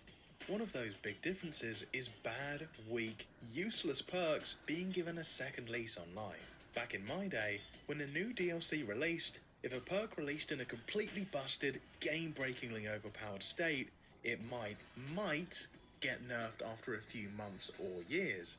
But if a perk released in a completely trash or even useless state, then it's pretty much a wrap. No meaningful buffs, reworks, or anything else to maybe give it a fighting chance. At least, not until the more modern era of DBD with the new dev team at least. Take Buckle Up for example. Its release date was so bad that it pretty much instantly earned meme status, and I'm pretty sure that was before the HUD told you how far into recovery a survivor was. Once that update hit, the perk was literally useless. Like, literally, as Buckle Up's original purpose was for you to tell how much your slugged teammates had recovered, because back then you had no way of knowing other than walking up to them and seeing the progress bar. In the span of 4 entire years, all it got were 2 absolutely tiny changes that did absolutely nothing to bring it out of meme status. Of course, in 2023, well into the modern era, that is against them. Stack now progresses the gen by 2% instead of 1%. A rework which completely broke the game, which I've already made a video about. But the point stands. In the old days, bad perks stayed bad. These days, not so much. A great example is Dead Man's Switch, which was really bad on release as it still blocked gens like it does nowadays, but it would only activate after hooking the obsession, nobody else. On top of that, once the obsession was hooked, the timer would start immediately, even if nobody had let go of a gen yet. So let's say you finally hooked the obsession and walked all the way over to a gen somebody was on, and they finally let go, which would then trigger the block. There might only be 5 seconds left on the block timer anyway. Fast forward a year and a half later, and Dead Man's Switch would get buffed so it works on every hook instead of just the obsession, and the rest is history, with the perk still being meta to this very day, 4 years later. Grim Embrace too, originally doing nothing until all 4 survivors had been hooked, then being buffed to block on every hook. This would cause Pain Resonance, Dead Man's Switch, and Grim Embrace to form somewhat of a holy trinity of killer meta perks for a long time. While Grim Embrace has fallen off a bit these days, Pain Res and DMS stand strong to this very day. Continuing the trend of going back and showing a little bit of love to old, not so strong perks, the devs recently went back and revised Yunjin's perk from 2021, Fast Track. A perk that I personally had a bit of a soft spot for, but the rest of the community deemed as very weak, with the devs coming back and changing it in a way that caused a lot of problems, as it provided absolutely ludicrous amounts of value for almost no effort whatsoever, just like the value you'd get from today's sponsor, Rocket Money. These days, companies are getting quite cheeky with how often they increase the prices of subscriptions without making it clear to people who are already subscribed. So if you're someone who has quite a few subscriptions, you'll probably be shocked to find out just how much of your budget that they're now eating into compared to before, as they've all increased their prices so much without you knowing.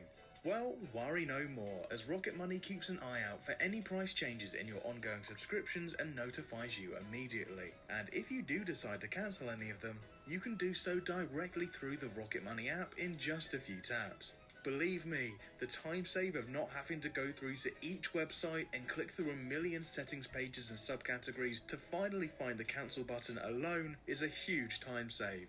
But Rocket Money is more than just a subscription tracker. It's the ultimate all-in-one budgeting and money management app to help you save money. Save your time and your money now with Rocket Money. Scan the QR code on screen or head to rocketmoney.com/Arditha to try Rocket Money completely for free or unlock premium for even more handy features. Thanks again to Rocket Money for sponsoring this video. So, what did original Fast Track do? Why didn't the community like it? And why did I like it? How Fast Track would work was, each time any of your teammates, but not yourself, got hooked, you'd gain 3 stacks. When you hit a great skill check on a generator, all of your stacks are spent and you'd instantly progress the generator equal to 1% per stack. So if only one teammate had been hooked and you hit a great skill check on a gen, you'd spend your 3 stacks and instantly jump up 3% of the gen, plus another 1% progression from the Great Skill Check itself. But also, the perk had no cap to the amount of stacks you could, well, stack. This meant that, theoretically, if you intentionally avoided hitting Greats until all of your teammates had been hooked 3 times, you could get a whopping 27 stacks. Whoa. 30 if you used Shoulder the Burden. Then, when you finally hit a Great Skill Check, your gen would instantly jump up by an almighty 31%. But of course, that's a bit of an extreme. I'd say in your average match you'd be sitting around 18 stacks. So, why did the community deem this as a weak perk? Well, skipping around 30% of one single gen after your entire team has died isn't exactly OG Decisive Strike levels of power now, is it? Realistically, you'd get lots more value from one of the many meta perks in the game, or for more of a direct replacement, Stakeout, which automatically converts regular skill checks to Greats and gives you bonus progression for said Greats on top of the base kit bonus. You'd gain these stacks just for being in the killer's terror radius, which means it scales even better against those high tier, large terror radius killers like Kaneki and Hillbilly. It's simply more consistent. The only time you don't really get much value from Stakeout is against stealth killers. But then again, stealth killers are generally some of the weakest killers in the game anyway, so you don't really need the faster gens against them. In that case, why did I like it? Well, I'd be lying if I said all of the above weren't valid points. And even as an enjoyer of OG Fast Track, I do have to acknowledge those issues. But despite its weaknesses, I still found it both fun and satisfying. As someone who almost exclusively solo queues when I play Survivor, and have done so for nearly a decade now, even before I queue, I know it's pretty much a given that my teammates are going to be absolutely dog shit every game, and no matter how weak the killer is, they're going to go down in 10 seconds flat.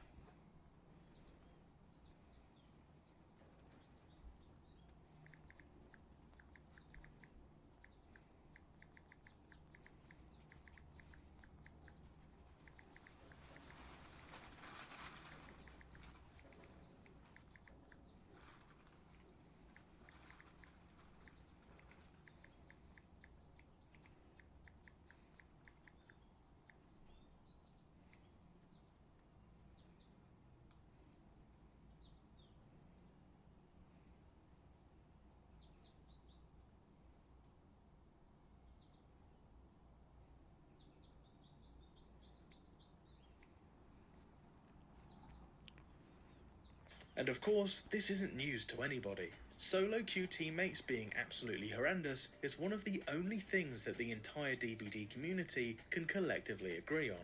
But with Fast Track, instead of teammates dying being a completely bad thing through and through, you at least get a little boost to your gen progress. It almost feels like a little minigame building up those stacks. Sure, ideally I prefer teammates who are actually, good over the 9% progress, but until Behaviour fix their MMR and matchmaking system, we have to take what we can get to keep our sanity, right?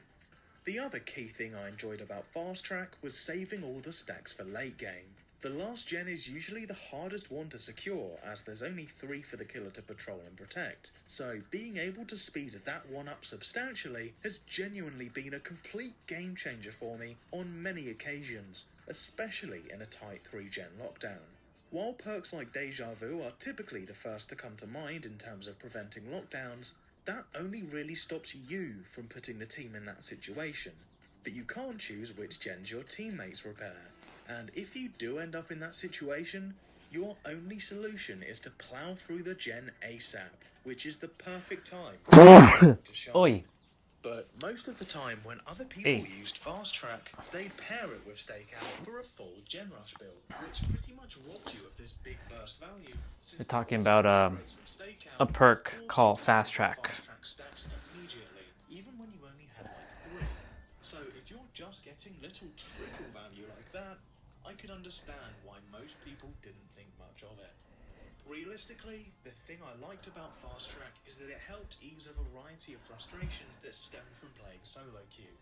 which again is pretty much the only thing I do on Survivor. It might not have been the strongest perk, but it served as a little silver lining to stop me from going insane. Of course, things would all change 4 years after the perk's release, on the 17th of March 2026 in patch 9.5.0, where Fast Track would get the following change. Buff. Each stack now progresses the gen by 2% instead of 1%. You still get 3 stacks per hook. Buff. Progress applied by Fast Track can no longer be regressed at all, like a brand new part. Added a cap of 9 stacks at any given time. More stacks can still be earned after spending them. Wow, those are 2 huge buffs. Straight up doubling Fast Track's gen progress alone is enough to make it a scary gen rush perk. But making the progress permanent too? Very scary changes. While adding a cap to the amount of stacks you can have at once does prevent a single person from making half an entire gen unregressible instantly, it also removes the element of strategy from the perk, and instead forces users to spread the usage out across multiple instances throughout the course of the game. If that's you, T-Ray, we'll be playing in a bit. Have to help pack groceries when Lorene comes back.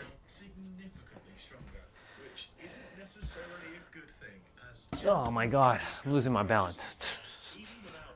Come on, body. Come on. Come on, right leg, let's go.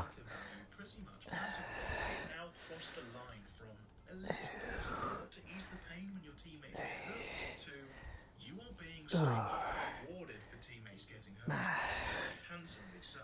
Since the perk now caps out at 9 stacks, 3 hooks worth, people will wait for the first hook, dump the stacks into their current gen, and are then free to accrue more stacks from future hooks since they're now at 0 after spending them. What this translates to, though, is every third time the killer hooks a survivor, a gen will instantly progress nearly 20%.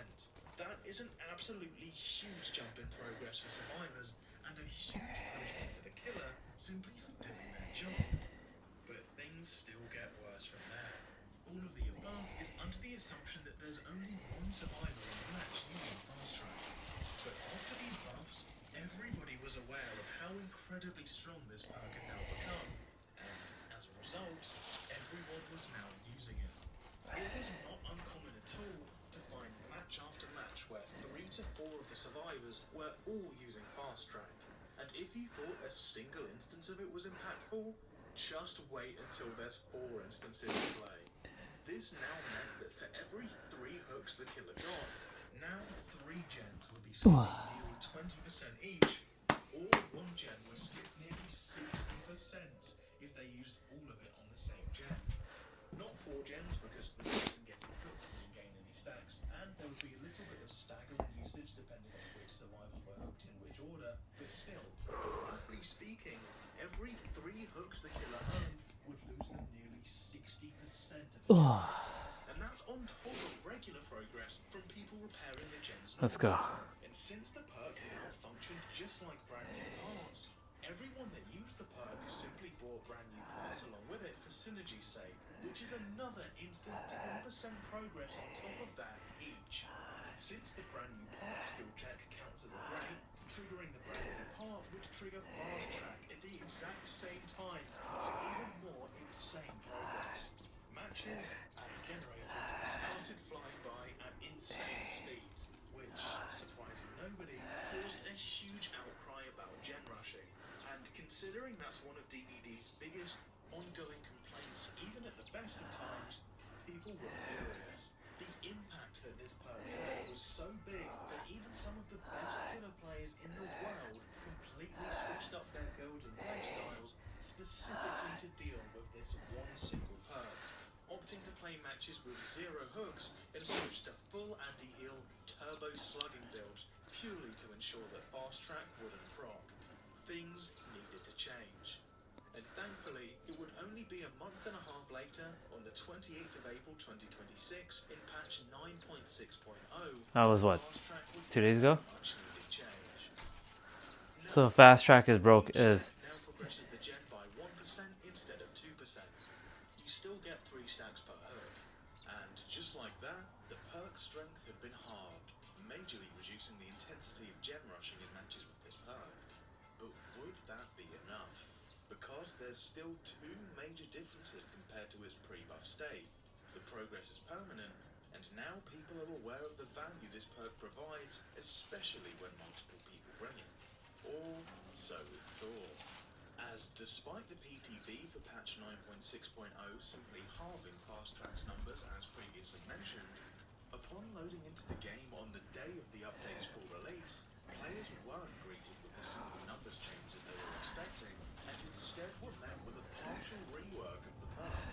While the end result was still providing permanent gen progress as before, the means of obtaining stacks were completely changed. Rework. You now earn one single stack of fast track each time you unlock a teammate, up to a maximum of 3 at once. Hitting a great skill check on a generator still spends all the stacks, granting permanent progress depending on the amount of stacks you have. But each stack now grants 5% of permanent generator progress, which addresses two issues from the previous iterations. The value is no longer passive and instead requires active input from the player to earn said stacks, as well as pretty much putting an end to the entire team's getting value from this perk, as instead of the entire team getting stacks and getting hooked, now only the single person is the other. Too many people complain about Dead by Daylight and stuff. I'm like, people are attempting to always break the game with perks and whatnot. One side cries, the other side doesn't. One side then gets a buff, the other side doesn't. Like, just give me a Dead by Daylight game where everybody's just fucking OP. And it just comes down to skill at this point. Give survivors OP skills, give killer OP skills. And then we'll see who's going to actually be better. Solution. Alright, what's going on here?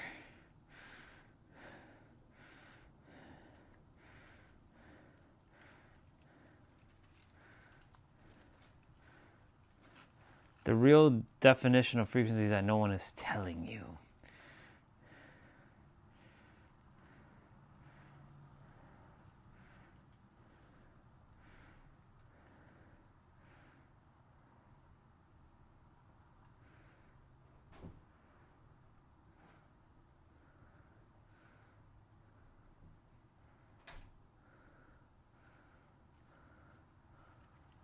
Now that you know what frequency is made up out of, we have to understand how frequency expresses itself in us as human beings. Because this is the true definition of frequency. Once again, frequency isn't some spiritual brownie points where, you know, how many namastes you fucking say and how many words you don't say and how often you sit outside and stare at the sun and all of this and all of that. Yep.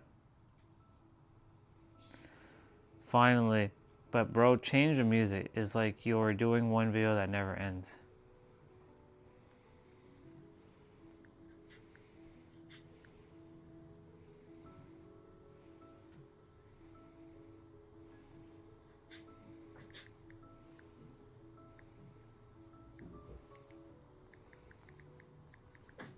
Frequency is expressed in us as our level of awareness. That's what frequency is.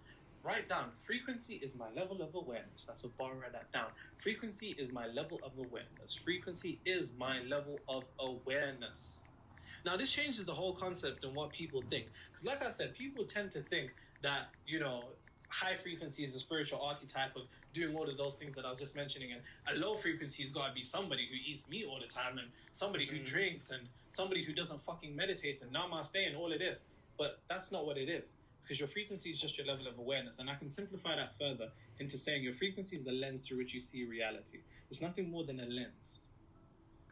If somebody has a high frequency, then that means they have a clear lens. If somebody has a low frequency, then that means they have a smudged lens. Now, imagine you've got glasses and you're walking through life. If you've got clear lenses, you can see everything that's approaching you. You can move out of the way. You can move to the side. You can go here, go there, because you see clearly. I'm going to be done shortly, so may as well y'all just have a listen to the brother. The broski. The bro. Enjoy the bro. You know, these are the short ones. If your shit is smudged and you can't see, and you got chocolate ice cream on your glasses lens, you walk in, hit a lamppost, ow! You walk in here, walk into a bench, walk into somebody, and then you begin to experience pain. If somebody has a high frequency, it means that they have a clear lens. It means they have a high degree of awareness. And certain individuals that have incarnated on the physical plane, from the Christ to the Buddha to the Krishnas, you know, to the Lao Tzus, to even the Sun Tzus, right? These individuals had a high level of awareness. And because they had a high level of awareness, they saw a clear lens. And when I mean a clear lens, I mean true to the nature of reality. Because when one has a clear lens, you see the true nature of reality, and you're not caught up in the illusion. Not caught up in the illusion.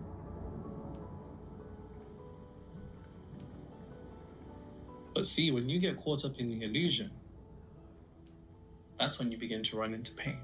And even if you look at the levels of consciousness scale, you can see that the emotions at the top are reflective of peace, bliss, calm, enlightenment, and all of those things. And the emotions at the bottom are reflective. At the lowest is shame, then there's apathy, there's grief, there's guilt, there's fear, there's anger, there's pride, which pride is a bit more towards the center. But all of those things are things that you begin to experience based upon having a smudged lens. So when you have a smudged lens, you don't see clearly. When you don't see clearly, you walk into shit. You walk into shit, you feel pain. And then when you walk into shit and you feel pain, you don't know why you're experiencing pain because you're not seeing clearly. But you don't see with your eyes, you see with your mind. And that's metaphysically and scientifically. One, the eyes just take electrical signals and send them up to the brain, and the brain computes a guesstimation on what it's seeing. But then, metaphysically, you see with your mind because your level of awareness determines what you see. You see nothing in reality more than what you are. If you wish to see something different in reality, then you must wish to seek that you are different yourself internally. It goes back to what I said. You can't outrun your frequency.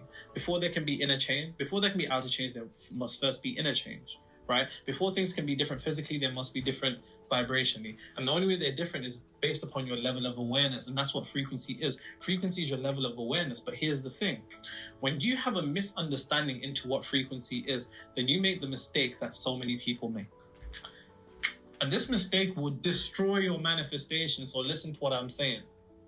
Most people think being high frequency is feeling happy all the time like this. Nope. So what do they do? They try to hold themselves to the standard. You know what the fuck I'm talking about. You try to do it. I've tried to do it. We've all tried to do it. When I didn't have the correct understanding into what frequency was, I thought to myself, cool, I need to, make sure I need to stop eating this, I need to stop eating oxtail. This is, this is bad. This is no more jollof rice. This is, the plantains are fried, I should be eating them raw because, I need to be eating them raw, pause. I need to make sure I'm happy all the time. I need to make sure that I'm so calm all the time. Without realizing that when you don't have a correct definition on high frequency, you attempt to maintain this elevated state. And without realizing, as Sir Isaac Newton said, for every force there's an equal and opposite force. If you try to keep yourself 100 feet into the air emotionally, for every force there's an equal and opposite force, you must eventually come down to a point due to the fact that the universe has its own degree of rhythm, a universal rhythm. And when you get brought down, you then descend into guilt. You then descend into frustration, anger, annoyance. Because it's not normal to you. But the universe has a rhythm. Inhale, exhale, blood flows in and out. The universe has its own rhythm. And part of the universal rhythm isn't trying to maintain this degree. Because trying to maintain a high frequency is almost trying to say, I'm trying to be perfect. I'm trying to be perfect all the time. You're trying to be spiritually perfect. Without realizing that you don't need to be fucking high frequency. You just need to be in the right frequency. And that is a bar. You don't need to be in a high frequency. You just need to be in the right frequency reflective of your desired reality. And that isn't necessarily some degree of euphoric, because are you happy in the reality that you're living? Are you happy all the time in the reality you're living right now? I'm not, and nobody is. So why would you need to be happy all the time in your desired reality? You'd be in your desired reality. It would get normal to you. And because it get normal to you, that's a process of neutralization. And that's when you internalize it and make it normal. So you can be happy all the time because you're not happy all the time now. Right now, nobody is, because happiness is a fleeting emotion. Sometimes you're happy, sometimes you're calm, sometimes you're sad, sometimes you're grateful, sometimes you're an ignorant asshole. We all are. So why would you think that in your desired reality, you're going to be happy all the time and then try and maintain that? You're trying to maintain that perfection. And trying to maintain that perfection is a trap of the old frequency, because it knows what goes up has the potentiality to go down. And guess what? Because it's not normal in your head and you fall off frequency, and I don't know, nigga, you eat a chicken wing or something. I'm fucking with you. You get caught out in frustration. Something in reality, you experience this degree of adversity, things go wrong, and then you're like, fuck. Then you're annoyed that you're angry. Because you're thinking, damn, I need to be, if I'm not high frequency, then I'm gonna end up creating this. You get angry about your anger. You get guilty about your guilt. You get frustrated about your frustration. And guess what? That times 2 everything. That doubles everything. And then the universe, based upon the 2 M's, seeks to do what? Magnify that frustration, that anger, resentment, frustration, and then maintain it. And now you're actually throwing off frequency for real. And this is a trap that so many people get caught up in. I see it all the time. I've experienced it all the time. So I don't ever want you niggas to message me ever again talking about how do I maintain a high frequency. You don't need to maintain a high frequency. You just need to maintain the right frequency. And the right frequency is reflective of your desired reality. Okay, Nira, but how do I maintain that? All right, I'll show you. But there's something I need to show you first. Because remember, if you don't have the ability to maintain your frequency, you won't give it enough time to materialize into being a reality. Hence why this is very important. I mean, everything that I say on this channel is important because it revolves around reality creation, but this is important because, it has to materialize.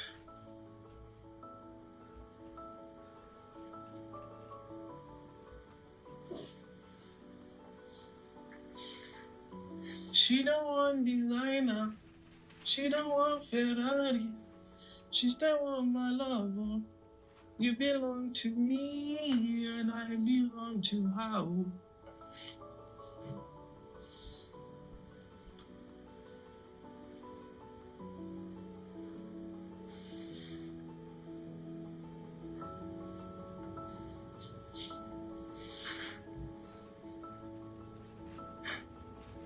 Come here, baby, and be my baby, and be my baby. Oh, oh, oh.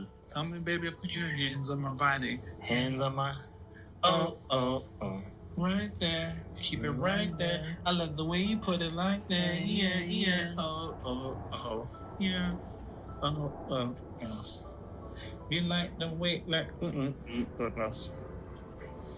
We need to bring back groups, like boy groups. Even Pussycat Dolls. I'm talking more like JLS, but yeah. Or Backstreet Boys. Gonna stick with you. You say Backstreet Boys? Mm-hmm. I only know Blackstreet Boys. That's what I said, bro. Don't leave me, girl. And Boys to Men, Jagged Edge. See, you're not even naming the real ones. Jagged Edge, Boys to Men. B2K for like a week.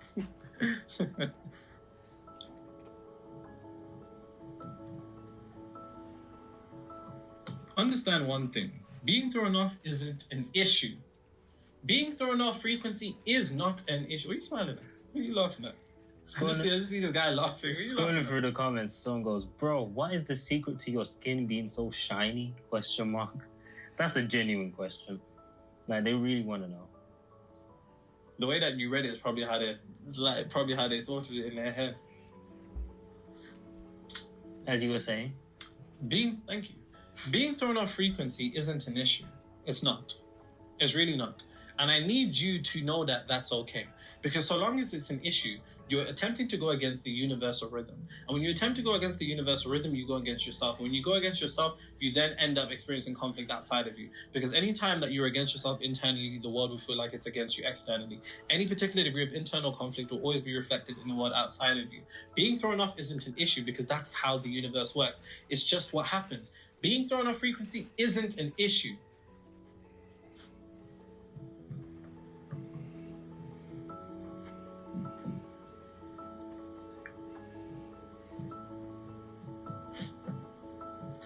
Being thrown off is the issue.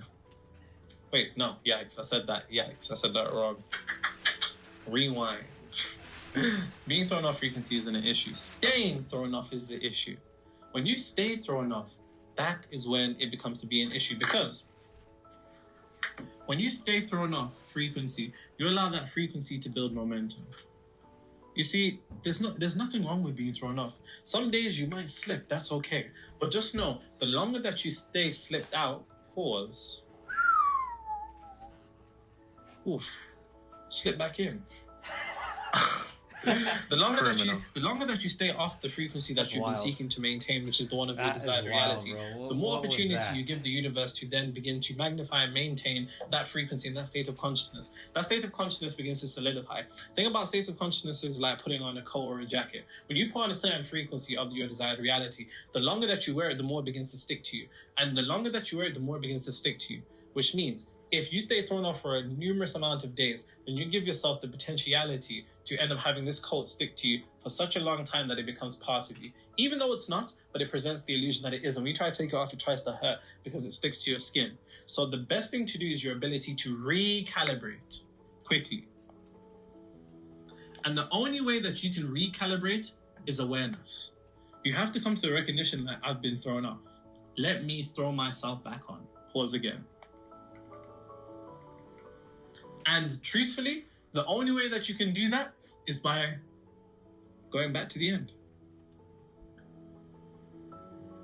You should be dwelling in the state of consciousness of your desired reality, the end of it already being in that particular reality. When you get thrown off frequency, allow yourself to feel the emotions of whatever's throwing you off. Don't attempt to ignore them. Don't attempt to act as if they don't exist, because they just go to the behind the scenes of your reality and end up fucking things up, and we don't need that. Just make sure that at some point you say to yourself, okay, I know what this is going to continue to create.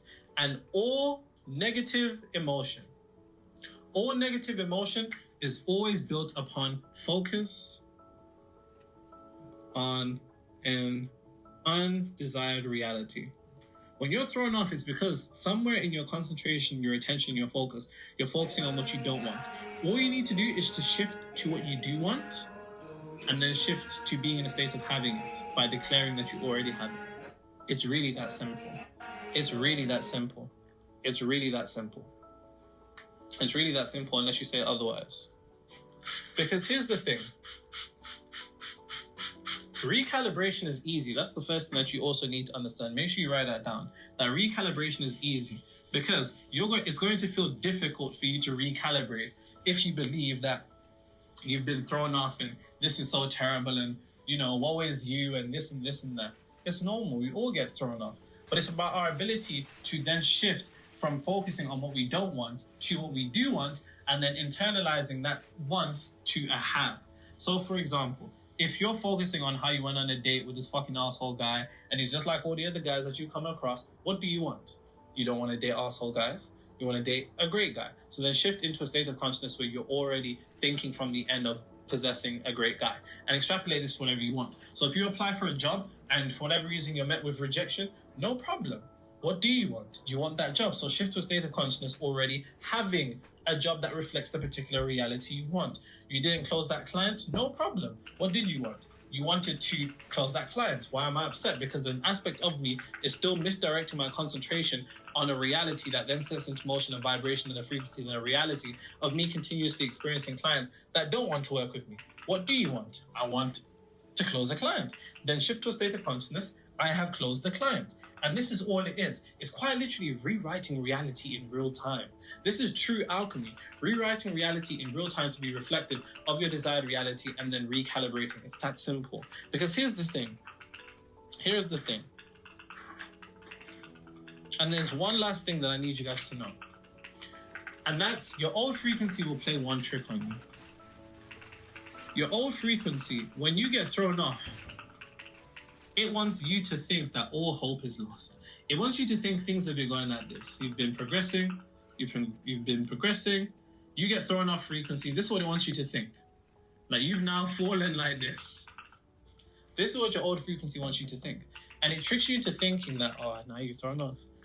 You're doing so well. You're doing so well. Now look at you. Told you not to listen to them niggas on YouTube. Are you listening to two young niggas? You don't even see the other one.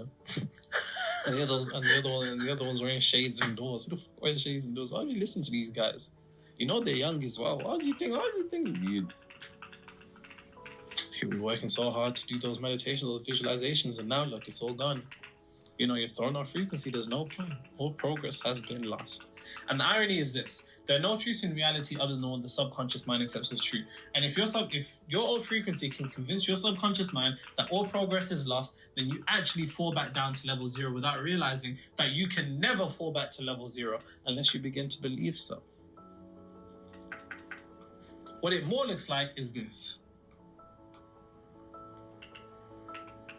And see, this right here, this area right here, whether you go down or up, is all dependent upon your ability to quickly come to the recognition that all progress is never lost.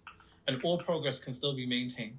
All progress is only lost when you internally begin to guilt yourself and beat yourself up for losing all progress. But it can be nothing more than a springboard for you to eventually come back up, so long as you have the mental awareness of the trick of the old frequency. What separates those who fall all the way back down is awareness. And what is awareness? It's frequency, because frequency is expressed in us human beings as awareness. So, now that you understand frequency, you understand the universe. Have fun. Have fun. Better human, better doggies. When my journey began as the dog whisperer, I taught the world there is no such a thing as a bad dog. Today, my message has evolved. But it's clear the people and dogs still need help. The problem is me. He needs rehab like ASAP. I just don't want you to get bit. Do you know who I am? Together with my superhero pack, our mission is to create better humans and better dogs, one pack at a time.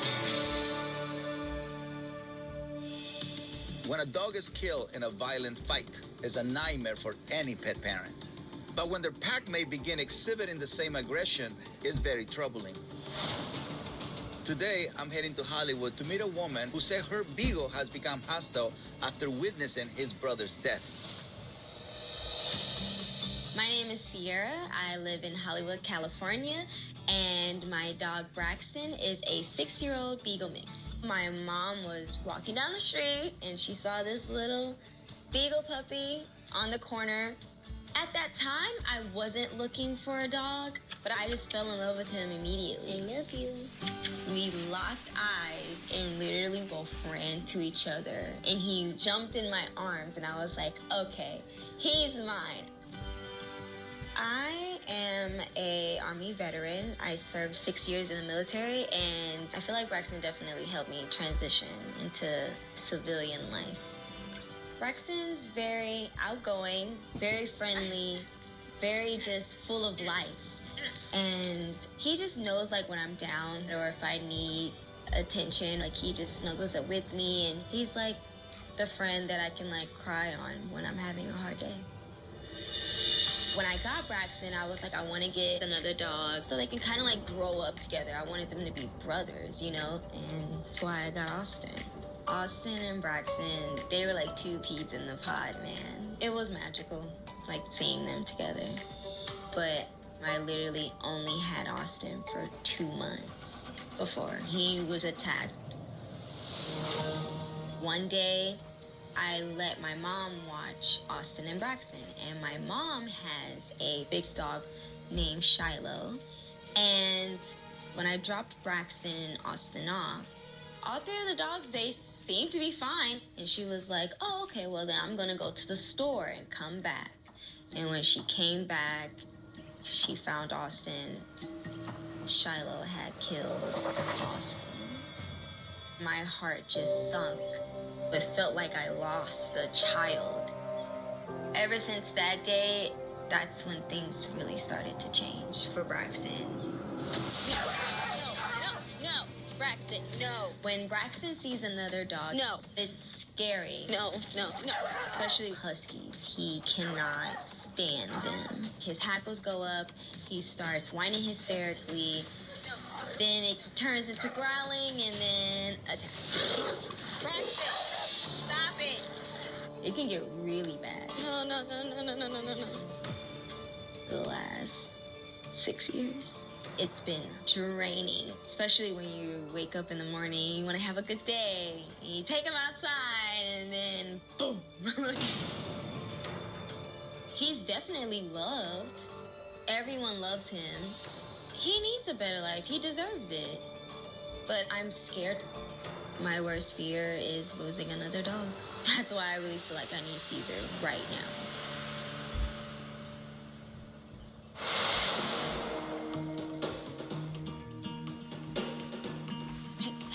Here they come. Right from here, you can begin to see the energy of people. Energy is quite passive. No.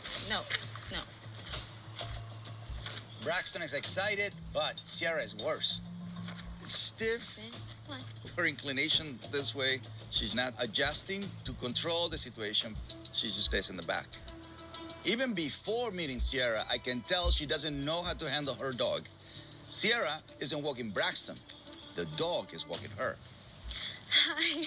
It's nice to meet you. Pleasure. So, walking. Yeah, it's not pleasant. The way you're walking immediately tells me she doesn't know how to walk a dog. Braxton. She's just holding the leash. Okay. You see what I mean? Yeah. So it's like driving a car and you have no idea, what I'm doing. Yeah. So the car is just going. Okay. Now I'm just nervous. Why are you nervous? I've seen what he can do. There's been 3 bad attacks, and the worst attack was this 13-year-old Yorkie, small little thing. And Braxton wanted to say hi. They both wanted to say hi, and I was like, oh, this is great. And they smelled each other, and then out of nowhere, Braxton attacked and literally had the dog by its throat and was like shaking on the ground. So I don't want that to happen again, especially because I've lost a dog because of violence. I don't want to lose another dog. That's right. That's my fear. Yeah, that's a big one. Sierra fears that Braxton's aggression towards other dogs will lead to another tragedy. I like to bring a dog by and see how Braxton reacts. So to begin, I need to assess a few things. Braxton's level of excitement, what's triggering his aggression, and most importantly, Sierra's reaction if he misbehaves. Come over with the husky. Okay. No. Okay. Ah, you got panic there. Right? Yeah. Yes. Hey. So when he did that and you pull back and you panic, with that energy, you become part of the problem. Okay. Right? Yeah. My first impression is that Sierra was traumatized by the violent death of her other dog. So now she gets fearful and anxious around dogs. Braxton feels that fear and interprets that his pack is in trouble, which leads to the nervous aggression. Okay. The reason why you're seeing the aggression is excitement, anxiety, and then the tension, and then you panic, right? And then whatever you're holding from the past, that's part of that atomic bomb. I don't really focus on the past, because it did happen. Right. I honor it, I understand. It's over. But then, it's over. It's how you want to live from this point on. Yeah. To help Sierra overcome her fearful mindset that's causing Braxton's aggression, I need to bring them to my ranch. Let's go to my ranch. Okay. And so you can start fresh. All right, so you ready? Yes. I do think of myself as being a calm person, but apparently I'm not. There is a real issue here because I know he won't just bring anyone to ranch. It's serious. let's go to Okay. my beautiful land. Okay.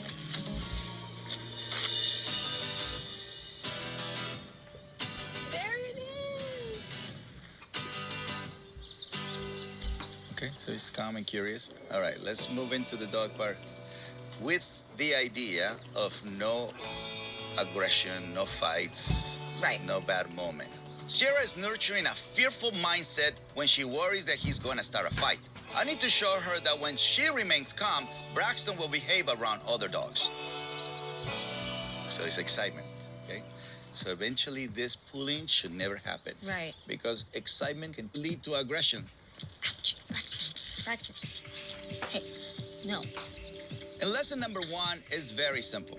Whenever you're nervous or your dog is excited, the solution could be to just wait it out. I want you to study your dog. Look, see the energy there? Look at my pack. They have a different energy. It's calmer, respectful. He doesn't have that. So we'll wait until he's calm.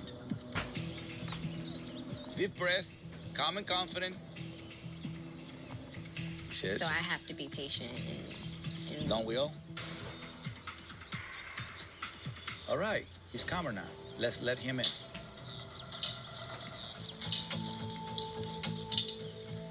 Now we supervise. I want you to stay calm, confident. You're gonna Come on. Oh, okay. He's doing great. He's ready to play. Okay. Once you find yourself, I'm tense, breathe it out. Don't hold it, because that affects your dog. Right. So it mirrors your trust in you. He's playing. Stay calm. Okay. He's playing. Anything that he learned in the past is not what is happening right now. Yeah. Right? He's doing what most people want a dog to do at a dog park, which is to play. Braxton is just trying to play, but Sierra's fear of a fight is sending him the wrong signals. She needs to trust that Braxton can be happy-go-lucky around other dogs. This is what I call happy-go-lucky moment.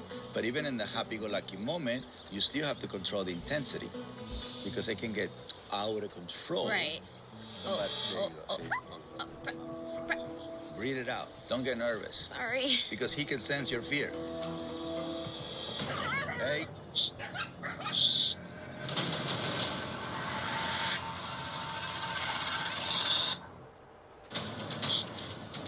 Sorry.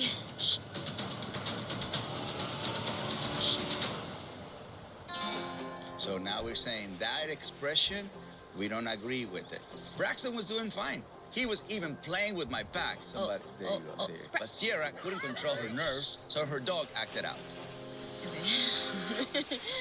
Read it out. Yeah. So, don't hold it. Don't. See what I mean? I'm watching you and I'm watching him, so you're making me work double. It was a little nerve-wracking taking him in the dog park. I had to remind myself, like, these dogs are well-behaved. You have to control your energy as much as you want him to control himself. Okay. Read it out. Don't hold it. A lot of things are running through my brain. Got it. Like, I think that my energy, I'm like, okay, I'm not nervous. I guess it's not coming off that way. You can see how Sierra is overthinking everything. She's not living in the present, she's stuck in the past. So we need to slow down and hear directly from her whether she's able to move on from Austin's tragic death. To heal, we must address the incident to acknowledge how it affected you. Well, Braxton and Austin were like two peas in a pod. Like, they loved each other. They would sleep together. Oh, that's good. And one day, I asked my mom if she can watch both of them. And my mom has a dog, Shiloh. So I come home and I'm like, where's Austin? And she told me that Shiloh killed Austin. But losing a dog, really tore me. That's why I think I'm so like this question, I'm like, huh? I'm like, are you okay? Like, You're doing it out of fear. Yes, I'm doing it out of fear. Like, I don't want what happened to Austin and Braxton, and I don't want that to happen to another Correct. dog. The thing about fear is it just grows. Fear grows. I didn't know my fear was causing the problem. I have good meaning, Right. but I understand now that it's hurting at the same time. I am glad Sierra is starting to understand the connection between her own fear and Braxton's aggression. But the only way out of fear is to go through it. I have a surprise for you. So I am bringing back the husky from earlier at the park because that dog's energy challenged them. Okay. Since this exercise will really test the human and dog, I want Braxton to have a buddy to provide support. We're gonna use Oreo. He's gonna hang out and be like an ambassador of happy-go-lucky energy. So Braxton, focus on Oreo while the husky is present. Oh, okay. I see. You see it? Okay. All right, let's get the husky.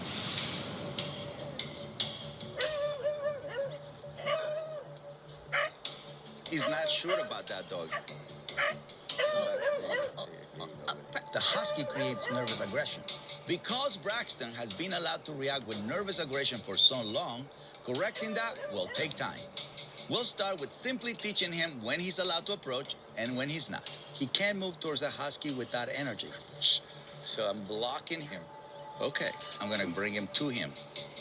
You can move towards the husky, but he can't move towards the husky. Okay. So he learns the human will lead him over only when he has a lower level of excitement. Make him sit to control the excitement. You see, he can't move towards the husky. If he starts to move, gently tug on the leash. There you go. See, this is calm surrender. Your turn to do it exactly how I did it. Okay. Stay calm. Don't be scared.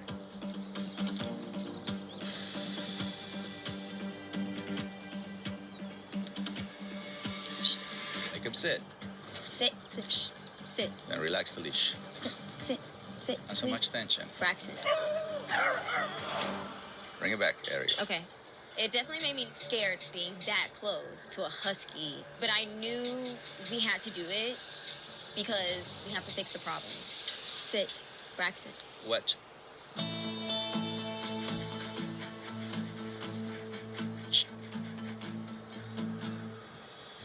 Give space, relax. Look, no tension on the leash. See, I'm the source of what he's doing. Mhm. So he learns to be next to the husky. They're not friends yet, Right. but at least they're tolerating each other versus fighting with each other. As soon as they see each That's other. right. My relaxed energy in front of the husky tells Braxton I'm not afraid of this new dog and there is no need to be aggressive with him. It's the calm relaxation with the leash that I want Sierra to get down. You do that one more time. Okay. Now, lead Braxton away. Good. Relax the leash. That's right. No more fear. So you have a relaxed moment. You know, you can feel it through the leash.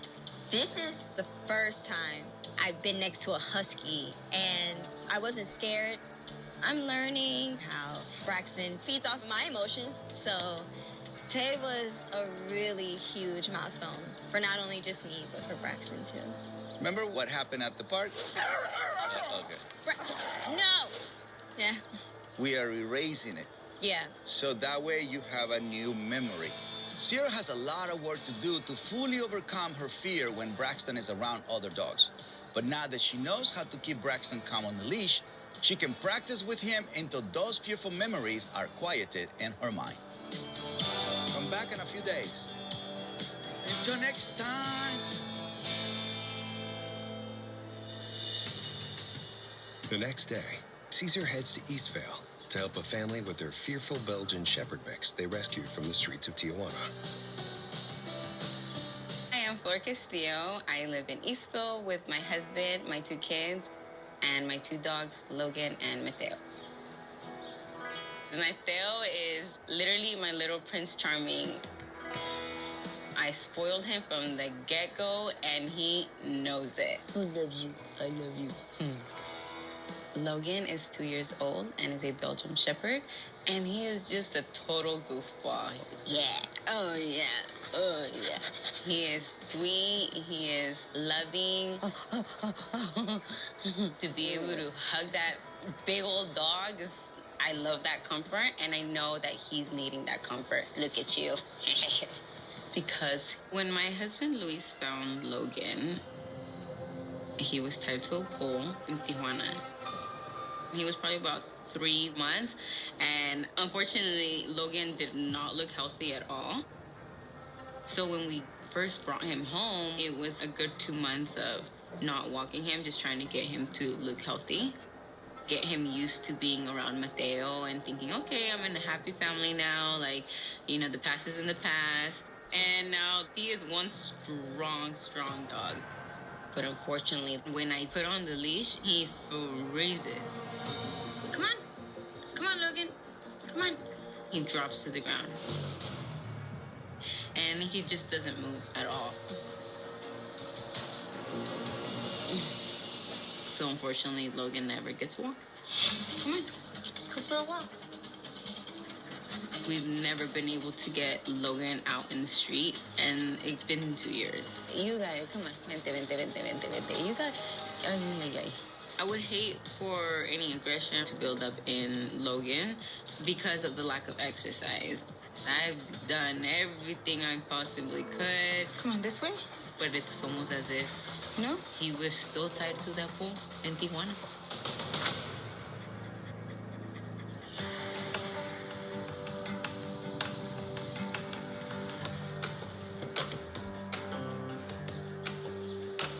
You know, with a dog like Logan, I like to evaluate at a distance because it sounds like he's a sensitive dog. So I don't want to influence anything. I want to see what Flora is doing right or what she's doing wrong. So I'm going to look from here, and then we're going to help her. Come here. Logan. Okay, so that's already bad. Sit down. He's excited running away from her. That is the wrong way to leash a dog. Yeah, she's the source of pulling, so he's going to pull back. Wow. Look, they're coming out. Whoop. Ow. Logan, wait. Ah. Hold on. She has zero control. The dog is not frozen, but he's panicking. That's a mess. Oh. No. Hold on. Okay. Hold on. Wait. Oh. Logan. Hey, cálmate. Wait for me. That's a big guy. Yeah. Hola, Flor. Hi, Caesar. How are you? Can you help me? That's why I'm here. I mean, this is a miracle that he's out. Oh. Usually he throws himself to the ground, okay, and you can't get him to get up. Okay. Oh. He's never out here, so at this point he wants to explore. It's good to nurture when he does the right thing. This is Logan's first time out of the backyard in years, and his body language is telling me that he wants to explore, but the leash is causing him to freeze up and panic, possibly because he associates the tension with being tied up to a pole in Mexico. You have no curiosity to go and smell over there. Yeah. But he does. So a long leash will keep him safe without triggering bad memories. Right now, we're giving him a little bit of the freedom of explore. So what you have is a big dog, but in reality, is timid. You know, which is good. It's good for you because sensitive back of the pack dogs can change quickly. Okay, let's walk and let him explore. And see, once you take away the tension of the leash, he doesn't pull. So eventually he associates going out with explore or play. Right now, the reason why you got the shutdown is because he's not associating it with anything positive. This makes me so happy right now. I always thought keeping the leash short was the way to kind of try to get control from the dog. And Caesar actually was embracing the exploring phase in Logan, and I didn't even know that was a thing. So now we're going to shorten out the leash, and now he can't explore. He's just going to be in a follower state. Okay. So his brain enters into follow. He's never done this. Right. This is legit, I can say, his first walk in his life. Walking Logan with Caesar is just something I didn't even think was possible. All he knows is our backyard and being tied to a pole in Tijuana. So it felt so good and brings so much tranquility to me. He looks so good. I'm so proud of you, Logan. It's important that we give Logan this experience, but it's unfortunate this is his very first walk. Puppyhood is when dogs learn to follow, play, and explore.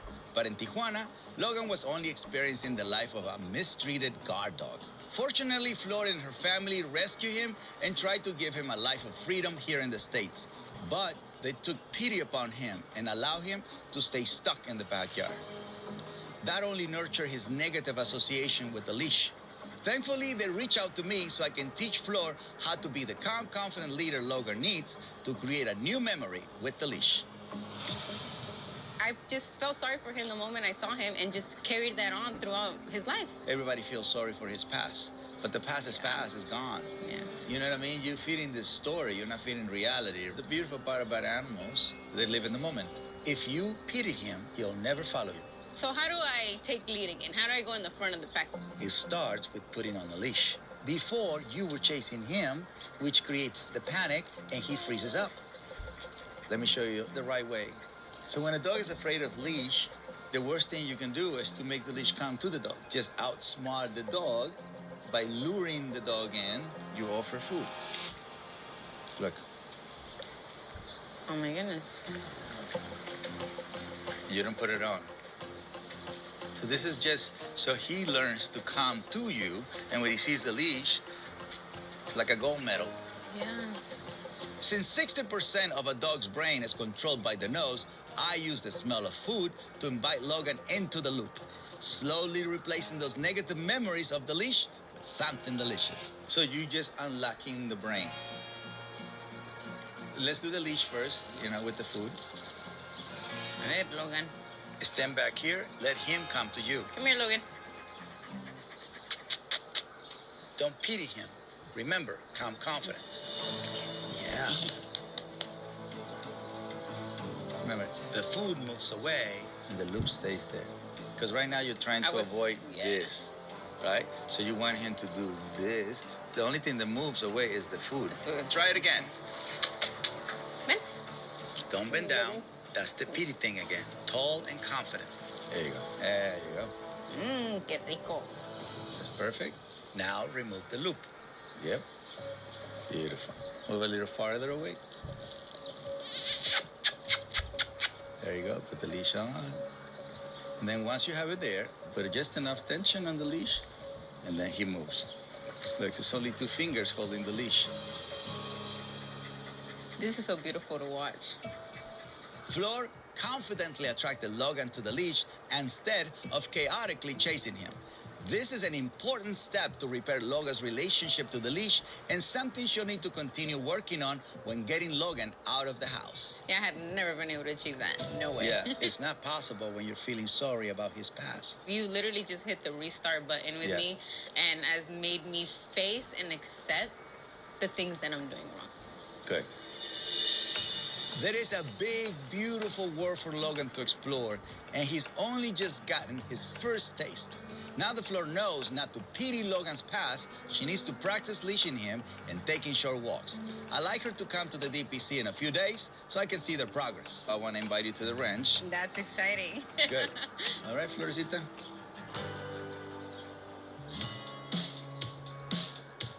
The next day, Sierra and Braxton are back at the DPC.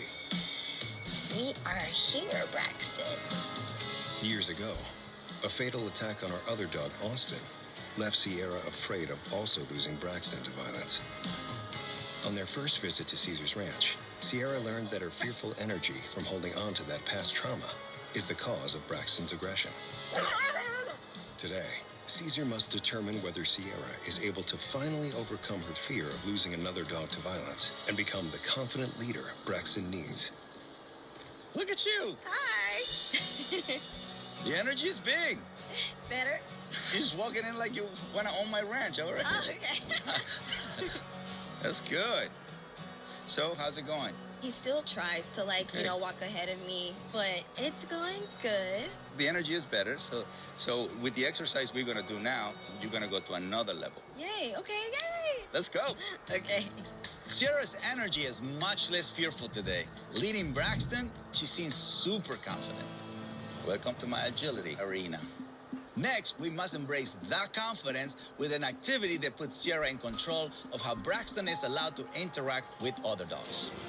Let's get the dogs. Beautiful. So I am bringing in my dog pack for Sierra to walk. Braxton's aggression has led to 3 dog attacks. To keep him from being aggressive, Sierra must lead Braxton without fear. Meet my pack. You're going to walk with them? All of them? Yeah. Oh. Yeah. Okay. Braxton has never walked with a pack of dogs before, okay? Yeah, those dogs already know what to do. Okay. Sierra realized Braxton is supposed to walk with the other dogs, and she got nervous. That's what causes aggression, like we saw in the park. No. Lead confidently without hesitation, and Braxton will mirror the pack and enter a follower state.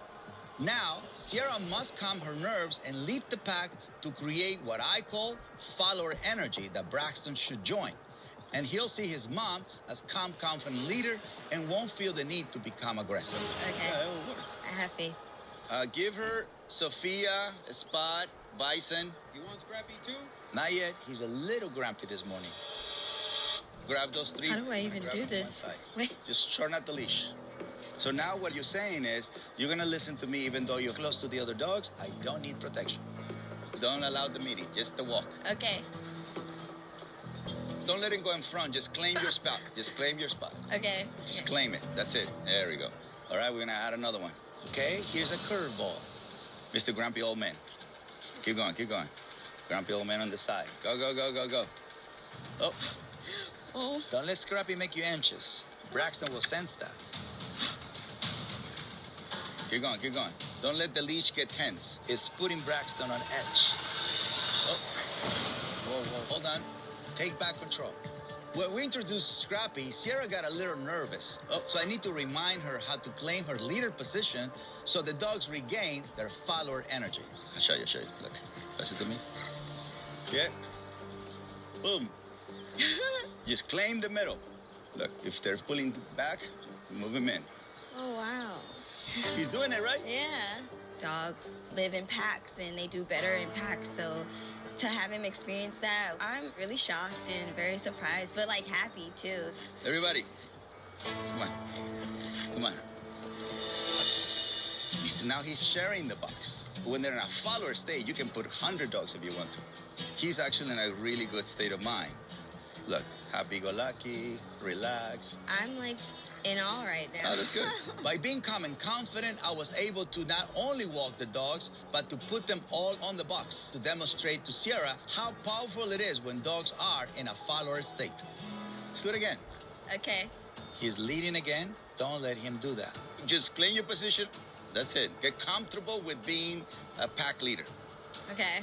Don't let the leash get tense. Come on. Don't let him meet. Come on, bring him in. There we go. Beautiful. Hello, dog walker. That's it. That's how you got to do it. Oh, snap. Like, I didn't know what to do at first. I was so nervous. But it felt really empowering to, be a leader. This is, like, life-changing, not just for him, but for me, too. Yes. So Because you're letting go of your past. it just, like, fills my heart to see him being around different types of dog, big and small, and, like, different personalities. Right. Because Sierra controls her own energy, she's becoming the type of leader who doesn't assume the worst from Braxton's every interaction. Before our next session, I'd like her to practice keeping Braxton in a follower state so he no longer feels the need to become aggressive towards other dogs. You're doing great. Stay great. Feel great.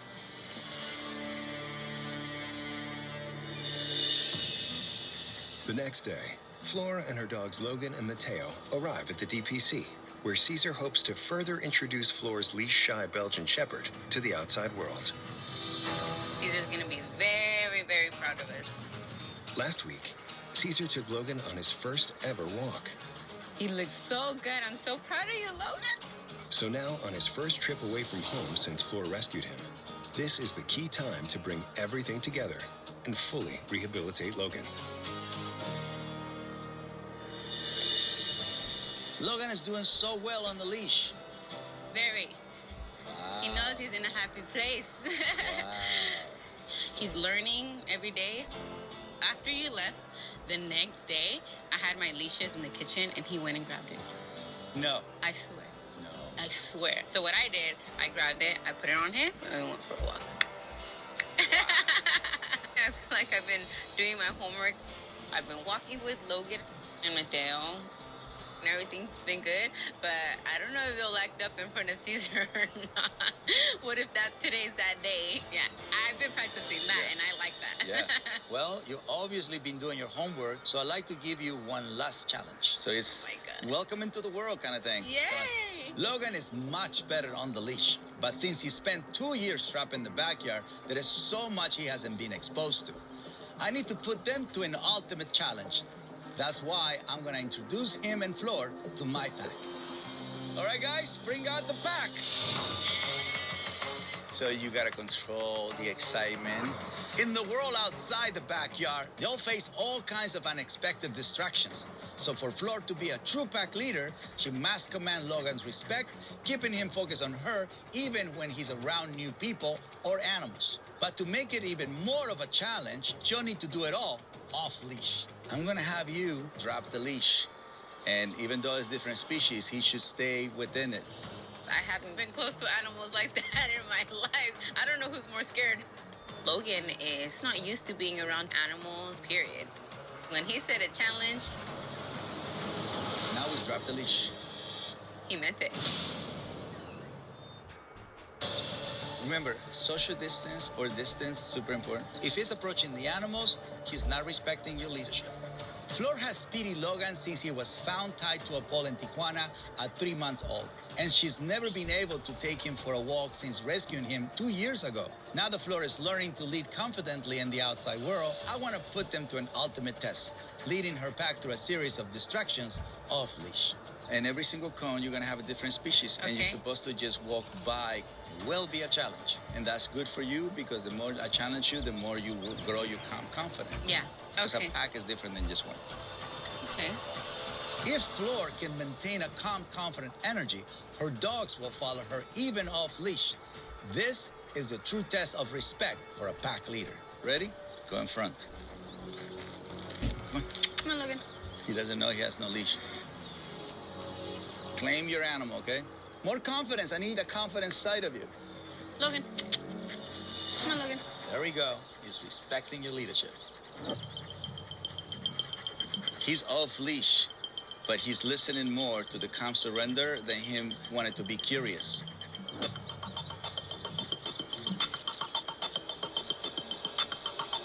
Send him away.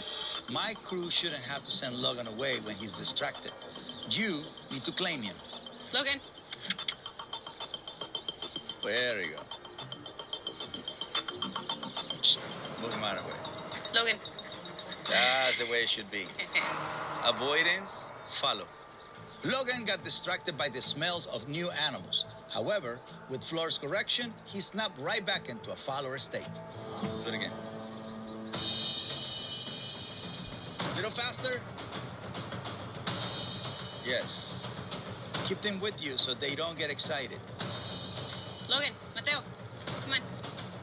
Yes. For a long time, I was stuck in the past with Logan. But, you know, I let go of everything. Just seeing the way Logan walks with me, it's so rewarding for me because it's telling me I'm doing things right. He was afraid of the world, really. Right. And now look at him gliding between these animals. I'm in control. I feel peace. I feel love. That's right. I'm ready. I'm ready. You're welcome. Flor has worked so hard to overcome the pity she had for the neglected puppy found in Mexico. Now she sees Logan as a calm, surrendered dog who has not only embraced the leash, but is even following off-leash. As long as Flor keeps working with Logan, that pole in Tijuana will become a distant memory. Thank you so much. Changing the world. Appreciate it. Yes. Thank you. Now you go change your world. Come on, Logan. Own it. Days after their breakthrough at the DPC, successfully walking with a pack of dogs, Sierra and Braxton continue their homework of taking long walks. I've been working on perfecting the walk, trying not to let him walk in front of me. When approaching neighborhood dogs, Sierra's goal is to keep Braxton in a follower state and to overcome a fearful mindset, which began after her other dog, Austin, was killed in a violent dog attack. I'm taking this seriously, you know, doing what I need to do, being more calm. But I still get nervous when I see a husky because he just goes for huskies. Shh. Shh. Sit, please. Sit. The following week, Caesar reunites with Sierra and Braxton to check on their progress. Literally a walk in the park. Hello. Tell me, how's it going? It's going good.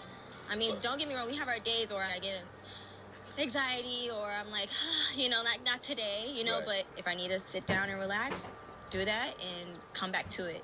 That's right. Well, I want to put your calm confidence to the test. So for the final challenge, I want to create a scenario here with a whole bunch of dogs. And you're just going to weave around that and just keep that same energy, you know. Okay. All right, let's bring it over. For the final challenge, I'm going to have Sierra walk Braxton around the dogs. Look at that. She'll need to stay calm and keep Braxton in a follower state so he ignores the dogs he walks by. And for the added challenge, I also brought back the same husky from day one that caused so much excitement. No. Ah, you got panic there. Was that the same husky? Yeah. Oh, really? Braxton sees him too. When the husky came, I'm not gonna lie, my heart kind of stopped because that was like his arch nemesis the first day. He wants to go see them. But that's not what we want to do right now. Remember, if you stay calm, so will Braxton. Calm in. Braxton, no. Don't get nervous. He's getting a little anxious. No. I'm freaking out inside, definitely. No. He's not allowed to greet the husky yet. Shh. Control the excitement. Braxton, sit.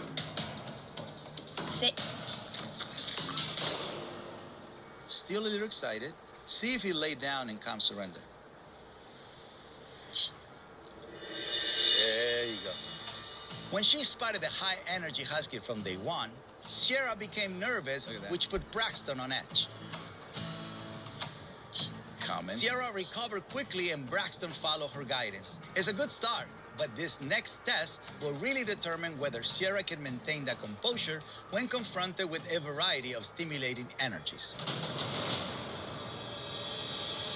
So your job is just to weave around, just go around. All the dogs are going to be. It doesn't matter what energy they have. Right. Your job is just to tell them to ignore whatever energy they send in. Okay.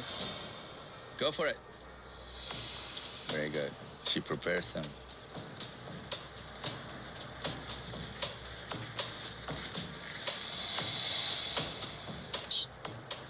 Perfect. Shoulders up, head high. Good so far. How's she gonna handle the husky? Braxton looks excited. The husky is definitely your 10 points.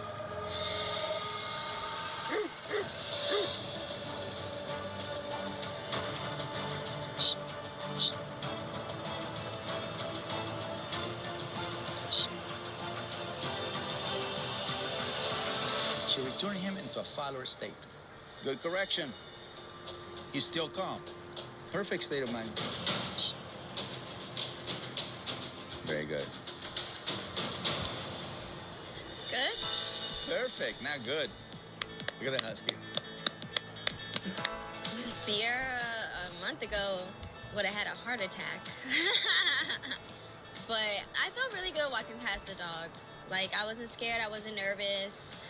And it feels really liberating to know that, I have control of the situation.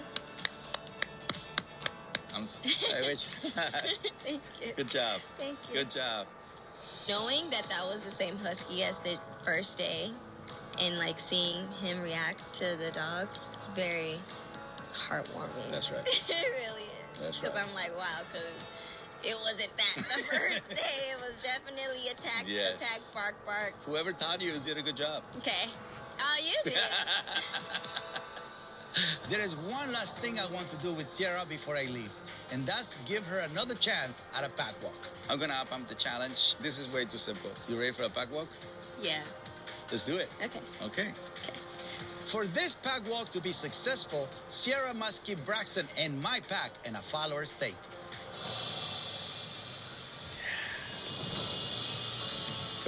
natural. Beautiful. What? She just corrected my boy. When I first met Sierra and Braxton at the park, she was completely in her own head. I am stunned. And her fear of Braxton turning aggressive towards other dogs became a dangerous self-fulfilling prophecy, which began 6 years ago after her second dog, Austin, was killed. This is a perfect day for me. Are you doing it? Come on, you're doing it. Your boy is doing fantastic. But now, Sierra is learning to leave that fear and anxiety in the past. To see the work she's done with Braxton, I couldn't be prouder. You got it. Boom, boom, boom. See, that's the point. No hesitations, no think about it, just did it. That's amazing. You did it. And I'm just so grateful for this opportunity and everything, because you really changed my life and you changed his life. And yes. I have a different dog. Like, it's the same dog, but like, we understand each other. Right. Like, we get each other now. It feels like you really moved on from Austin's death. Yeah.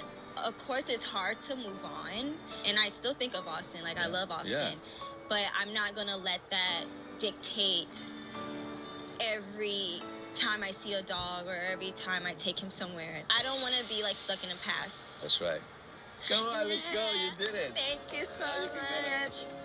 It's far too easy for humans to hold on to the past, but that isn't where dogs live. They live in the moment.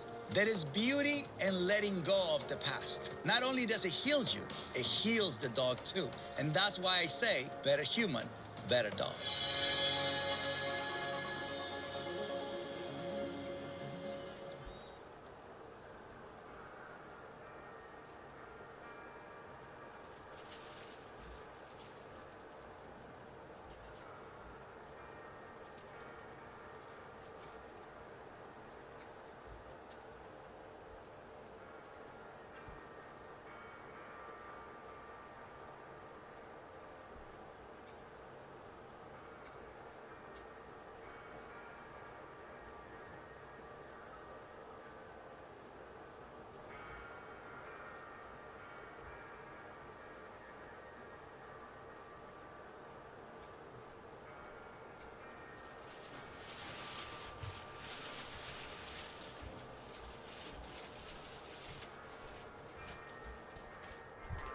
Well, I'm here.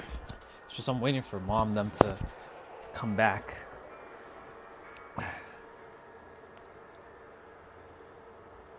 When my journey began as the dog whisperer, I taught the world there is no such a thing as a bad dog.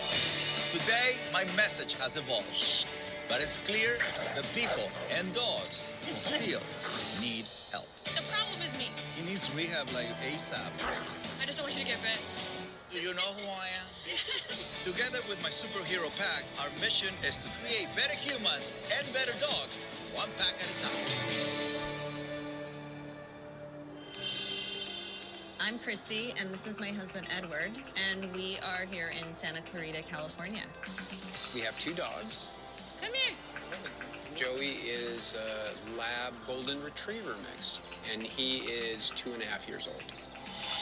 Joey's playful, lovable. Joey likes to wear a hat. He has a great personality. And Kai, he's 5 years old. Here, Kai. Come here. He's a border collie lab mix. He was abandoned at the shelter and we were adopting him, and he was super excited and he kind of jumped in between us, and we knew that was the dog for us. We took him in. What's he barking? He knows we're talking about him. I've always been somebody to root for the underdog because I felt like such an underdog in my life. I think having come from a background of growing up without a father, sort of feeling rejected at times, I wanted to make sure that Kai found a home that was filled with love where he could have a second chance. What I love about Kai is that he's a very loyal dog. He's just so warm and friendly, but if somebody comes into his space, he'll flip. Hi. He becomes aggressive. Every single walk, he has this leash aggression. When he sees another dog down the street, he immediately starts to get activated and breathing heavy and pulling. The hair on the back goes up and he growls and he starts to lunge. Come on, God. It can be really scary. We avoid certain situations because of the dogs. They don't get along with our other family members' dogs, especially my mom and her dog Leo. So it's hard for her to visit. Kai and Leo are like mortal enemies. They do not get along. The aggression between Kai and Leo is really scary. One of the first introductions, Kai lunged for him. It was just really bad. So since then, we haven't really had them near each other. I worry for their safety and any human that gets in the way. It's really just created a disconnect. Family is so important to me, and my mom and I are really close. So it's really been hard to see as much of her as we'd like. It's like being isolated. Kai's behavior is keeping our families apart. It's difficult to watch him struggle. It's difficult to see such a loving dog turn on a dime and become aggressive. We really need Caesar's help.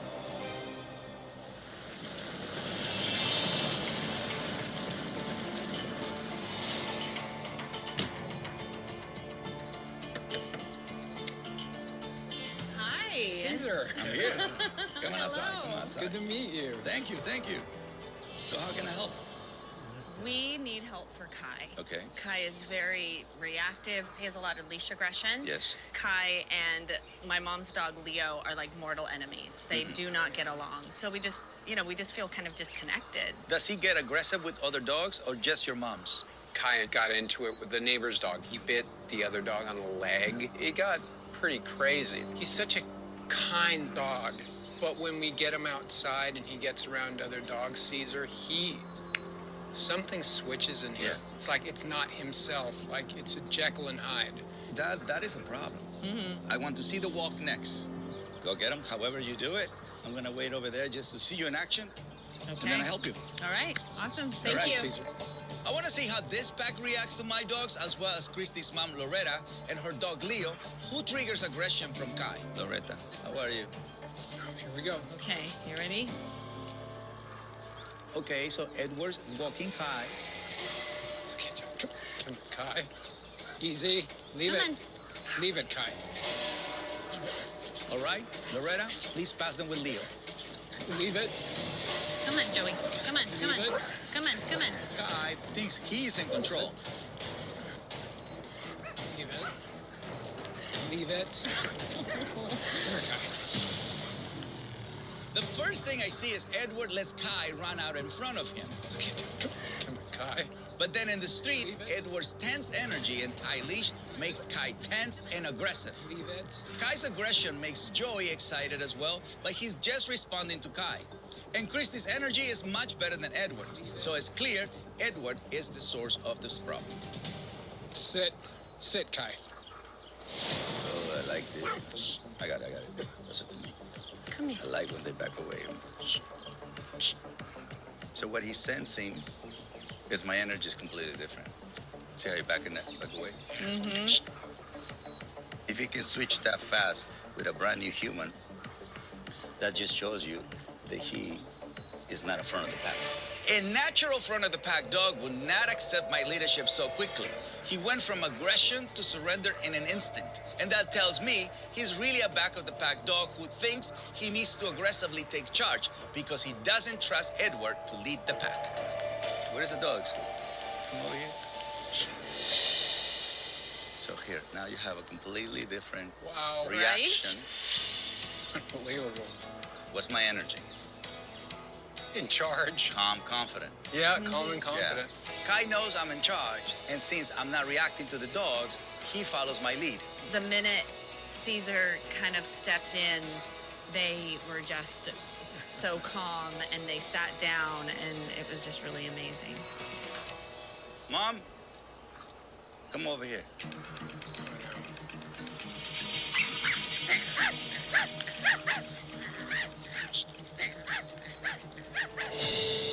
You see it? Kai learned to come surrender to me, and ignore that invitation. Mm-hmm.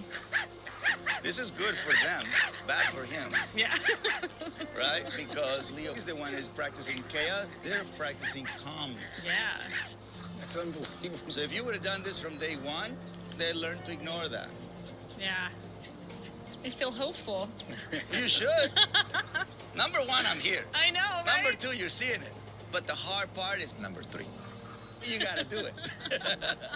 Kai is a classic back-of-the-pack dog who naturally wants to follow a strong leader. Christy's energy is much better than Edward's. Even when Joey gets a little excited. Believe it. But Edward doesn't provide any leadership to Kai. So Kai tries to step up and lead, but it doesn't come naturally to him. So he's fearful and aggressive. I need to find out why Edward isn't leading his dog the way he needs to. But my first priority is getting them to the ranch so I can teach Edward how to give Kai the calm, confident leadership he needs. Once he's doing that, Kai can fall into his natural position at the back of the pack, and his aggression will go away. Let's go to the ranch where I can give you a new beginning and rehab at the same time. Right? Let's go. All right. Let's go. Meeting with Caesar. You know, I felt frustrated. I don't want to seem like I don't have that much control over my dog, and it was a humbling experience for me. I just know I have a lot of work to do. We're off to see the Caesar. The wonderful Caesar of the dog ranch.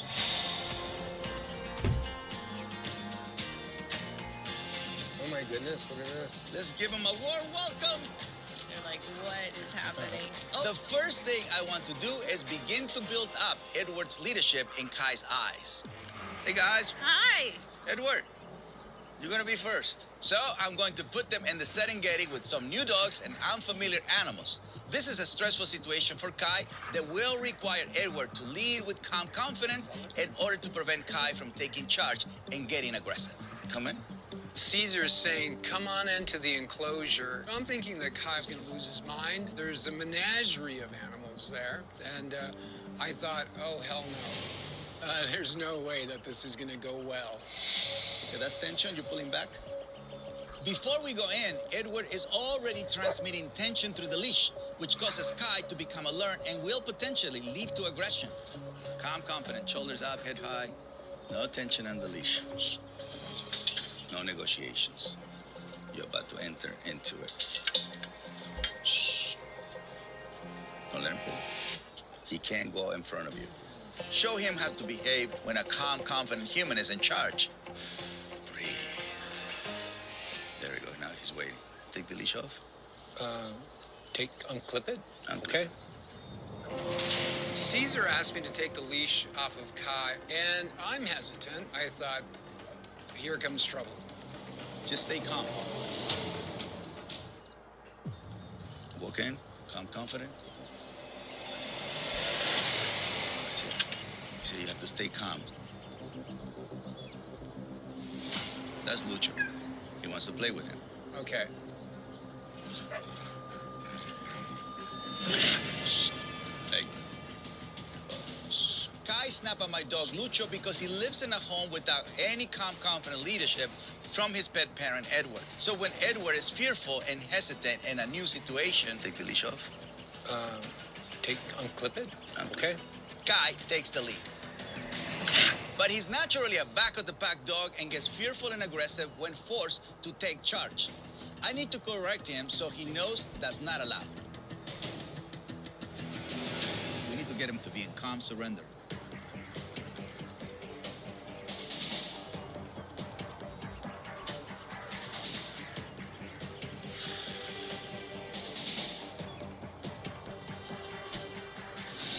Boom. So that's calm surrender. I think it's amazing. He has to calm surrender. To understand that it's not allowed. Okay. So when a dog makes a mistake in the pack, whoever's in charge sends them to calm surrender. You are one of his pet parents, so you need to give him leadership in these moments. That tail wagging right there, he means no harm. He's ready to make friends. He's exploring. Yep. Follow, play, explore. Kai won't be able to fall back into his natural position at the back of the pack until Edward starts to lead. Let's find out what's happening inside of you. What's blocking you? I need to sit down with Edward to better understand why he's not giving Kai the leadership he needs. What makes it hard for you to step up and lead him? Yeah, with Kai, I relate to him like him having been abandoned, me coming from a broken home, growing up with an absent father, and it just makes me really connected to him. Right. Now I know that I haven't processed a lot of that stuff. I displace a lot of my feelings onto him. Yeah. Everybody does, yeah. But by projecting your own stories and insecurities on him, that makes you reluctant to give the leadership he needs. Well, Kai was abandoned at the shelter, and Edward sees himself as having been abandoned as a child by his father. But those stories of abandonment from the past are showing up in his own family today because they are fueling Kai's aggression, which divides them from Christy's mother. We all have stories to tell. It's how fast you let it go, things that have serve no purpose, because it hurts. Yeah. Reunifying his family will require that Edward let go of the story he's telling both about himself and the dog. It's been a projection of maybe my own. That's right. My own stuff that I'm carrying around, you know. And feeling sorry for what happened to them, that's not going to change them.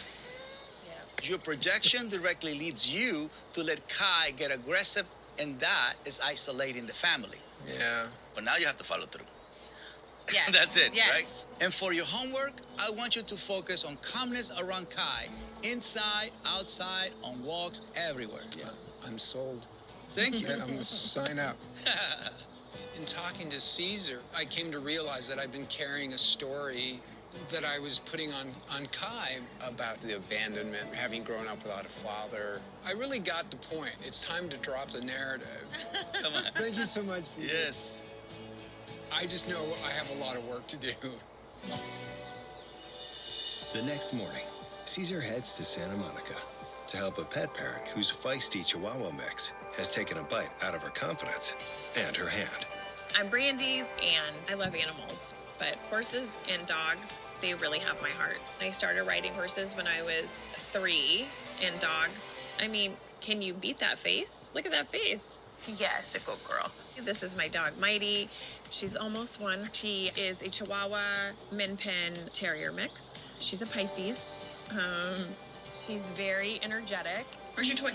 Good girl. She's very loving and friendly and loves to snuggle. I just love her. I love her to death. Mighty weighs 5 pounds, and she acts like she's 50 pounds. She has a big personality and a big bite. Mighty! The first time she bit me, I gave her a rawhide cookie, and she dropped it, and I went to grab it, and she snapped at me. When it comes to food, she really gets on the attack. You're not taking it from me. Stop biting. Stop biting. If I drop any food, she'll just go for it, and if I get in the way, I'll get bit. And now I'm hesitant to feed her and go anywhere near her dish. You've lost Mighty. Mighty has bitten me over 30 or 40 times. I lost count. It's easier to control a horse that weighs 2,000 pounds for me than controlling a 5-pound Chihuahua because, I don't have a saddle and reins on this one. When I feed her, there is some tear. I have to be very careful with my hands. It's really stressful. I love her, and she just keeps coming after me. And it stresses me out. I don't know what to do. And I think that's the part. It makes me feel helpless. And I just love her and want her to be happy. And I want to be happy with her. I adopted her. So I'm responsible for her. And I want to try to give her the best life I can. That's why I need Caesar. Because I can't do it anymore. I don't know what to do for her.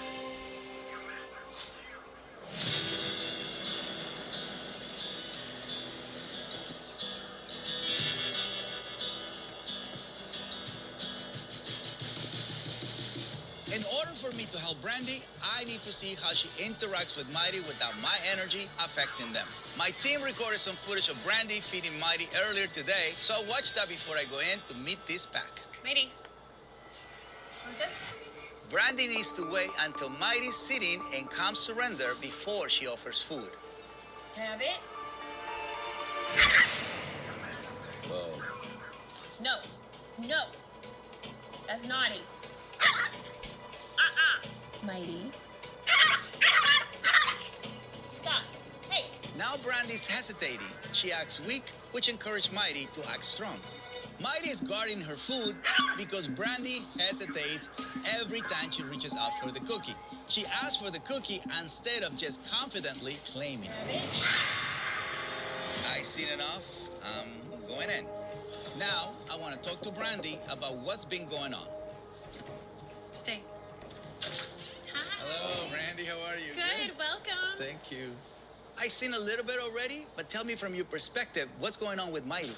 She's aggressive with the food, like with her dish. If I put food in it and I can't go to pick it up, I'm the hand that feeds her and she bites me. That's right. So that's against the pack. Yes. Yes. How many times has she bitten you? Many bites. I mean, I stopped counting, I think, after around 35 times. No way. Yeah. You just broke the record. I mean, I used to ride horses, and I could dominate that 2,000-pound animal, but, you know, I have a problem with this 5-pound little one. In all of my years, I have never worked with a pet parent who has been bitten over 35 times. It's only a matter of time before Brandy gets seriously hurt. All right, it's time to put a stop to this. You go get Mighty, and I'm gonna go to get something for our first exercise. Okay. Here's what's going on. The first time Mighty bit Brandy was when she was giving the dog a cookie. Mighty.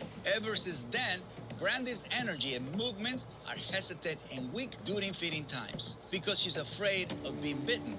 This allowed Mighty to claim the food herself, so she gets possessive and literally bites the hand that feeds her. Brandy must learn to use clear, direct body language and energy to let Mighty know that the pet parent is in control of the food. Mighty! Stop biting! Stop biting! Brandy is an equestrian who knows how to move a 2,000-pound horse with no problem, but she's bringing none of those skills to her 5-pound Chihuahua. I'm going to teach her what she needs to know to stop these bites once and for all. Come in. Mighty. Mighty. Whoa. 2 words. Powerful and clear. Let me show you. Okay. Let it go. I brought this steak. Right now, her nose is telling her, go eat that steak.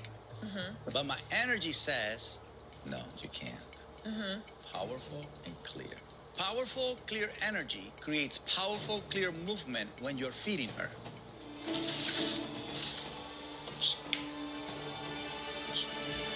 Even when it's closer to you, my movements say I am in control. I'm just powerful and clear. Right. But even her in my lap right now, anywhere near the steak, I'm scared because that usually means that a bite's coming. If the energy is wrong, that's not healthy. Simple as that. The aggression is the outcome of a problem, not the problem. So in this situation, what would I do? First, you use a leash to give yourself more leverage. What's my leash? A leash gives you more control over the dog's head, which should give you more confidence. So the leash all the way in the top, not in the bottom. Oh.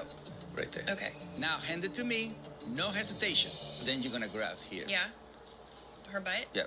Don't hesitate. I got it.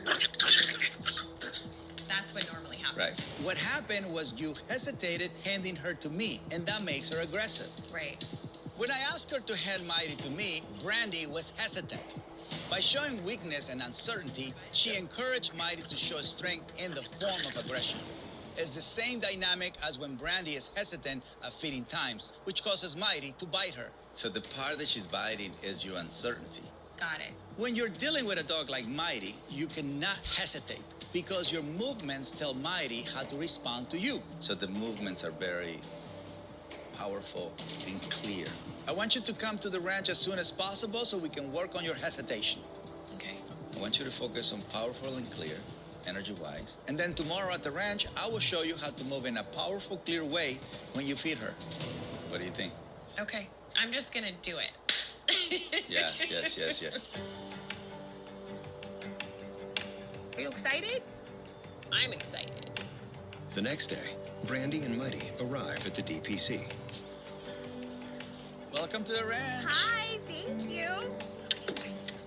Brandy's hesitation during feeding time invites Mighty to aggressively guard her food, resulting in over 35 bites. Today, Caesar will teach Brandy how to feed Mighty with clear, strong energy and movements that will put a stop to the aggression.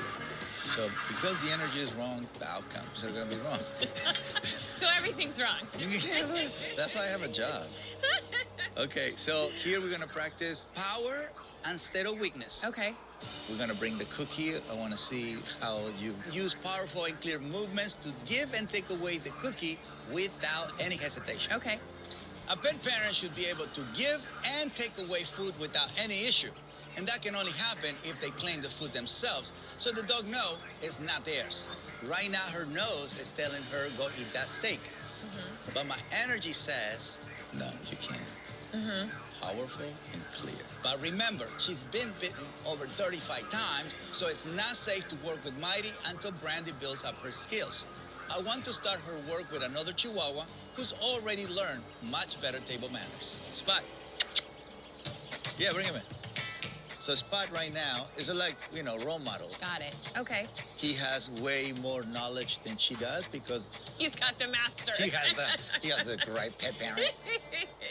We're gonna use a dog cookie this morning. Show him the cookie. He loves the food. Now, so you are going to go to our Spot and remove him from the cookie. If you move in a clear and powerful way, Spot will recognize you as a leader and he'll let you come up and take his cookie. Okay.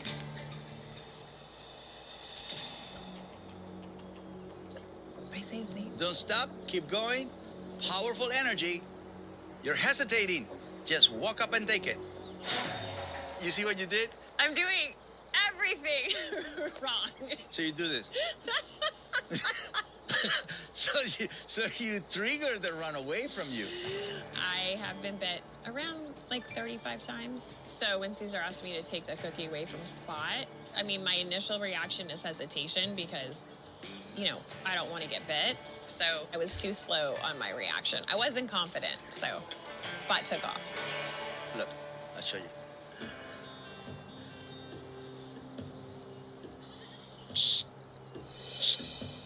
See it from here.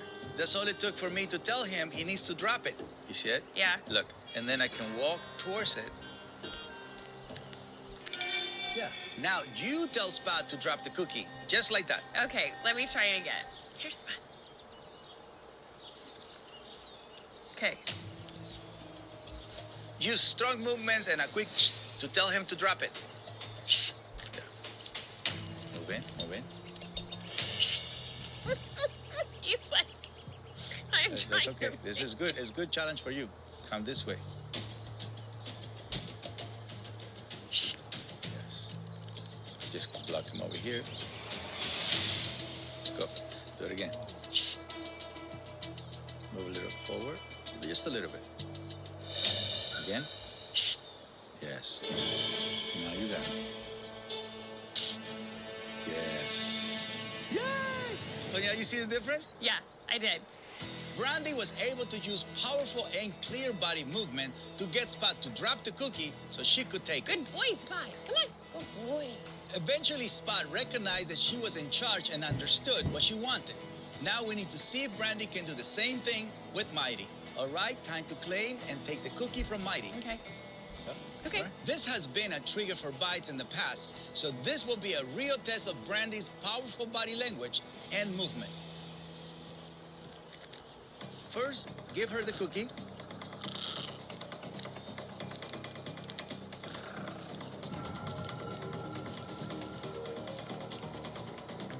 Now, take it back, strong and clear. So when Caesar told me to take the cookie from Mighty, I think the worst fear for me is if I try to pick it up, she would bite my hand off or my foot or whatever was available.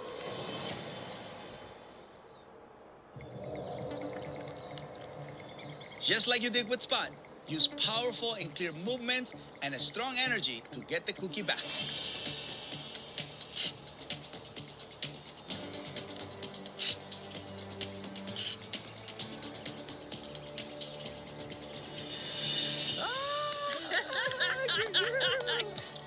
Good job, Mighty. Good job, Mighty. Brandy's been bitten over 35 times, usually when taking away food from Mighty. But this time, she used strong and clear movements and energy to let Mighty know she needed to give back the cookie, and Mighty listened. She actually delivered it to you, Good job. like Uber Eats. Good job. I was shocked when she let me take back the cookie, and she actually gave me the cookie. I was like, oh, wow, okay, we've turned a corner. All right, I think you're ready for the final challenge. So because you've been bitten over 35 times, I want to make sure that your final test goes through your whole feeding time ritual. Okay. It's one thing to take away a cookie from Mighty, but now it's time to take the training wheels off. Feeding time is a daily ritual. So the true test of whether Mighty's biting is a thing of the past will be if Brandy can take away her food bowl before the dog is finished eating. Okay? I want you to fill her food up like you normally would. Do the whole preparation. Okay. Feeding with Mighty is definitely stressful just because I don't want to get bit. But then I realized that this is the time to actually do it because Caesar's next to me. So I felt more confident, but I had some trepidation. Mighty, come on, up. Get her to calm down before you start.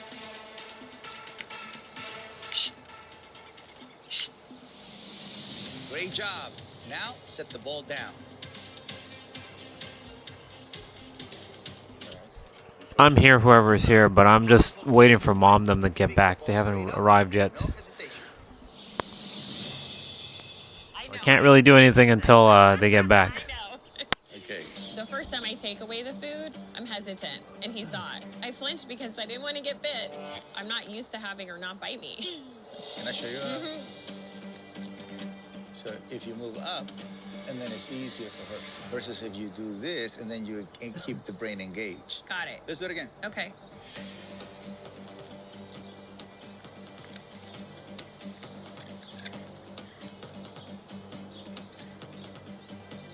Yep. That was it. You passed! That was perfect. Brandy's hesitation has disappeared, and therefore, so has Mighty's biting. I am really proud of Brandy and Mighty. She's moving in more powerful ways, and if she can keep it up, Mighty will have taken her final bite out of her pet mom. Brandy, you just needed to bring in a different perspective, different energy. I mean, you were exactly right. She would never do this before. She would hover like, it's mine and you can't have it. Right. I'm ecstatic. Yeah. I think what changed in me is realizing I just have to be calm and confident with her and tell her exactly what I want in a very clear way. Before, I would avoid situations. Like, I'm not going near her food dish because, you know, I'm going to get bit. And so now I think there's definitely a different relationship between Mighty and I. And I would never know how to get this if it wasn't for Caesar showing me. So I'm feeling relieved and happy. Thank you for coming, Brandy. Thank you for helping. Mighty, bye-bye. Let's go. That's a wrap. That's a wrap. The next day, Edward and Christy head back to the DPC with their border collie mix, Kai. Due to his own abandonment issues related to his father, Edward doesn't give Kai the leadership he needs. That triggers aggression in Kai, which isolates the couple from family. Hi. Hey, Caesar. Come on, let's go see Caesar. Yes, come and see Uncle Caesar. To solve this, Caesar must teach Edward to lead his back-of-pack dog with calm confidence. Bring him in. I'm going to have my barnyard pack join us so Edward can experience just how important calm energy is, not just to his dogs, but to all animals. We don't have to worry about Joy because he's happy-go-lucky. And Kai, he, as you see, he stays back. He's the back of the pack. Gotcha. Because normally he would be in there That's right. barking and... That's right. Because unconsciously, you allowed him to be in front. But see, you walk in confidently and are sitting here calmly in all this chaos, so he sees your leadership and can fall back. Hi, buddies. Oh, hi, guys. Hi, guys. you need to stay calm, confident, so Kai stays calm. Stay. Hey, stay calm. Yeah. Here, cut that last piece. Here. Lorenzo is showing Edward the importance of staying calm and confident, just like he must do with Kai if he's going to reunify his family.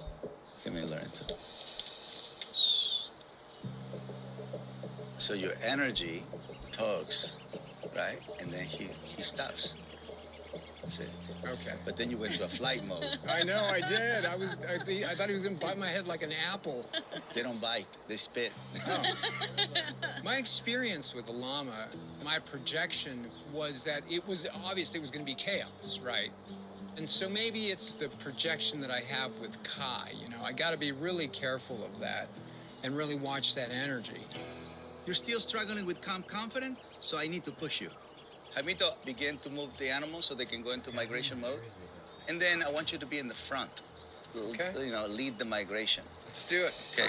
I want to see if Edward can lead Kai with my barnyard pack from the front with calm confidence. Then Kai can fall back into his natural position in the back of the pack. Make sure you breathe. Caesar was walking me through the exercise, and I'm thinking, this is going to be nuts. It's really daunting. All right, bring him in, bring him in.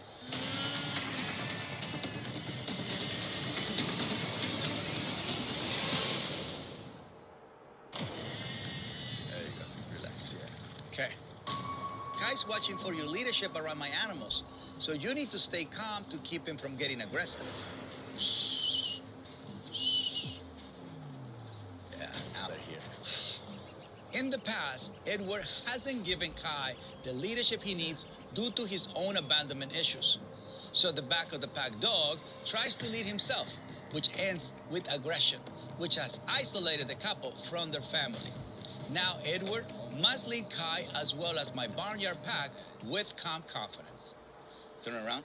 Look at them so Kai knows you are aware of them and he doesn't need to take charge. Hi, guys. He's getting restless. Give a quick correction to let him know you got this. Follow through. It's all about the follow through.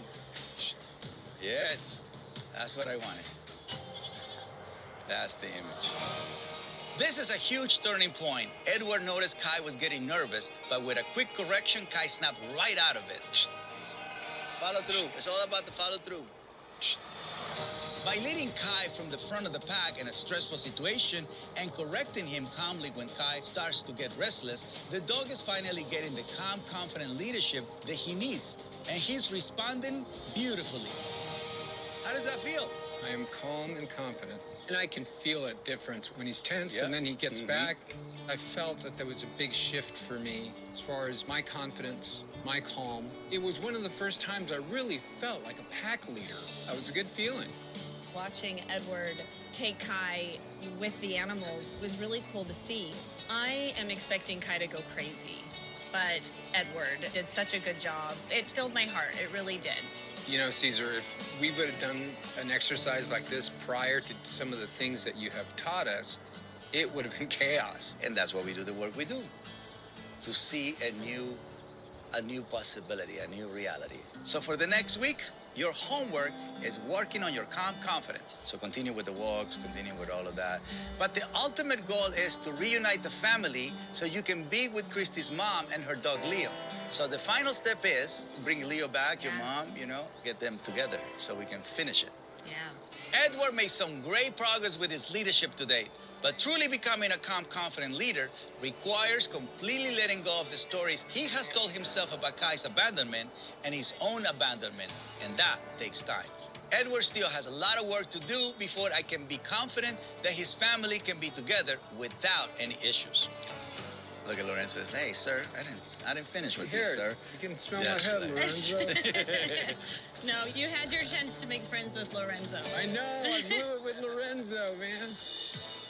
Over the next week, Edward continues to work at home on how to lead Kai with calm confidence. So things have been going well with using the tips that we were given. Hold Kai a little closer. Yeah.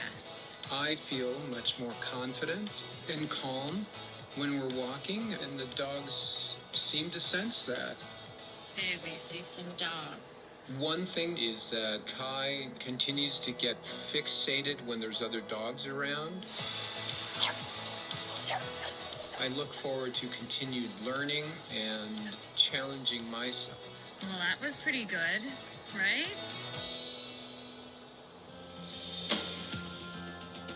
Today, Caesar returns to Santa Clarita to see if Edward can lead Kai with calm confidence and end the aggression that isolates the family. Let's do this. The first time I visited, Edward was projecting onto Kai his own story of abandonment from his father, which stopped the pet parent from giving Kai the calm, confident leadership he needed. This caused the dog to try to take charge, but since he's a back-of-the-pack dog, he's uncomfortable leading and gets aggressive. Leave it. The aggression was especially bad around Christine's mom's dog, which meant the couple couldn't be around family as much as they wanted. At the DPC, Edward learned how to lead with confidence. I am calm and confident. And once he finally did, Kai fell right in line. I know they've been working all week, so I can't wait to put them to the test. Hey, guys. Hi. So good to see you. All right, so for the last challenge, you guys are going to walk around my handlers and dogs. As you guys are guiding, doing the follow behavior, dogs calm surrender, humans calm confident. Okay. Oh, and one more thing. Ring the surprise. It's Christy's mom and her dog Leo. Oh, no. With Leo here, this will be the ultimate test of whether Edward has fully faced his abandonment issues and become the calm, confident leader Kai needs so he can bring this family back together. Is she coming over here? Yes, she'll join me here while you guys walk around us. My mother-in-law and Leo are walking up. And at this point, it's nervous time, right? Because I'm not sure what Kai is going to do right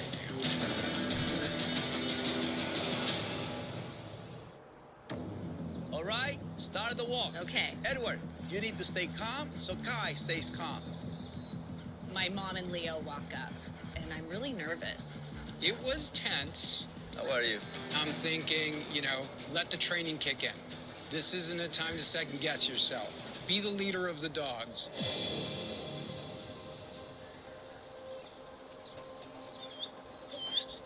Kai is definitely curious, so he needs your leadership, Edward. Calm, confident. I was a little worried about what Kai was going to do, but I felt confident and sure that we were going to be able to handle the situation without an incident. Good correction. Look how good he is. What a difference. On day one, I saw firsthand the dog family feud that was leaving Christy and Edward separate from her mother. But with Edward showing calm, confident leadership today, the dogs barely reacted to one another. And when Kai started to fixate on Leo, Edward gave a simple correction to diffuse the situation. Kai trusts his leadership now, and even Leo can sense the change. Well, he likes them. That's your family, brother. A day like today, for me, proved that change can happen. Prior to getting the training with Caesar, a situation like with Leo, it would have been chaos. So it felt really empowering. It felt great. How are we doing? I think we're doing really well. They're good. This is like a beautiful, meditated, healing, peace to the world type of thing. This is like a beautiful march. Look at Kai, he's calm, surrender. I'm telling you, he's doing exactly what he was meant to be. It was really cool to have my mom here today. I'm really surprised. I really didn't think we'd get this far this fast. And so it's pretty cool to see. All right, so let's get the family together. You guys come in here with me. Okay, come on. Edward and Kai have come a long way in overcoming their mutual distrust in one another. And as a result, Kai is not reacting to Leo at all. Just get the family together. Beautiful. But it's one thing to stay calm at a distance, and it's another to do when you're much closer. Look how close they are.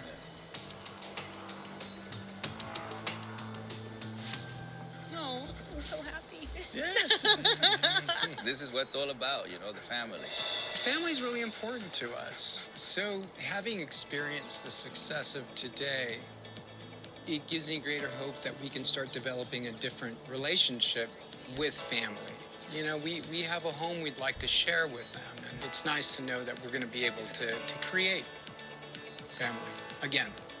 What has changed? What do you think is different? You know, Caesar, for me, my insight was how much of my own experience I was projecting into the dogs. And that's not necessary. I can be more confident, and it's going to help them be calm. That's right. By being more vulnerable, people learn. I'm really proud of Edward. I do think that there's been a big change from when we started to where we are now. This is just a new beginning for us. Incredible. Incredible, my friend. I love it when I'm speechless, because that means you did amazing, right? Wow. For me, yes. That to me is incredible. So to finish this, let's do a little family pack walk. All right, come on, boys. Going through the training has helped me improve being aware of projecting some of my weak areas onto the dogs. So it felt good to actually let go, because I think it's helped us become more aware of the energy we're creating in the home. Because as Caesar explained, it's not the dog, it's the human.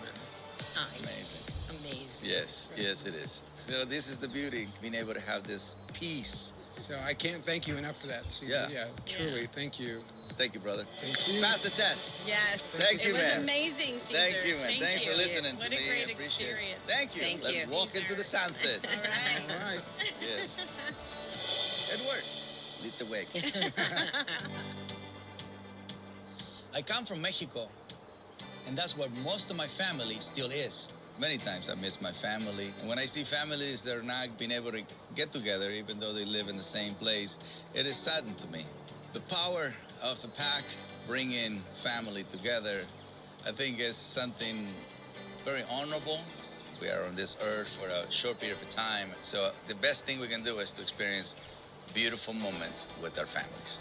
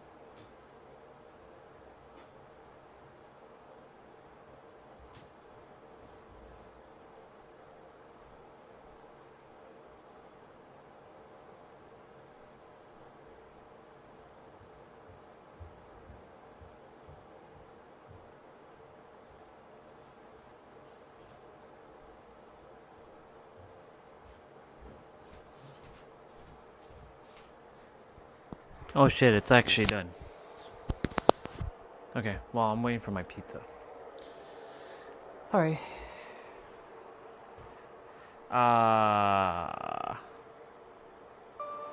When I start.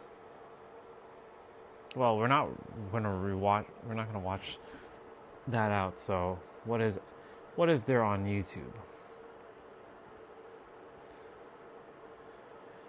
Frieza. Do you have any idea what it took to trigger the first Super Saiyan in this universe? With my entire I army. destroyed your planet with one finger. How about I give you the finger? My name is Lord Frieza, Emperor of the Universe, and today I am surrounded by 20 filthy, ungrateful monkeys.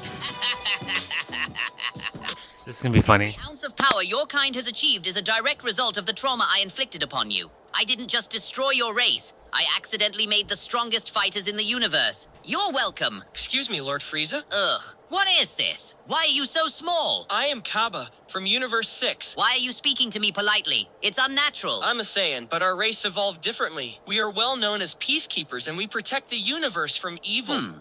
Peacekeepers? That doesn't make sense. It's like a vegan shop. Well, your claim isn't entirely accurate. I became a Super Saiyan, and I never even met you until the tournament. Oh, really? And tell me, frail little twig, what immense tragedy pushed you past the limits of your mortal shell? Did a tyrant murder your best friend in front of your eyes? Did you watch your home planet burn to ash? Well, No, Master Vegeta threatened to blow up my planet, but he was just pretending. He was pretending? Yes, and then I got really mad and my back started to tingle.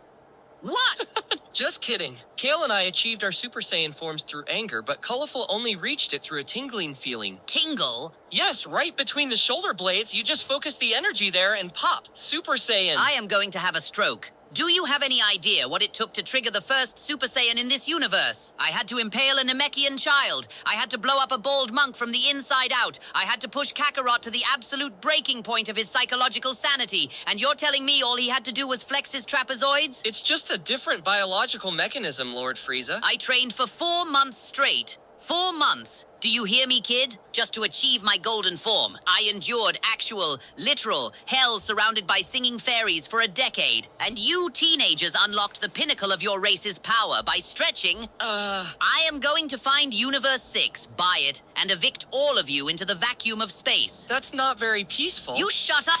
You can insult the kid all you want, but you and I both know the truth. You didn't destroy Planet Vegeta because of real estate. You did it because you were terrified.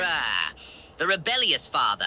The monkey who actually looked up at the sky instead of eating his own feces. I saw the future. I saw that a Saiyan would rise up and defeat you. You were scared of the Super Saiyan legend. I am a businessman, Bardock. I get rid of problems. A race of rapidly multiplying monkeys whose power increases every time they almost die. You're pathetic! That's a terrible ROI. Of course, I wiped you out. But let's stop this hero rebel story you've made up about yourself. I stood against you to protect my people, to protect my son! Oh, please. Don't act like a victim with me. You were a ruthless killer. How many planets did you take for me? How many civilizations did you and your little squad destroy before you suddenly got a conscience at the very end of your life? We followed orders! No, you liked it. You enjoyed the killing just as much as King Vegeta did. People only remember you in a good way because you aimed your blast at me right before I wiped you out. If I hadn't destroyed your planet, you would have just kept conquering and killing. My son finished what I started. He proved our race is better than you! Your son is just a simple farm guy who leaves his family to go train in the woods.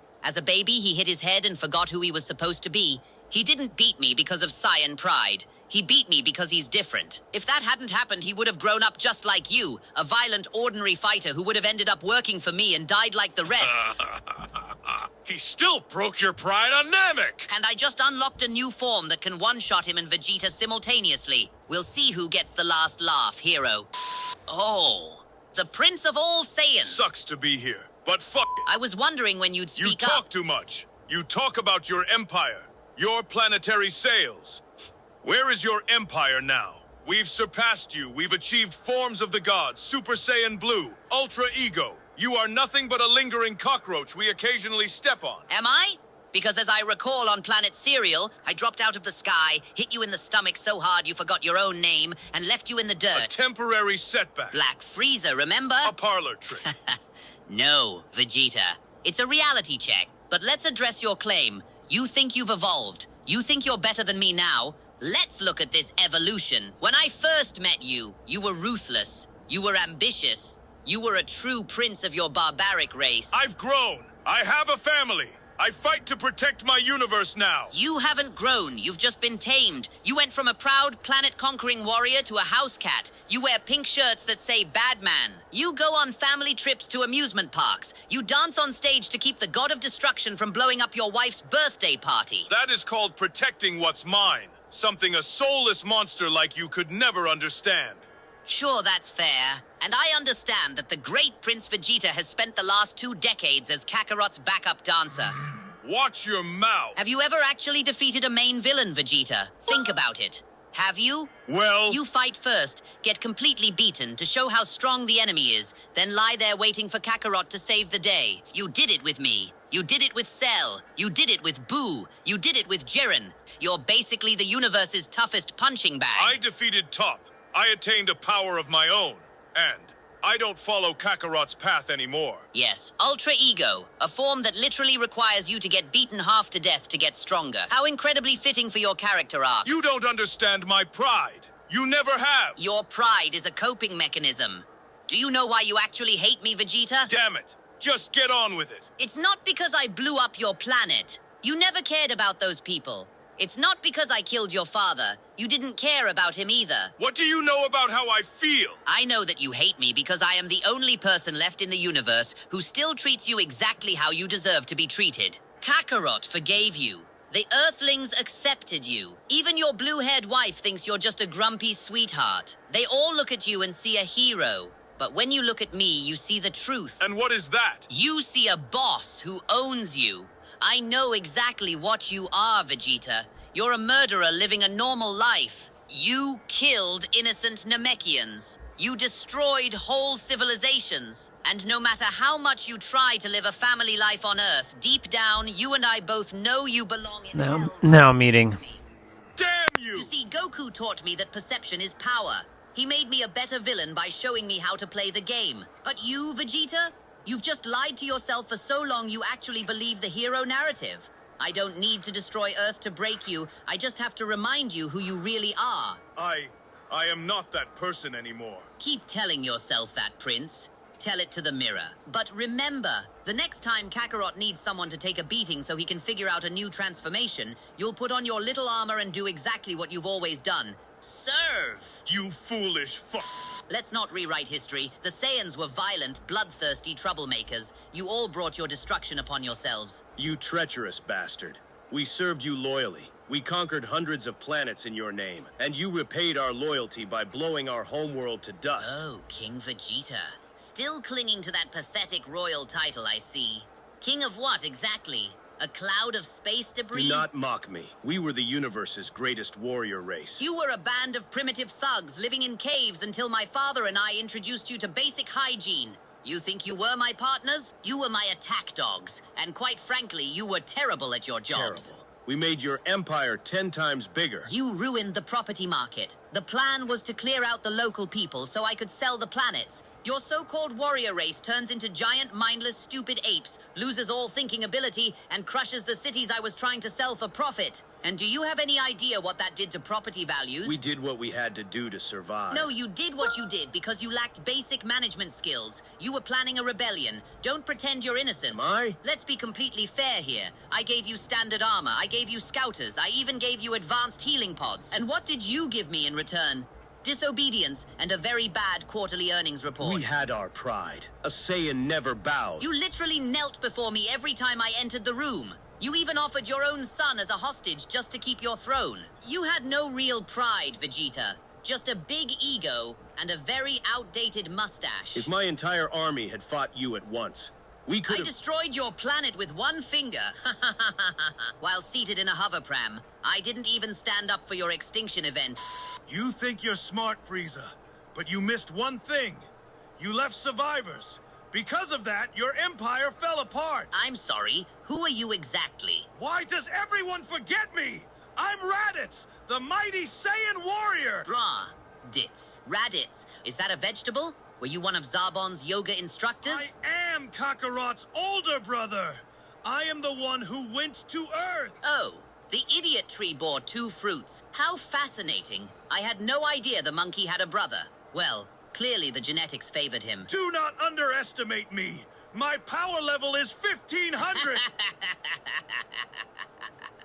Oh, my apologies. 1500? Good heavens. My wine has a higher power level than that. I think even the air in this place could crush you if you breathe too hard. If you hadn't killed me, I mean, if Piccolo hadn't killed me, I would have become a Super Saiyan 2! How sad. But I doubt. You have hair down to your ankles. If you transformed into a Super Saiyan, the sheer volume of golden hair would likely break your neck. You're just avoiding the truth because you know the Saiyans ultimately defeated you. Goku defeated me. Vegeta annoyed me. You died to a Namekian without even making it to the second saga. I've literally been killed, sent to hell, resurrected, chopped into pieces, resurrected again, sent back to hell, and brought back a third time to win a multiversal tournament. Where have you been all those years?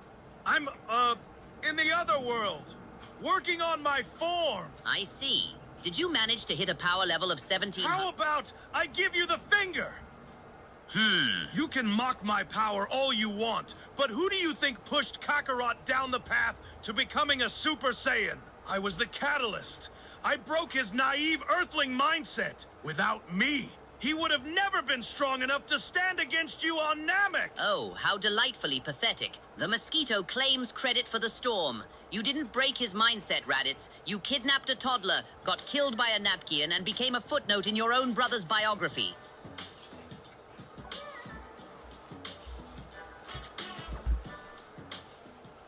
Oh my god. That was just wild. My name is Goku, and today We're gonna watch this one again. by all my greatest foes.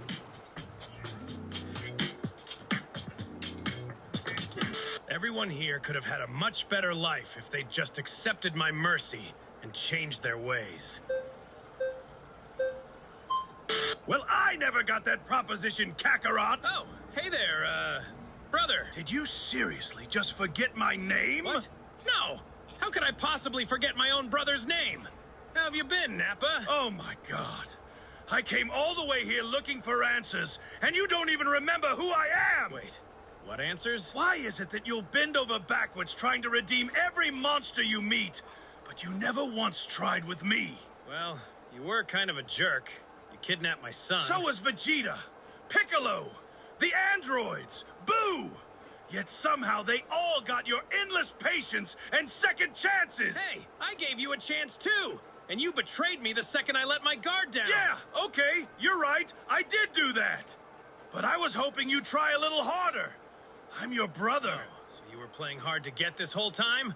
You wanted me to chase after you! Yes, like you did with Vegeta! That man leveled entire cities, and you still kept showing up! Well, you kind of died too fast, you know. Why didn't you revive me? Oh, well, you know how it is. The Dragon Balls have that cooldown period. You've used them 40 times since I died! Okay, true. But we needed them for more important... You wished back Yamcha multiple times! Well, I can't risk reviving you for the chance of you becoming good. You literally let Frieza out of hell! The guy who obliterated our entire race! He's incredibly strong, and we really needed him for that tournament. Why didn't you ask me for the tournament? I'm a Saiyan too! Well, you know, your power level was always You brought Krillin! You think I'm stupid? It's just, the timing never really worked out. You had decades! Decades, Kakarot! Okay. You want the truth? I'm gonna be completely honest with you. I totally forgot you existed. Like, completely wiped from my memory. Until like 30 seconds ago. That's what I thought. You know what the worst part is? I spent years in hell. Actual hell. Thinking about what our lives could have been. If you just brought me back, let me stand beside you, we could have been a real family. I could have been there for Gohan and Goten, protected them when you were off saving the universe, trained with them, watched them grow up, been the uncle they deserved. Instead, you just erased me, moved on like I was nothing, like I never existed at all. We could have been brothers, real brothers. Something our father might have actually been proud of. I should have been a better brother. Family matters. It really does. I'm gonna fix this, okay? I'll bring you back. First thing tomorrow. I promise. Nappa. Fuck you! Why would I need to do better when I'm already perfect? Oh, really? You honestly still believe that? What do you mean? You still think you're perfect. I mean, it's been a long time, you know. We've progressed so much since your final form was supposed to be the ultimate one. Idiot. What do you think I've been doing all those years in hell? Sleeping? I evolved too. Way beyond my final form. Behold, Ultra Super Perfect Cell. Oh, that's really impressive. I can sense that power. You're almost as strong as my Super Saiyan 3. Man, you could have been a real challenge about 10 years ago. Seriously, impressive. What? 10 years ago? You mean you've evolved past this form? Yeah, to be honest with you. Good. I expected that. That's exactly why I had to invent this superior... You're good. There's nothing to apologize. I'm just watching this while I'm eating. Perfection Cell. Oh, cool. I'll be playing just now. Divine energy. Reminds me of when I first achieved God Key about 5 years ago. Did you do the ritual or something? You can act unsurprised, but I bet you didn't see this one coming. Superior, Ultra Divine, God, Hyper Flawless Perfection Cell. That form could cause some real trouble. for that one random form future Trunks achieved when we were fighting. You think you're funny? Fine. How about this? Mega, Giga, Ultra, God, Hyper, Peak, AI-powered, Perfect, Perfection Cell, Pro Max! Well, Yamcha has a new form that could probably rival that one. You've gotta be kidding me. Relax. I made that one up. But if I'm being honest, it could probably match Piccolo's new orange form, which is very impressive. Namekian? You can't be serious. I am. I didn't want to use this one because I haven't fully mastered it yet. But you're forcing my hand. Behold, Supreme, Ultimate, Limitless, Awaken, Gear, Fifth, Sharingan, Quantum, Nurmagomedov, Mega, Ultra, Divine, Perfect, Perfection Cell, Full Power, Pro Max! Okay, now we're talking. I can't pretend this one isn't on our level because it definitely is. This is actually a really serious form. You know what? If there's another tournament of power, I'll definitely consider inviting you. You can come with us and stay ready on the bench in case one of us gets injured. Fuck you! Do you truly believe that everyone could become good? Even my kind? Well, Frieza's kind of starting to do better. He helped a lot during the tournament. He is definitely not. Plus, my brother's an idiot. He doesn't really count. You know, Cooler, I've been thinking. That's a first. Why did King Cold give his entire empire to Frieza instead of you? Even though you're the older son. I chose independence. I operate my own territory. I don't need that. Weird. Why would you leave an already established empire? I built my own business. Unlike my brother, I'm self-made. I'm not some Nepo baby. So you managed to run a successful business with only those 3 mid-tier soldiers as your employees? They're not my employees. They were freelancers, actually. So you're completely on your own now? Yes, and I'm doing way better like this. Without the headache of managing an empire. And you have many clients? I technically have one client, but it's all I need. He pays very well. And do you actually enjoy it? I actually don't do it anymore. I'm retired. My competitors are paying me to stay out of the market. From now on, that's what I'm telling Chi-Chi when she asks why I'm unemployed. A mortal who dares offer mercy to a deity. You represent everything that is wrong with this universe, Son Goku. Man, come on. You're still on that nonsense? The only thing that doesn't make sense is how we allow filthy mortals to live among us. What do you mean, we? You know, I'm starting to understand this whole God thing. And honestly, I don't even think you're one. I am a Supreme Kai. My kind created mortals like you. But you were just a trainee, right? Me and Vegeta train with Whis. Guess that makes us pretty much the same. We are born filled with divine energy. Mortals merely steal scraps of power. Everyone's got divine energy now. Me, Vegeta, even Frieza Stolen power. Handed out by incompetent gods who let mortals desecrate it. I visited the demon realm. Your people are just guys who got picked for the job. Like Dende. He's the god of Earth now, and he's just a Namekian The fact kid. that a pathetic mortal knows this much is itself a disgrace. The fact that you even get to speak to us. Oh, I just figured something out. So Kais used to be mortals, and destroyers used to be mortals too, right?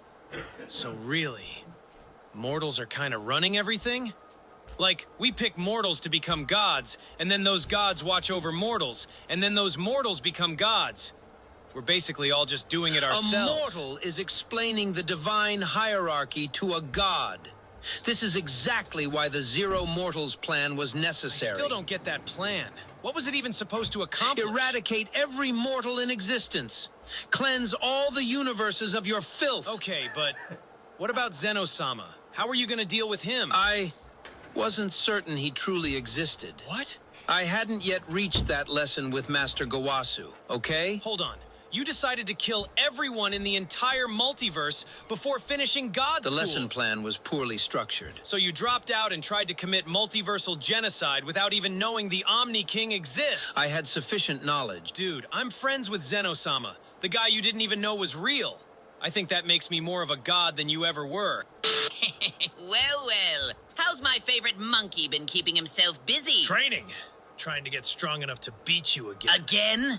Oh, Goku, that's adorable. But I'm afraid those days are behind us. What do you mean? You only ever surpassed me because I never bothered to train. Now that I actually try, you'll never catch up. Sure I will. I always do. Listen carefully, Goku. Let's revisit your earlier claim. You say you make people good, that those who accept your mercy become better. Isn't that right? Well, yeah.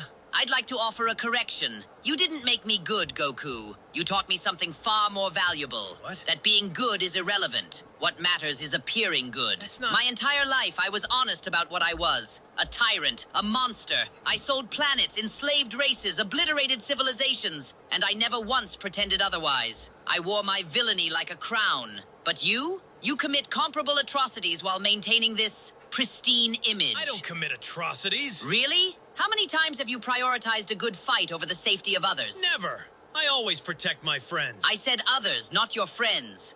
I don't know what you mean. Yes, you can play dumb and naive all you want, but I know you. You know exactly what you're doing. I'm not perfect, but you'd be wrong if you think I'm trying to show I'm something I'm not. Well, yes, that's the beauty of it. Even you believe it. That's what I learned. It's enough to simply believe you're the good guy. To believe that what you're doing is righteous. There's power in that. That power is why you beat me. It doesn't actually matter if what you're doing is good or bad. What matters is what you show people. And when you're skilled at it, what matters is what you make people believe. And when you're an expert at it, like you, it's what you make yourself believe.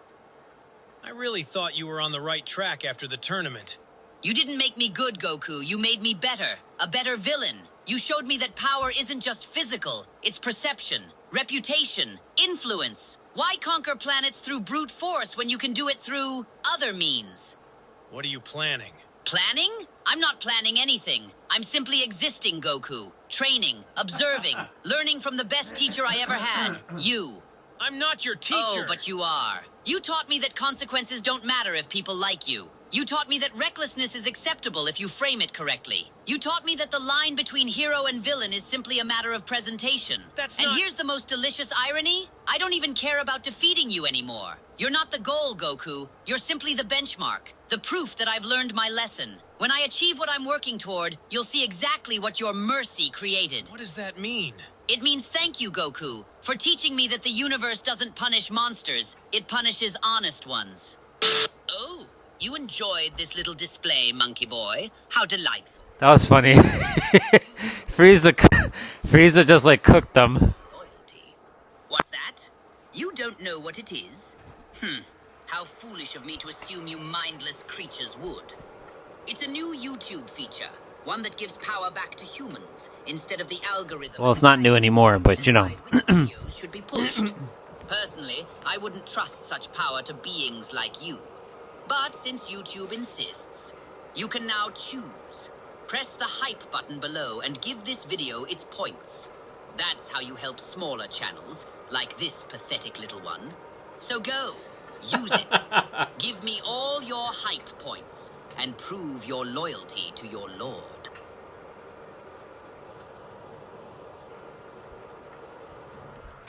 that one was funny.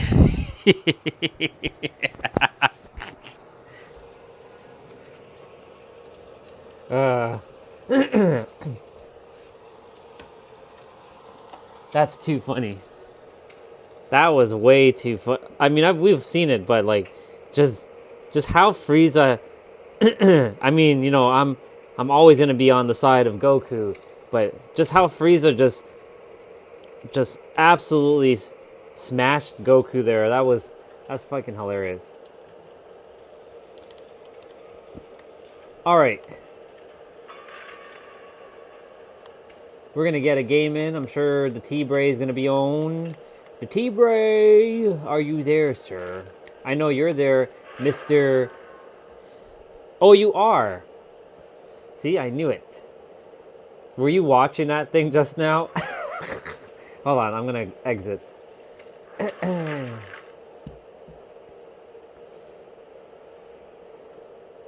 I changed my username. I added a Japanese character to the end of my name. Let me call you up.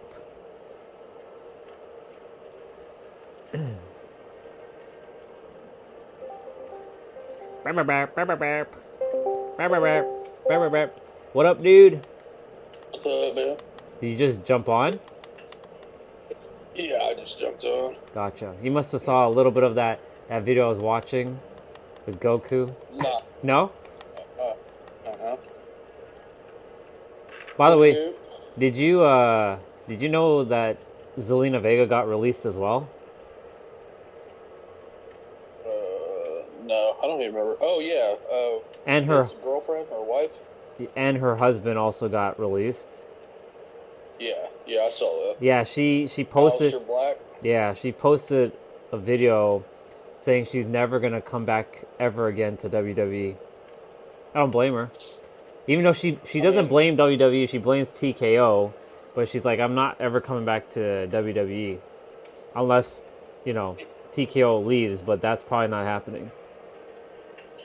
Yeah, I mean, they were just doing this a year ago, and then they hired him, and then, they didn't give him any. Yeah, they didn't get any stories. Yeah, they didn't give him anything, so that was weird. I had the following thing had been recorded. I sent you an invite. Yeah, I don't know. It's weird. Alright, I'll just come to you. Jesus. Hold on 1 second. I'm over here chirping. I'll send it to you.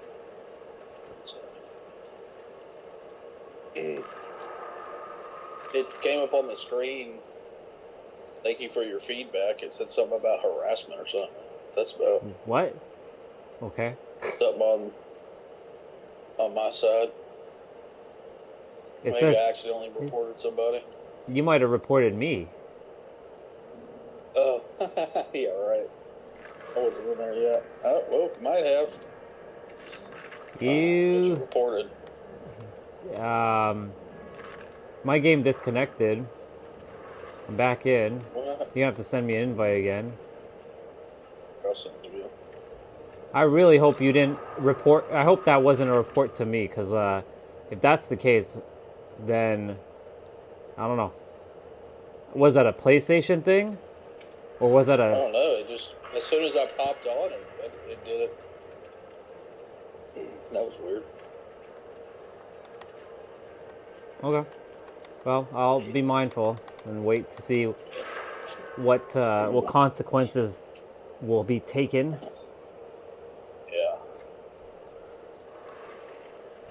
I'm not escapist. Are you? I am. I'm We not. can back out. Oh, somebody backed out. I can. did.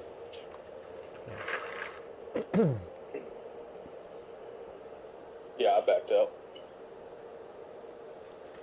I have a feeling Kairi Sane will be back. Oh, Oops. you got to change your thing, bud. Yeah.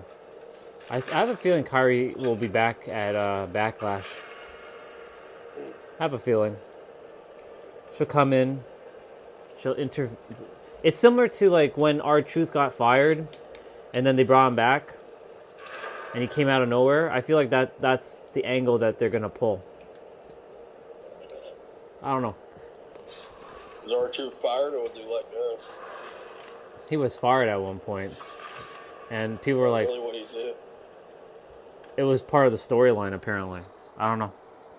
People. Oh, you're saying it's a work, maybe? Yeah, could be, but Kairi did go on her socials, but then again, you never know. But there's a lot of people that got released.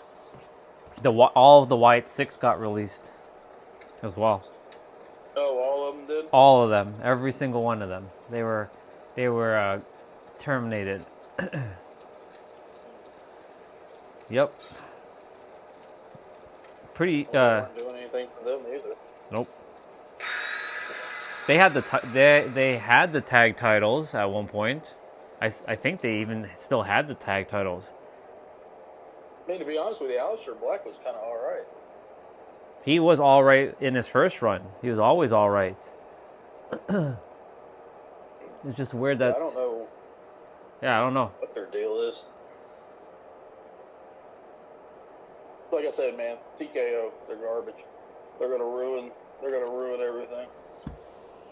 They don't have the vision. These guys are just guys that just want to make profit. They don't care about anything else. Right. That's why everybody wants Vince back. But he's too old. Yeah. He's got too much stuff going on too. He just needs to retire and take it easy. Yep. Stop pooping on girls and stuff. Idiot. Is he still married to Linda? Yeah. It's just weird because, like, Yeah, man. Linda's just put up with all that stuff for years, man. Linda's actually a pretty respectable person. she is. Vince is just a trashy human being. A great promoter, trashy human being. Oh, somebody blew up that gen. Man in the box. My Japanese. I mean, she's Go ahead. she's held offices. And, yeah, I feel bad for her. Yeah. Oh shit, Ghostface.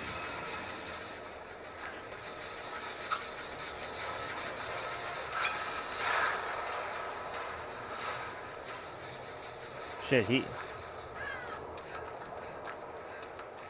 that cloud of smoke that you see in the distance, if you're wherever you are, that was us. If you see any cloud of smoke, if you do see that.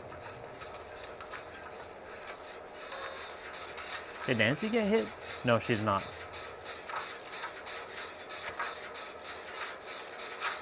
Guess what I had to eat tonight? Steak. No. Pizza. No. Those are too good. Some too good guests, though. Give me one more. Taco. Nah, KFC. Oh shit. Oh damn. Ghostface got me. KFC, huh? From the real Kentucky Fried Chicken. From one of the stores. What did? From the OG.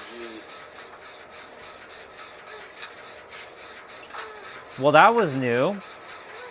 The generator blew smoke in my face, and it stunned my character. Yeah, I've seen that before. I didn't know what that was. I just noticed it like. So what did you get from the Colonel?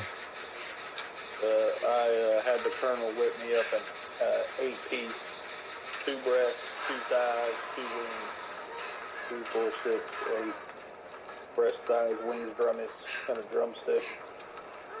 Got some coleslaw and the green beans. The green beans are good. Is Ghostface still there? Is he camping my gen? Oh, there you are. I was looking for you. Yeah, this gen's almost done. Been attempting to do this for the longest time. He's coming back. Go ahead. Run. Oh my god, it's still not done. We didn't get it? Nope. Oh, man, Nope. He kicked it. Oh, damn. Yeah, that gen's... I thought we got it. Nah. He's gonna go right back to it. The man left there. That's my bad. I should have just stayed. I tried not to get him to get me pulled, and I tried to go back on it, but I guess he was kicking at the time or something. Anyone coming for you? Yeah. Yeah, I see. Ah, man, I'm gonna go back to that gen because it's slowly dying. Yeah, I'm gonna go find it too. You gotta go all the way to the other end of the map, near the shack. He's probably still camping it.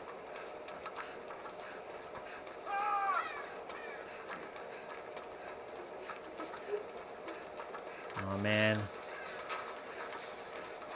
I think Nancy was doing it. She was. She just jumped off. She did. I think she thought I was Ghostface. Wait, how did you get here before I did? What the hell? I don't know, that's weird. Oh. This is another one that me and them were working on. Let's go on this other one. Which other one? Why'd she not do it? Oh, There's another one right behind us, kind of to my right. Y'all can work on that one. I thought Nancy was going to do this one. You could do the other. You mean the one on the tractor?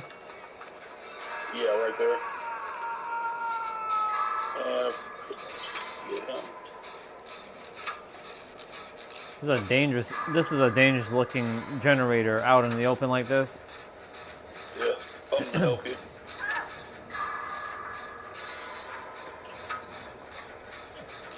Live stream's almost done.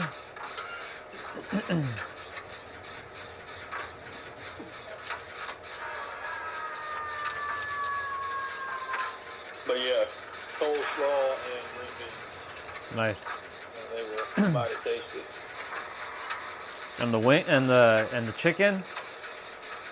Chicken was actually pretty good. I was surprised. Okay. But it might have just been because I hadn't eaten all day and I was starving. But it tasted good. Because it's coming from the real Kentucky. Yeah, all those hormone birds they use now. Yep. Their blend of secret herbs and spices are pretty good though. It is. I prefer them over Popeyes for some reason now. Popeyes has gone downhill. Yeah, Popeyes kind of. It used to be. It used to be good, but it's like now. Oh shit! He's right there. He's on you. Yeah, he is. He's still coming for me.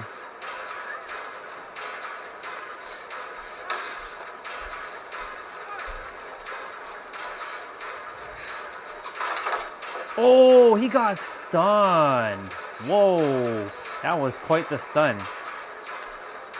Sucker. You think I fell for that?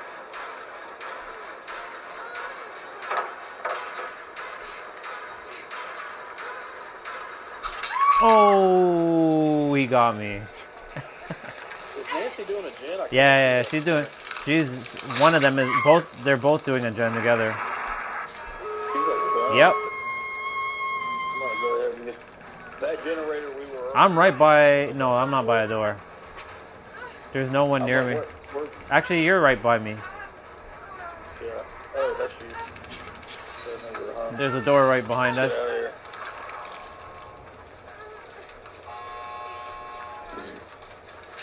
Open the door.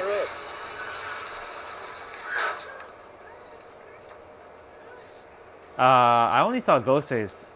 Do you see anybody else? I didn't see the man. I'm out of here. I'm not staying. Yeah, I'm not staying. Well, there was. That person was right there. Yeah. Screw it.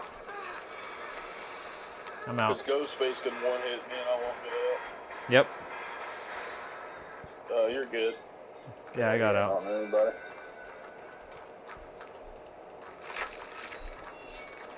My Japanese character means God. Kami. Kami.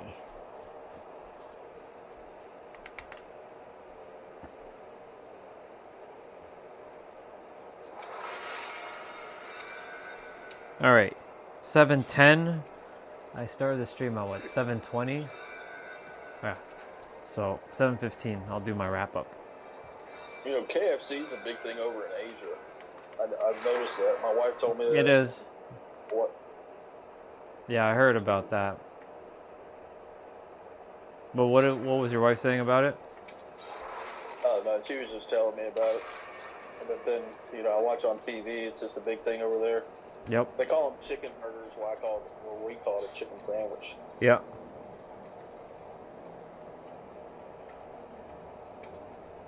I got some other. There's some other good spots around me that have chicken. Some of that ghetto chicken. Some of that hood chicken. The hood chicken? Yeah. Yeah. That's pretty good. Luckily, they've branched out of the hood and opened up to proper locations. Nice. I look forward. So I don't have to go down in the middle of the ghetto trying to get me some chicken. I'll be right at home with the In the ghetto? Yep. Good luck. I'm good. It ain't nothing like Toronto's, though. I know Toronto's got some serious ghettos. Oh yeah. There's you know, where I walk every day by the bridge, the other side of the bridge. That's what you would call the slums. I'm not disrespecting anybody there, but that's where. Bro, this ain't no Final Fantasy VII. I don't call it no slums. Bro, it's the slums. The ghetto. You can't walk there at night, especially in a certain like area. Like you just don't walk there at all. Hell, yeah, I don't understand. There's another place. Won't catch me out. There's another place 20 minutes away from here called Jane and Finch. Pretty bad. Pretty bad.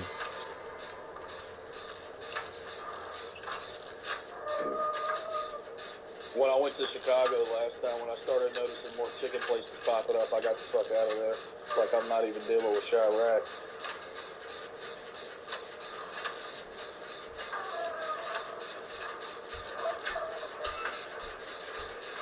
Who the hell? Oh, we have shit. He nailed me. He's coming after me. We also have Nurse. She's in the house. He's coming. Yeah. I ran the other way. I went back.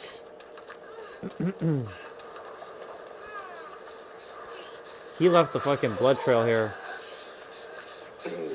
Yeah, he's headed back your way. Yes, he is. Yes, he is.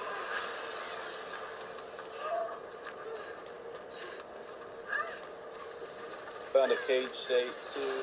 Nice. Over here behind Shaq.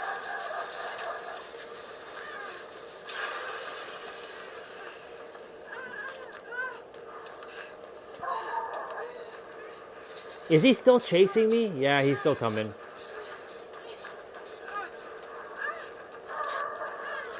Yep, he's coming for me. Fuck is this? It's probably what's his name coming to give you some candy. We gotta run, dude. He nailed you again. All because he sure did. I don't even know how he hit me on that. Because he's coming. Because he still knows where I'm at. He's got a lock on me right now. Shit, dude, heal. There's my thing right over there. Well, thank you, dude. I appreciate the med kit. I'm gonna have to. He opened up a med kit for me.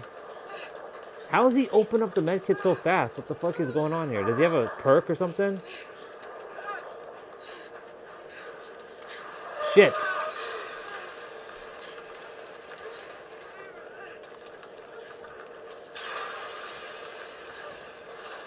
God damn, what's going on here?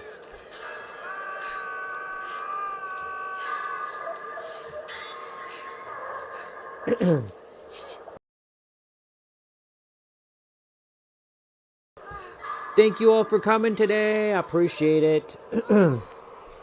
Appreciate all of you for coming on today. Thank you so much. Peace out, people. Have yourselves a good night. The stream on, though. We gotta move. We gotta move. Keep coming down. Are you on that gym? Yeah, I stopped. I went on it. No one. Nothing's. Nice. Nice job, me. Good job, me. They should be on their way here, probably. Yep. All right, y'all. Have yourselves a good night. Yep, we got to move. Man, she nailed you. All right, y'all. Have a good night. And I will turn it back to the game.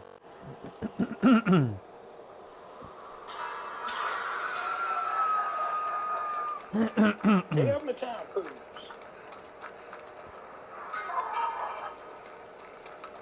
All right. Let me fix that.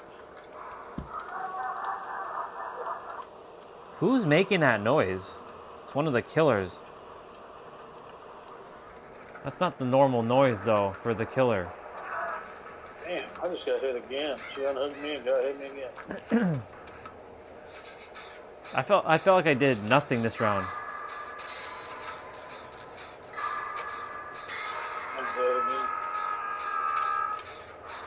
Oh my god, he's on the other end of that.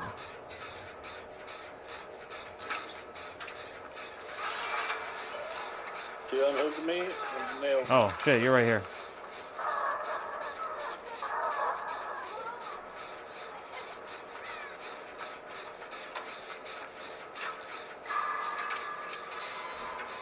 Shit.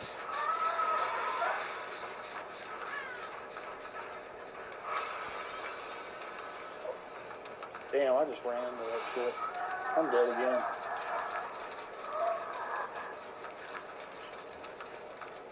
That must be Nurse making that noise. It is. Hey, the guy that opened up all the treasure chests super quickly.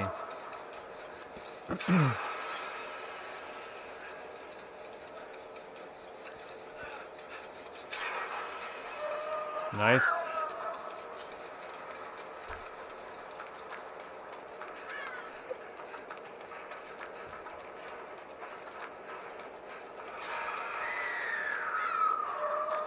I can get that person. I'm so dead.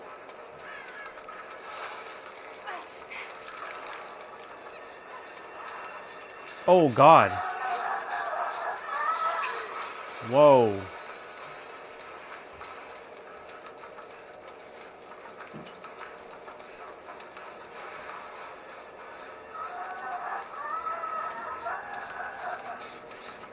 Wow, that's a weird... That's definitely a weird noise.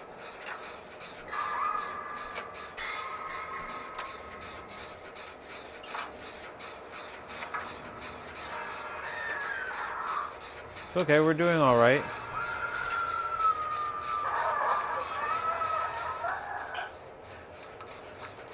Shit, yep, I knew it. Gonna have to move.